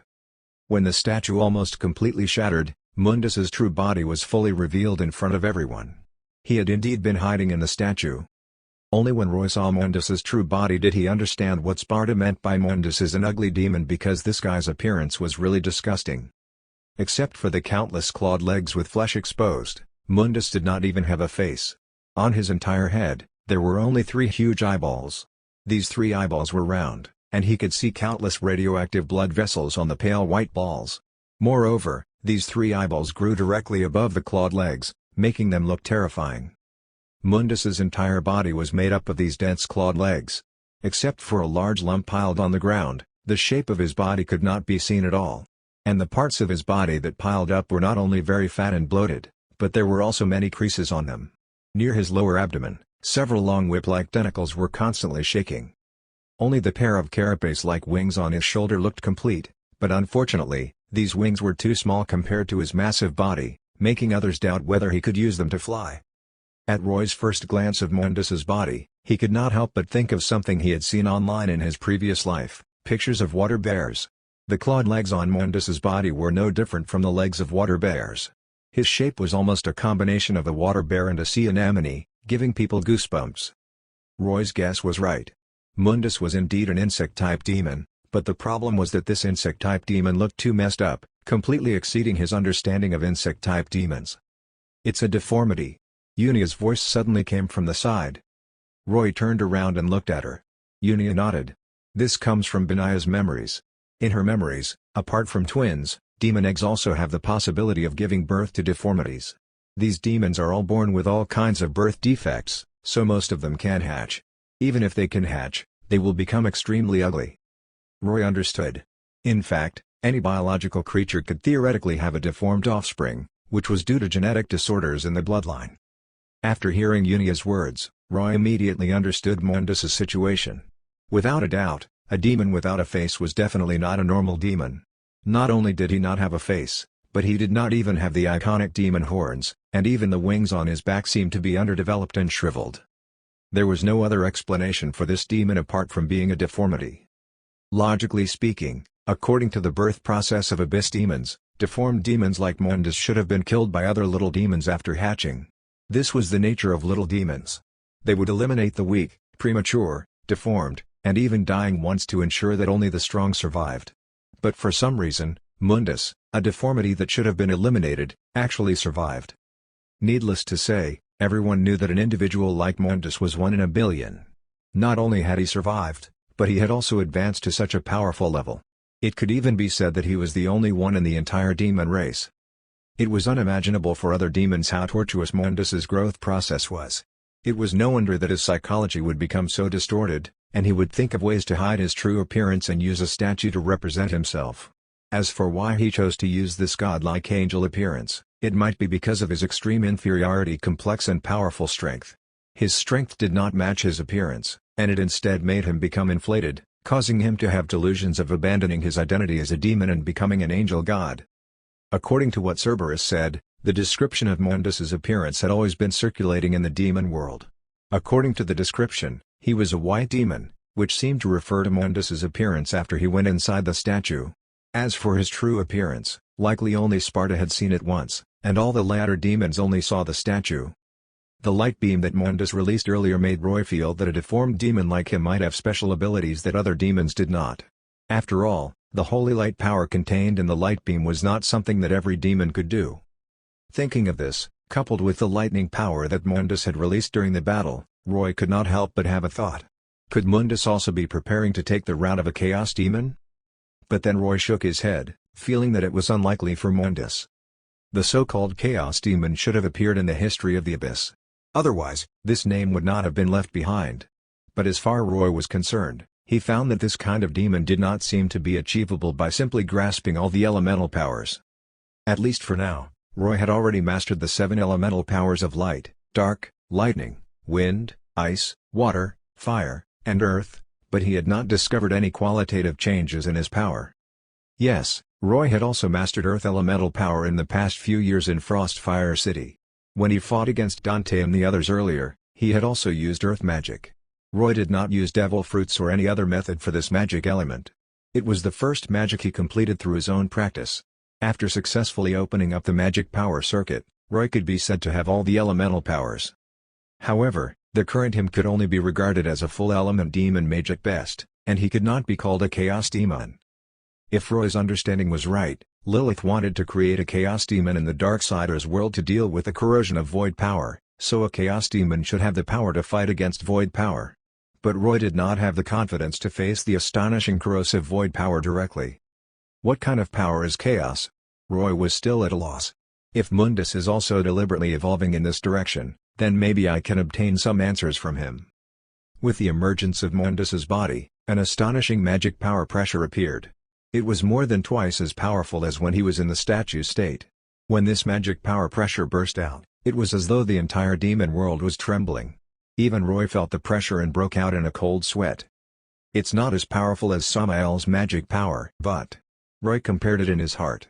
3 times. No, at least 5 times that of ordinary demon lords.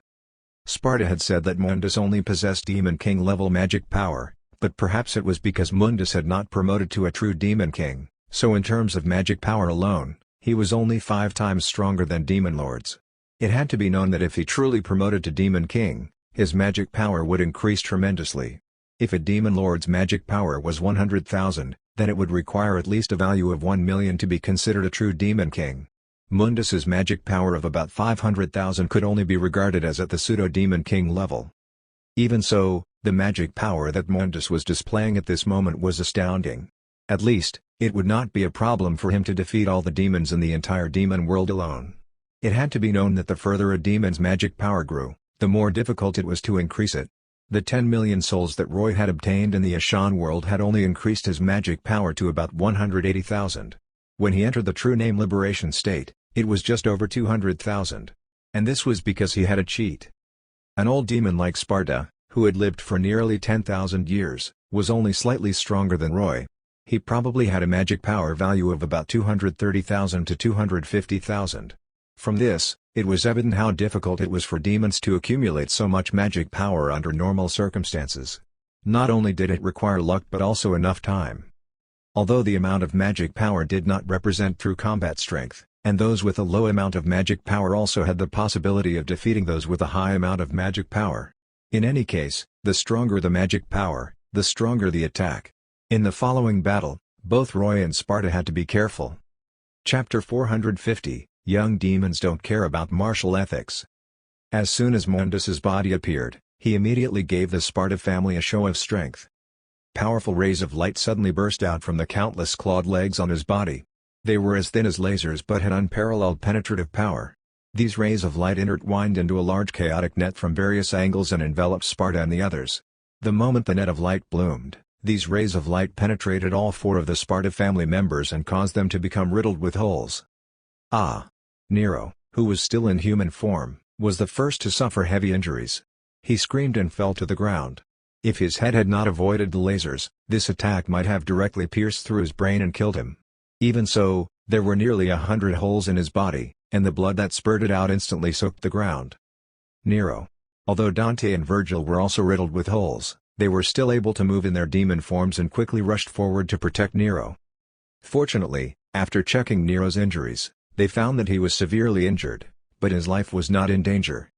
Sparta was floating in the air, but the demon wings behind him had become tattered, and purple blood covered his body. However, he still rushed forward with his sword and attacked Mundus. Powerful sword energy swept through, and Sparta cut off several of Mundus's clawed legs.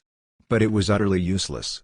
In less than a second, new legs immediately grew from the severed spots. Although Mundus looked extremely deformed and terrifying, he was still an insect-type demon, so he naturally possessed all the characteristics of insect-type demons. Powerful vitality and regeneration abilities were inevitable and beyond imagination. It's useless, Sparta. Although Mundus did not have any organ that could be called a mouth, he could still speak and mocked Sparta in a tone full of pleasure and revenge. When you indulged in the human world in the so-called emotional family, your sword skills had already regressed. You are no longer the demon general from 2,000 years ago. Sparta, you have become weak. Shut up, Mundus. Sparta roared and slashed at Mundus again.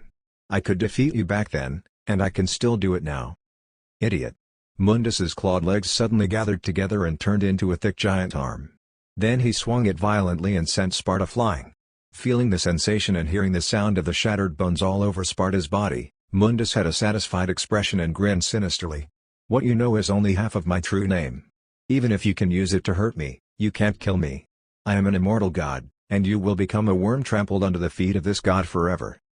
Before Mundus could finish speaking, Dante and Virgil interrupted him by charging at him again and stabbing into his body from both sides. Right, there's also you too. Dozens of clawed legs on Mundus's body suddenly extended and rushed to grab Dante and Virgil. He first grabbed their swords, then took the opportunity to spread forward and grab them by the necks. After placing them in front of him, Mundus stared at them with the three exposed eyes on his head and said, "The bloodline of Sparta, all of you must die." Dante and Virgil struggled with all their might to break free from Mundus's control. But the next second, two thick beams penetrated their abdomens, blasting a large hole in them and sending them flying. In less than a minute, Mundus seriously injured the four Sparta family members in a crushing manner. This was completely different from the strength he displayed when he controlled the statue to fight. With his clawed legs constantly wriggling, Mundus's massive, bloated body crawled toward Virgil. When he arrived in front of Virgil, he mocked, "Virgil, you overestimated yourself and challenged me, but you failed. Why do you still have the courage to continue appearing in front of me? Have you forgotten the despair and fear?" The demon form Virgil stood up while holding his bleeding abdomen. His other hand held Yamato tightly as he replied with difficulty, "What despair and fear? What I see is merely an incomparably ugly big worm." As soon as Mundus heard this, he was furious. His clawed legs gathered together again and turned into a giant arm that smashed down at Virgil. Virgil hurriedly raised his katana to block, but the moment he was hit, the immense force almost made him kneel down. He gritted his teeth and held on, but before long, the second and third blows followed. Mundus was pounding at Virgil crazily.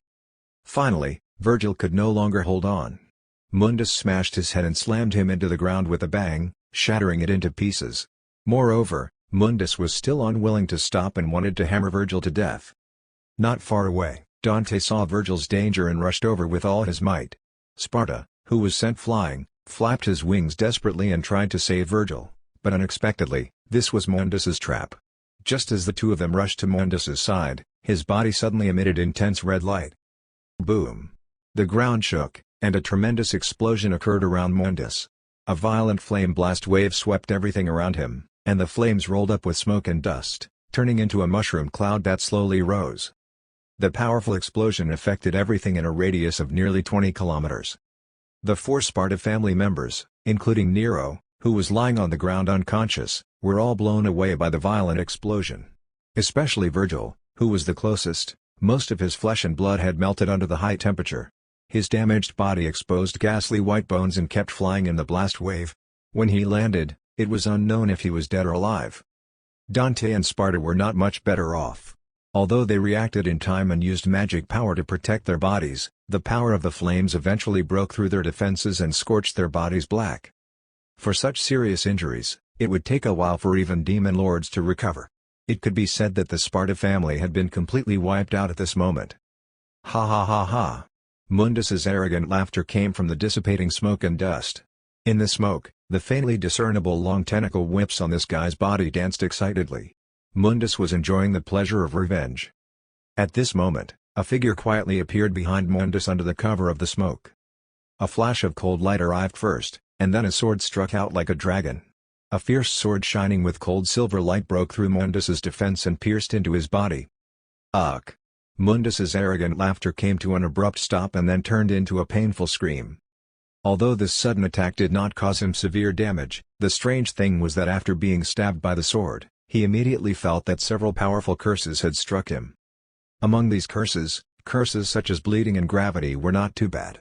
With Mundus's strength, he could still resist them, but there was another strange power that lingered in his body like bone gangrene. The moment this power took effect, Mundus felt the deep malice of this world. Yes, malice.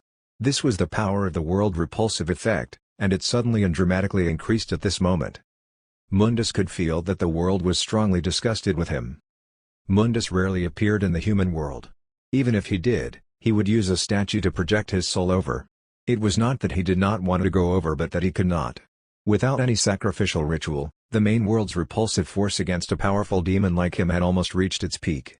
If his true body appeared in the main world might expel him and force him back to the abyss in the next moment. Therefore, he had been staying in the demon world for nearly 10,000 years. It was this world's purgatory space, a spatial inner layer attached to the main world. Originally, the repulsive effect of the world here should be much weaker than in the main world.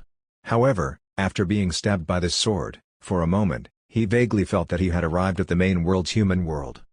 Damn it! After coming back to his senses, Mundus turned around clumsily. Countless chaotic light beams shot out from his clawed legs, wanting to kill the sneak attacker behind him. However, these scattered light beams collided with an enormous, smooth, and crystalline black ice block. The unparalleled penetrative power of the light beams was actually ineffective against the black ice. Not only were they unable to penetrate the thick ice, but they were instead continuously refracted by the solid ice. Seeing that the light's beams were ineffective, Mundus quickly converted it into a flame attack. Crimson flames surged toward the black ice, wanting to melt it. However, after the black ice dissipated under the surging heat waves, he was stunned because there was no one in the ice. Before he could react, another familiar pain came. His tail was attacked. With a roar, Mundus turned around again. His three eyes finally saw the guy who did not care about martial ethics and sneak attacked him. Roy, this young demon, was grinning evilly as he slowly pulled Frostmourne out of Mundus's body. Looking at the purplish-green liquid on his sword, Roy shook his sword in disgust and shook the body fluids off. "Bastard! Who are you?" Mundus was about to go crazy. Why was there another Demon Lord-level enemy besides the Sparta family? Mundus had broken free from the seal when he sensed Sparta's soul fluctuations. Before this, he had been in Demon King City, so when Roy, a Demon Lord, appeared in the demon world, he had not paid attention to it. Furthermore, when he broke through the seal, even Unia had stopped fighting and restrained her magic power fluctuations. She stayed with Roy on Rufaro in the sky, so Mundus did not notice the two of them at all. "Who am I?" Roy spread the 3 pairs of giant demon wings on his back and slowly floated up. "I'm from your hometown, Mundus. You've been away from the abyss for too long, and I'm here to bring you back."